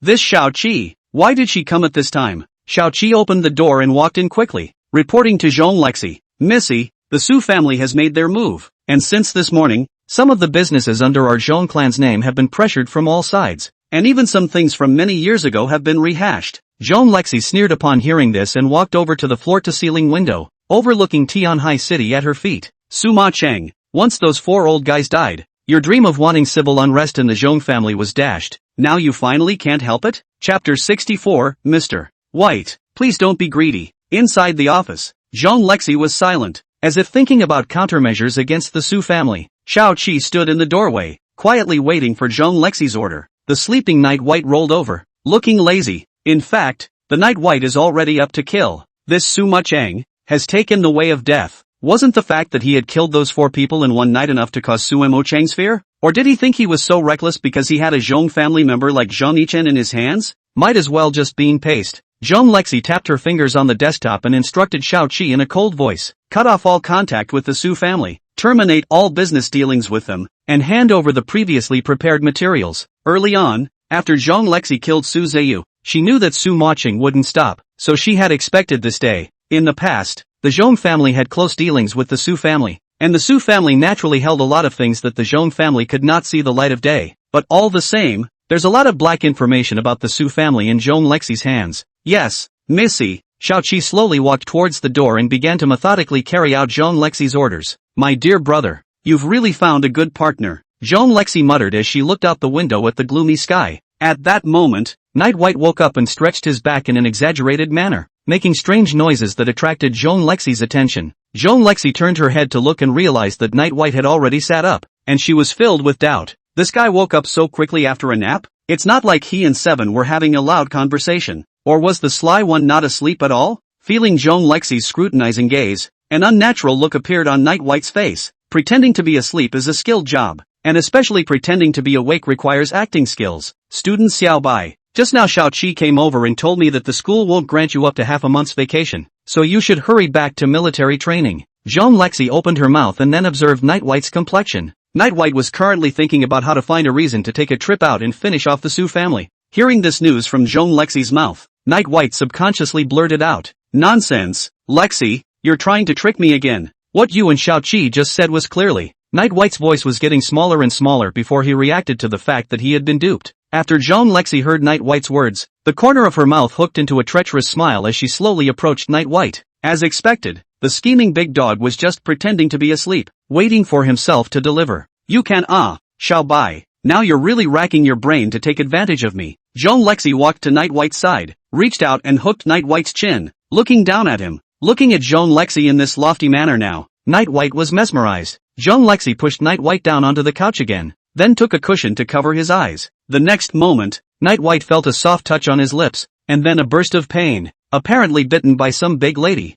Removing the pillow in front of him, Night White saw Zhong Lexi with a bad smile on her face.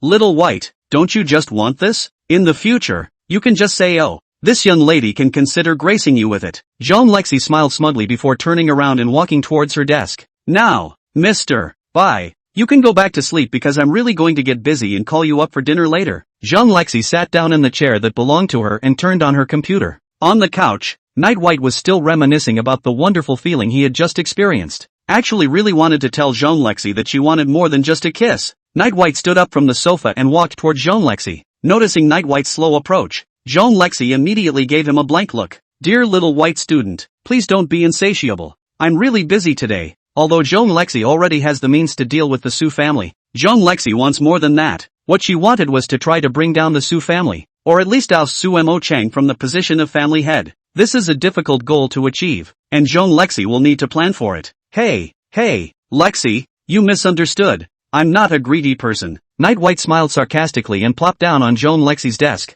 his hand propped up on his chin as he just looked at her. Zhong Lexi hummed lightly, not greedy? I don't know who it is that takes advantage of herself in different ways all day long. Alright, little white, say it, I'll listen to your sophistry. Zhong Lexi looked at the white fur that was waving in front of her eyes and couldn't help but reach out and rub it again. A brilliant light crossed Night White's eyes as he spoke. I'm here to talk to Lexi. I have some things that seem to have been left in the lockers in the school locker room, and I want to go to the school to get them. Night White did intend to go out for a trip. No surprise, Su Zheng and Zhong Yichen should be together. Even if they weren't, killing a Su Zheng would be fine. When you break it down, although it was in the daytime and not too convenient, Night White felt that 2 hours should be enough. Zhong Lexi gave Night White a somewhat surprised look. Night White suddenly being so serious still made her a bit uncomfortable. The big dog turned out not to be here to claim sweetness, and Zhong Lexi felt grateful and lost. Alright, go and come back soon. I'll wait for you to come back before I eat. Zhong Lexi said, and then continued to cast her gaze at the computer screen. Suddenly she asked with a red face as if she remembered something. Wait, you're not thinking of sneaking somewhere to use the reward I gave you, are you? Actually, it's not necessary. I have a bathroom in my office, and I won't despise you. After all, this lady is extremely tempting to you. Night White's eyebrows jumped as he heard this, and he quickly waved his hand in denial. Damn it, being treated like a pervert again. Seeing Night White's desperate attempts to deny it, Zhong Lexi could do nothing but smile and wave her hand. Go go go, he, pay attention to, body? Night White gave up explaining and picked up the car keys on the table, exited the door with a bitter smile on his face and slowly closed the door. When Zhong Lexi saw that Night White was gone, she took out her cell phone and dialed Xiao Qi's number. Hello? 7. What about? Let's add a turtle soup to the noon meal. Add some deer antlers to the soup. However, just after hanging up Xiao Qi's phone, Zhong Lexi's cell phone rang again. She picked it up and saw that it was actually Zhang Jinhan calling. Hello? Father? What's the matter? Zhong Lexi's tone immediately turned cold. Soon Zhong Jinhan's voice came out of the phone. Oh, Lexi, I already know about the Su family's actions. Don't worry, I've already made a way to deal with it. With our father and daughter joining forces, they definitely can't turn any waves. Zhong Lexi listened to Zhong Jinhan's slightly ingratiating words, and her heart was filled with doubts. Was Zhong Jinhan really that kind? Then thank you, father. I hope we work well together this time. Zhong Lexi spoke. Although she didn't know what Zhong Jinhan had in mind, Zhong Lexi decided to let the people below her figure out Zhong Jinhan's movements later. Oh, Lexi, let me ask, is Night White by your side? Zhong Jinhan asked something that seemed inexplicable to Zhong Lexi. Zhong Lexi's tone chilled and said, he just went out. What's your honor, Father-sama? I'm telling you, Night White has nothing to do with everything. However, when Zhong Jinhan heard this news, he immediately fell silent. Not good. Zhong Jinhan couldn't keep his cool any longer. Night White's every move tugged at his nerves. Chapter 65, The Good Master and Disciple. Night White had just gotten into the car and was about to start the vehicle when his cell phone rang.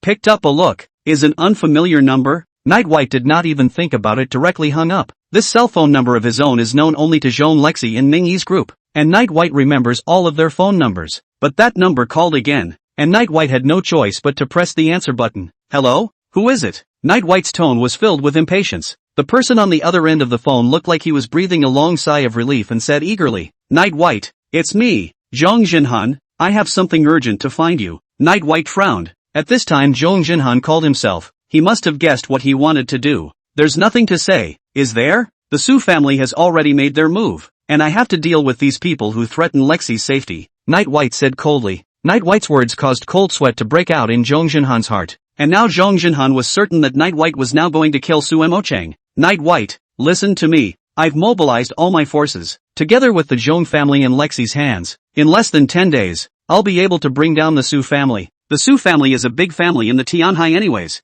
It's heavily implicated, and now if Su Moching dies, it'll stir up the whole of the Tianhai, and the Zhong family will still be in a lot of trouble by then. Zhong Jinhan quickly said a bunch of things, only hoping to persuade Night White to stop for the time being first. What he said was sincere. Over the years the Zhong family and the Su family have been working together. Each other's forces are intertwined. It is not possible to set aside the relationship at a moment's notice. Zhong Jinhan also had selfishness, because if Night White went this way, in case that Zhong Yichen fellow was also with Su Emochang, he would definitely be slaughtered by Night White in passing. Night White frowned deeply as he listened to Zhong Jinhan's words, his mind quickly analyzing the authenticity of Zhong Jinhan's words. Night White, you believe me. Now is not the time for Su Emochang to die. Wait until after the Su family collapses. At that time no one will pay attention to Su Emochang's death or life. At that time you will then kill him and I definitely won't say anything more. Right now he can't die yet. Zhong Jinhan sensed Night White's hesitation and immediately continued. Fortunately, the result did not disappoint Zhong Jinhan, and Night White said faintly, alright, then let's listen to Uncle for 10 days first. Zhong Jinhan on the other end of the phone immediately let out a sigh of relief when he heard Night White's words. Fine. Thank you for believing in me. Let's find a place to have a good chat. Zhong Jinhan extended an invitation to Night White. Zhong Jinhan understood in his heart that as long as he could stabilize Night White, Zhong Yichen's life would be saved. As Zhong Lexi would plead for mercy herself on her side. There's no need, Uncle. I know your intentions. I still say that as long as Lexi doesn't say she'll kill Zhong Yichen, I won't do it. Instead, Night White declined Zhong Jinhan's invitation because he didn't want to get too involved with the man who only had power in his head, even if he was Zhong Lexi's father. Okay, then I won't bother. Bye. Zhong Jinhan didn't force the issue and hung up the phone. He bitterly laughed and shook his head. He was even delusional enough to think that through Night White, he could climb onto the high branch of All Souls in order to better develop his power. Now it seemed that someone like Night White was not of the same world as himself. Zhong Jinhan stood up and instructed a man in black wearing sunglasses standing behind him. Hurry up and get that damn Zhong Yichen back. It's not his place to get involved anymore, if he doesn't know any better. I don't care about him even if I have to cut off my children and grandchildren. In fact, at this point in time, Zhong Jinhan was no longer that concerned about Zhong Yichen's death or survival, and was only looking at the fact that Zhong Yichen was his own son, and trying to preserve his little life as much as possible without implicating himself. Having been in contact with Night White for these few times, Zhong Jinhan also saw that Night White had no intention of killing himself, or in other words, Zhong Lexi didn't want her life. After Night White hung up Zhong Jinhan's phone, he sat in the car and suddenly didn't know what to do. If I go back to Zhong Lexi now, I'm sure I'll be sneered at by Zhong Lexi, saying that I'm short of time or something. Thinking of this, Night White directly started the vehicle, intending to go back to the pawn store to take a look. I also don't know if Can has taken a liking to Yi Zhiduan yet, and about that decision of his, Black Impermanence should have already known about it, and I don't know what actions will be taken. Today Mingyi did not lie under the old acacia tree, but crouched in front of the store, gloating and laughing, and from the store came a broken moan, as if suppressing a great pain and unwilling to scream out. And Night White also felt that the voice was a bit strange,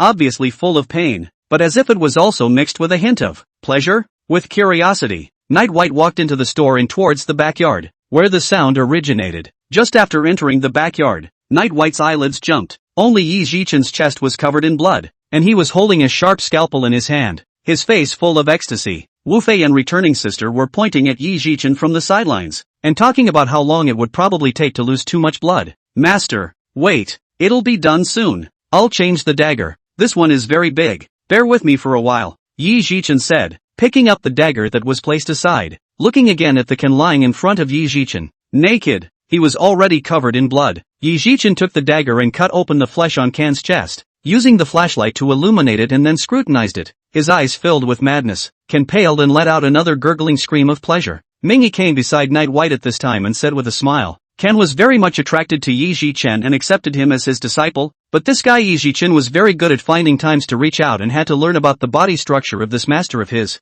and Ken himself likes this type of activity. So, Night White listened with his mouth wide open. This pair of master and disciple, none of them were human. Alright, brother Ji Chuan, so up your master. At this rate, he's going to be played to death by you. Guimei laughed and came forward, saying to Yi Zhichen. However, Ken was not having any of it and immediately spoke up. It's fine, good boy. Continue. Master will teach you how to control your heartbeat. Pay attention. Returned sister completely speechless. Simply do nothing, just quietly watching this pair of master and disciples' little game. Night White also really had no eyes left and turned around and walked down the hall. Having already learned that Ken had taken in Yi Zhichen, it just didn't hurt that the master and disciple were acting strangely. How about Black Impermanence's side? Night White asked the question he was most worried about. The smile on Mingyi's face instantly tightened, replaced by a solemn face. He sighed softly and said, The Black Impermanence is not making any moves for the time being, but there is something more important, and the two of them should know that you are back and will be here soon.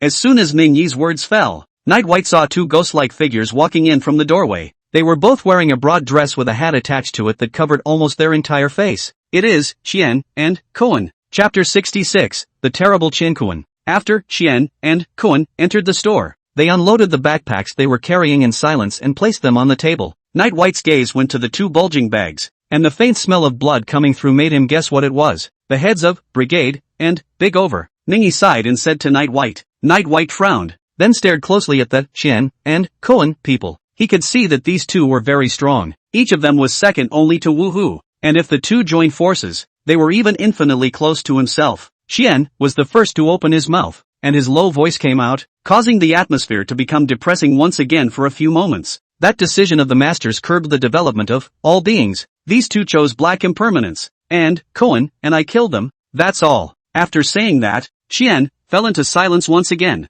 not saying a word. Mingyi pointed at Qian and Koan and said, We monitor all beings, while Qian and Koan monitor us. Once someone betrays, they will strike. The two will always act together, and can kill any of us, excluding you, boss, of course. Each terms Qian and Koan were hand-picked by the previous White Impermanence to ensure their loyalty to the next White Impermanence. After Old White's death, Brigade and Great Excess who were already in favor of black impermanence's set, began to act foolishly, and after learning of your decision, they resolutely betrayed us and sided with black impermanence. So, Xian and Koan killed them. After hearing this, Night White was silent for a while before saying, "Now, other than me, there are only 62 people left." Mingyi nodded and pointed at Wu Hu, who poked out a head from the backyard, and said, "Back here, even if Wu Hu had won against you, it would have been hard for him to escape death, but it's good that he lost and saved a life." Wu Fei smiled awkwardly and walked out from the backyard, standing the farthest away from Xian and Koan.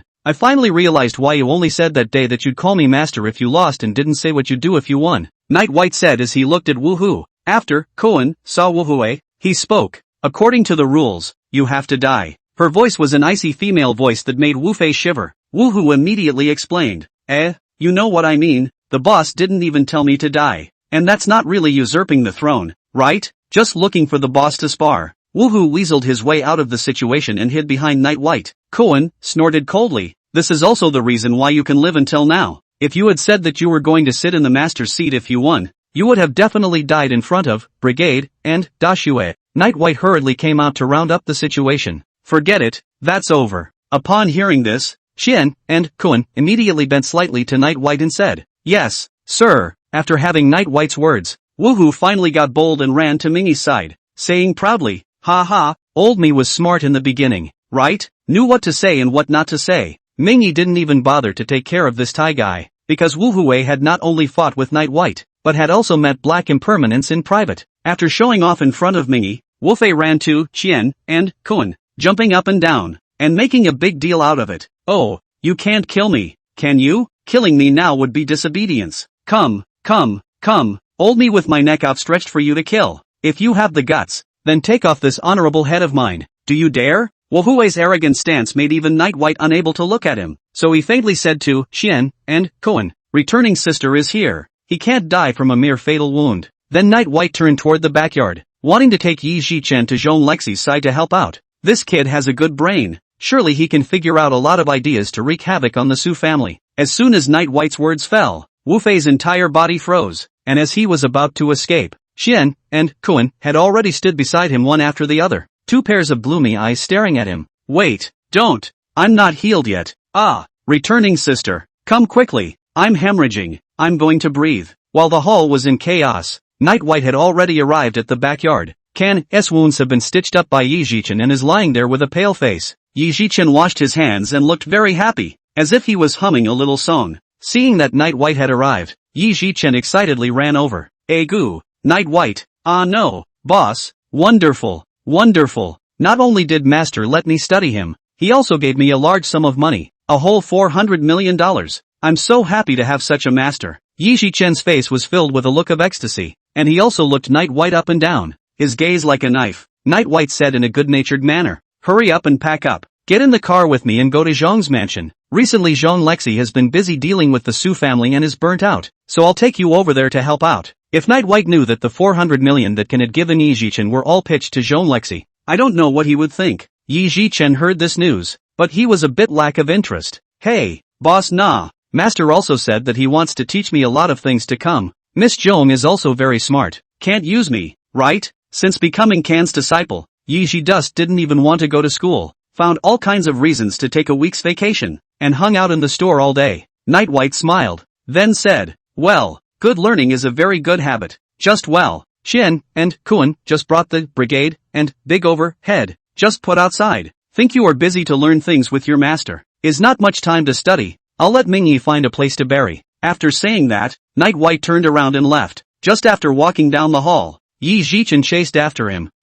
My master happens to be recuperating from his injuries. Helping Miss Zhong is definitely my job. I will do my best. Go. Let's go now. I'll come back at night. Boss, you see." Night White laughed out loud. Unsurprisingly, Yi Zhichen could not possibly resist this temptation. "Let's do it tomorrow. Tomorrow you'll go straight over there and give you one night. Is that enough?" Night White pointed to the two bags on the table. Yi Zhichen's eyes were filled with gratitude and immediately assured, "Enough is enough. I'll go over tomorrow morning." After saying that, he hugged the two bags on the table and ran happily towards the backyard. Night White looked at the time. It was almost time to go back. Wu Hui had already been packed up by Xian and Koan and was lying on the ground like a dead dog, out of breath and in breath. The returned sister cursed loudly from his side as she stabbed a silver needle into his body. Night White shook his head helplessly. This is good. The small pawn store. All of a sudden there are two more guys with serious injuries. Mingy sent Night White to the car, and said with a smile, "Boss, from now on, you don't come over too often. It's not very convenient. I'll call you if anything happens." Night White was confused and asked, "How so?" Chapter 67 MS. Ruwashi, you don't want to. In the face of Night White's digression, Mingy laughed awkwardly and said, "Hey, this is not the store more people. No extra room. Shin and Kuan, those two guys, said to live in your room. Nothing if the task. All day in the inside of the deep communication. They are like this. Not enough. Listen. Start it again." Night White pricked up his ears and listened. His face became incomparably strange. Well, really do not avoid people. In that case, it really wasn't very convenient to try to go back to the bunkhouse to live by yourself. Okay, got it. Night White nodded his head in agreement, as if there was nothing better to do if he didn't agree, because those two had taken up residence in their room, and on second thought, it would be good for him to move out. With these eavesdroppers, if he made a phone call with Zhong Lexi in the future, wouldn't they hear everything? Seeing that Night White agreed, Mingy smiled again and walked into the store, carrying out two large bags and putting them into the trunk of the car, all of which were some of Night White's clothes. Night White looked at the corners of his mouth and couldn't say anything. Well, looks like it was premeditated. I've got everything packed. After the stuff was loaded, Night White drove away from this place of wrongdoing, because he just couldn't listen to it anymore, and was extremely mentally unbalanced. It's true that people are more angry than people. Xian, all have to eat, and they haven't yet. Night White decided that this time, he had to move in with Zhong Lexi and stay there and then rely on her. Sooner or later, you can realize your dream yourself. After returning to Zhong's mansion, Night White went straight up to the top floor. Just as he walked to the door of Zhong Lexi's office, Night White heard the sound of Zhong Lexi on the phone. "Stop there? I strongly disagree. Tell that old dog Sumaching that it's too late for regrets." Zhong Lexi's voice was incomparably icy, seemingly determined to bring down Sumaching. Night White guessed that Sumaching should have learned about Zhong Jinhan and Zhong Lexi joining forces, felt that it was difficult to resist, and wanted to make peace. Night White pushed his way in, and Zhong Lexi's gaze was cast over. Seeing that Night White had returned, Zhong Lexi hung up the phone, the icy look on her face melting away like snow, a pair of eyes looking up and down at Night White, and the corner of her mouth quickly hooked into a smile. "Yo, Mr. White, not bad. A full 3 hours. I still underestimated you. Stewed turtle soup for you. Make up for it later." Zhong Lexi smiled and joked about Night White. Night White smiled bitterly and sat down on the sofa. For words like Zhong Lexi's, Night White was always at his wit's end. Zhong Lexi walked over to Night White and sat down. The first thing she did was grab over Night White's head and rub it. Hey, Lexi, there are two things to tell you." Night White came closer to Zhong Lexi and said softly. Zhong Lexi simply pressed Night White's head into her lap and rubbed the white hairs on his head. "Speak up, did you come up with any more ghost ideas to take advantage of this young lady?" Zhong Lexi asked. Night White's head moved, and the soft touch that came from him was immensely satisfying. "Taking advantage? What am I doing now? I know a very smart guy at school. I want to call him over to help you out. His name is Yi Zhichen. With his intelligence, he should be able to help you with quite a few things," Night White said with a smile. Zhong Lexi nodded and gently touched Night White's face, saying, Xiaobai really has a heart. Since it's the person you're looking for, let him give it a try, and I'll talk to the school side." Night White was about to reach out and hug Zhong Lexi's thin waist, but Zhong Lexi slapped her salty hand away. "Not two things. What else?" Zhong Lexi shooed Night White off her lap and stood up to walk to her desk. Night White smiled sarcastically and followed Zhong Lexi, pretending to be casual. "Hey, it's not a big deal. It's just that I even went back to the store a while ago, packed up my clothes, and prepared to move elsewhere." When Zhong Lexi heard this, as if she had guessed something, a blush appeared on her face. She turned around, staring into Night White's face, and asked, "So Mr. White, where are you looking to move to? This big dog, he's not trying to live with himself, is he? Isn't it a bit too fast? Should I say yes?" Just as Zhong Lexi was pondering, Night White said with a matter-of-fact face, "Hey, of course it's moving to your house. I don't have anywhere else to go." Zhong Lexi suddenly realized that she had guessed right. This guy just wanted to stay in her house and eat her. "No way. You're dreaming. I can barely take you in for a day or two, but you want to stay for a long time. Ha, what the hell are you thinking?" "I don't know." Zhong Lexi's face turned a few shades redder, and her mouth spoke words of rejection. The fact that Night White wanted to move to the manor made Zhong Lexi happy. She just didn't want to let him have his way so easily. However, Night White had long anticipated Zhong Lexi's reaction, and on the drive back, he had thought of a good reason. Lexi, I'm telling you, Sumingi, that old man, is really excessive. He dabbles in my place, but he's also letting his brother and sister-in-law move in there, and they're just not human beings. They have a room next door to mine, and the room is even next to mine. Night White spoke while observing Jean Lexi's expression. Finally, he leaned in close to Jean Lexi's ear and asked, "Ms. Lexi, you wouldn't want me to hear the two of them making that kind of noise every night?" Jean Lexi was shocked and immediately pinched Night White fiercely and warned sternly, "Shall Bai, if you dare to go back you're dead. Just stay at my house. Also, that shameless fellow Sumingi, find a reason to fire him before it's too late. It's so unlikable." Hearing Jean Lexi say that, Night White would smile. "I'm really sorry, Akira, but I'll have to sacrifice your reputation again." Jean Lexi wrapped her arms around herself and took a seat in the office chair. Looking at the smug Night White, "What are you laughing at? Look at your treacherous face. This young lady warns you, it's fine to live in my house, but you'll have to put some rules on me." Jean Lexi looked at Night White and warned with a red face. Night White nodded repeatedly, but in reality, his heart was fantasizing about the future cohabitation. Jean Lexi picked up her cell phone and made a call, and it didn't take long for someone to bring in the rice. Night White happened to be hungry and couldn't wait to get up and observe the dishes of the day. When he saw the large bowl of turtle soup, he couldn't help but be in deep thought. "Lexi, you're really considerate enough," Night White said awkwardly, with a bad smile on her face. Jean Lexi walked over to the sofa and sat down, personally scooping up a bowl of soup for Night White and even handing it to his mouth. "Xiao Bai, listen, drink all of it. Oh, the body is important. Don't be so young." As she spoke, Jean Lexi couldn't help but laugh out loud. "Lexi, aren't you afraid I'll sleep in your bed tonight? And then give you to?" Night White pretended to put on a vicious look and came closer to Jean Lexi's face. Looking at Night White, whose eyes were full of sizzling heat, Jean Lexi pretended to be calm. "Oh, do you have the guts? If you want to die, you try tonight." Chapter 68. No credibility. White, can eating this really relieve fatigue? Yes, Roxy, come on, eat more. At night, Night White and Jean Lexi returned to the manor. Night White carried a bowl of boiled silver ear and lotus seed soup and placed it in front of Jean Lexi, adding that eating this had the effect of relieving fatigue. Jean Lexi was very tired after being busy with the company's affairs all day today. "Shall Bai, you're not eating?" Jean Lexi asked, holding a spoon and looking at Night White. Night White smiled and said, "Hey, I cooked my own rice. I'll eat it later. You eat first." However, after Jean Lexi heard Night White say this, she put down her spoon and stared at Night White with a suspicious face. "Xiao Bai,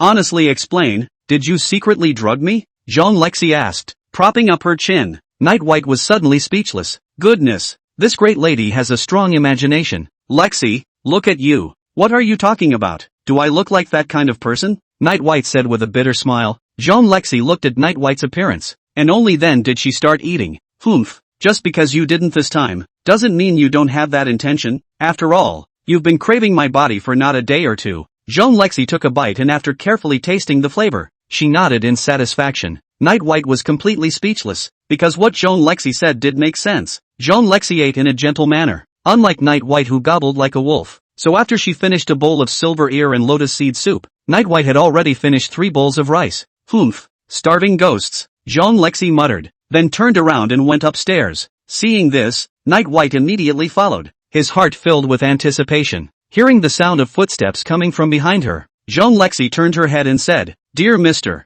Xiao Bai, this young lady didn't say I'd let you into my room tonight. What do you mean by following me?" Thinking about what I had mouthed off during lunch during the day, this guy couldn't be serious, could he? "So, shall we go to my room?" Night White asked with a matter-of-fact expression. Wasn't Missy arrogant at noon, and said she'd let herself try? Just try it. Jean Lexi immediately rebuked the guy who couldn't grasp the point. "Bah, pervert, what this young lady said was to sleep separately. What are you dreaming about?" As she spoke, Jean Lexi moved slowly towards the door of her room, preparing to quickly enter the room later and then shut the big dog out. When Night White heard Jean Lexi say that, he immediately showed a disappointed expression and said, Lexi, I'll give you a pillow. Wasn't it good last time? I didn't mess around, and you seem to be holding me tight." Listening to Night White's flowery words, Jean Lexi's cheeks turned red with flesh. "Ah, shut up. I said no means no. Said it was just that one time. You're not allowed to come over again." Jean Lexi ran to the door of her room and said to Night White,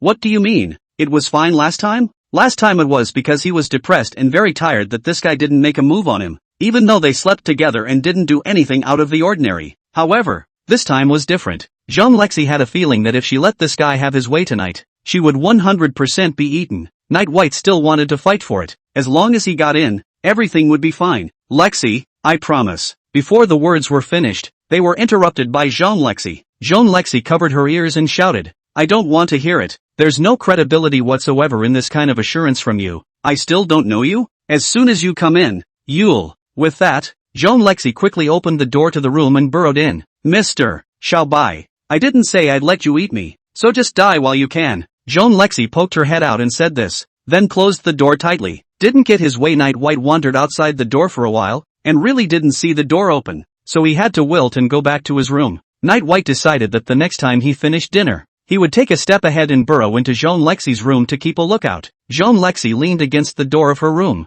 panting softly, and only sighed in relief when she heard the footsteps outside the door fade away. She wasn't terribly resistant to Knight White. It's just that Jean Lexi always felt scared, like the innate fear of the unknown deep in the heart of a person. Because Jean Lexi always felt that she didn't understand Knight White. Despite having familiarized herself with Knight White's character and having established that Knight White liked her, Jean Lexi still felt that she didn't fully understand Knight White. Every hug and every kiss with Knight White felt incredibly real, but every time Jean Lexi looks at Knight White near her eyes, she always feels that there is a barrier between them, and it is the existence of this barrier that makes her suffer. Xiaobai, give me a little more time. Let me get to know you a little more, Jean Lexi murmured, shrinking under the covers. Jean Lexi looked at a large rabbit doll placed above her bed, which was given to her by Knight White the last time she went to the amusement park. She grabbed the bunny doll and clutched it tightly in her arms and went to sleep. In the room next to Jean Lexi's, Knight White lay on the bed, his eyes flickering for a moment before looking out the window at the silent night sky. He didn't want to tell everything to Jean Lexi, but he couldn't find a good time. It used to be that Jean Lexi didn't believe it, but now it's different again. Because of Black Impermanence's presence, Knight White was terrified that letting Jean Lexi know her identity would invite great trouble for her. Although Black Impermanence hadn't made any moves recently, Knight White understood in his heart that this was just the calm before the storm. The Black Impermanence has a set of fanatical philosophy that it can sacrifice everything for the sake of the heyday of all beings. Once Black Impermanence made his move, the existing calm would be shattered in an instant. I'd better make preparations early. If Black Impermanence really wants to go that far, Knight White muttered, slowly closing his eyes as his mind pondered a way to break the situation. Outside the window, a waning moon was slowly covered by black clouds until it was completely hidden in the night sky after spilling the last wisp of moonlight. On the southern border of the Dragon Kingdom, a silhouette shrouded in black robes slowly walked into a long-abandoned train station. He walked differently than normal, like he had some kind of disability in his right leg, and, as he stepped, bursts of sounds of metal striking the ground resounded continuously. The silence of the train station added to the eerie atmosphere. Chapter 69, We're Not Dead Soldiers. The abandoned train station is overgrown with weeds, and the wild artemisia growing between the sleepers has grown to waist-high, rustling in the night wind. Black Vagabond turned to look at the rusted railroad tracks he had traveled on his way here. It's exactly the same as today's beings. Black Impermanence muttered and walked into the shabby house that was originally a waiting room. He kept going deeper in, his harsh footsteps echoing in the empty hall. Along the old downward steps, the Black Impermanence eventually entered a narrow passageway where the clamor of the wind outside could not be heard. Black Impermanence continued down the passage and entered a room lit by a dim oil lamp. Inside the room, there was a long table, and on each side of the table, there were 14 chairs, 28 in all. However, there were only 16 figures sitting on the chairs, all of them not saying a word as they quietly waited for Black Impermanence to arrive. It's good to see you, gentlemen. Black Impermanence came to stand at the head of the table and looked at the 16 people at the table and spoke slowly. There was no response, a dead silence. Black Impermanence did not feel surprised and continued. I remember when we met 50 years ago. This room, plus me, was still 29 people, most of whom were your masters at that time. His voice trailed off as he recounted the events of the past. One figure shuddered a few times, and a neutral voice came out. Chief, everyone is busy, so just say what you have to say. Oh, do. You're still such a hothead, exactly like your dead master. Black Impermanence was not annoyed by the interruption, and casually found a chair, brushed off the dust on it, and sat down. This term of White Impermanence, just like the last term, disagrees with that idea of mine. Black Impermanence withdrew the black robe that shrouded his head, revealing an incomparably old face. At these words, the 16 figures immediately stirred, and a few subtle voices were heard. Black Impermanence looked at the reactions of these people and spoke. I'm old. I can't wait any longer. I waited until the last White Impermanence died, but I can't wait for the next one. The current White Impermanence is young, very young. After saying that, Black Impermanence fell silent and waited until the surroundings were completely quiet before continuing to speak.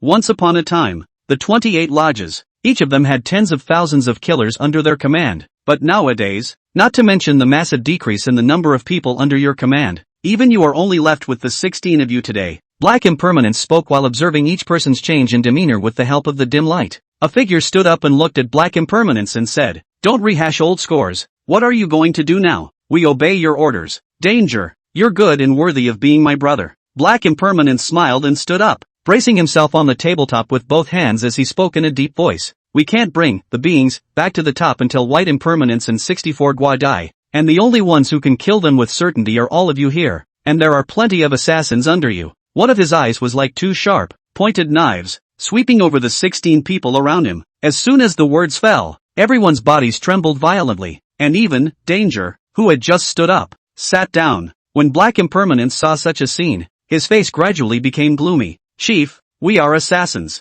not dead soldiers, and we want to live more than kill." Under the oppressive atmosphere, someone finally spoke again, a middle-aged man's voice. Black Impermanence turned his head violently and turned his gaze to the man, with uncontrollable anger in his eyes. "So it's Hyper. I remember you. When I took over as Black Impermanence, you were still a child. Your master was still around at that time, and then he was killed by White Impermanence before you took this seat." Black Impermanence stared at Hyper with a deadpan expression, a face that appeared somewhat distorted due to his extreme anger. Hyper lowered his head under the terrifying aura enveloping Black Impermanence, not saying another word. Black Impermanence once again turned his gaze to everyone and spoke coldly. "I can't give you a reasonable price for White Impermanence and their lives, but I think this should be enough," he said, yanking an item he wore around his neck from his chest and slapping it down hard on the table. Everyone who saw it immediately got up with endless greed filling their eyes. On that table, an antique copper plate reflected a faint golden glow in the dim light. Black Impermanence's eyes were filled with madness as he spoke in a cold voice. "After killing them, I will step aside. Whoever kills White Impermanence beings will be his." His voice echoed within this space, like a harsh ghost whispering. Early the next morning, Night White still got up early as usual, then woke up Jean Lexi. Jean Lexi didn't even bother to get angry with this guy, just half opened her eyes and opened the door to her room before shrinking back under the covers, wrapping them tightly and continuing to sleep. Night White came up and tried to lie down next to Jean Lexi, but she gently pushed her back. "White, leave me alone. Let me sleep a little longer. When you're done washing up, go down and ask the maid to make breakfast, or you can do it." Jean Lexi clearly looked like she hadn't slept well, and her voice was somewhat slurred. Night White smiled and leaned down, giving Jean Lexi a peck on the cheek before walking out of the room. Jean Lexi was indeed quite tired these days, basically dealing with the company's affairs all day long, and the phone on her desk was ringing non-stop. Let's just hope that Yi Zhichen's addition will help Jean Lexi share some of the burden. With this thought in his mind, Night White went downstairs into the kitchen and started to work on preparing breakfast. It was almost 9 o'clock when Jean Lexi came downstairs in a daze. Night White was sitting on the couch, swiping his cell phone. Upon approaching, Night White was reading a story about an idle trainee who struggled for 2.5 years before rising to fame. Seeing Jean Lexi walk over, Night White put down his cell phone and said with a smile, "Hey, Lexi, you're awake? Breakfast is hot in the pot. I'll go serve it." Jean Lexi glanced at Night White's disheveled hair and understood that he hadn't washed up yet for fear of waking himself up. "Isn't it silly? There's a bathroom in your room too," Jean Lexi said as she rubbed Night White's hair. Night White smiled playfully. "Oops, I'm used to using yours." Hearing this, Jean Lexi gently pinched Night White's face and urged, "Hurry up and go wash up. Don't embarrass me at the company." After saying that, Jean Lexi went into the kitchen, intending to bring breakfast to the company. "I didn't have time to eat breakfast at home because I got up late." After Night White washed up, Jean Lexi had already packed up and was waiting for him in the living room. When the two of them drove to the downstairs of Jean's building, Yi Zhichen was squatting at the front door, not knowing how long he had been waiting. Seeing Night White and Jean Lexi arrive, he stood up and ran over with two big panda eyes. Night White knew at a glance that this guy must have studied those two things all night last night and didn't sleep at all. "Lexi, let me introduce. This is the one I told you about. Yi Zhichen." Night White pointed at Yi Zhichen and introduced him to Jean Lexi. Jean Lexi nodded and politely shook Yi Zhichen's hand. Then she gazed at Yi Zhichen for a long time, and then glanced at Night White before leading the two up to the top floor. Yi Zhichen, who was walking behind, was still whispering with Night White. "Boss, just watch. Once I familiarize myself with the situation, the Su family will soon be history." Of course Night White believed Yi Zhichen had this ability. He just said with a somewhat ugly face, "Next time, you wash the blood on your hands before you go out." Yi Zhichen was startled and hurriedly checked his hands. "Boss, it's clean and dry. No problem, Yi Zhiduan said doubtfully. Night White was furious and whispered, I'm talking about the smell of blood. Washing your hands with a 1:1 mix of white vinegar and water can remove it. Didn't your master teach you that? Yi Zhichen had fiddled with those two things all night. Just washing his hands clean definitely wouldn't do. Just now, Night White clearly noticed that Zhong Lexi's nose twitched lightly as she observed Yi Zhichen. Chapter 70, is this guy serious? After Zhong Lexi brought Night White and Yi Zhichen to the office, she sat down at her desk. She occasionally reached out her hand to touch her nose, and also sized up Yi Zhichen from time to time, but didn't say a word. When Yi Zhichen saw Zhong Lexi move like this, his heart inevitably tensed up. It's true, those who can sit in the seat of power of the Zhong family are not oil lamps. I should have known not to shake hands just now. Mr. Zhong, can you let me familiarize myself with the situation first? I hope I can help you. Yi Zhichen broke the silence and said this to Zhong Lexi. Zhong Lexi nodded after hearing this and called Xiao Qi, asking him to take Yi Zhichen to familiarize himself with the Su family. Only after Yi Zhichen was taken away did Zhong Lexi slowly stand up from her office chair and walk over to sit next to Night White. Xiao Bai, this Yi Zhichen is a decent person? Zhong Lexi suddenly asked. Zhong Lexi, apart from being very trusting of Night White, was on the defensive about anyone else, a habit she had developed over the years. She was very sure that the kind of smell on Yi Zhichen's hands was the smell of blood, and it was not the smell of any livestock's blood. Usually the taste of livestock's blood, the fishy odor was predominant, while the taste on Yi Zhichen's hand, the salty fishy taste was very obvious, but there was no stench whatsoever. The smell was very similar to the smell in the basement of his own estate. Zhong Lexi also thought before combining the two flavors together. When Night White heard this, his heart inevitably jumped, and although his face didn't move, in reality, he had already greeted Yi Zhichen several times in his heart. Ha ha, this guy is very smart, he just has unique hobbies. I heard that he likes human anatomy, and he often pestered one of the school's teachers to learn about these things during his military training, so I don't really think he's a bad person, Night White said casually, not forgetting to ask, Lexi, why do you ask? After hearing this, Zhong Lexi shook her head and said, it's nothing, I'm just asking casually. He gives me a weird feeling. If Yi Zhichen was in constant contact with corpses, then it would not be surprising to have that kind of smell on his hands. Dear Mr. Xiao Bai, don't you have anything to say to me today? Zhong Lexi suddenly laughed and put both her legs on Night White's lap again. Night White's heart thumped when he heard this. Has Zhong Lexi sensed something? So smart? What are you fuming about? Speak. Zhong Lexi got close to Night White's ear again. The gust of hot breath she exhaled in Night White's ear caused Night White to become obsessed. Just as Night White wanted to tell everything to Zhong Lexi spoke again. Horny little white, don't you want to say which one looks better compared to black silk when I changed to white silk today? Zhong Lexi asked with a smile. Both legs wiggled. Night White was dumbfounded before he shifted his gaze to the two beautiful legs in front of him. Naturally, he had noticed long ago that Zhong Lexi was dressed differently today than in the past, not in the usual queenly way of dressing. Instead of heels, she wore a casual outfit, but combined with the badass smile on her face at the moment, it was more like a bad girl next door? Night White's mood had experienced great ups and downs, and at this moment, he finally couldn't control it, leaning down and hugging. Ah, Lexi, I like whatever you wear. It's not as slender as black looks, but fleshy I like it too. Night White groaned, and rubbed his face against it. Zhong Lexi shrieked. Ah, pervert Xiao Bai, just letting you look. Who let you get your hands on me? Hurry up and untie me. It took a great deal of effort before Zhong Lexi escaped Night White's clutches, ran back to her desk in a state of disarray and sat down, cowered behind her computer, and never looked at Night White again. Zhong Lexi touched her face with her hand and it burned. Damn it, just trying to simply flirt with the big dog. Another stolen chicken. Night White laughed out loud and rolled around on the couch. At that moment, Seven walked into the office and told Yi Zhiduan to wait outside. Zhong Lexi saw Xiao Qi walk in and after stabilizing her emotions, she opened her mouth and asked, Xiao Qi, how is he? Xiao Qi glanced at Night White with a somewhat unnatural expression after hearing Zhong Lexi's question.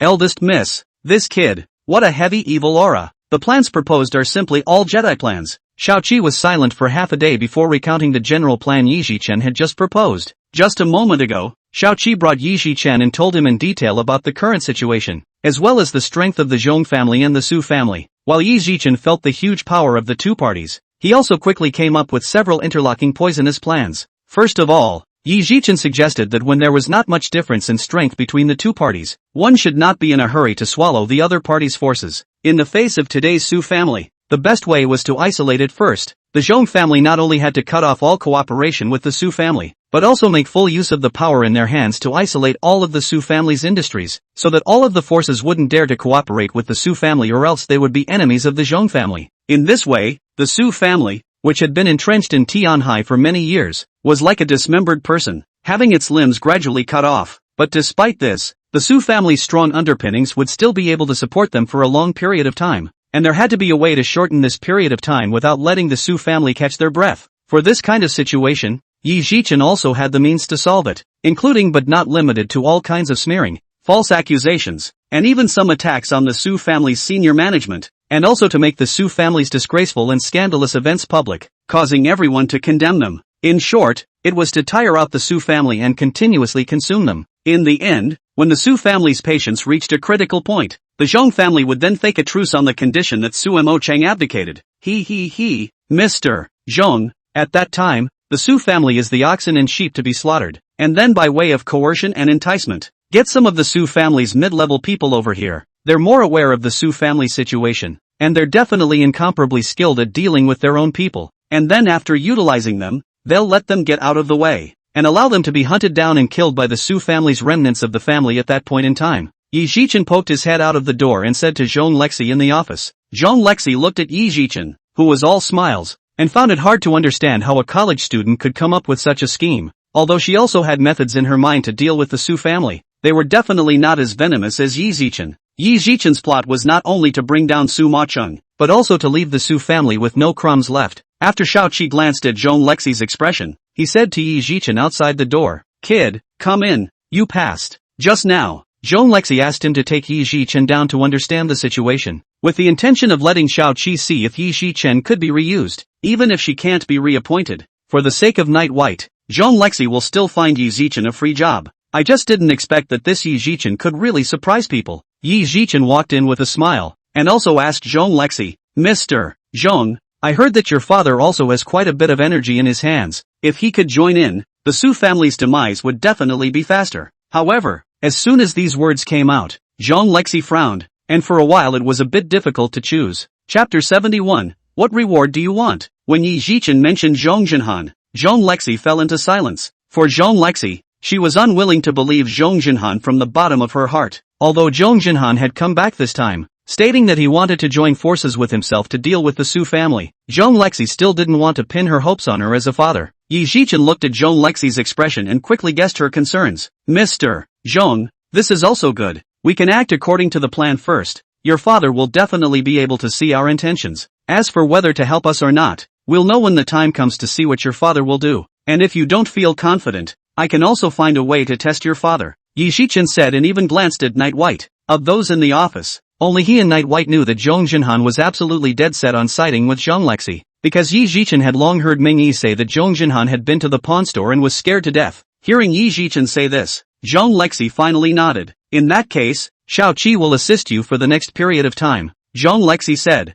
glancing at Shao-Chi. Yi Zhichen was a genius. Zhong Lexi could see that, but Zhong Lexi couldn't trust him as much as she trusted Night White, even though he was found by Night White. By having Seven stay by his side, there would be a lot less to worry about. Yi Zhichen laughed, not disagreeing with this decision of Zhong Lexi's. He didn't expect Zhong Lexi to trust him unconditionally. After all, he was only here to help. After Shao-Chi led Yi Zhichen out of the office, Zhong Lexi came back over to Night White. Night White looked at the door to the prey. Just want to kiss and hug, but was Zhong Lexi pinched a hand, pressed back to the sofa. "White, did you talk to him yet? How much does he want to be paid or something?" Zhong Lexi asked. Night White froze upon hearing this. Payment? Didn't he give it himself? Besides, that kid is now rich as hell. More money than himself. Spread, can, so a master. A wave of the hand is 400 million given to him. However, Night White still said to Zhong Lexi, Hey, just watch and give. He just wants to find a backer at school. He doesn't want to be bullied by those gung-ho boys."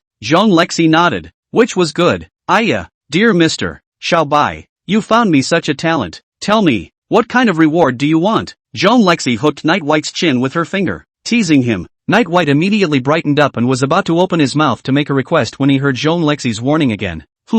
Wait a minute. First things first, it can't be sleeping with me. Don't think I don't know what's going on in your head. Night White opened his mouth, and the words that came to his lips were held back. He sighed. Zhong Lexi was really unpredictable. Just now he did want to talk about sleeping together tonight. "So, Lexi, A kiss will always do, right? Night White had no choice but to retreat and look at Jean Lexi expectantly. Jean Lexi snorted lightly and said condescendingly, "Well, it's something to consider." After saying that, Jean Lexi slowly closed her eyes and waited for Night White. However, after waiting for a while, Jean Lexi didn't wait for the familiar touch. She opened her eyes again just in time to see Night White looking at her with a wicked grin on his face. "Ah, good you little white, how dare you molest me like that? Don't you dare touch me." Jean Lexi was infuriated and stood up to leave. Night White hastily took Jean Lexi's hand and pulled her into his arms with a smooth pull. Jean Lexi's face was all red, her eyes lowered, but she was still talking tough. "Shall bye, I won't forgive you." Night White hugged Jean Lexi tightly and said, "Hey, don't be mad, I want a kiss, but I'm not done yet." Only then did Jean Lexi turn her gaze to Night White, waiting for his next words. Night White said with a bad smile, "I want a kiss for an hour." "Ah, 1 hour, do you want to die?" "Well," Jean Lexi exclaimed, but was quickly gagged. She struggled gently for a few moments before she reached up and wrapped her arms around Night White's head. Night White heart smiled open flowers. Who said yesterday is strictly prohibited office romance to come? The two certainly hadn't kissed for as long as Night White had claimed, and it was only after less than 10 minutes that Jean Lexi felt out of breath. "Well, go away." Jean Lexi gently pushed Night White away, her head tilted to the side as she panted heavily. "Give a big dog a reward like that and most of the time you end up in a mess yourself." Night White playfully took Jean Lexi's hand and said, "Lexi, don't run away just yet. You shouldn't be so busy now that you have that guy Ijichin." In fact, Night White's little mind was very simple. He wanted to be bored with Jean Lexi all the time. "Humph, Lecher, don't eat all day long, learn to be satisfied. Understand?" Jean Lexi stretched out a finger and pushed Night White's head, then stood up and shook off Night White's hand. Jean Lexi was worried that if she gave more rewards like this, the big dog wouldn't cherish them. But looking at Night White's face full of disappointment, Jean Lexi eventually went soft and said, Well, when I'm done with this mess in the next few days, I'll take you out to play, anywhere." When she finished, she blushed and walked to her desk. Night White was immediately overjoyed and immediately pulled out his cell phone, checking out places in Tianhai that were suitable for couples to play together. While Night White was picking out an excursion for a few days later, he received a message on his phone. It was sent by Ming Yi. Night White clicked on it. It was a very short line, "Boss, look out the window." Night White immediately turned his gaze to the floor-to-ceiling windows of the office and took a step over. Standing in front of the floor-to-ceiling window, Night White saw that Ming Yi and Chuli were standing on the roof of the building across the street, waving at him. Beside them lay a body with its throat slit and blood pouring out. Next to the body, there was a sniper rifle. Night White took out his cell phone and sent a message to Ming Yi. "What kind of person?"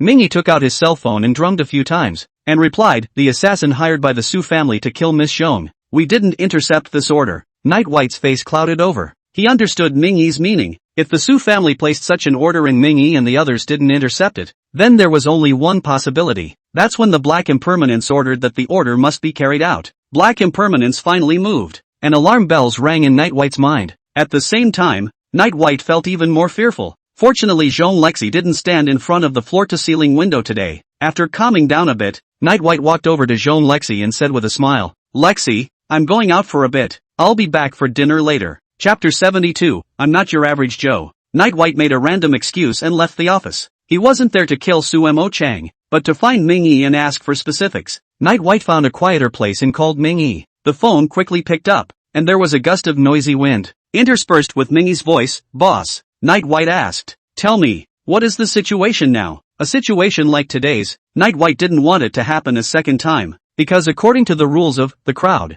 after this one assassin fails, the next assassin will take the order. Ming Yi's voice had a hint of gravity as he said, "Black Impermanence has completely torn his face off with us, and since this morning, some of All Souls' assassins are no longer under our supervision, so there will be a next assassination." Night White let out a cold smile after hearing this. It seems that this time Black Impermanence is determined to go to war. "Since you had to get to this point, don't blame me." Night White's eyes flashed with a cold aura as he said coldly, "Tell everyone to preserve themselves while at the same time, for those killers who are not under our supervision, deal with them according to defection. I'd like to see how many aren't afraid of death." After hanging up the phone, Night White fell into deep thought. The current situation was very unfavorable for himself. Black Impermanence's people could easily find him and launch endless assassinations, and it's hard to change such a situation for a while, because Jean Lexi can't hide herself because of Jean Lexi. The more Night White thought about it, the more upset he felt. Originally he didn't want to involve Jean Lexi, but now it seems that it still didn't work out the way he wanted it to.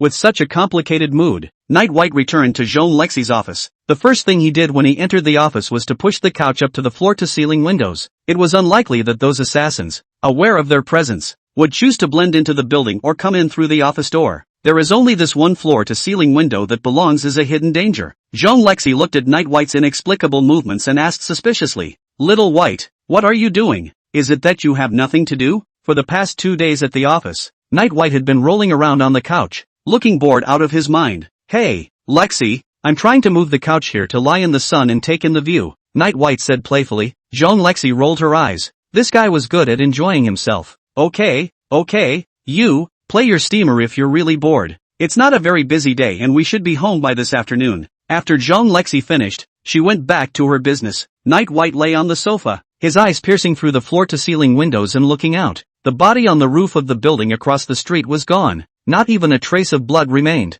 With Yi Zhichen joining the team today, the phone calls on Jean Lexi's desk were obviously much quieter. And apart from some major decisions that needed to be asked of Jean Lexi, there was basically not too much disturbance. Night White just lay on the sofa, looking out the window from time to time, and looking at Jean Lexi from time to time. Occasionally, Jean Lexi was busy and turned her head to look at Night White, always unable to resist walking over to tease him, because every time I saw this guy lying lazily, like a lazy big white dog, it made Jean Lexi feel unbalanced in her heart. He was busy himself and this guy had nothing to do. What's even more infuriating is that this guy actually did keep lying down and didn't even know to come over. It was like this until after 4 o'clock in the afternoon, when Jean Lexi stretched her legs and finished her work for the day. Yesterday she had been busy until dark, and today had been considered a free day. Once the Su family's troubles are solved, and the Jean family becomes a dominant force in Tianhai, Jean Lexi will basically be able to act as a handshake. "Get up, lazy pig, go home." Jean Lexi walked next to Night White, rubbed his head hard, and said in a nonchalant manner. Night White smiled and stood up, lazily falling back toward Jean Lexi's arms. "Ouch, colorful ghost, no proper form, go to hell." Jean Lexi laughed and cursed as she pushed Night White away and headed for the door. After the two of them went downstairs, it was still Night White who drove, carrying Jean Lexi back to the manor. In the car, Night White was silent for a while and tentatively asked, "Lexi, have you ever thought, I'm actually not an ordinary person?" Night White was already considering coming clean with Jean Lexi, because looking at the current situation, even if Jean Lexi didn't know her identity, she still couldn't avoid attracting the attention of the black impermanence. Jean Lexi sat in the passenger seat playing with her cell phone and froze for a moment after hearing Night White's words. "Of course you're not an average person. Who would dare to pick me up as an ordinary person? You're totally a colorful guy who has long since left the realm of normal humans." Jean Lexi seized the opportunity and directed a burst of taunts at Night White. Night White laughed bitterly and had to consider in his head what better way to identify himself. While Night White was pondering, there was a sudden change, only to see a large truck coming head-on, without the slightest avoidance, rushing straight toward this car of Night White and Jean Lexi. Night White cursed, "These damn guys are really endless." With such a clear purpose, Night White didn't even have to think about it to know that it was another assassin who had come to assassinate Jean Lexi. Jean Lexi's face became grave, and her legs, which had been cocked high, were immediately lowered. "Lexi, sit tight, it's fine." After Night White said that, he gripped the steering wheel tightly and controlled the car to rush straight into a store by the roadside. There was instant smoke and dust, and the scene was chaotic as pedestrians on the street ran away screaming. "Lexi, is everything okay?" Night White asked Jean Lexi in the passenger seat. Because of the huge impact, Jean Lexi's head was knocked hard. Returning to her senses, her face was icy cold, and she could see that this was definitely coming at her. "It's fine, Shao Qi will bring someone over right away," Jean Lexi said coldly, killing intent filling her eyes. Outside the car window, the big truck didn't get the job done, and without stopping for a second, fled the area at speed. Night White's face was incomparably gloomy. According to the general practice, that killer didn't run them over with his car. He would inevitably get out of the car to make up for his gun. However, he did not do so, apparently knowing that Night White was in the car, and immediately fled when he failed to succeed in his strike. It didn't take long for Seven to rush over, his expression incomparably panicked. "Missy, are you alright?" Shao Qi ran over and opened the car door, and was relieved to see that Jean Lexi was fine. Night White kicked open the driver's door and walked to the passenger side to help Jean Lexi out. Jean Lexi got out of the car and said to Shao Qi, "Check, find that person out, dead or alive." Night White opened his mouth, but in the end, he didn't say anything, and instead sent a message to Ming Yi, because he knew that with Seven and the others alone, any further investigation would be fruitless. After such a big accident, Jean Lexi was immediately under close protection, and Night White didn't have to drive anymore. so he and Jean Lexi sat in the back of a car and drove toward the manor. Jean Lexi sat in the car for a while before she calmed her anger and turned her head to look at Night White. Night White's expression was very calm, causing Jean Lexi to have some surprises. "Shall by, it's my fault for dragging you down," Jean Lexi said, leaning her head on Night White's shoulder. Chapter 73, No Random Thoughts. Hearing Jean Lexi say that, Night White's body couldn't help but tremble. He looked at Jean Lexi, who was leaning on his shoulder with an apologetic face, and reached out to take her in his arms. "Fool, I should be the one to say this." Night White stroked Jean Lexi's hair and said gently. Jean Lexi's head, buried in Night White's arms, moved and looked at him suspiciously. "Shall by, you're talking nonsense again. If it weren't for me, you wouldn't be so frightened," Jean Lexi whispered. Night White shook his head, then came up to Jean Lexi's ear and said, "Lexi, when we get home, I have something to tell you." Yet Jean Lexi looked flustered when she heard these words. He immediately sat up straight and looked at Night White and said, "Little White, give me a few days. I'll just settle the Sioux clan. Something like this won't happen again." Jean Lexi's biggest worry was that Night White would not dare to be with herself after what she went through today. Night White immediately hugged Jean Lexi tightly and said, "Don't think nonsense, listen." Jean Lexi's arms tightly encircled Night White's neck, as if she was afraid that he would escape. The scarlet color gradually spread in her eyes, and both arms became tighter and tighter. "We'll keep Night White locked up tonight, once we've settled the Sioux family." Jean Lexi thought this in her heart, and once such a thought appeared, she could no longer stop it. Noticing Jean Lexi's nervous movements, Night White instantly guessed that she was going crazy again. Without the slightest hesitation, Night White directly kissed Jean Lexi's lips, crazy and hot. It wasn't until Jean Lexi gently tapped on Night White's shoulder that Night White let her go. "No rambling, if you dare to disobey me, be careful, I'll spank your ass," Night White pretended to be vicious and said. When she finished speaking, she even gently bit Jean Lexi's nose. Jean Lexi's pretty face was red, and her entire body fell limply into Night White's arms, panting heavily. "Bad guy," Jean Lexi murmured in a fine voice, well enough to not continue to go crazy. There were no accidents on the next road, and under the escort of a dozen cars, Night White and Jean Lexi returned to the manor without incident. Just after entering the manor's gate, Fong Lin jogged all the way to Jean Lexi. He was originally part of the last batch of people who kept the manor safe, and after Jean Lexi took complete control of the Jean family, she didn't replace him on account of the fact that he taught Night White how to learn how to drive. Fong Lin looked a little nervous and twisted his head to look in the direction of the villa before he said softly, "Missy, the master is inside." Jean Lexi frowned. The lord in Fong Lin's mouth was naturally Zhong Jinhan. But what made Jean Lexi wonder was that Zhong Jinhan's arrival didn't cause Fong Lin to make such a fuss. Looking at Jean Lexi's puzzled expression, Fong Lin added, "That young master is also inside." This statement immediately caused Jean Lexi to react strongly. Her entire aura changed abruptly, and her eyes became incomparably cold. Jean Lexi immediately returned to the car and took out a gun, still loaded, for Zhong Yichen. Jean Lexi had long been harboring a murderous intent, and with Zhong Jinhan present today, even if she didn't want Zhong Yichen's life, she had to make him an invalid. Jean Lexi held the gun in one hand, pulled Night White with the other, and walked toward the villa.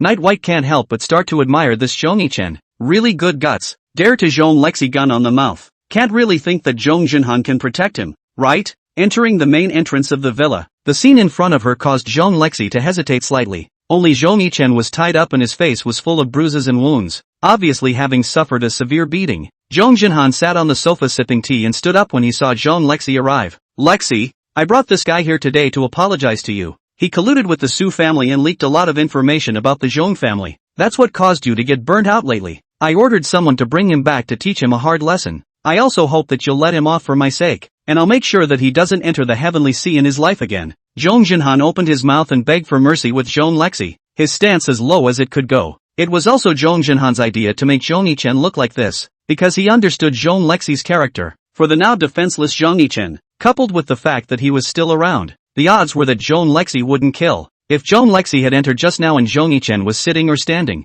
I'm afraid he would have been shot by Jean Lexi. As expected, looking at the incomparably miserable Zhong Yichen at the moment, coupled with Zhong Jinhan's words, Zhong Lexi was really a bit bad at it. But Zhong Lexi's heart does not intend to let Zhong Yichen off so easily. If she can't kill him today, she'll have to kill him sooner or later. For this kind of person who wanted to get rid of her, Zhong Lexi was determined not to take a step back. You can't stay with Zhong Jinhan forever, can you? There's always a time when you're not there, right? Zhong Jinhan watched as Zhong Lexi didn't make her next move and breathed a sigh of relief in her heart. Once Zhong Lexi was taken care of, Night White shouldn't give Zhong Yichen a hard time. "Oh, right, we're all family. Lexi, put the gun away." Zhong Jinhan said with a smile. Then, Zhong Jinhan kicked at Zhong Yichen again and scolded him sternly. Why don't you hurry up and make amends to your sister? However, Zhong Yichen didn't say a word, and a pair of sinister eyes stared tightly at Zhong Lexi. Unbeknownst to him, such behavior strengthened Zhong Lexi's resolve to kill him. Zhong Lexi sneered. Oh, father,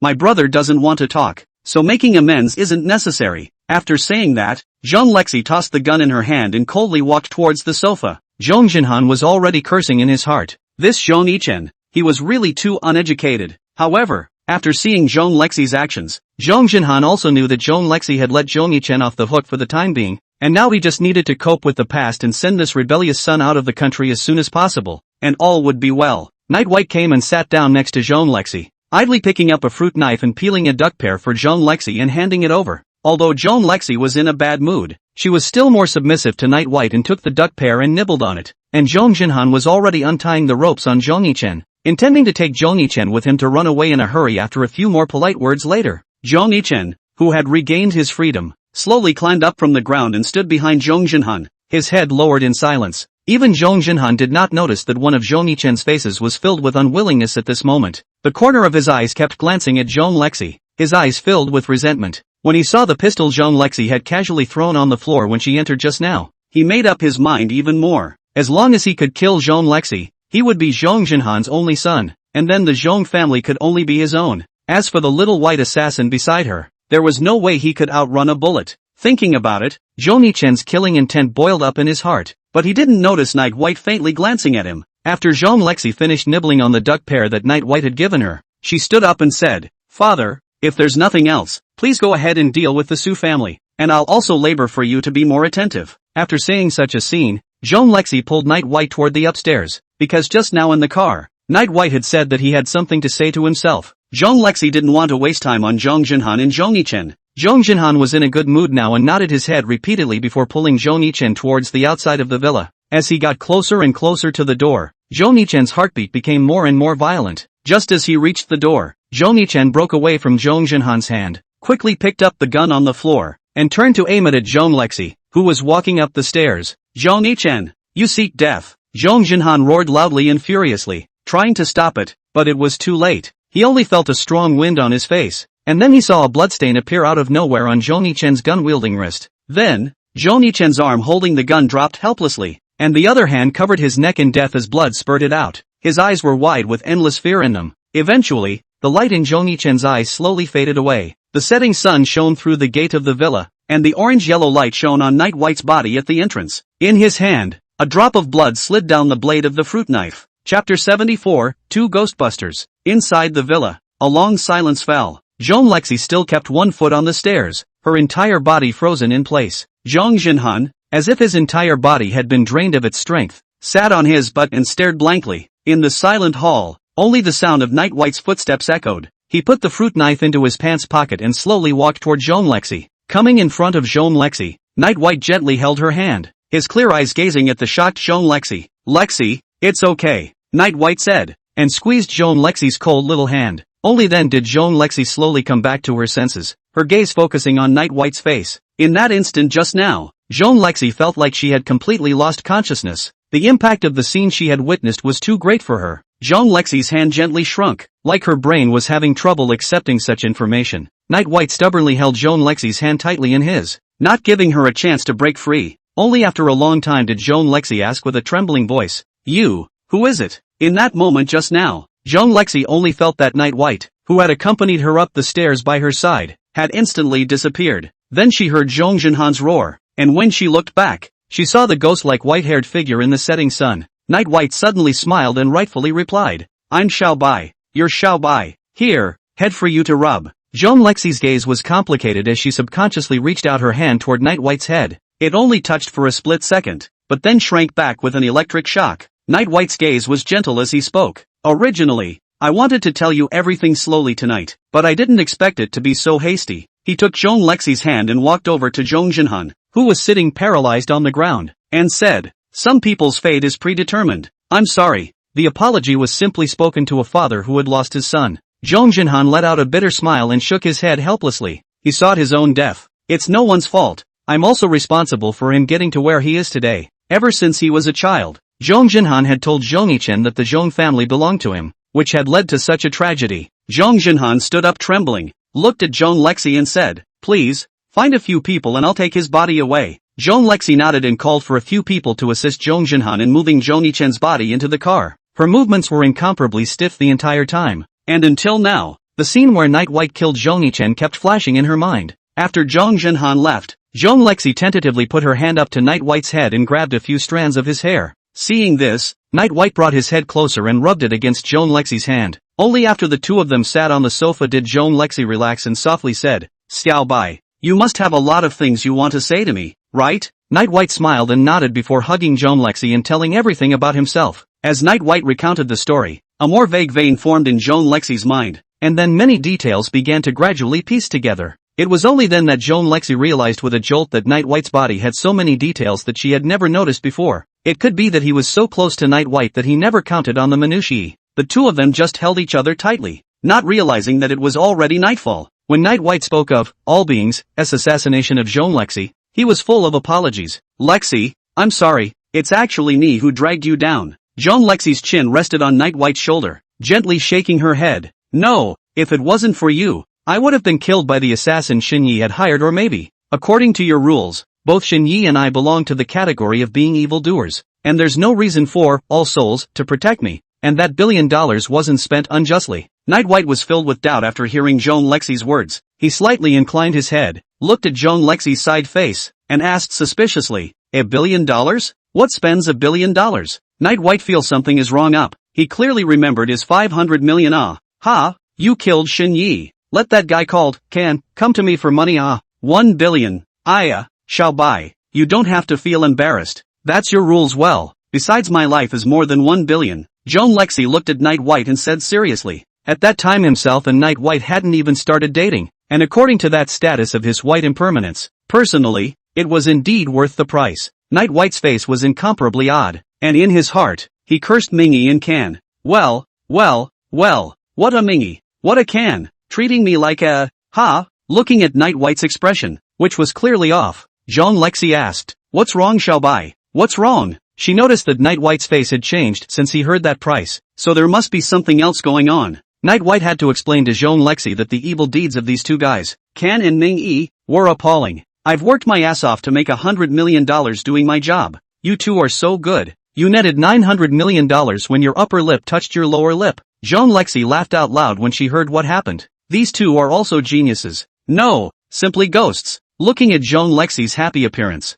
Night White's mood gradually changed for the better. Lexi, aren't you worried about living in fear every day from now on?" Night White asked with a smile. Zhong Lexi shook her head with a disinterested expression. She said earnestly, "Why should I be afraid when I have you?" Night White was momentarily speechless, then kissed Zhong Lexi's lips deeply. "Well, Xiao Bai, we haven't had dinner yet, and no hands are allowed to move," Zhong Lexi said shyly, gently pushing Night White away. Night White smiled and let go of Zhong Lexi. Now that he had confessed everything to Zhong Lexi, Night White just felt incredibly relaxed. "Hey, Lexi, I'll go cook then. What do you want to eat?" Night White asked gently. Zhong Lexi hugged Night White's arm, a bright smile spreading across her face. "I want to eat everything. I'm going too." The two went into the kitchen and started thrashing around again, and the meal took an hour to get ready. Eating clock Lexi always lifted her head to observe the wolfish Night White for a long time. Now Zhong Lexi finally figured it out. No wonder the big dog wasn't afraid of herself from the start, and dared to molest her with impunity. Thinking about it, a tantalizing blush slowly surfaced on Zhong Lexi's face. At first she was trying to temper the big dog herself, but instead it had a side effect, and now she was dead in love with him. "Dear little White, even though you're the white impermanence of all beings, this young lady is still going to bully you in the future. Are you convinced?" Zhong Lexi came to Night White's ear and said with a bad smile. Night White looked at her favorably and laughed. Hey, it's good that you're happy. Lexi, bullying me? When didn't you come up here to flirt with me and end up running away? Zhong Lexi laughed happily and kept pouring food into Night White's bowl. After eating, Night White asked with very obvious intentions. "Lexi, shouldn't we rest?" Chapter 75. How about asking yourself a question? Listening to Night White's almost explicit words, Zhong Lexi's cheeks instantly turned red. This big dog is really a thief, always thinking of eating himself. Horny little White. No, Zhong Lexi rebuked. After saying that, Zhong Lexi lowered her head, too embarrassed to look at Night White's face. Night White asked with slight disappointment. Ha, Lexi, why? As he spoke, Night White also moved closer and closer to Jean Lexi, feeling the sizzling breath that gradually approached. Jean Lexi's heart began to thump. I can't, I'm not ready, it's too sudden, I have to digest it, you're not allowed to follow me. After Jean Lexi finished speaking, she covered her face and ran upstairs. Her pace was disorganized and she nearly fell several times as she went up the stairs. Lexi, slow down, don't fall. Night White, his face full of bitter smiles, stood downstairs and admonished. He was indeed a bit hasty. Jean Lexi's sudden learning of her identity was a huge mental shock to her, and it was time to slow down a bit. Jean Lexi ran to the door of the room in a panic and quickly opened it. Just as she was about to enter the room, she hesitated slightly again, then turned her head to look downstairs at the stupidly flabbergasted Night White and said, "Little White, good night." When he finished, he immediately dug into the room. Before Night White could say anything, he saw Jean Lexi close the door to her room tightly. In fact, he wanted to say that he just wanted to simply go in and take a nap and do nothing. But soon Night White was all amused by this ridiculous thought of his own. Having gone in, how could he do nothing? Since Jean Lexi wasn't ready yet, she herself would wait a little longer. There was no rush. After packing up the dishes, Night White went back to his room and lay down. Now that Jean Lexi knew her true identity, she didn't need to hide it, and it was indeed a lot easier. The only hidden danger was the Black Impermanence's side, which had to be closely guarded. Today alone, Jean Lexi has been assassinated twice, and there may be more in the future. The assassination against Jean Lexi would only end when the Su family was exterminated and Su Macheng was dead, and, all life, lost Jean Lexi as the next person on the list. After thinking for a while, Night White began to prick up his ears and listen to the movements in Jean Lexi's room. Back in her room, Jean Lexi rolled around on her bed holding the rabbit doll, just unable to sleep. Bad little White, hiding it from me for so long. Humph, wear black silk tomorrow. No more rewards for you. Piss you off, Jean Lexi muttered, and raised her small fist to whack at the rabbit doll. Night White shook his head with a bitter smile after hearing this. The outskirts of Tianhai, a shadowy figure sneaked into a dilapidated factory building. Only one room in the factory was lit, and the light was somewhat dim. The sneaky figure looked left and right and quickly scurried into the room. There was a worn couch in the room, and an old man with graying temples sat on it. He is called Tail, one of the 28 constellations, of all beings. Seeing that person enter, Tail inclined his head towards the visitor and frowned before slowly speaking. Xiao Chusheng, what's it like to panic? Tail's voice was shrill, making it hard to believe that such a voice came from a man. The assassin named Xiao Chusheng looked relatively young. In his 20s, he wiped the cold sweat from his head and said, "My lord, you scared me to death. That's the White Impermanence. If I didn't drive fast, it would have been over." As he spoke, Xiao Chusheng didn't forget to twist his head to look behind him, obviously having palpitations. When he drove the truck did not get it. Xiao Chusheng felt that the big thing is not good, must immediately run away. A flash of anger appeared on Tail's face as he opened his mouth and asked, "So, you failed? As the outstanding talent under me in recent years, you've never failed in the 4 years you've been in the industry. What's wrong with you?" Facing Tail's questioning, Xiao Chusheng didn't even know what to say. "You damn old dang. You don't dare to go on yourself. You always urge us people to die. Is it right?" However, Tail's next sentence even made Xiao Chusheng's heart break. As a qualified assassin who fails in a mission, you have to find out more about your own problems. Tail said rightfully. Xiao Chusheng's entire body froze instantly, wondering if he had heard wrong. "You're looking for your own problems?" The 3rd level spell Spirit didn't kill the 5 ghosts to find their own problems. Okay? Navy soldiers failed to kill Whitebeard alone also find their own problems, okay? I've only been in the business for 4 years. You're asking me to kill that guy? It's easier for me to do away with you stupid old dang than it is to do away with White Vagabond. That's the White Impermanence, the owner of that bone ring, the god of murder. People don't even need to do anything? A look can scare me less. If I could kill him, why would I still work under you? I would have been Black Impermanence long ago. I almost lost my life, and you're asking me to find my own problems? I'm only alive because the old man's got connections all over the place down there. Looking at Xiao Chusheng's indignant expression, Tail snorted coldly and said, "Forget it, I won't bother with you this time. I'll think of another way to create an opportunity for you, and next time, you make sure to kill those 2 people." Hearing Tail's words, Xiao Chusheng's heart jumped again. What the hell? What's next? You don't feel good until I'm dead, do you? Well, give me a hell of a KPI. Ha? Then don't blame me for finding another way to make a living. Thinking of this, Xiao Chusheng's face didn't move and said, "Oh, thanks for your trust. I will definitely perform well next time." Hearing Xiao Chusheng say this, Tail's expression eased a bit and waved his hand, signaling Xiao Chusheng to back off first. Xiao Chusheng pretended to be respectful and left the house, walking out of the dilapidated factory. Mutiny. I must mutiny. This will go to find the white impermanence to defect to go. Bring him to do away with this old dang. Absolutely a great merit. Xiao Chusheng sneaked all the way and soon disappeared. Early the next morning, Jean Lexi awoke drowsily. She couldn't remember what time she fell asleep last night, only that it was uncomfortable at first and then slowly got better. And I don't know what's going on today. But the usually staggering White didn't wake himself up today. Jean Lexi moved to stretch, but realized that she seemed to have something extra in her arms. She looked down sleepily, and soon saw a fluffy mass of white fur, still moving. Jean Lexi immediately understood what it was. Who else could it be if not a big dog? She instantly screamed out, "Ah, Xiao Bai, you've gone too far. No wonder I slept so well the second half of last night when this guy drilled in." Night White playfully raised his head and said with a smile, "Lexi, I'm wronged. I came over last night because I saw that you were insomniac and couldn't sleep soundly. I can be honest. Last night Jean Lexi did toss and turn until midnight before falling into a shallow sleep, and kept talking in her sleep." Listening to Night White's sophistry, Jean Lexi subconsciously wanted to ask him how he got in, but after thinking of Night White's stature, she felt it was superfluous to ask. "Hurry up and get off my lady. You're still lying, aren't you? I'll sleep with my eyes open from now on." Jean Lexi held her tongue for half a day before uttering such a sentence. She pushed Night White away from her with her foot and then immediately went into the bathroom. Night White smiled broadly and sat up from the bed, quietly waiting for Jean Lexi to come out. After the two of them washed up, Night White simply made some breakfast and brought it to the table. While eating breakfast, Night White looked at Jean Lexi and said, "Lexi, let's not rush to the office today. First accompany me back to the store. I have an account to settle." Now that the company has Yi Zhichen's help, it's not a big deal for Jean Lexi to go a little late. Jean Lexi guffawed, guessing what Night White was going to go back for, and nodded with a smile. She also wanted to question the vixen called Return's sister and ask her what happened to the man who was far away on the island.